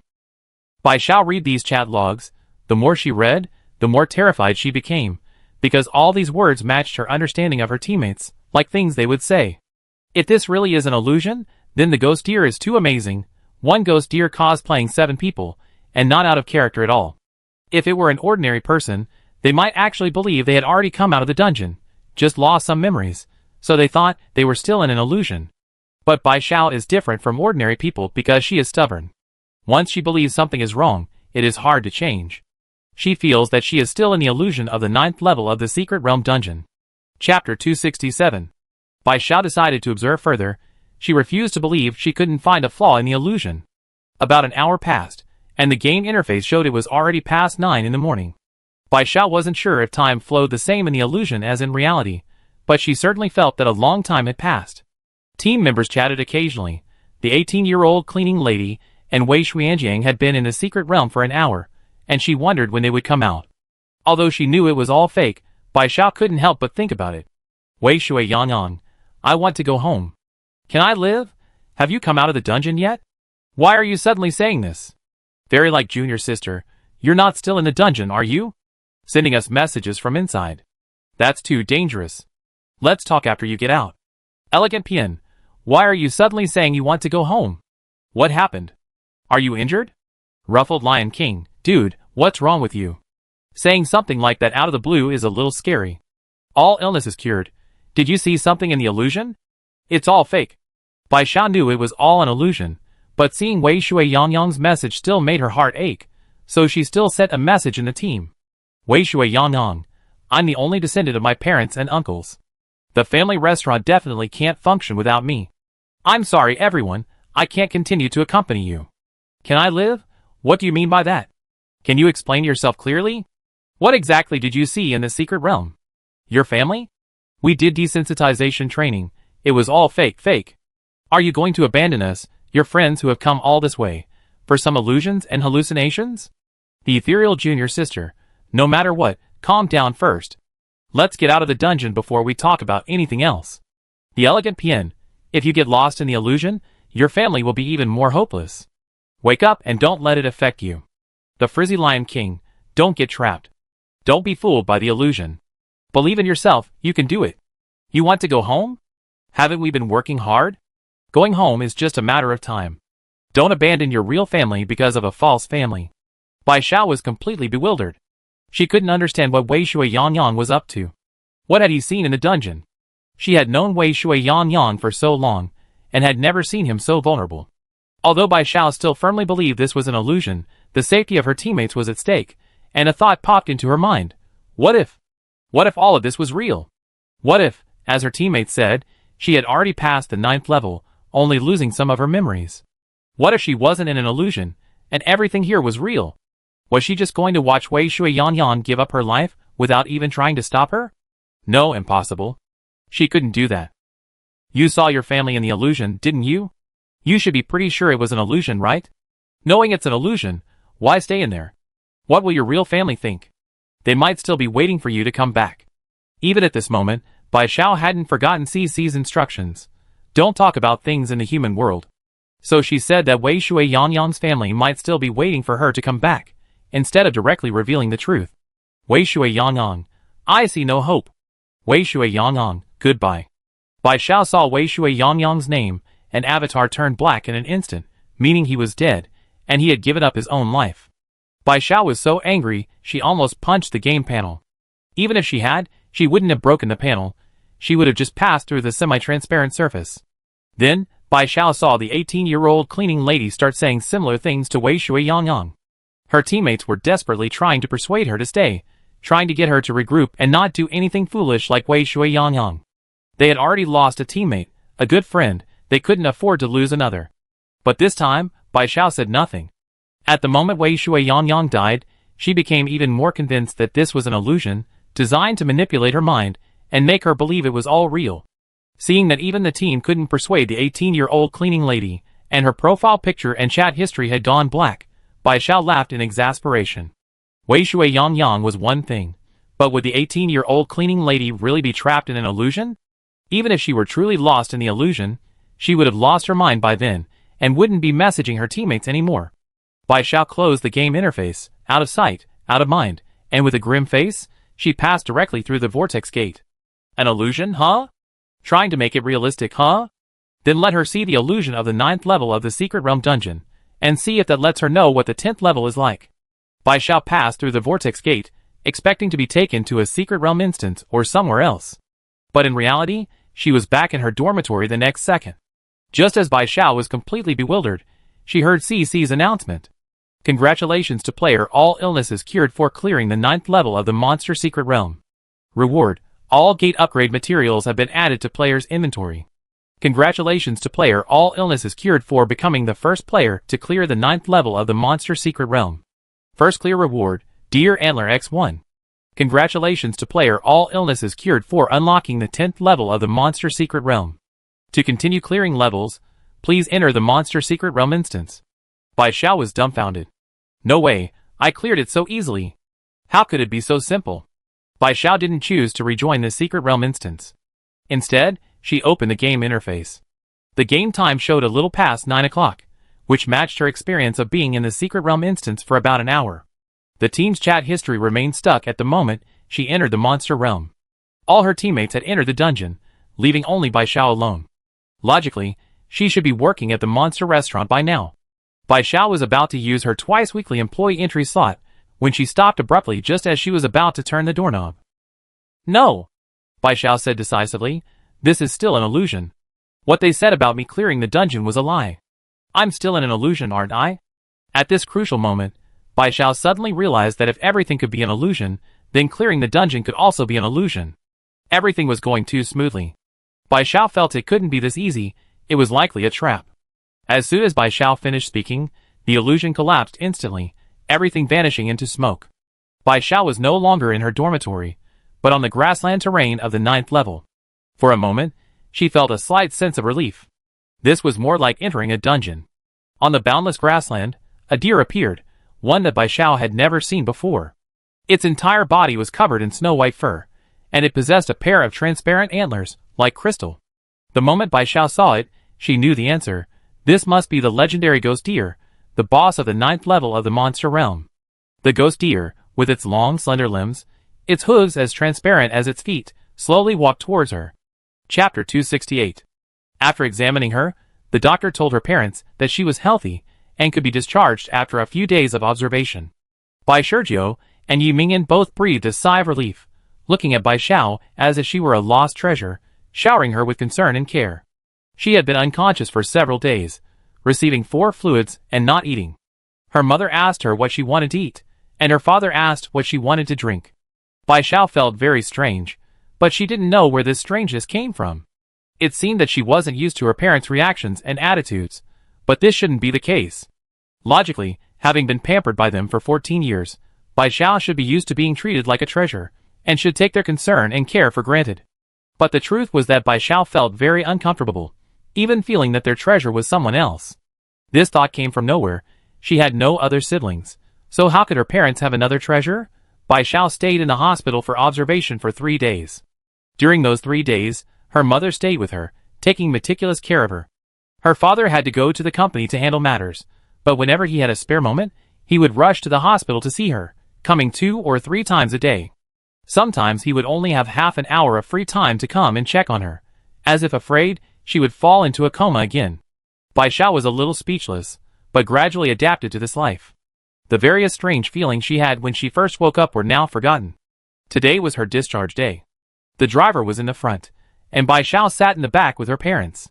She sat between her parents, tapping her phone screen with 2 fingers, playing her favorite game. Yi Mingyan, your grandparents know you've been discharged from the hospital, so they came to our house to wait for you. Today, the 5 of us are having a family reunion dinner. Your grandma said she cooked soup for you herself. Bai Xiao gave an "oh," feeling a vague sense of déjà vu, as if she hadn't seen her grandparents in a very long time, even though she went to their house for dinner every weekend. Bai Xiao was playing her favorite game, but now she suddenly lost interest and turned off her phone. Seeing Bai Xiao looking so preoccupied, Yi Mingyan assumed that Bai Xiao was still heartbroken about her and Bai Shijiu's impending divorce. What could possibly be troubling such a young child? Yi Mingyan, Xiao, Mommy and Daddy were arguing that day, and Mommy said some hurtful things. She didn't really want to divorce Daddy. Mommy and Daddy have such a good relationship, we won't get divorced. Bai Shijiu quickly chimed in, yes, Daddy loves Mommy so much, and he loves you so much too. How could he bear to divorce Mommy? How could he bear to let you lose a complete family? Bai Xiao hesitated. Actually, she wanted to say that she didn't care about this matter. If they had thought it through, she would understand their choice. Bai Xiao hesitated, because she had been unconscious for several days due to the shock of this incident. How could she not care? Yi Mingyan, Mom and Dad promise you, we won't fight anymore, and we won't say hurtful things anymore. Bai Shijiu, Dad will see if he can free up a week's time. Dad will ask for a week's leave from school, and the 3 of us can go on a trip. You can choose the destination, okay? Bai Xiao absent-mindedly hummed in agreement. She turned her head to look at the scenery rushing past the car window. She felt like something was on her mind that she couldn't remember, which made her uninterested in what her parents were saying. Bai Shijiu and Yi Mingyan exchanged a glance, both looking at Bai Xiao with worry. Their child was usually lively, and would have been overjoyed if Bai Shijiu had said that, but this time she was sullen. It seemed their arguments were really damaging to the child. A silence fell over the car. When Bai Xiao got out, she saw her grandparents. Their faces were familiar, yet she felt a sense of déjà vu. Her grandmother hugged her, repeatedly saying how thin she had become. Bai Xiao smelled her familiar scent, which brought a brief moment of peace. Bai Xiao had little appetite at dinner. She really wanted to eat, but something felt off, making her lack the energy to eat. After a hasty meal, Bai Xiao returned to her room, leaving the 4 of them looking at each other, wondering what was wrong with their child, who seemed so listless. The room she had lived in for 14 years felt both familiar and strange to Bai Xiao, as if she hadn't been back for a long time. Bai Xiao lay on her bed, staring blankly at the ceiling. What was wrong? Why did she always feel something was off? Like she didn't belong here, like everything here felt strange. Bai Xiao closed her eyes, trying to recall her memories before she was in the hospital, but apart from memories of school, there was nothing. Thinking, Bai Xiao drifted off to sleep again. She vaguely sensed someone coming in. It must be her grandmother, because she smelled her familiar scent. Her grandmother gently tucked her in, watched her for a moment, and then carefully left, closing the door without making a sound. Bai Xiao didn't know how long she had slept. When she woke up, a bright moon was already shining outside her window. That strange feeling returned.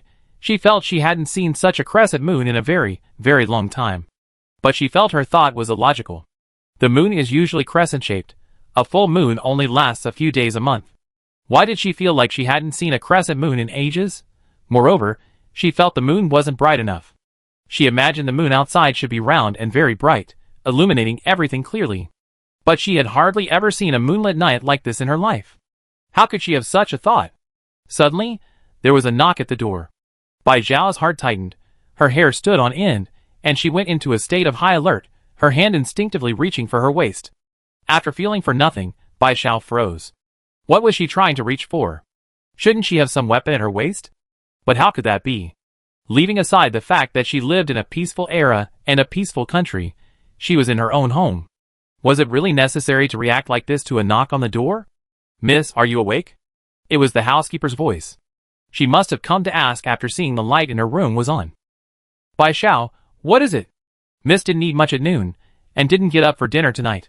Madam was worried you'd be hungry if you woke up, so she told us to wait until you woke up, and then ask you what you'd like to eat.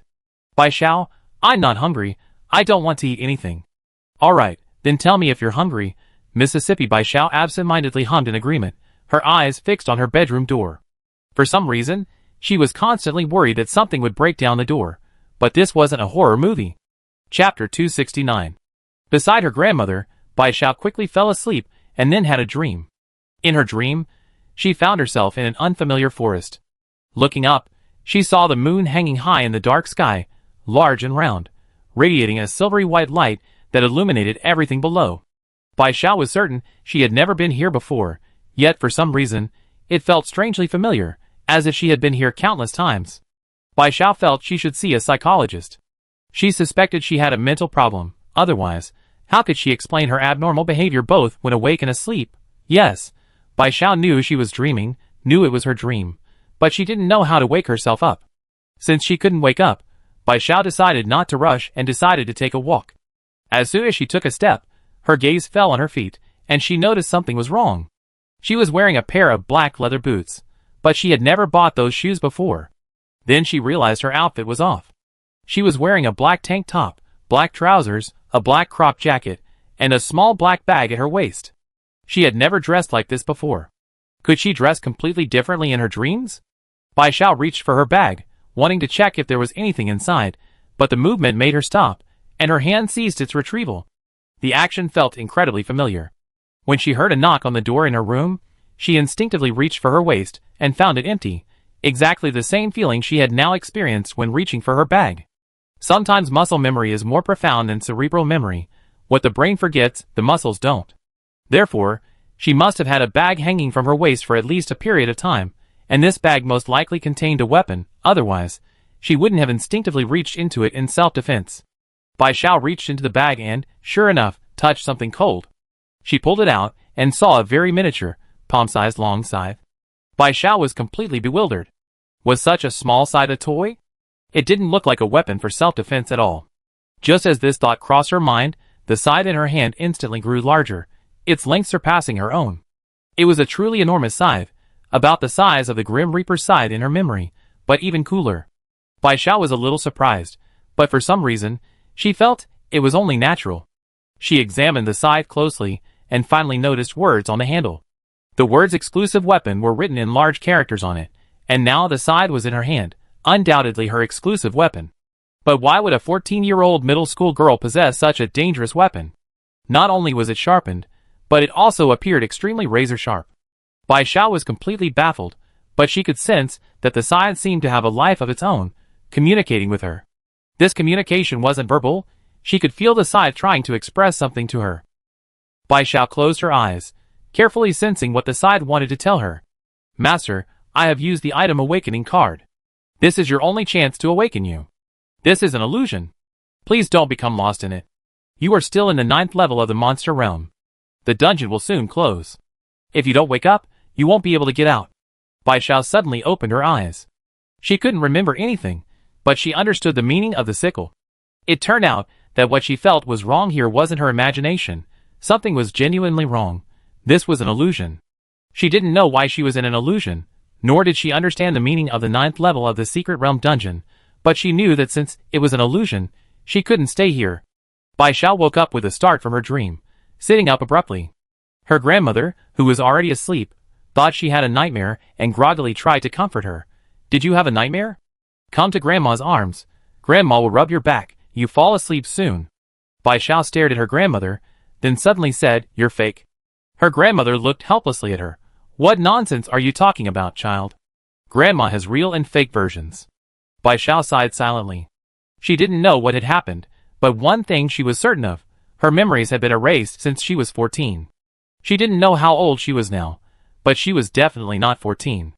Furthermore, in her erased memories, her parents were definitely divorced, which explains why the hallucinations depicted her being devastated by their divorce.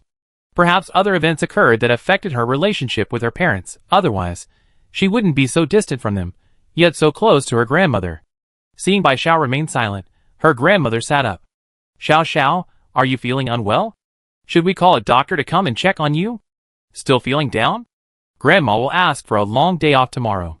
The 5 of us will go out and help you relax, okay? What's wrong with this child?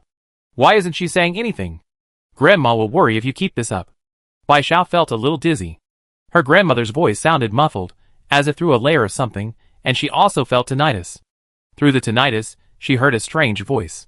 Are you sure you want to leave? You chose to enter this illusion, because real life isn't as wonderful as it is. As long as you stay in this illusion, you be happy. You're healthy, your parents are loving, you're the apple of your family's eye, the whole world revolves around you. Everything in this world is yours if you want it. Bai Xiao covered her ears, but she couldn't stop herself from hearing the voice. She wasn't stupid. From the voice, she could tell that in real life, she was unhealthy, her parents were divorced, and the whole world had abandoned her. She was all alone. Everything she experienced in reality was the opposite of the illusion, so she might have really entered willingly. No, that's not right. If she really did it willingly, she would ignore those oddities instead of dwelling on them. Besides, whatever she thought before, she didn't remember. She only followed her own heart. Now, all she wanted was to regain her memories and leave this illusion. Bai Xiao, I want to leave. Bai Xiao practically shouted, then she saw her grandmother's terrified eyes. Immediately afterward, her grandmother turned into a wisp of smoke, and everything familiar around her vanished as smoke of various colors. The illusion collapsed and disappeared, but Bai Xiao's memories gradually returned. Remembering all her memories, Bai Xiao felt a profound sense of loss, and finally understood the meaning of the illusion. Everything in the illusion was what she had most craved during her 4 years of illness.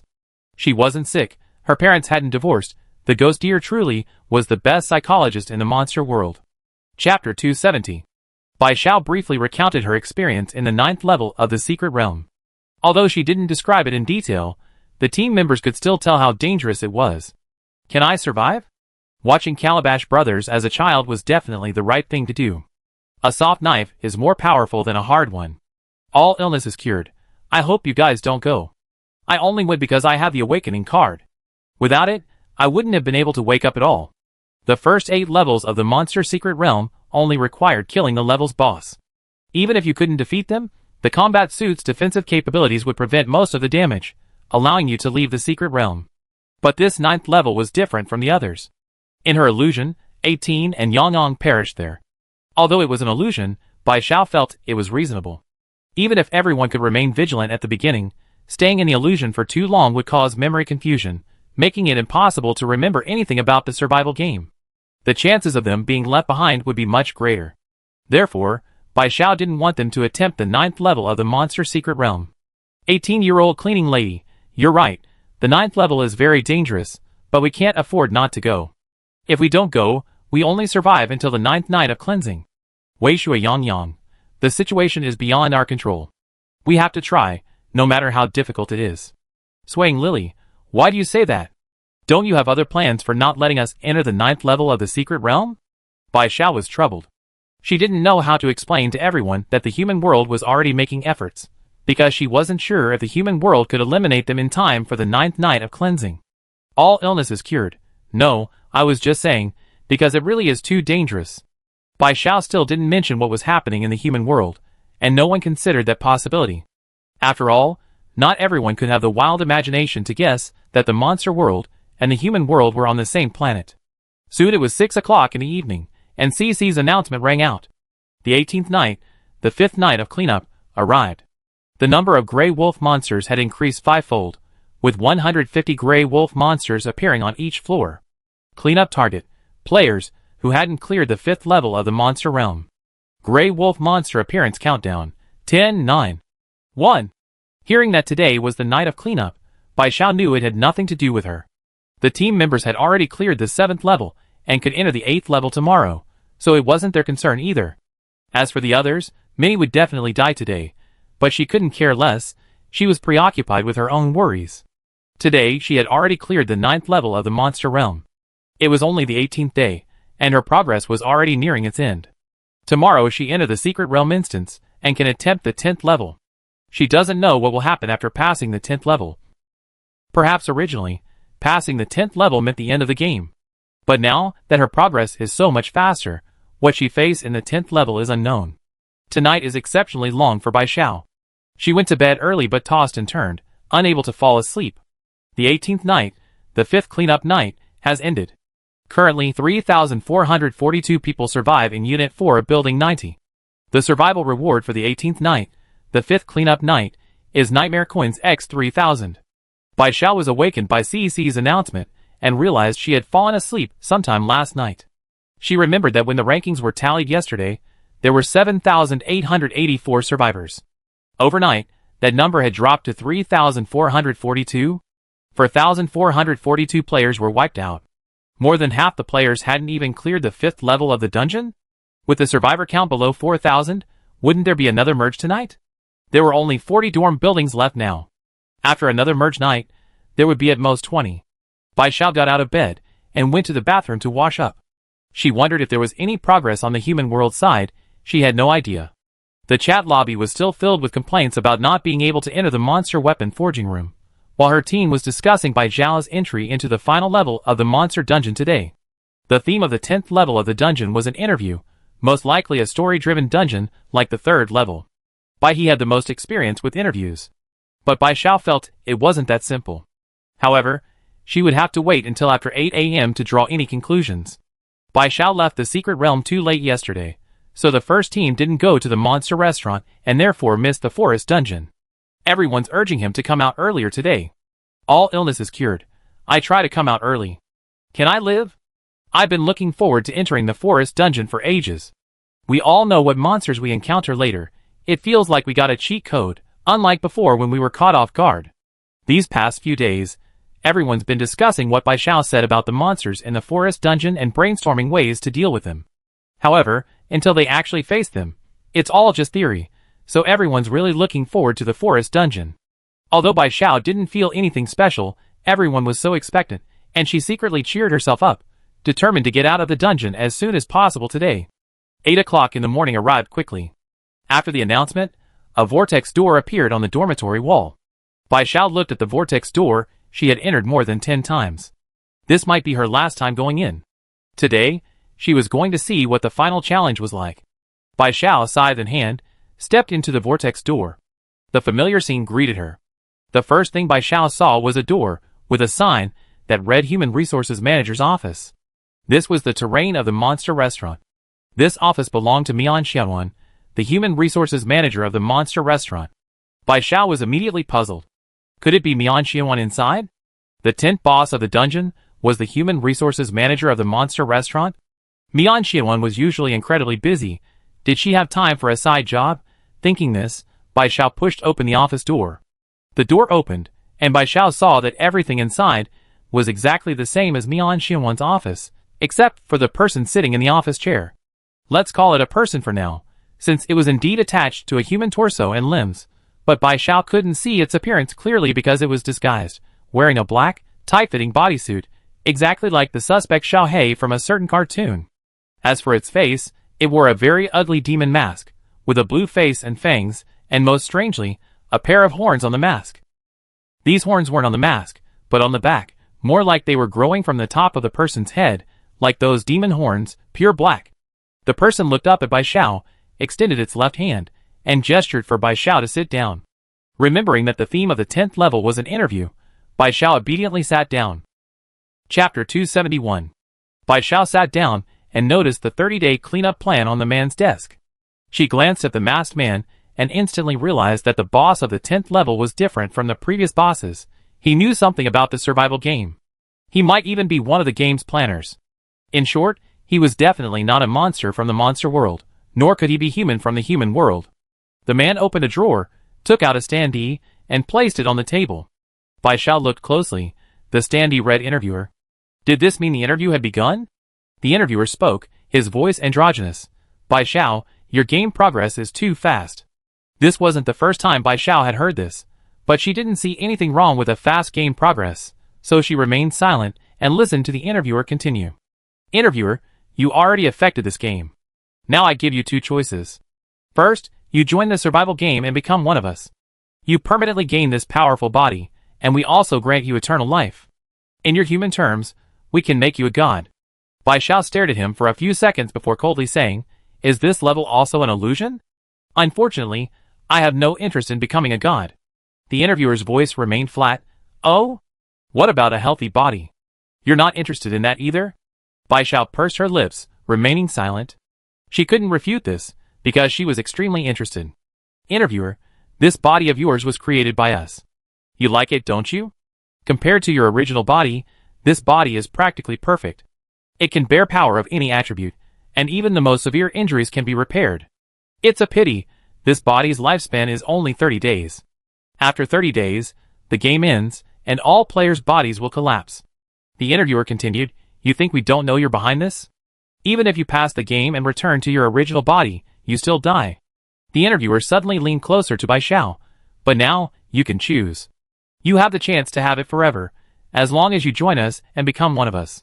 You're a smart person, you know what to choose. Bai Xiao fell silent. The interviewer tapped his fingers on the table, and Bai Xiao's gaze fell on his fingers. Each tap felt like it was striking her heart. Only those who have truly suffered from illness know how tormenting pain is. To lose her current body and revert to her former self, she would rather die. The interviewer seemed certain that Bai Xiao would join them. Few people, when faced with a life or death decision, would choose to lose their health and their life. This isn't a movie or novel, there's no audience. Who would be so noble? Bai Xiao, I refuse. The interviewer's tapping fingers on the table stopped abruptly. His voice, which had been completely emotionless until now, finally betrayed disbelief. What did you say? Bai Xiao's voice rose slightly. I said, I refuse. The interviewer, do you know the consequences of refusing? There's no audience to witness how noble you are now. From the moment you stepped into the 10th level of the Secret Realm dungeon, the human world has been unable to locate you, unable to see you. Bai Xiao froze. You know about the human world? The interviewer, did you think your little tricks could hide from us? Your connection with the human world has been completely severed. They can't see you, and they can't contact you anymore. Now it's just the two of us here. I can give you another chance. Tell me your choice. Bai Xiao thought a lot in that instant. She thought the human world could rescue everyone, but in reality, the survival game had already detected everything the human world had done. They knew everything. One of Bai Xiao's sources of confidence was knowing that the human world could see her. She felt she wasn't alone. Many people stood behind her. She wasn't fighting alone. But now, the human world was cut off from her, and she was all alone. Bai Xiao's heart was in turmoil. Even so, Bai Xiao didn't consider joining the survival world. She asked, have you taken the time to learn about the history of the human world? The interviewer didn't understand why she suddenly asked this question. What? Bai Xiao, when two countries are at war, those who defect to a foreign country are called traitors. Your goal after clearing the monster world is to clear the human world, right?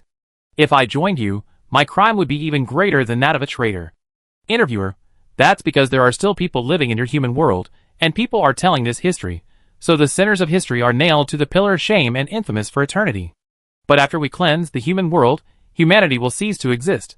You don't need to worry about bearing those sins. Bai Xiao, then what about my family? The interviewer remained silent. Bai Xiao, what about my friends? The interviewer remained silent. Bai Xiao, what about the people I care about? Can you guarantee they all survive? The interviewer remained silent. Bai Xiao, I'm not some great person. I only care about the people I care about. Can you guarantee the people I care about will survive? I may not care about the lives of others, but can you guarantee that to me? If not, what's the point of me living alone? You're a living being too, right? Don't you have your own family and your own circle of friends? If they're all gone, how will you live alone? The interviewer paused for a moment. At most, we have your parents accompany you. Bai Xiao immediately scoffed. My parents have their own families, their own wives, husbands, and children. If the human world is destined to be wiped out, they'd rather die with the people they care about. Interviewer, so, they don't care about you? Bai Xiao, sometimes the weight of one person is different from the weight of a group. So my answer is I refuse. The interviewer was silent for a moment, then their tone changed, becoming serious. Okay, didn't I just say I give you two choices? This is only the first choice. Since you refused, I assume you chose the second. Bai Xiao, what is the second choice? I didn't agree. Interviewer, you didn't have the right to refuse either. Bai Xiao realized something. She suddenly stood up, pushing the chair so far it hit the office door.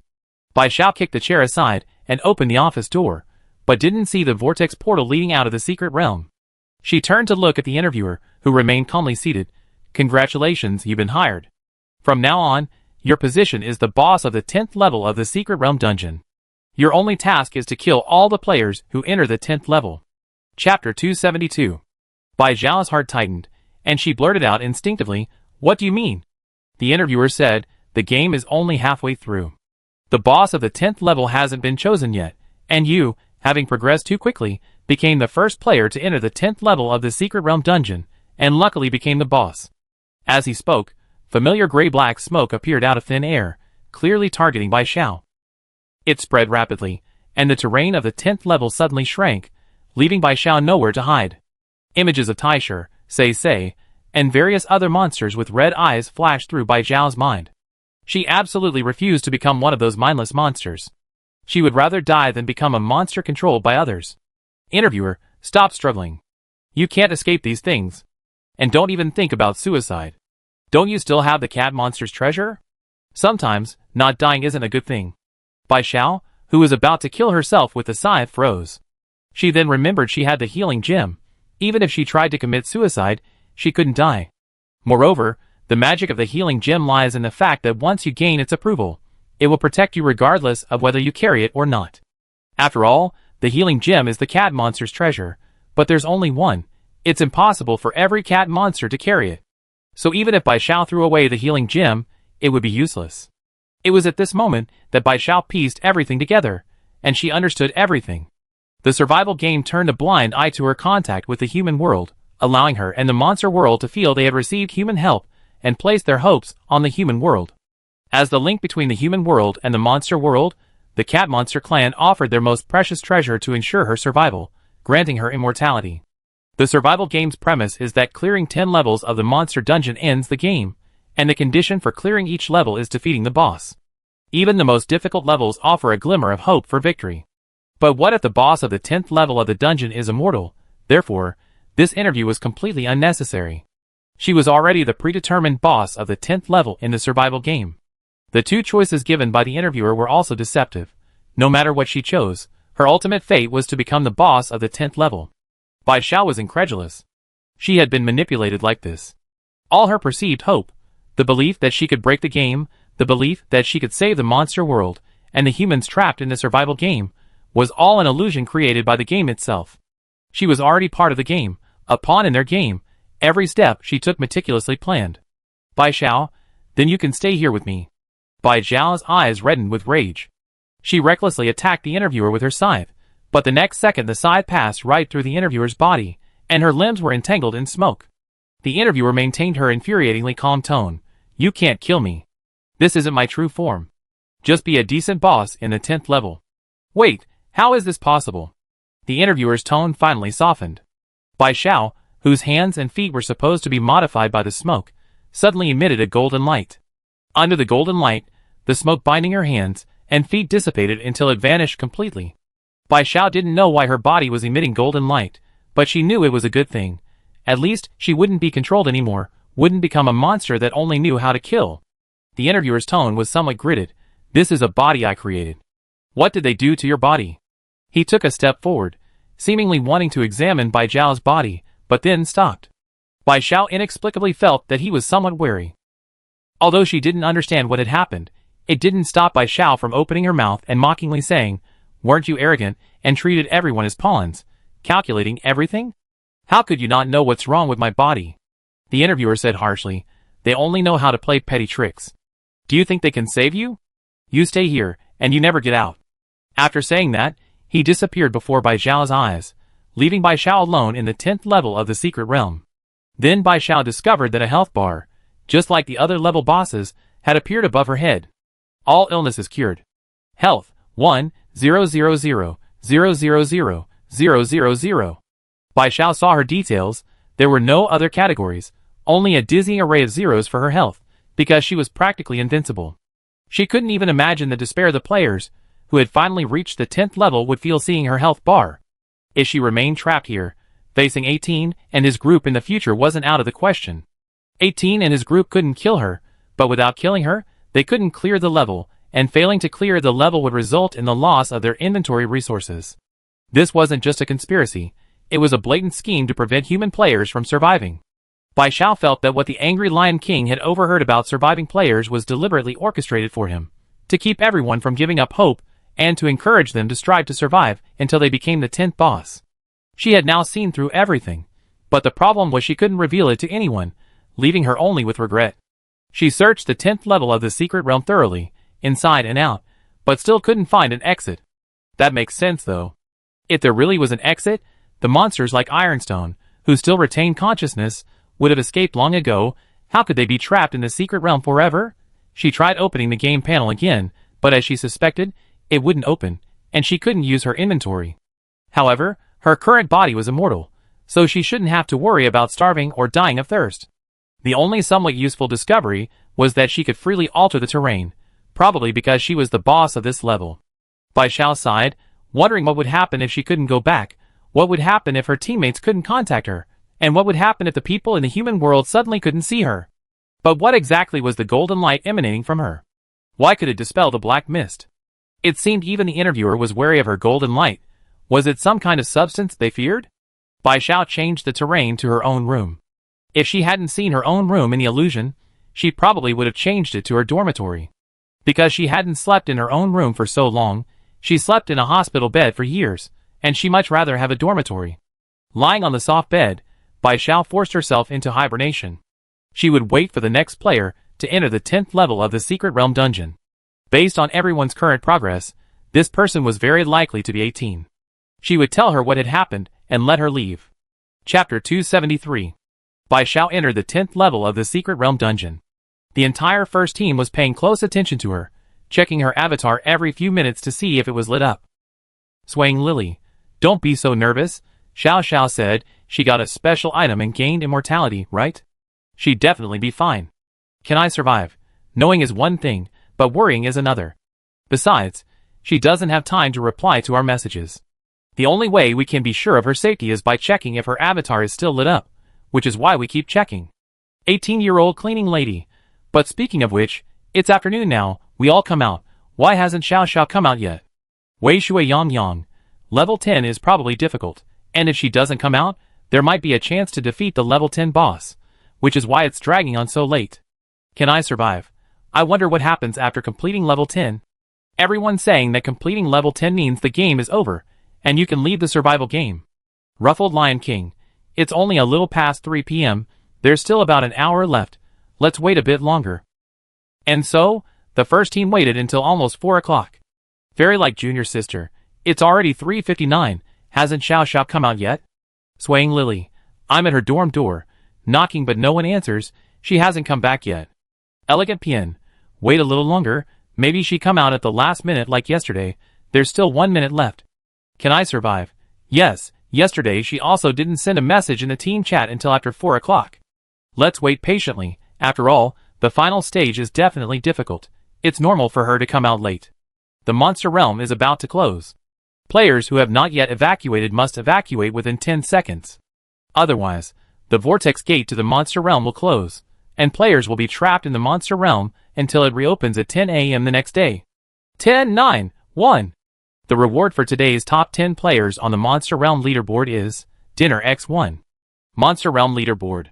First place, 18-year-old cleaning ant, failed to clear Monster Realm level 8. Reward, dinner, 3 meat dishes, 2 vegetable dishes, 1 soup, X1. Second place, Swaying Lily, failed to clear Monster Realm level 8. Reward, dinner, 3 meat dishes, 2 vegetable dishes, 1 soup, X1. Third place, Can I Live, failed to clear Monster Realm level 8. Reward, dinner, 3 meat dishes, 2 vegetable dishes, 1 soup, X1. Fourth place, Itzly, failed to clear Monster Realm level 8. Reward, dinner, 3 meat dishes, 2 vegetable dishes, 1 soup, X1. 10th place, Inging Monster, completed Monster Realm level 7. Reward, dinner X1, 1 meat dish, 1 vegetable dish, and 1 soup. Today, 3,220 players participated in Monster Realm, and 361 players died. The number of surviving players in the chat lobby dropped from 3442 to 2859. Wei Shui Yangyang, it's a steaming hot meal, and soup too. After eating compressed biscuits for so many days, it's finally some human food. Xianqi Piapiao little sister, I already started eating. I never thought vegetables tasted so good. After I get out of this game, Mom won't have to worry about me being a picky eater anymore. Thing Du Piampian, the taste is indeed very good. Jiao Mao Lion King, this lotus root soup is from my hometown. It's so delicious. Wei Shui Yangyang, mine was corn and pork rib soup, it's different. Is it based on taste? Survival games can be this considerate? 18-year-old cleaning lady, did I hear that right? I'm number 1? What about Xiao Xiao? Did I miss something? Did CC not say Xiao Xiao's name? Swaying Lily, yes, I checked the dungeon rankings many times and haven't seen Xiao Xiao's name. Can I live? How could this be? Didn't Xiao Xiao come out? Her avatar is still lit up. Is she trapped in the dungeon and hasn't come out in time? Wei Shui Yangyang, what are you talking about? What happened to Xiao Xiao? 18-year-old cleaning lady, Xiao Xiao isn't on the dungeon rankings. Ruffled Lion King, so, she didn't come out of the dungeon in time? Very like junior sister, what do we do then? How do we save her? Swaying Lily, don't panic. The avatar isn't dark, which means she's still alive. Elegant Pien, that's because she has an immortality skill, but that doesn't mean she's immune to damage. In an instant, everyone in the first team fell silent. Bai Xiao is currently trapped in the monster realm. If the monsters in the 10th level are particularly difficult to deal with, and Bai Xiao possesses the skill of immortality, it's definitely not a good thing. She might be tortured to the point of wishing she were dead by the monsters. Can I live? I don't dare to think about it anymore. What should I do? What should I do? What should I do? Wei Shui Yangyang, if we enter the 10th level, can we rescue Xiao Xiao? Rattling Lion King, you really lost your mind. Each person's level is not interconnected. You've been playing for so long, have you encountered any other players in the levels? Wei Shui Yangyang, is there really no way at all? Elegant Piampian, actually Xiao Xiao has the skill of immortality.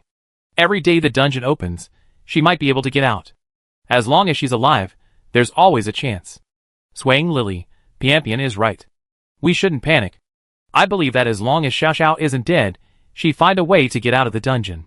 There's nothing we can do now, but trust her. Ruffled Lion King, I think you overlooked something. 18-year-old cleaning lady, what? Ruffled Lion King, even if Xiao Xiao is in the dungeon, she can still message us, but she hasn't. Swaying Lily, maybe the boss of the 10th level is too difficult, and she hasn't had time to message us. Ruffled Lion King, hopefully. Elegant Piampian, what do you mean? What are you guessing? Ruffled Lion King, I guess she might not be able to contact us anymore. Maybe clearing the 10th level is a lie. To prevent this lie from being exposed, more people will keep entering the dungeon, and those who reach the 10th level will be eliminated. Xiao Xiao has an immortality ability, which is normally impossible to deal with, so the only option is to isolate her. Can I live? Your guess is terrifying. It makes our efforts to survive a joke, because there's no way out for us.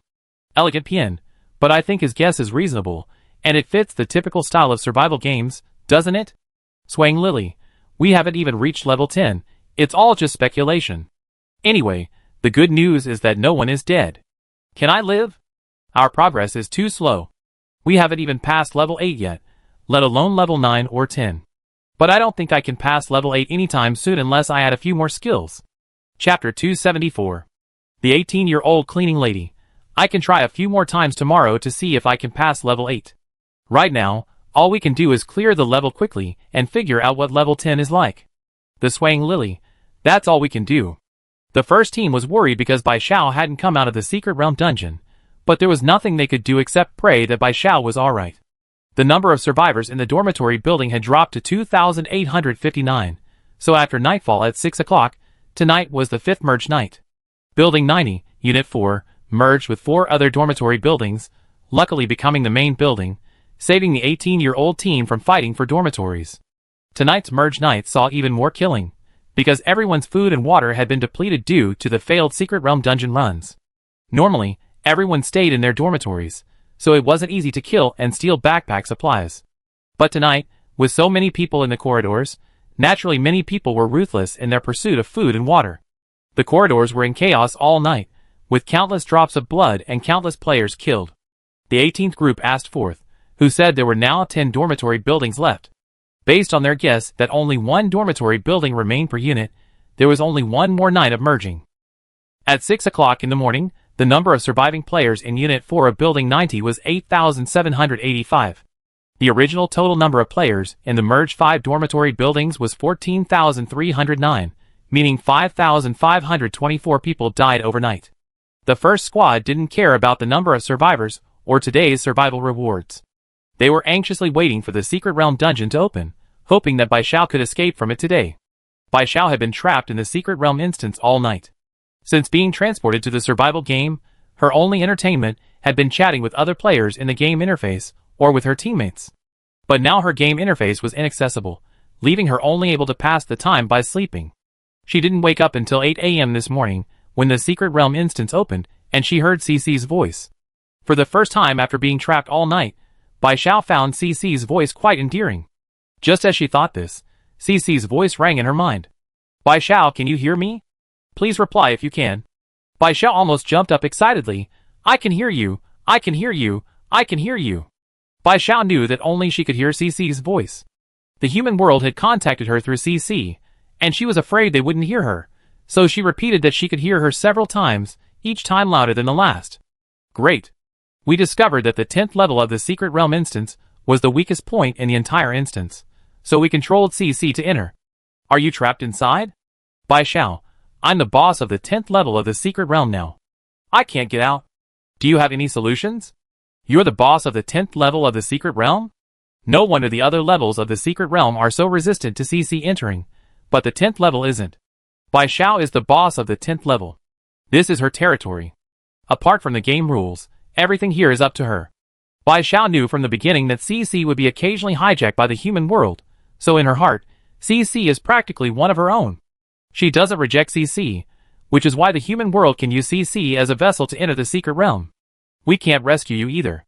You might have to stay in the monster realm for a few days, but CC will stay with you. Bai Xiao, what are you going to do? Bai Xiao wasn't surprised they couldn't rescue her, but what did let her stay for a few days mean? Did it mean she'd be out in a few days? So what were they planning to do in the human world? Bai Xiao, the survival game knew all along that I contacted you, or rather, they're the mastermind behind everything. Bai Xiao explained everything in detail, then added, I'm worried that if you manipulated CC to speak to me in the dungeon today, the survival game will find out too. Don't think they're all powerful. We already investigated their origins. They were our defeated enemies before, and they can't cause any trouble now. Oh! Bai Xiao's ears perked up. Our defeated enemies? What's their background? Can you tell me? Sure. Then, Bai Xiao heard a story that sounded like a legend, the very first sentence of which completely reshaped Bai Xiao's worldview. The demons depicted in movies, TV dramas, and novels are actually real. The grayish-black mist Bai Xiao saw was the legendary demonic energy. As the saying goes, the righteous are 1 foot taller than the demons, which is why talismans can suppress demonic energy. This is also why the talismans drawn by Hu Yin could prevent the mist from invading and drive away the demonic energy attached to the Fox King. Now that the demonic energy has emerged, it's easier to guess who the game's creators are. That's right, they are the legendary demons, and the survival game they, the human players, are in is just a small demon's lair. Long, long ago, 3 intelligent beings inhabited Earth: demons, monsters, and humans. Among them, demons were the most powerful, and humans the weakest. Demons fed on both monsters and humans, but the monsters were stronger. All the monsters united and isolated their territory from the areas inhabited by demons and humans, creating a barrier that belonged only to them. Therefore, monsters and humans coexisted on Earth, but were isolated. As time passed, humans never saw monsters again, and they became legends. With monsters separated from demons and humans, the demons' only food source was humans, leading to a long and dark period for humanity. But humans are intelligent. They never stagnate, they always strive for progress and solutions to their predicaments. Gradually, humanity developed civilization, creating magical techniques to fight the demons, and began to contend with them. Once humanity had matured, a great war erupted between humans and demons. This war sacrificed many of humanity's most accomplished Taoist masters, causing a major disruption in the Taoist arts. But the situation wasn't much better for the demons. Their great demon king, demon generals, and demon soldiers were all dead, with only a few weaker demons escaping Earth, severely wounded. They hid on other planets in the universe to recuperate, constantly watching Earth with predatory eyes, never giving up on reclaiming their old territory. Because demons have incredibly long lifespans, while generations of humans die, the demons of the past 100 or 1,000 years remain the same. They remember their former glory, and haven't forgotten the hatred and humiliation they suffered against humanity. Chapter 275. But the demon race was reduced to a few weaklings, and after being corrupted by magic in the war between humans and demons, their cultivation could never improve, nor could they harm humans. However, after so many years, the demon race, unable to improve their cultivation, began to use their minds to devise a way to kill humans without personally lifting a finger. They first discovered that the barrier of the monster world had become extremely fragile after thousands of years, and the monsters' lifespans were shorter than those of the demons. The monsters living in the world today had changed countless times, and were long forgotten about the existence of demons. Moreover, the current monsters, having no natural enemies, lived very happily, carefree, and without any sense of vigilance. So they attempted to invade the monster world, creating a day of death there.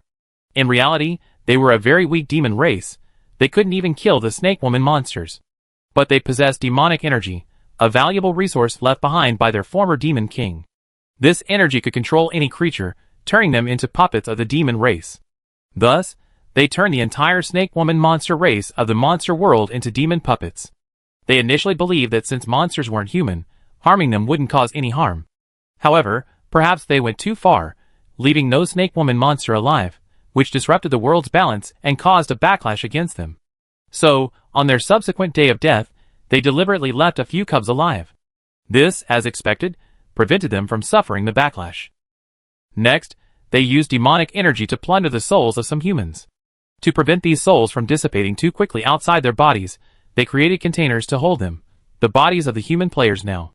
Then, following the trend, they created a survival game, placing the stolen human souls within this demonic lair. They used monster-made puppets to kill these souls, or force the humans to kill each other. Throughout the entire process, the demons didn't harm a single human. All the humans were killed by monsters, or by the humans themselves. Originally, demonic energy would run out, but the fear, resentment, and bitterness of humans and monsters would generate new demonic energy.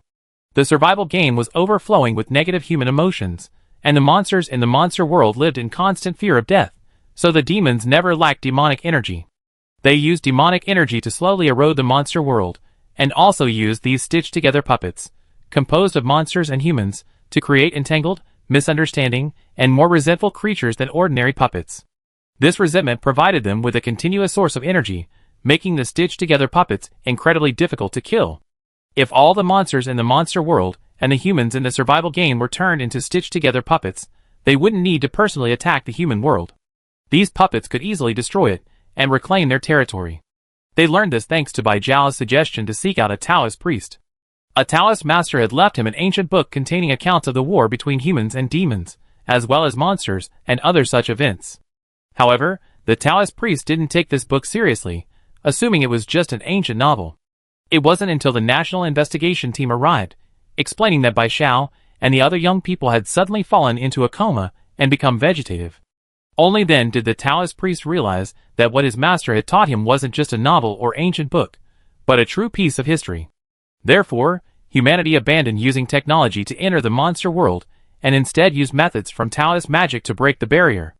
Previously, Hu Yan likened the human world and the monster world to a mirror separating them. Now, this mirror has been forced to open a small gap, and a team from the human world has already entered. These actions were naturally kept secret from the demons, who believed they had victory in their grasp, thinking themselves the masters of the game, controlling everything. Little did they know, what they saw was only the surface. The human world had already been acting frantically behind the scenes. We sent 20 highly skilled Taoist priests, along with 500 soldiers to protect them, to scout the monster world first. Once the priests deem it suitable, our main force will enter the monster world. So don't be afraid, we will come to rescue you. It will be within the next few days at most. Wait for our news.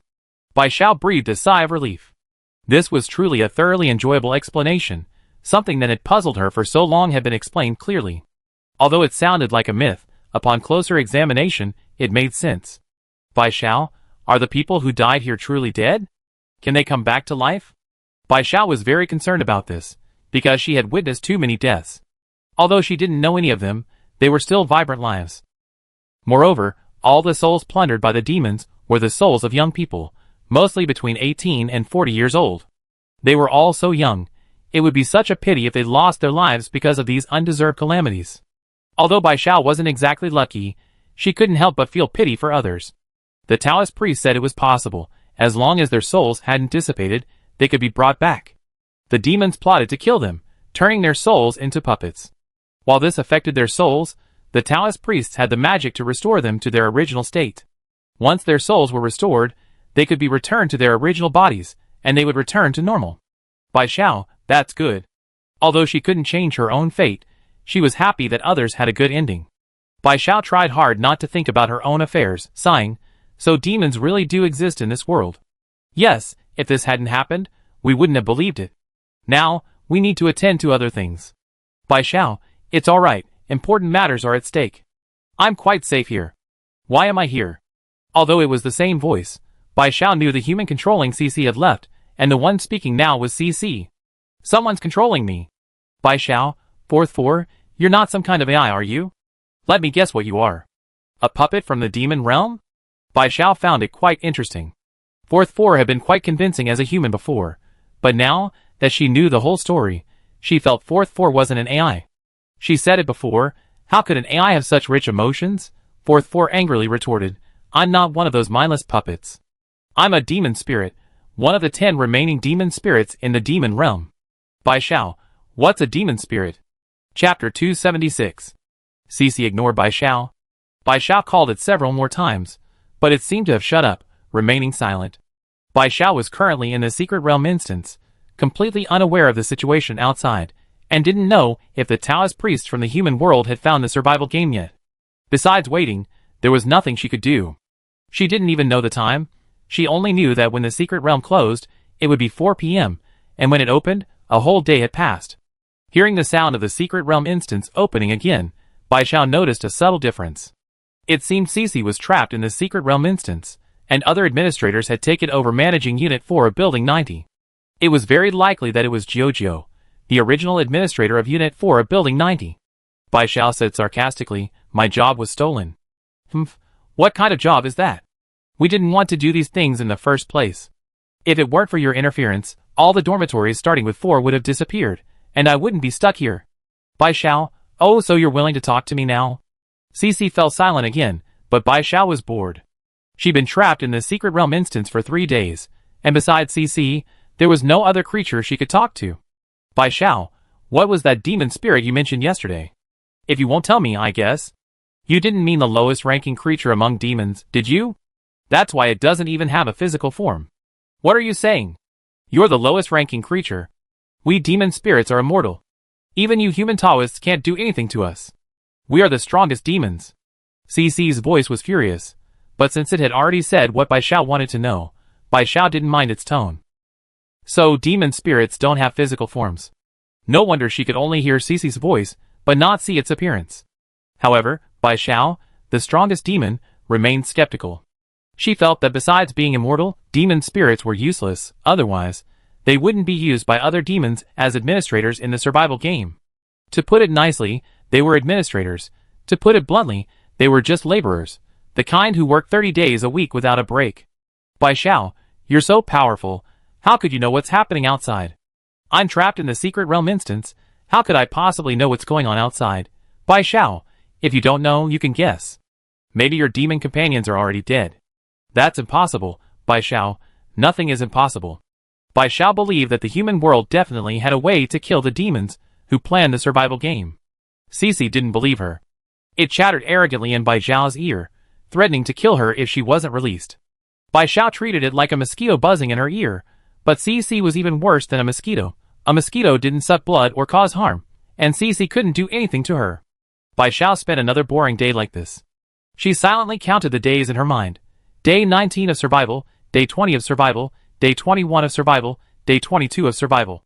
Until the 23rd day of survival, the 5th day Bai Xiao was trapped in the secret realm.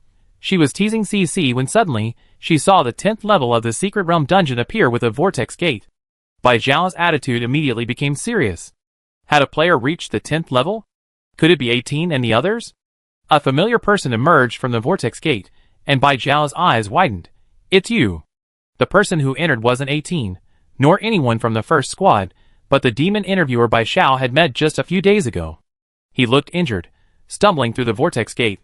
This time he wasn't wearing a mask, revealing a purple face, but Bai Xiao recognized him immediately. Bai Xiao grabbed his collar. She had only done it out of anger, but she actually managed to grab it firmly.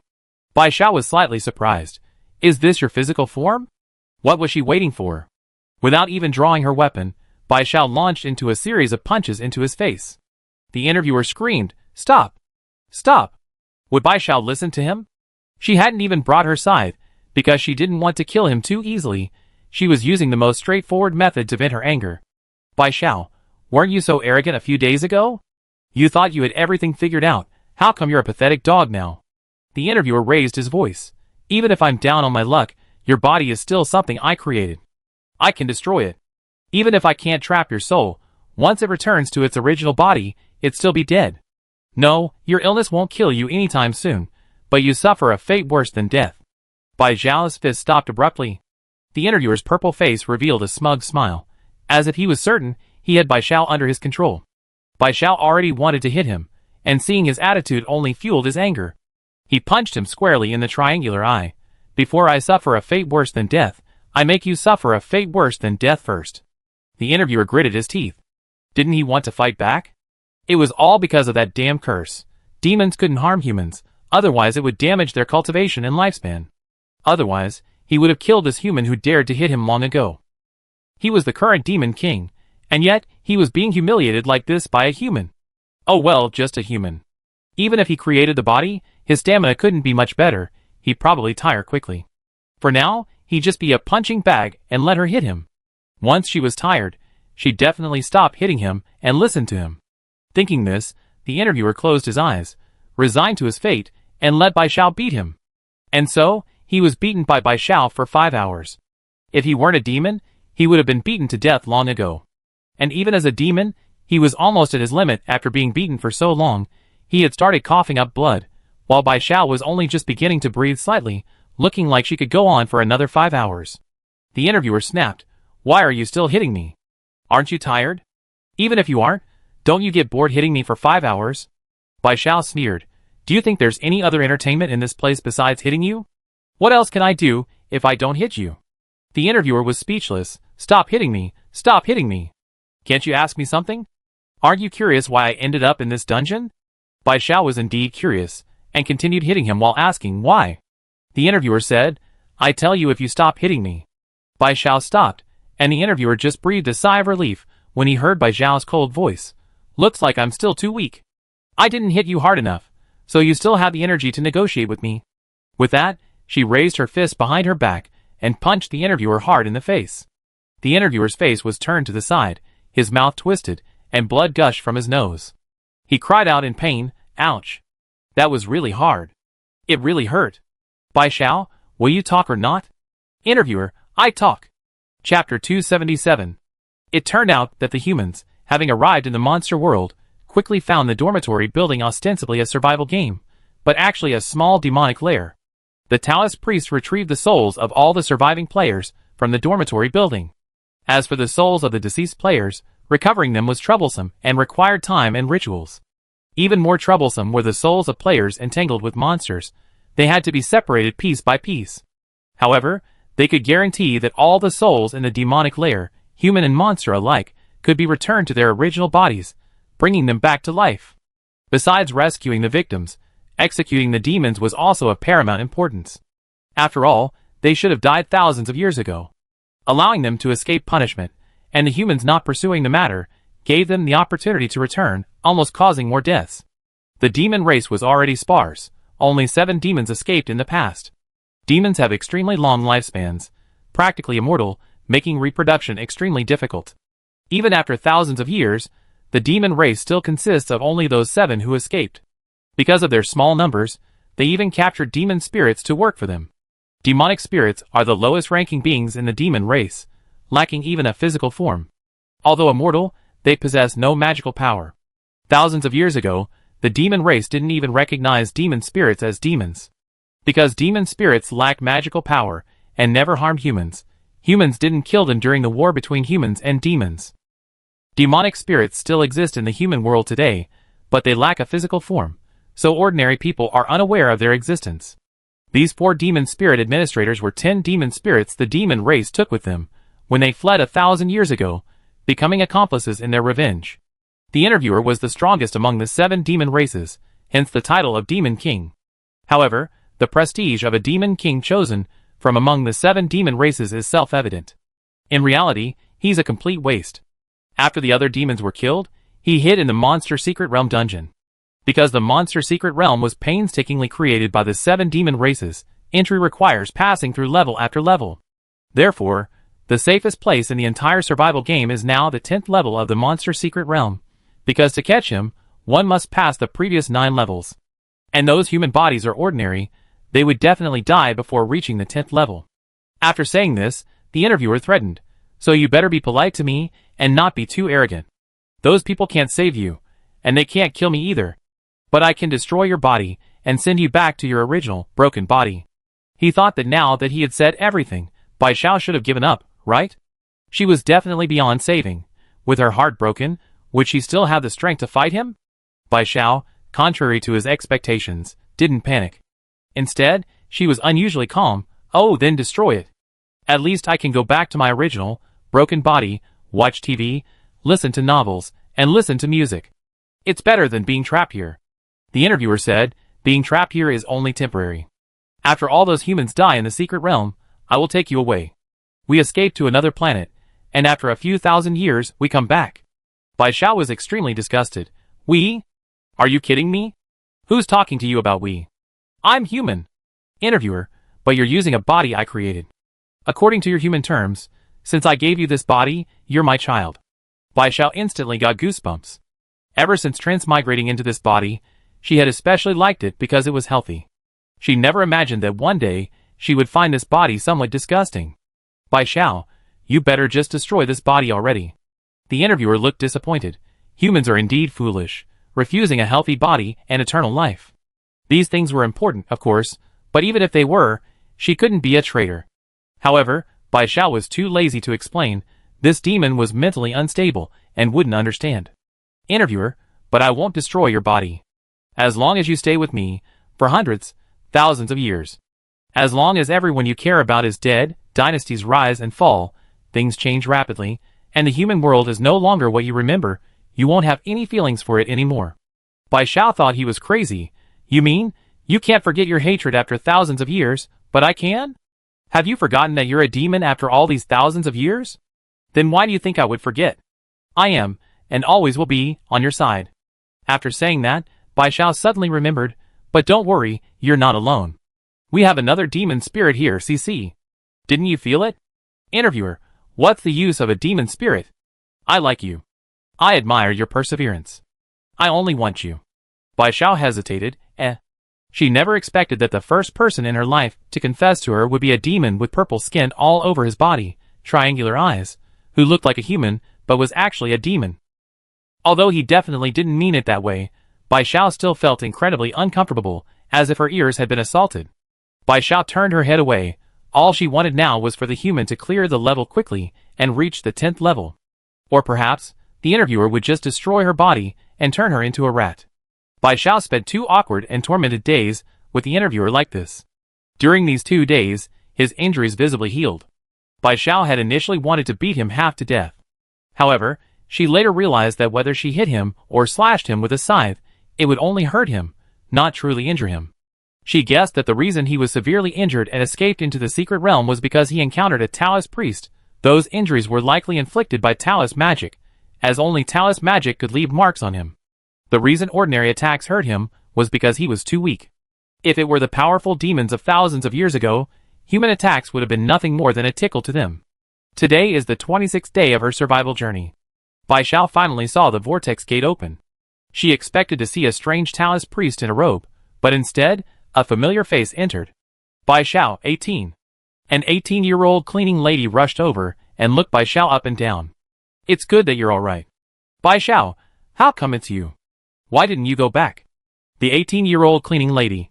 Compared to ordinary people, we gamers are more suited to entering the secret realm dungeon, so I volunteered to stay and continue clearing the level. Alright, enough talk, where's the boss? Bai Xiao turned and pointed to the interviewer, who was trying to run away. He's the 10th level boss. Killing him will unlock the secret realm dungeon. Chapter 278. The interviewer's eyes widened, pointing at Bai Xiao. She is. 18 cracked her knuckles. Want to guess who I believe? Actually, what Bai Xiao said wasn't wrong. Although the interviewer wasn't the boss of the 10th level, Bai Xiao guessed that as long as he died, the secret realm dungeon would unlock. However, the only problem now was that this guy seemed impossible to kill. Bai Xiao, I've been fighting him for a long time. He has no health bar, he's unkillable, and he said he created our bodies and can destroy them. Although the interviewer kept saying this, Bai Xiao remained skeptical because he hadn't actually attacked. The 18-year-old cleaning lady said, It's alright. The player's body was indeed made by these demons, but not by just one.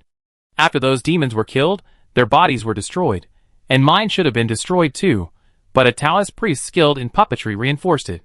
Although it won't last long, it lasts for 3 days, so he can't destroy my body. Moreover, the 18-year-old cleaning lady took out her weapon and continued, I wasn't the only one who came in, I was just a lure. After saying this, she took out a talisman. Bai Xiao didn't know what it was, but he saw the interviewers' faces suddenly turn very pale, as if they had seen a ghost. This meant they were very wary of this thing, which clearly gave them the advantage. The talisman spontaneously combusted without fire. The interviewer tried to stop it from burning out, but the 18-year-old was very agile, and he missed every time.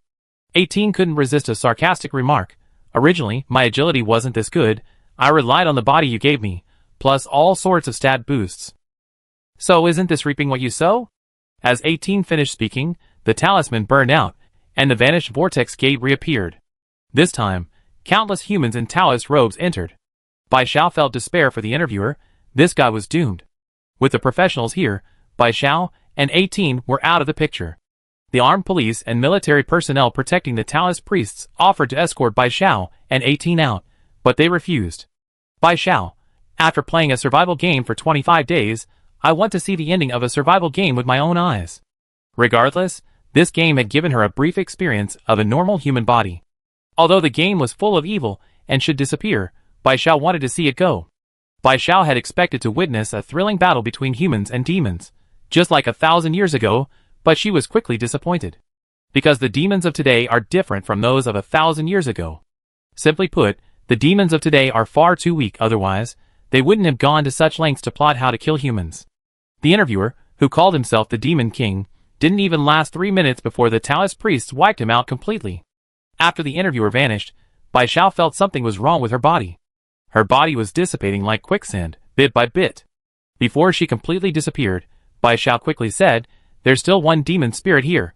Regardless of whether demon spirits are the lowest level of demons or whether they have the ability to harm humans, CC is undeniably an accomplice in the survival game, so it must die too. The representative of the Taoist priest spoke up, Don't worry, we have a way to make it manifest. We won't let what happened 1,000 years ago repeat itself. This time, we will eradicate it completely. After receiving this affirmative reply, Bai Xiao felt her body become incredibly light. Her body completely dissipated, and in her last moments, she saw 18. 18 stood perfectly fine, smiling at her, and said, "When I get back, I come find you, find everyone." Bai Xiao wanted to tell her not to look for her, because once she returned to her own body, she couldn't speak or move, and she didn't want anyone to see her like that. She wanted her teammates to always remember her as the reliable, healthy, and even powerful Xiao Xiao. But her fabricated body had completely dissipated, and she couldn't speak. Then, Bai Xiao felt herself become incredibly light, pulled by a force, leading her somewhere, and then she lost consciousness. Before losing consciousness, Bai Xiao felt a suffocating sensation. She knew she had returned to her own body, to that broken body that needed equipment to breathe. For her, the survival game was like an adventurous, dangerous, and fantastical dream. Why hasn't Xiao Xiao woken up yet? Didn't the Taoist priest say her soul had returned? Wait a little longer. Didn't the Taoist priest say Xiao Xiao is alright? But in the body she was in the survival game, she was so healthy and strong. Now that she's back in this body. Bai Xiao heard voices beside her, and heard Yi Mingyan start crying as he spoke. Beside her was the voice of a strange man comforting her. It must be her current husband. Don't cry. At least Xiao Xiao is back. From now on, we stay with her and make it up to her. Then came Xiao Xiao's father, Bai Shizhou's voice. We haven't cared for Xiao Xiao enough these past few years. Once she wakes up, we stay with her. She can do whatever she wants. Next came a strange woman's voice, presumably Bai Shizhou's current wife. Yes, yes, if Xiao Xiao doesn't reject me as her stepmother, I stay with her too. After listening for a while, Bai Xiao knew that there were 4 people watching over her, her parents, and her step-parents. Her maternal grandparents weren't there. They were probably still dealing with the aftermath of the survival game and couldn't come. Although she was awake, Bai Xiao didn't really want to open her eyes. In the survival game, she was used to being woken up by CC's voice and getting out of bed. But now she couldn't. She couldn't feel her limbs. She felt like a breathing stone. Pretending to be asleep, Bai Xiao heard the 4 people watching over her growing increasingly anxious, even preparing to consult a Taoist priest. Bai Xiao thought it would be embarrassing to be exposed by the priest, so she opened her eyes. Yi Mingyan, awake. Xiao Xiao is awake. Immediately afterward, Bai Xiao saw 4 large faces looming over her. Bai Shizhou, Xiao Xiao, you're awake. Are you feeling alright anywhere? Yi Mingyan, Xiao Xiao, that's great. I'm so glad you're okay. Stepfather, Xiao Xiao, your mother was so worried about you. She'd be with you from now on. Stepmother, Xiao Xiao, your father also regrets neglecting you. He said he knows he was wrong, and we all be with you from now on. Don't be afraid. Everyone was worried about Bai Xiao's mental state. After all, they had seen her lively and energetic in the survival game. Now, back in her original body, paralyzed and bedridden, how painful must it be for her? Even they, putting themselves in Bai Xiao's shoes, felt despair. How much more so for Bai Xiao herself? Just thinking about it made all 4 of them feel sorry for Bai Xiao. Especially Bai Shizhou and Yi Mingyan. To escape responsibility, they had neglected Bai Xiao for so many years, even having other children, trying to forget her. Besides heartache, they also felt guilt and regret towards Bai Xiao. They were both terrified, afraid that Bai Xiao wouldn't be able to go on living after returning. Even if Bai Xiao didn't commit suicide, her life was already nearing its end. A countdown had begun, so they wanted to use their remaining time to make amends to her. But in reality, Bai Xiao wasn't as sad as they thought. Perhaps she had long anticipated this day. Even when she made contact with the human world, Bai Xiao knew she would eventually return to this body. Bai Xiao didn't want to talk because she also had a problem with her throat. Not only was it difficult for her to make a sound, but she also drooled constantly when she opened her mouth. Even she herself disliked how she looked, so she simply stopped talking. As a result, the 4 people felt even more that Bai Xiao was depressed, and they tried all sorts of ways to cheer her up, but Bai Xiao remained uninterested. She spent her days either lost in thought or dozing off. Yi Mingyan felt this wouldn't do, so he lifted Bai Xiao into her wheelchair and pushed her outside to get some sun. Yi Mingyan, if you don't get some sun, you get moldy. Bai Xiao, eh? She felt the sunlight was too bright, and couldn't help but squint. Yi Mingyan, your grandparents will be done with their work tomorrow. They said they come to see you, and your friends from the survival game too. They're all trying to find out your location, so they can come and see you. Yi Mingyan recalled as she spoke, there was one named An 18-year-old cleaning lady, one named Swaying Lilies, one named Can I Live, one named Wei Shui Yang Yang.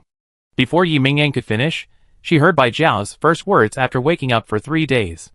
Bai Xiao, don't tell them I. She spoke with great difficulty, and Yi Mingyan's tears welled up instantly. Mom knows you don't want your friends to know about your condition. Mom told Grandma that your news is a secret. Bai Xiao fell silent. She had only managed to say a few words, and her drool had already soaked her diaper. Yi Mingyan wiped her mouth, and the mother and daughter exchanged a glance. Yi Mingyan, her eyes blurry with tears, touched Bai Zhao's thin, bony face. It's Mom's fault. I didn't give you a healthy body.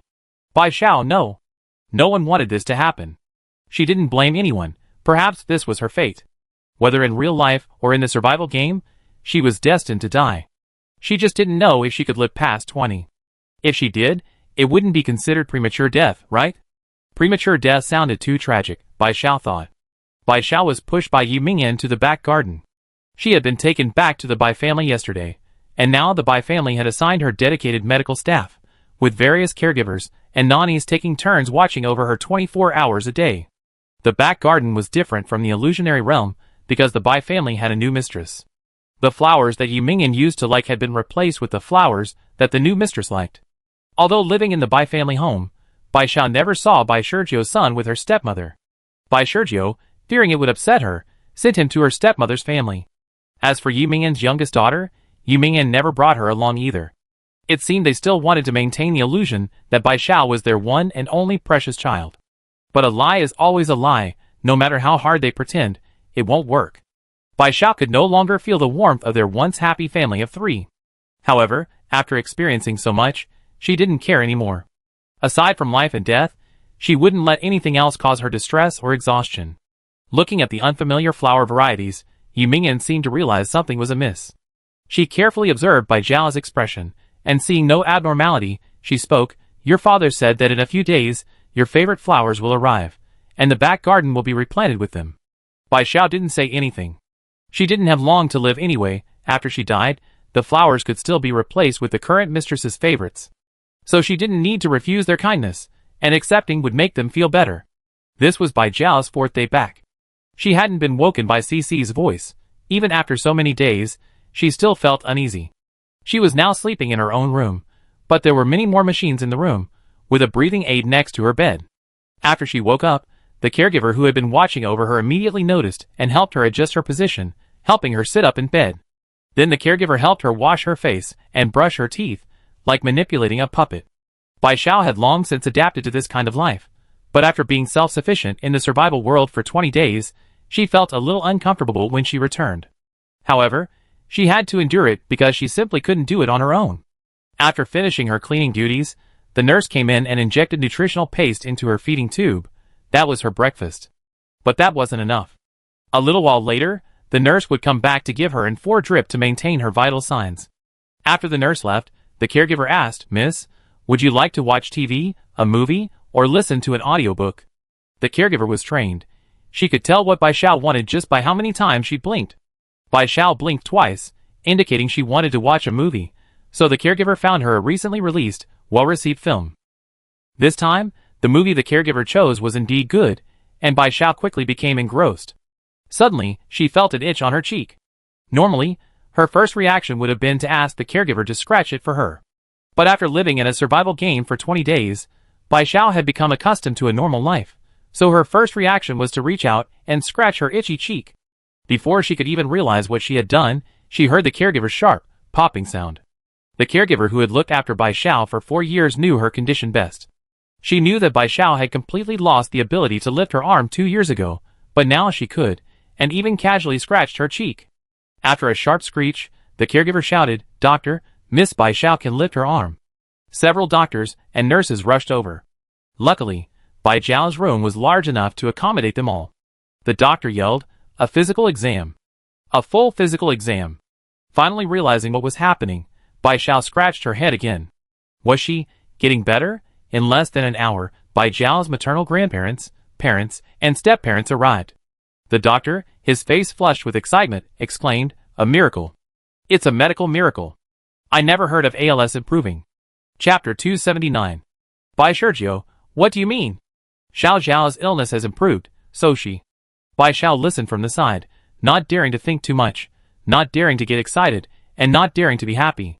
What she feared most was being disappointed, but everything felt so real. Her right hand had indeed recovered.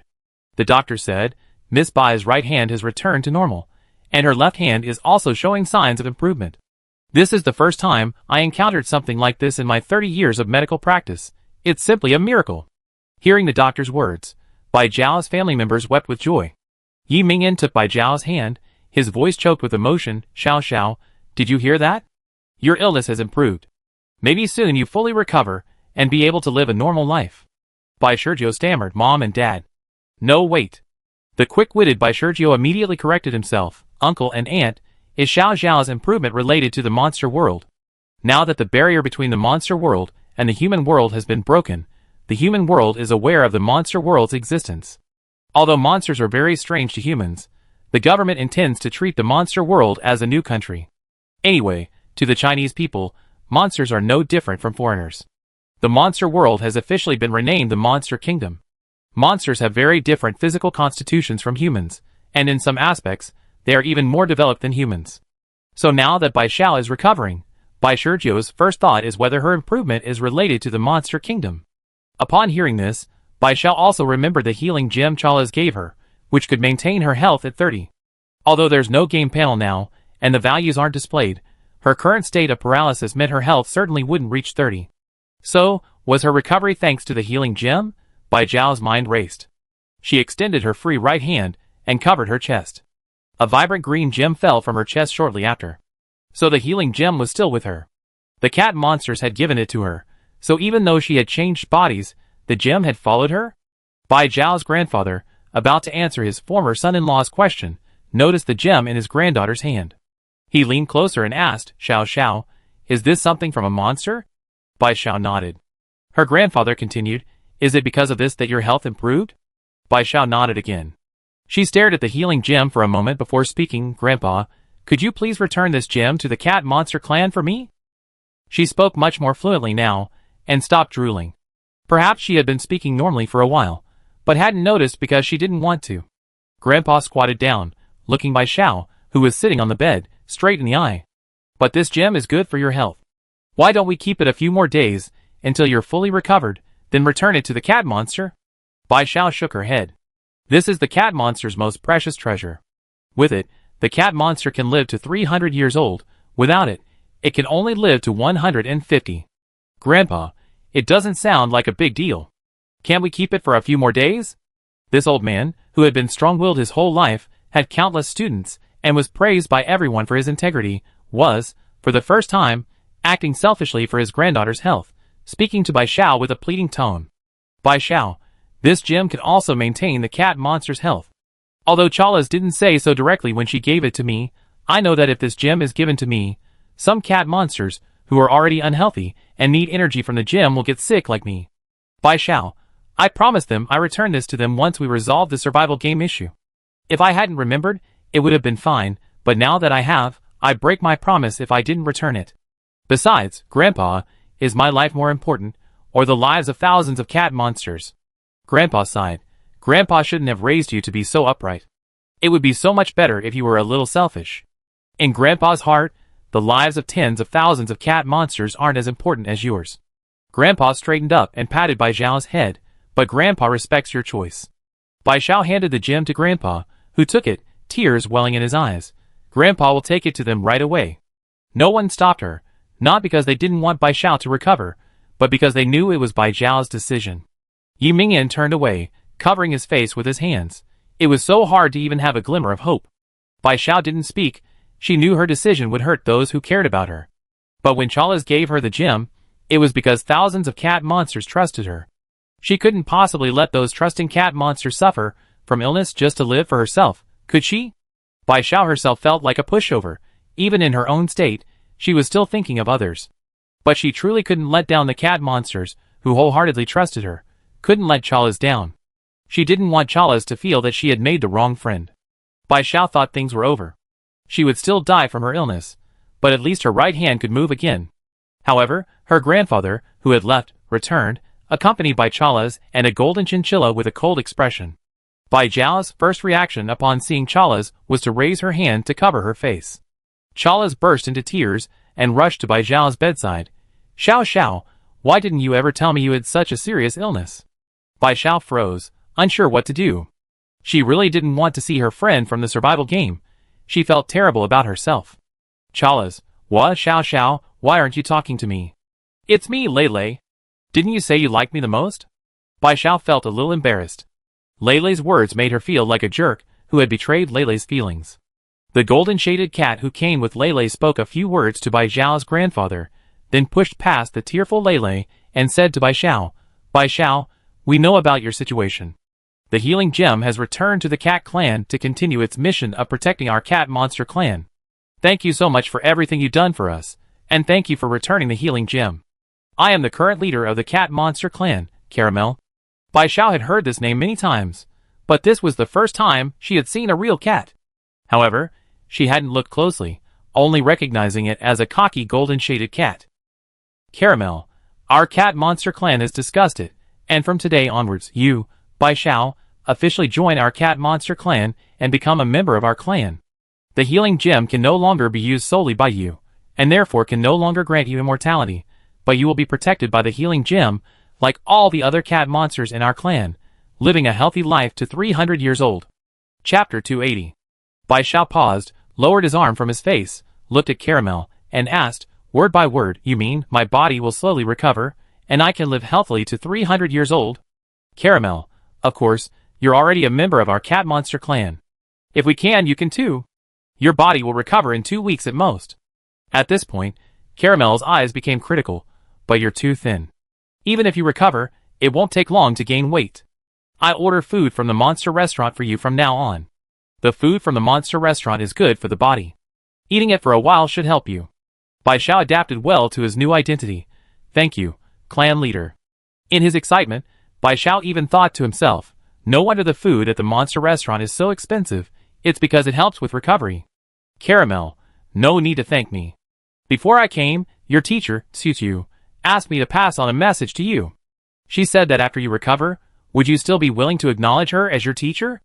If so, she register you for the violin competition 3 months from now." Bai Zhao finally smiled. "I'd like to." Caramel also smiled, looking less arrogant. "Xiu will definitely be very happy to receive this reply. Well then, I wish you a speedy recovery. We be going now." Kai Lizzie immediately retorted, "Big brother, you can go by yourself. Xiao Xiao must be bored by herself. I want to stay and keep her company." Caramel couldn't do anything about this younger sister, so she could only say to Bai Sergio, "Then I have to trouble you with my younger sister." Bai Sergio quickly replied, "How could it be troublesome? Chala's is Xiao Xiao's good friend. We'd be more than happy for it to stay and keep her company." To show her genuine willingness, Bai Sergio even accompanied Bai Zhao's grandfather to personally deliver the caramel back. Then, Bai Zhao began her rehabilitation. Chala's hired a deer doctor from the monster kingdom, not a psychologist, but a rehabilitation doctor, a Sika deer. Although the healing gem could help Bai Zhao recover, her recovery would be even faster if she cooperated with the rehabilitation.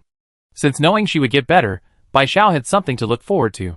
She was exhausted from her daily rehabilitation, but still cheerful, and talked much more than usual. Although Chala's felt she had already done enough for Xiao Xiao, hearing her mention her talkative, colorful mouse friend touched her heart. The next day, Bai Zhao saw Little Gray, whom she hadn't seen in a long time. The human and the monster hadn't seen each other for a long time, chatting away, as if oblivious to the world around them. Kai Lizzie urged them to sleep several times before they finally went to bed reluctantly. Although Bai Zhao had long suspected that Xiao Erwei couldn't keep secrets, she didn't know he was this bad at it. After being taken in by Hu Yin had become one of Xiao Erwei's idolized monsters, so Hu Yin appeared the next day. Hu Yin was furious. "I'm the last monster to know you're here. Even that little flowery mouse saw you before I did." Actually, what angered Hu Yin most was that she couldn't find out anything about Bai Zhao no matter how hard she tried, only to learn it from a little flowery mouse. She'd rather see that little flowery mouse than the little flowery mouse. It's Fox Flame, the first Duke of the Fox Kingdom, a universally acknowledged beautiful fox spirit. Yet this human completely disregards it. Bai Zhao scratched her face with her finger. "Well, listen to me." Fox Flame plopped down on the stool next to her, tilting its head and glancing sideways at Bai Zhao, as if to say, I'm listening, I want to see what you have to say. Bai Xiao, I just wanted to get better so I could surprise everyone when I reappear. Being sickly like this, I'm afraid people won't be happy to see me. This was indeed Bai Xiao's true thought. She had worked so hard on her rehabilitation training because she wanted to be healthy enough to see 18 and the others. However, she hadn't really thought about Fox Flame these past few days, so she felt a little guilty. Fox Flame accepted Bai Xiao's explanation, and its anger subsided immediately, though its tone remained harsh. It's just a minor illness, isn't it? This Duke won't be saddened by your illness. However, you do look unwell. Why don't you come and recuperate in my territory for a while? Bai Xiao politely declined. No, I'm fine at home.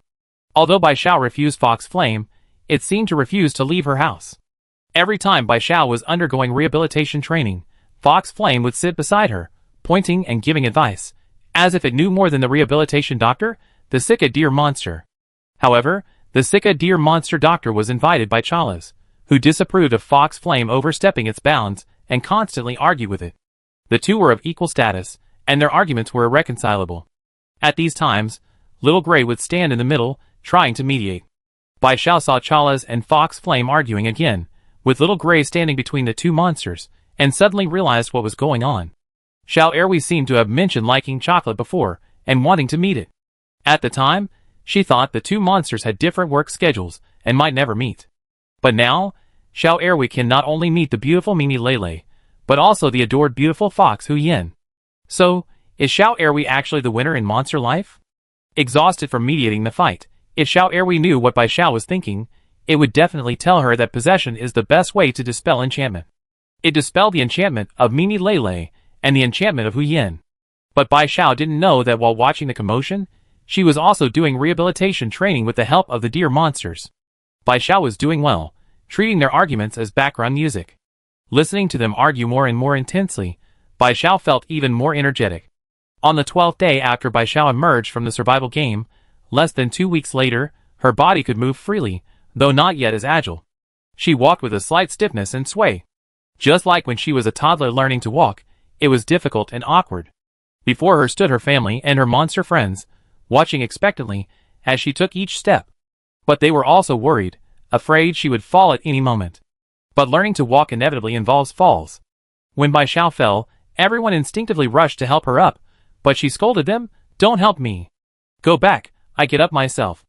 Everyone retreated, watching Bai Xiao slowly get up on her own and continue her unfinished journey.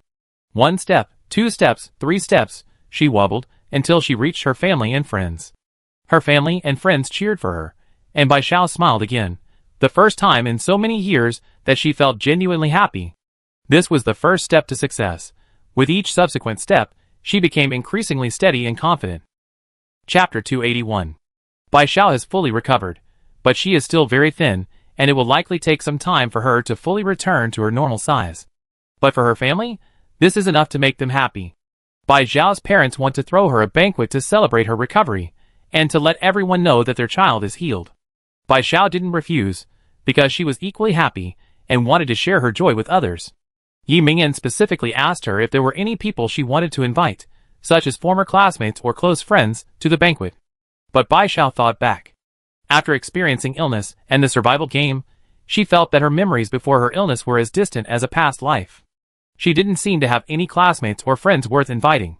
Because after she got sick, these people had long lost contact with her. But she thought of her teammates from the survival game. She hadn't contacted them after she came out, firstly because she felt her life was nearing its end, and there was no need for them to know and feel sad for her. Secondly, she didn't want them to know her physical condition, and hoped that in their memories, she could have a dignified ending. After slowly recovering, Bai Xiao didn't think about contacting them, because she didn't want them to see her in such a disheveled state during rehabilitation training. She wanted to remain healthy in her teammates' memories. But now that she was recovered, compared to her character in the survival game, she was only a little thinner. So she began to miss her teammates, and every day she spent with them. Because Bai Xiao's grandparents were part of the investigation team, they knew some basic information about the survival game player. Inviting a few friends to participate in her rehabilitation treatment wouldn't be a problem for her grandparents. So, some players who had previously interacted with Bai Xiao in the survival game received a banquet invitation, the kind that included round-trip airfare and accommodation, signed by the name "All Illnesses Cured." The members of the first team returned in such a rush that, aside from each other's game names, they knew nothing about their teammates in real life. After their return, they had been searching for each other. After all, they were close friends who had gone through thick and thin together. But in a vast sea of people, finding someone you only know by their game name is like finding a needle in a haystack. But Bai Zhao's invitation made them realize that their teammates certainly wouldn't pass up this opportunity to reunite, so they all prepared to attend. The banquet was set for 3 days later. Bai Zhao also sent out invitations to the Monster Kingdom, inviting all the monsters she had met before, such as Iron Hammer, Tutu, Bai Bai, Lily, and Little Bamboo Shoot. Bai Zhao was also very much looking forward to the banquet and meeting everyone in real life, but on the eve of the banquet, her parents called her out, saying they had something to discuss with her. Her parents and stepmothers were all in the living room, along with her mother and stepfather's 1-year-old daughter, and her father, and stepmother's 1-year-old son. This was the first time Bai Zhao had ever met her younger siblings. She had only heard about them before, and her parents never brought their children to the house, fearing it would upset her. After sitting down, Bai Zhao asked, "What do you want to tell me?" Her stepfather, holding his big-eyed daughter, smiled at Bai Zhao but said nothing. Her stepmother, holding her sleeping son, glanced at Bai Zhao, her expression blank. Completely bewildered, Bai Zhao then heard her father say, "We already discussed it.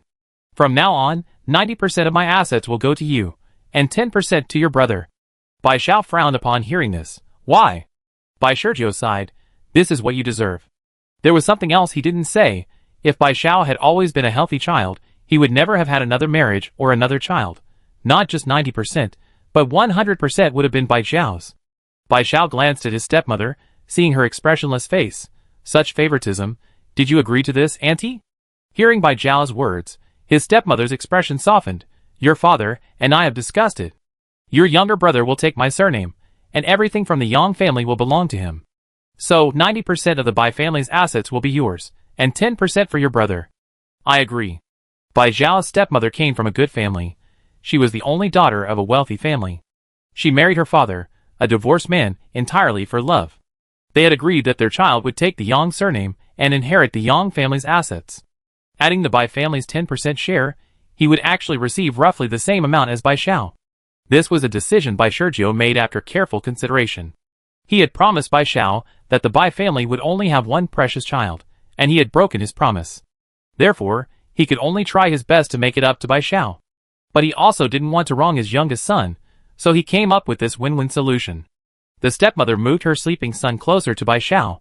"Would you like to hold your little brother?" Bai Zhao was completely unfamiliar with this younger brother. "No, I never held a child before. I'm afraid he'd fall." A hint of sadness flashed in Yu Mingyan's eyes. If Bai Zhao refused to hold her brother, she certainly wouldn't want to hold her sister either. Before Yu Mingyan could speak, Bai Zhao spoke first. "Actually, you don't need to feel indebted to me. I'm an adult now, and can choose my own life. You can also choose your own lives. I respect your choices. I don't need you to wrong your own children to compensate me. Although I don't like my younger siblings, they are your children, and should have the same inheritance rights as me." After saying this, Bai Zhao stood up. "After the banquet, I will move out. I will visit your family often." Yu Mingyan stood up excitedly. Xiao, what are you saying? You are still a child and need someone to take care of you. How can you move out alone? If you don't want to live at Dad's house, you can live at Mom's house. How can you be alone?" Bai Zhao sighed. "I can." She survived the survival game all by herself, in a peaceful society governed by law. How could she not? Actually, Bai Zhao hadn't planned to leave, but today's events made her suddenly realize that while she had moved on from some things, her parents hadn't. They felt indebted to her and desperately wanted to make it up to her, which was a burden for her and for their family. Bai Zhao finally understood why parental divorce is so damaging to children, because the sweet moments of the family of 3 in her memories would forever remain only in her mind. But she no longer felt sad about these things. After experiencing so much, she felt these were all trivial matters. From now on, she just wanted to live as she pleased. Chapter 282. Bai Zhao had already made up her mind. At the banquet, she would find her teammates. She could train with Ba, go out with Bai He, gossip with Xiaohua, and try various extreme sports with Pian Pian. She felt she would definitely enjoy it. She had been confined to her hospital bed for too long. She didn't want to be confined at home any longer. Bai Zhao gently pushed Yu Mingyan back to his original position, then walked behind them, placing her arms and hands on their shoulders. Bai Xiao, I lost my freedom for a long time. If you truly love me and want to make it up to me, please give me absolute freedom. After Bai Xiao finished speaking, everyone was silent for a moment. Yi Mingyan was the first to say okay, followed by Bai Sergio. For Bai Xiao, that was enough. She was about to start a new life. The banquet arrived as scheduled. Bai Xiao saw many familiar faces. Besides her teammates from the first team, she also saw familiar players like Li, from Unit 2 of Building 8, Unit 3 of Building 3, and so on. At the start of the banquet, Bai Xiao, as the hostess, couldn't directly go over to acknowledge them. She also had to stand in the center of the banquet and give a speech. Afterwards, she couldn't wait to go to her teammates. Can I live? She exclaimed with wide eyes, Xiao Xiao, you're so beautiful and rich. Bai Xiao, it's alright. Just that one sentence made Bai Xiao suddenly feel like she'd never been separated from her teammates. The 18-year-old cleaning lady, no wonder I couldn't find out anything about you. Turns out your grandfather is this. The 18-year-old cleaning lady gave a thumbs up, then looked Bai Xiao up and down, puzzled. But why do you look so thin? After the other teammates returned from the game, their bodies showed no obvious changes. They looked exactly the same as they did in the survival game. Swaying Lily, I think so too. You don't look too well either. Are you feeling unwell? Bai Xiao casually replied, it's nothing. I just had a minor illness.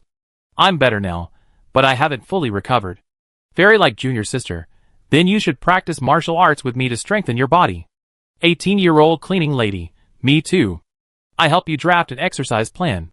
Bai Xiao, okay, by the way, shouldn't we exchange real names? Even though I'm used to your game names, it's still necessary to know your real names. 18-year-old cleaning lady, a little embarrassed. My name is Jiojio, because this name doesn't suit me at all. That's why I rarely tell others. Bai Xiao, Jiojio, no wonder you told us to call you 18. Can I live? Why not just call me 81? 18-year-old cleaning aunt, stop discussing my name. Quickly state your names, then add me on WeChat and we create a group. Bai Xiao, Bai Xiao. Swaying Lily, Hu Bai He. Wei Shui Yang Yang, Kong Wei Yang. Can I live? Suyin. Roasted Lion King, Guya. Fairy-faced junior sister, Lin Shu. Elegant Pian, Guanling Yun.